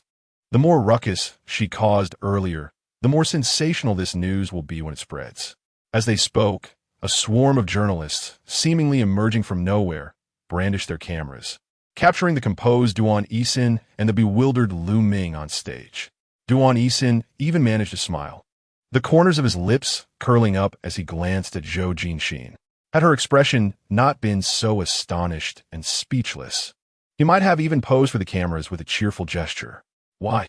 Lu Ming clutched her wedding gown, her knuckles turning white from the force. Why of all days? Must it be today? Why take such measures? Do you truly seek to humiliate me in this manner? Her voice suddenly rose in pitch, and the frequency of the camera surged dramatically as the sound of flashes and shutters melded into a cacophony. Duan Yisin's expression remained indifferent, his brows and eyes icy. You know what you've done? I merely offered you a lesson. Is this too much for you to bear? What have I done? Lu Ming took a step closer, tilting her head defiantly to meet his gaze, tears streaming down her chin and trickling along her neck. Do you think I am unaware? You are clearly doing this for that wretched woman. Now that she has returned, you no longer want me, is that it? No sooner had she finished speaking than Duan Yisin delivered a sharp slap to her face, the force of which sent Lu Ming sprawling to the ground, clutching her face and trembling, whether from anger, pain, or perhaps both, she could not tell. Lu Ming, you saved my life, so I will not harm you. But remember to tread carefully in the future. As soon as Duan Yisin finished speaking, Lu Fangzhe managed to push his way through the crowd, raising a hand to halt the journalists filming. Stop this at once. It was a rare sight to see the mayor in a rage, and the flashes of cameras intensified, dazzling Lu Fangzhe to the point where he could barely keep his eyes open. A glance caught Duan Yisin smiling beside him, prompting Lu Fangzhe to seize his collar. Whispering urgently, "Get these people to leave. Say you were merely joking with Mingming, and if you do, I will overlook today's events." Duan Yisin calmly shrugged off Lu Fangzhe's grip, adjusting his bow tie as if he had not heard a word. "Uncle, I assure you, I am not joking. Why can you not believe me?" Duan Yisin, Lu Fangzhe roared. "Are you attempting to rebel against me?" Duan Yisin shook his head slowly, a look of regret on his face. "Unfortunately, no. Uncle, it is already over." A piercing siren suddenly echoed, its sharp wail slicing through the air as it quickly approached the wedding venue. In the blink of an eye, several police cars, their lights flashing red and blue, arrived at the entrance, and a group of agile officers leapt from their vehicles, surrounding the scene and advancing toward the stage. Aside from the journalists, who continued to snap photos with fervor, the rest of the attendees wore expressions of shock, unable to conceal their astonishment. Except for Duan Yisin, who maintained a smirk that hinted at his complete control over the situation. Several plainclothes detectives pushed through the crowd, creating a barrier against the journalists, while two evidently experienced officers approached the three on stage, displaying their badges. "Mr. Lu Fangzhe, you are suspected of drug trafficking and illicit drug transactions." Please accompany us. Lu Fengzhe's face drained of color, his lips turning pale as he appeared on the verge of fainting. One officer placed handcuffs on him, then turned to the still-dazed Lu Ming. Miss Lu Ming, you are suspected of intentional homicide. Please come with us. Lu Ming stared blankly as the officer secured her wrist in handcuffs, the click of the lock snapping her back to reality. Let go. Let go of me. I haven't done anything. I swear I haven't. Amidst a cacophony of insincere pity and a flurry of ambivalent glances, Lu Ming was once again escorted down the flower-laden aisle, flanked by two individuals. She turned her head, gritting her teeth as she met Zhou Jinxin's gaze. Zhou Jinxin looked at her with a blend of confusion and sympathy. Hypocritical, revolting. Why? On what grounds? Why must she appear? Why must she seize what is rightfully mine, shattering my wedding and obliterating my entire existence? How dare she? How dare I be cast aside on my own wedding, manipulated into a fool's jest, while she stands there, lofty and contemptuous, regarding me with the eyes of a dog. Fueled by indignation, Lu Ming lunged towards her but was restrained by the two officers beside her. As she was scrutinized in such a manner, Zhou Jinxin took a step back, her expression one of bewilderment, appearing so innocent and pitiful. Zhou Jinxin, why are you still alive? Why do you not perish? Dragged toward the police vehicle, Lu Ming continued to shout, You should have died. Why did you claw your way back from hell? Zhou Jinxin, you deserve to die. Zhou Jinxin retreated silently, her head throbbing from the onslaught of Lu Ming's shouts as she pressed her hand to her temple. Zhou Yan stepped forward to shield Zhou Jinxin from Lu Ming's ire, raising his arm protectively, concern etched on his face. Jinxin, it's too chaotic here. Let me take you away. Zhou Jinxin nodded, glancing in the direction of Duan Haowen, who was conversing with the remaining officers, seemingly preparing to leave with them. Noticing Zhou Jinxin's anxious expression, he offered her a reassuring smile, signaling her not to worry. Zhou Yan escorted Zhou Jinxin from the tumultuous crowd, and as they departed, Lu Ming's piercing screams echoed. Jinxin, just wait. If I cannot have it, neither shall you. Truly, it was a farce. Zhou Jinxin, utterly bewildered, was led away by Zhou Yan, yet she could discern a palpable elevation in his spirits, a sense of elation. Why do you and Duan Haowen appear so? Zhou Jinxin carefully chose her words.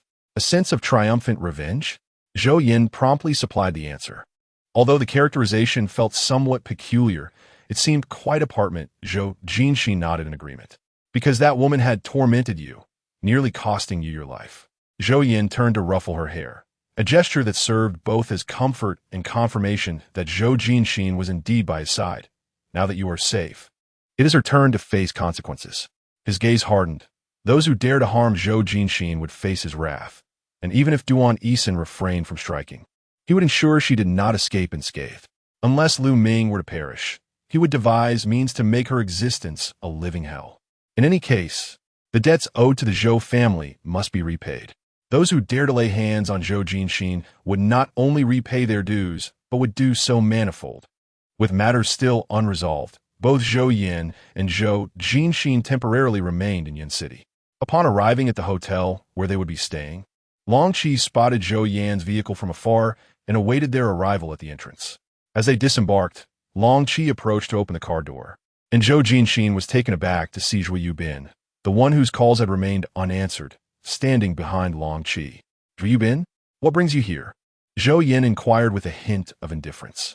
Zhou Jinxin followed closely behind Zhou Yan as they entered the hotel, her form partially concealed by Zhou Yan, embodying a protective stance. Zhou Yubin, clad in a sleek black suit with a matching shirt, bore only a white flower pin to his pocket. His slender frame appeared both handsome and pale, his warm eyes clouded with fatigue and laced with bloodshot hues.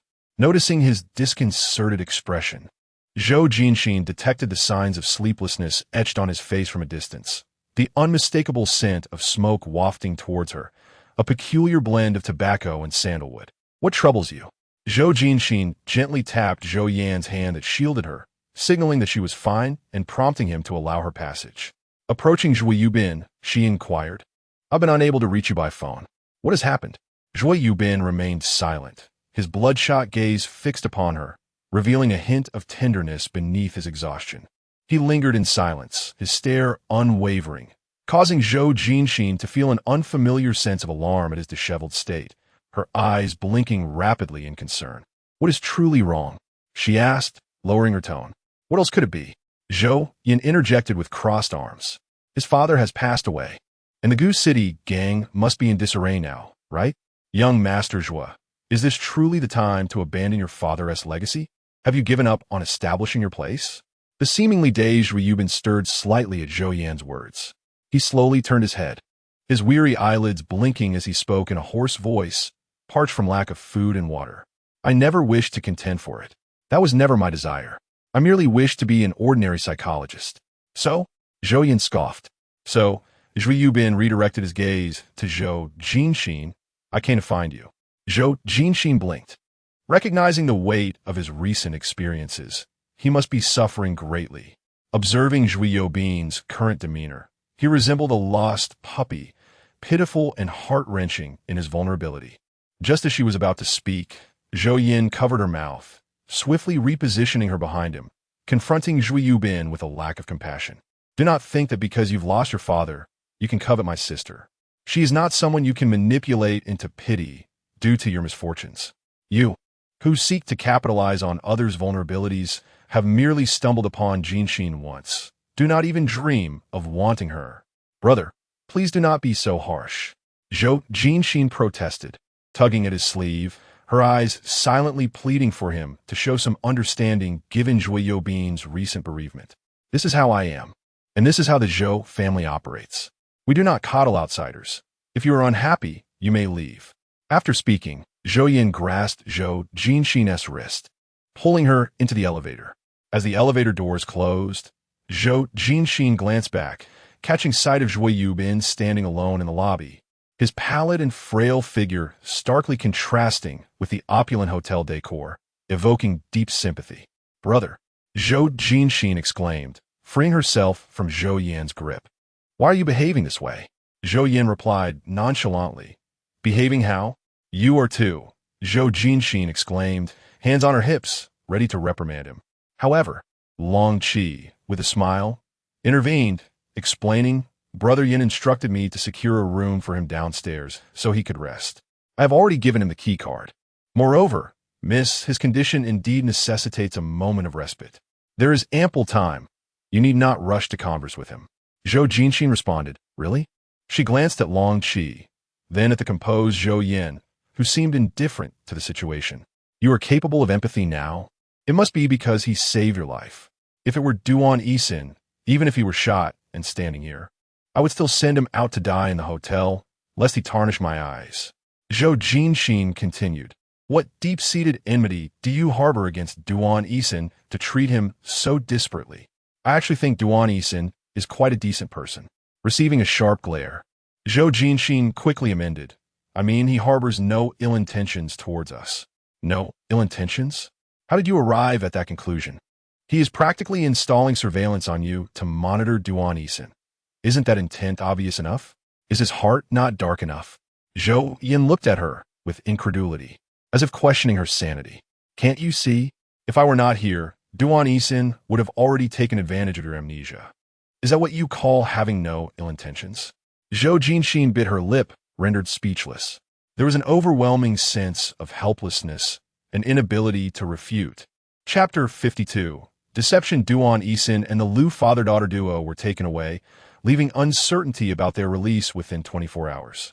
Zhou Jinxin wished to send Zhou Yin to gather information, but Zhou Yin appeared utterly indifferent to Duan Haowen's fate, sipping coffee as if he were deaf to her concerns. Acknowledging his disinterest, Zhou Jinxin stomped her foot in frustration, resolutely exiting the room without seeking his help. "Do not leave the hotel," Zhou Yin remarked without turning his head. Zhou Jinxin slammed the door behind her, the resounding thud echoing her anger.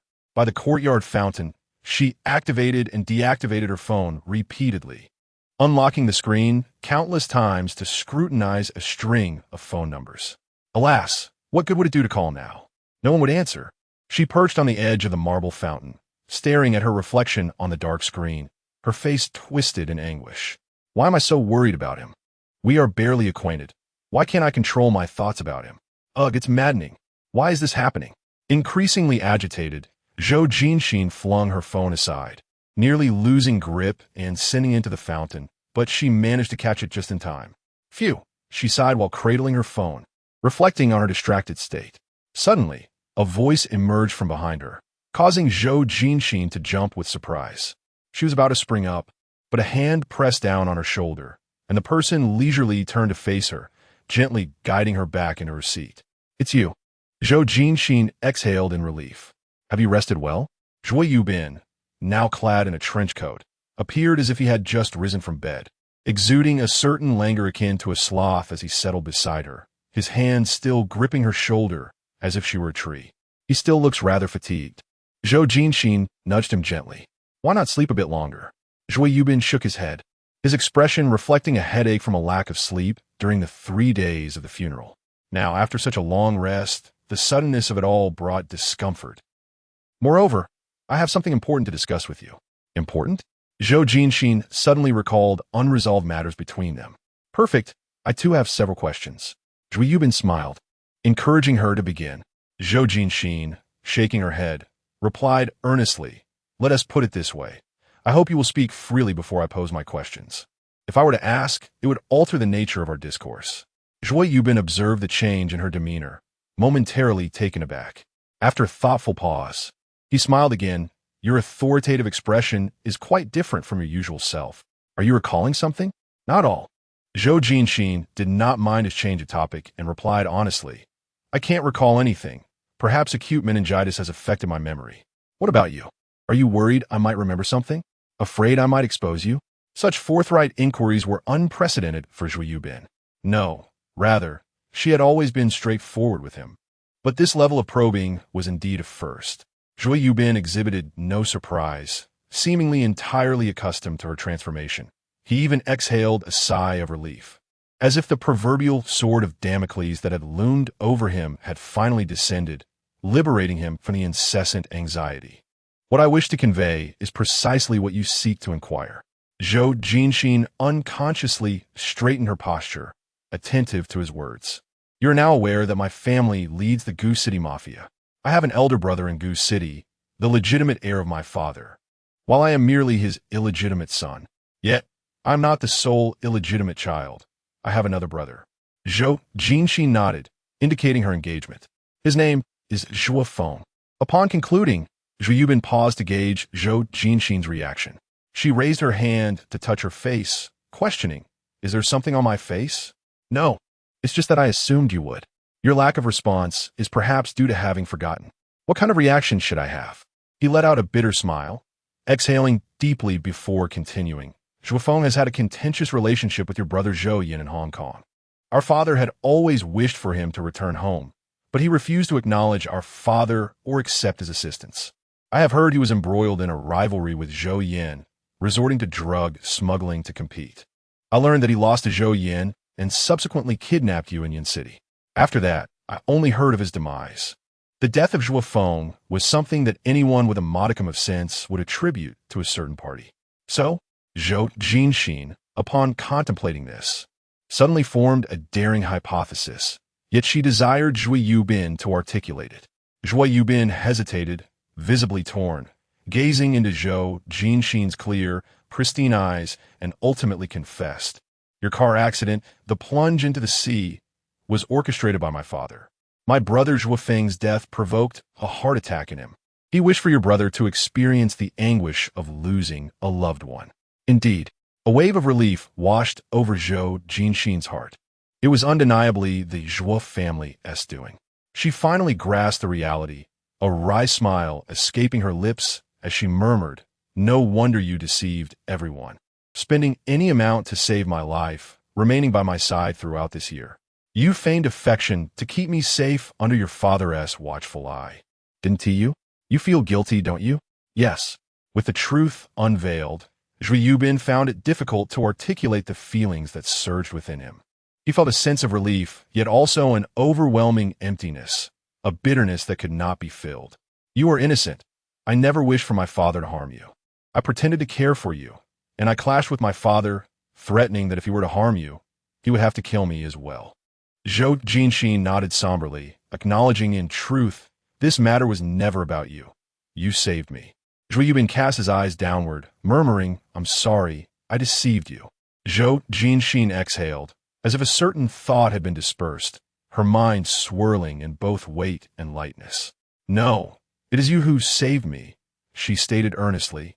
Just as you believe I am innocent, it was not you who caused me harm. This is not your burden. Even if you deceived me, it cannot overshadow the fact that you saved my life. This is your grace, and I shall repay it. Zhou Yubin lifted his gaze to meet Zhou Jinxin's clear, unwavering eyes, which reflected the same clarity and resolve, whether in moments of confusion and despair or now, upon uncovering the ruse. I never intended for you to return anything. Zhou Jinxin merely noticed his lips moving slightly, without catching his words clearly.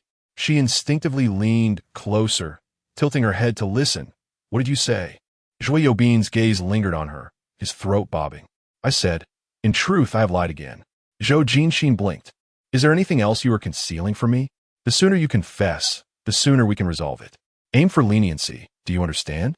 Zhou Yubin felt his entire body tense, taking a deep breath, as under Zhou Jinxin's puzzled gaze, his ears gradually turned crimson, observing him scratching his ear in shyness. Reminiscent of when they had been teased in the past, an immature thought surfaced in her mind.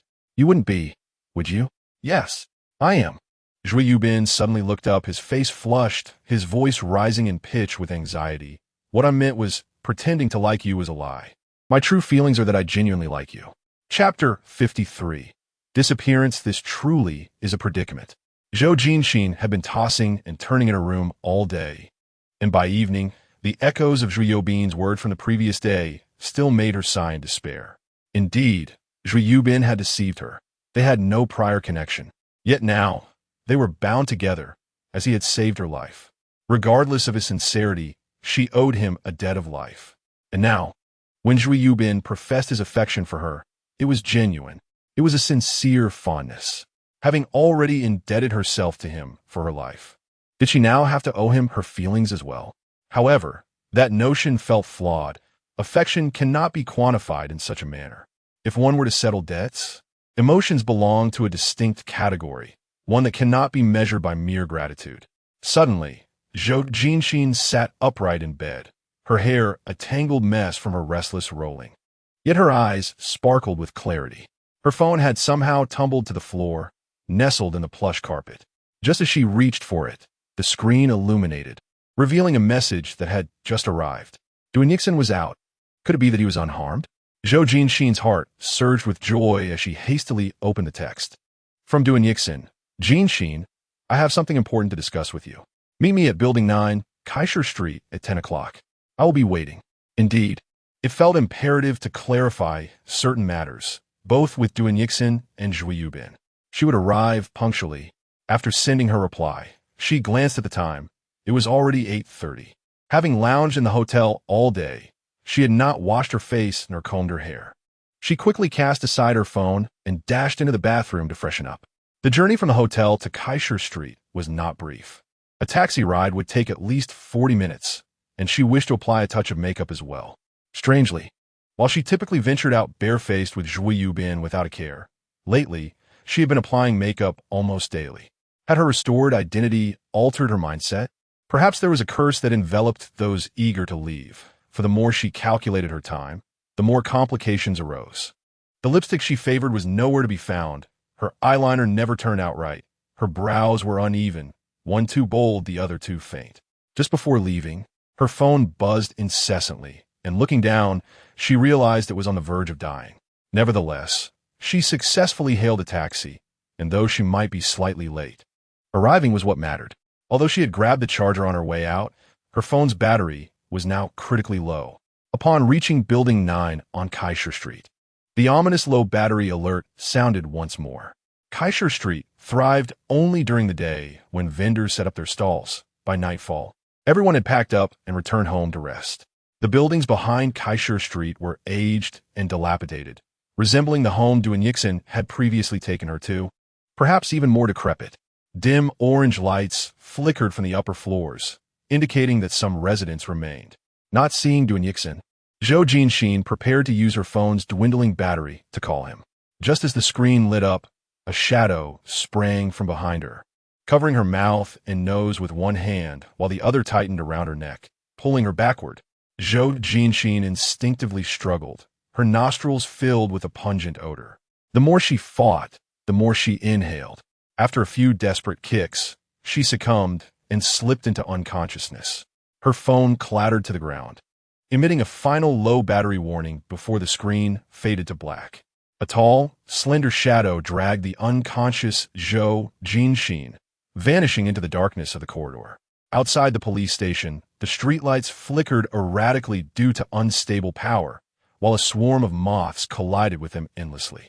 Duan Haowen emerged from the entrance, and Wu Shini promptly stepped forward to drape a coat over him. Let us head back. Duan Haowen gestured dismissively, striding toward the vehicle, his eyes half closed as he rubbed his temples. After a day and night of questioning, my head is spinning. I almost wish I could catch something to throw myself in as well. Duan Gu, I fear we cannot return just yet. What do you mean? Wu Shini quickened his pace to keep up, opening the car door. Zhou Yin called, inquiring whether Miss Jinxin has arrived here. It appears they cannot locate her. What? Duan Haowen's brow furrowed tightly, his hand resting on the car door. In an instant, his agitation peaked. Jinxin is missing? Wu Shini nodded, sensing Duan Haowen's composure teetering on the brink of collapse. He spoke cautiously. We've asked around. She is indeed not here. Zhou Yin is searching, and our personnel are out as well, but there is no news at the moment. His hand on the car door clenched abruptly. Duan Haowen's expression darkened, like a shard of shattered ice. Get everyone out to search for her. Even if we have to turn the entire Yin city upside down, we must find her. No sooner had the words left his lips than Wu Shini's phone rang. Recognizing it could be news, he answered without hesitation, switching to speaker mode. Is there any news? Yes. The hotel reported that Ms. Zhou left around 9 o'clock in the evening and hailed a vehicle, seemingly a taxi. But the surveillance did not capture the license plate number. After relaying the information, Wu Shini turned to Duan Haowen, seeking his directive. Duan Haowen appeared to be suppressing something intensely. He inhaled deeply and climbed into the car. To the hotel, Wu Shini swiftly accelerated, pushing the speed to that of a racing competition. If not for the single accelerator, judging by Duan Haowen's grim countenance, he would have trampled it.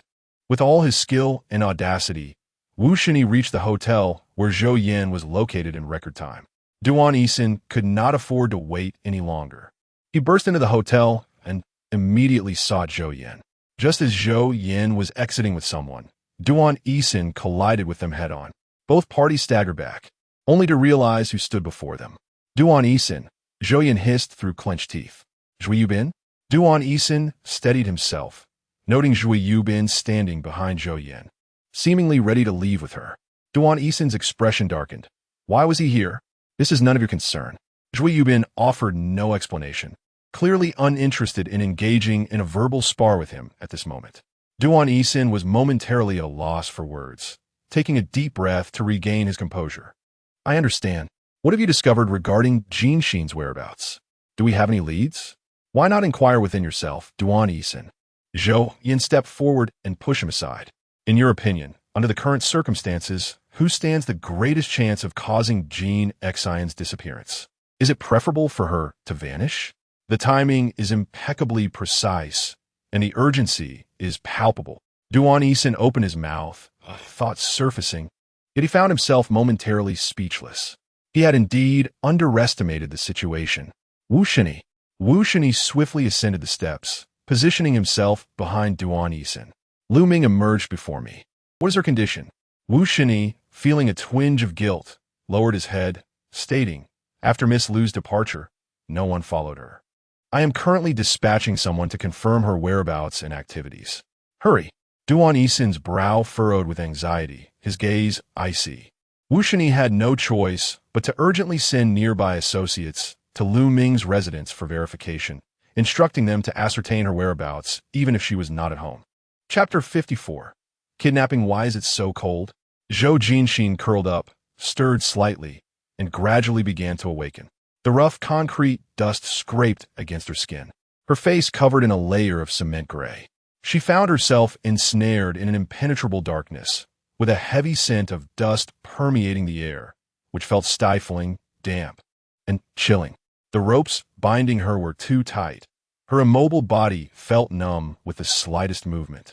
As she twisted, she resembled a gasping worm, unable to rise. The dosage of the sedative on the handkerchief had been substantial. She still felt dizzy, and it was likely she wouldn't be able to stand firm. Being taken to such a sinister place, with such heavy-handed treatment, it seemed she had made a formidable enemy. Whose ire had she incurred this time? Lost in her thoughts, the ancient light bulb in the empty corridor suddenly flickered to life with a crackle. Zhou Jinxin looked up, momentarily blinded by the light, squinting to see a slender shadow gradually approaching. I wondered who it was. She blinked her saline-soaked eyes and smiled. "Ah, it's you. If I'm not mistaken. Your name is Lu Ming?" She recalled the moment at the wedding, the hatred and bitterness in Lu Ming's eyes before she was taken away, as if she wished to drag Zhou Jinxin down to hell with her. "What I cannot possess, you shall not have either." Lu Ming removed her cap, revealing a pallid face concealed beneath a black windbreaker. Casually discarding the hat, she seized Zhou Jinxin by the hair, forcing her to tilt her head back and gaze up at her. "I promised I would do this." Zhou Jinxin winced as her scalp was tugged painfully, her expression strained. Yet her tone remained composed. "You truly are a woman of your word. But why must such admirable resolve be employed in my abduction? Is it merely because I was Duan Haowen's former girlfriend? You couldn't secure your own marriage, so you wish to make my life miserable? Miss Lu, can you please remain calm? Your failed marriage is none of my concern. Why resort to kidnapping me? If you seek revenge, why not confront Duan Haowen directly?" Zhou Jinxin said innocently. "None of your concern?" Lu Ming shook her head with a cold laugh. "I have been abandoned by Duan Haowen. He publicly humiliated me before the entire city, collecting evidence to incriminate my father, who has now lost half his life. Because of him, I'm like a lost dog, released by the police only due to lack of evidence. Do you think they will spare me? I know you, and he will eventually see to my downfall. Therefore, I might as well strike first." With a sudden yank on her hair, Zhou Jinxin cried out in pain, fearing a chunk of her scalp had been torn away. Lu Ming's voice was icy. "Even in death, I will drag you down with me, Zhou Jinxin. Your return is most opportune, since you have not perished. I shall kill you once more." "Wait. No." Zhou Jinxin struggled against the pain. "Calm down. I never intended to harm you. It's too late.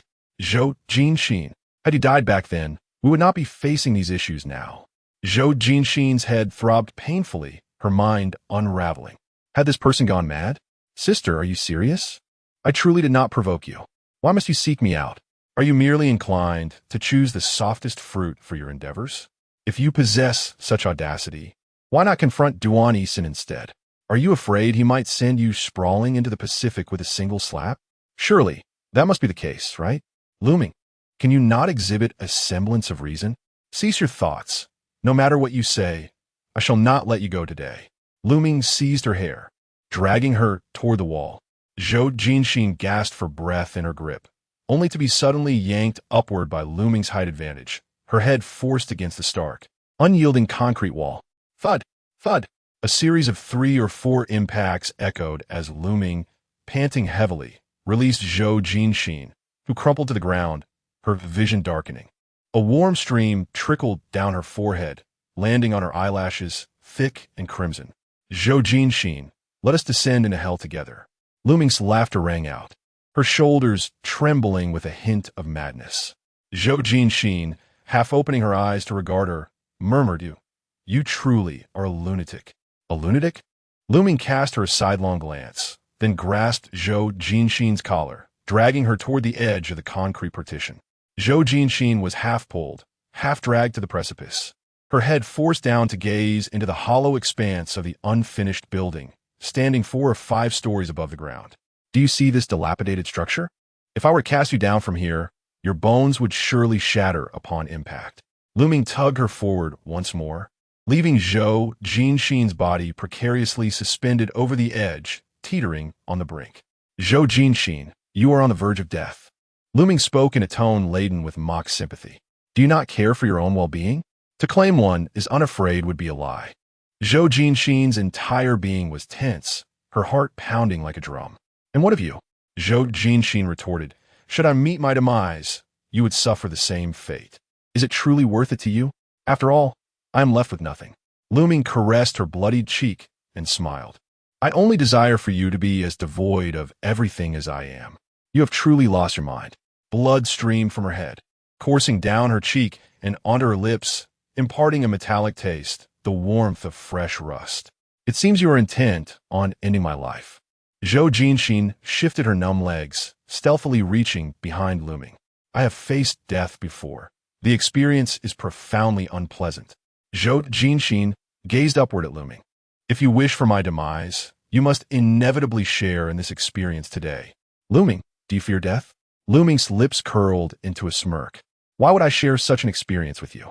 "Jinxin," a startled cry echoed from the lowest level, interrupting Lu Ming's words, reverberating through the desolate building. Both Lu Ming and Zhou Jinxin looked down in astonishment, beams of flashlight illuminating their figures against the edge of the floor. Jinxin, Duan Haowen, wielding a powerful flashlight, led the way, the pale light casting a stark contrast against Zhou Jinxin's bloodied visage, rendering it all the more chilling. With just a glance, he turned and rushed up the stairs. As Lu Ming rushed to the scene, he barely had time to shout. He watched as Duan Haowen began to ascend the stairs, followed by Zhou Yan and Zhu Yubin, who came one after another. "Stay back." Duan Haowen appeared at the entrance of the corridor, and Lu Ming bellowed, gripping Zhou Jinxin tightly as if she were a rabbit, ready to cast her aside at any moment.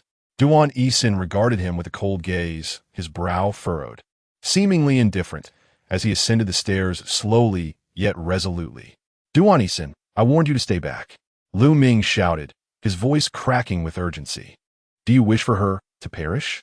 "Of course, I do not wish for her demise," Duan Haowen replied, standing calmly in the corridor, meeting Lu Ming's gaze. "The one who desires her death is you. However, you cannot bear the cost of killing in my presence. Lu Ming, you would not wish to meet your own end, would you?" He advanced step by step, his voice low, threatening yet persuasive. "If you wish to stay alive, you must release her immediately and return to your place." "Impossible," Lu Ming scoffed, a derisive laugh escaping his lips. "Do you think I would believe your words? Would you truly spare me? Even if you did, would Zhou Yan let me go? You merely seek to deceive me. But to kill in our presence will indeed come at a cost. You are aware of my methods. Lu Ming, in light of the fact that you once saved me, release Jinxin, and I shall spare your life." Duan Haowen took another step forward. "Otherwise, your fate will be dire, most dire. Stay back." As Duan Haowen disregarded her threats and continued to draw near, only a few steps separated them. Lu Ming, in desperation, pulled Zhou Jinxin back half a step. "I will take her down with me. You will never see a living Zhou Jinxin again." Duan Haowen's brow twitched, and he halted his advance. Lu Ming remained calm. Shaking her head, tears mingled with a bitter smile on her face, Lu Ming replied, "But I can no longer remain calm. Duan Haowen, it is you who has wronged me. It is you who has wronged me." Suddenly, a bullet whizzed from the shadows, striking Lu Ming in the shoulder. Her expression turned to one of panic as she clutched Zhou Jinxin, teetering on the edge of the floor. Sensing the impending disaster, Duan Haowen reached out to pull her back, but Lu Ming's hand grazed the edge of his coat. Meanwhile, Duan Haowen lay on the ground, gripping Zhou Jinxin's collar, which dangled precariously at the edge. "Zhou Yan, hurry!" Duan Haowen shouted, veins bulging on his forehead. Not looking back, Zhou Yan emerged from the corner of the corridor, unhesitatingly discarding his pistol, and seized Zhou Jinxin's arm. Lu Ming fell in terror, crashing to the dust-laden ground below, the sound of shattering bones echoing amidst the swirling dust. Together, Zhou Yan and Duan Haowen managed to pull the unconscious Zhou Jinxin back up, with Duan Haowen tightly cradling her in his arms, tears of dread filling his eyes. Blood began to seep from the bottom of the stairs, the vivid crimson flowing quietly across the gray cement floor. Chapter 55. The conclusion falling from a height of over 10 meters, the outcome was not far from what Lu Ming had anticipated. Her body sustained multiple fractures. The only deviation from her expectations was her remarkable tenacity, She was miraculously saved by the doctors and nurses at the hospital, now lying in the ICU, connected to a myriad of tubes. Duan Haowen had vowed to preserve her life as a way to repay her kindness, ensuring she received the finest medical care in the best hospital. Otherwise, given the current state of the Liu family, with Liu Fangzhe incarcerated and their assets seized, Liu Ming would have been unable to afford even a drip. Duan Haowen had visited her once at the beginning. Liu Ming lay on the ICU bed, the ventilator and cardiac monitor emitting constant alarms, while an array of expensive medications flowed into her body, sustaining her vital signs. Duan Haowen gazed at her through the glass, feeling a pang of pity, yet he could not forget that Zhou Jinxin was also in the same building. She had once endured the isolation of the ICU, teetering on the brink of life and death.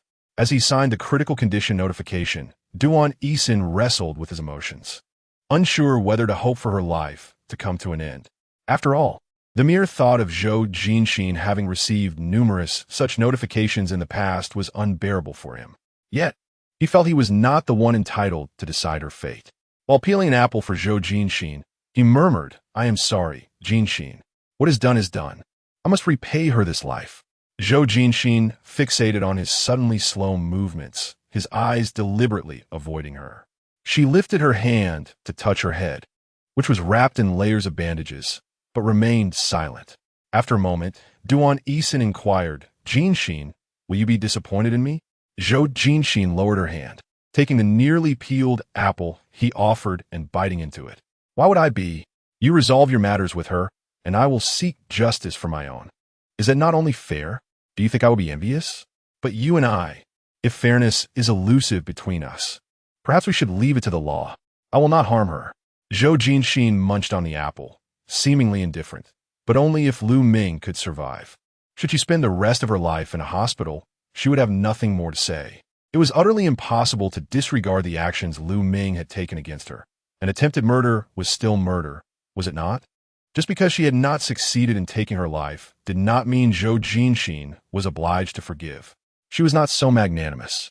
Discarding the apple core, Zhou Jinxin turned to reach for a tissue, but her raised hand was gently grasped by Duan Haowen, who placed it on her lap, meticulously cleaning her hands with a wet wipe, attending to her with an almost obsessive care.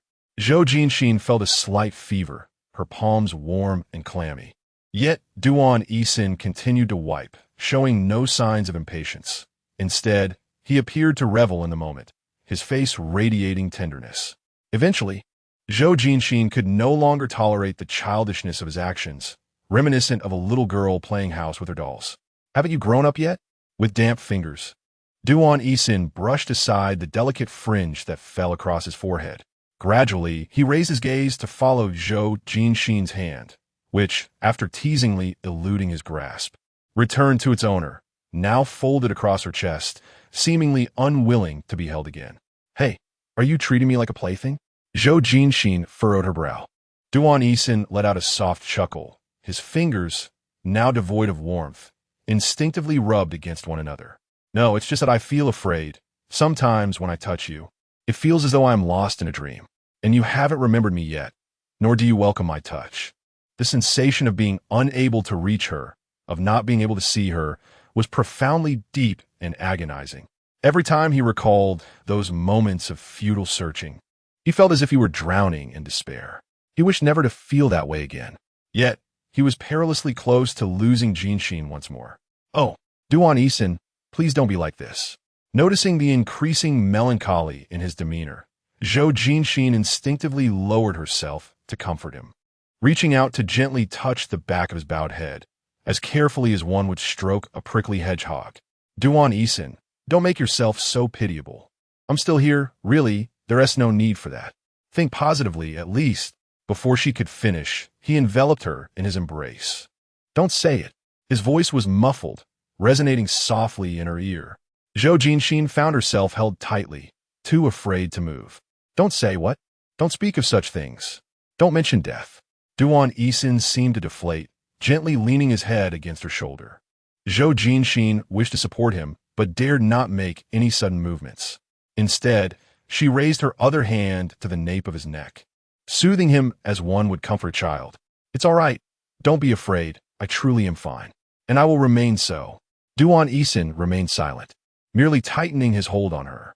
Zhou Jinxin wanted to offer more words of comfort, but as she lifted her head, her gaze fell upon the doorway, where she spotted Zhou Yubin standing outside, his eyes fixed intently on them.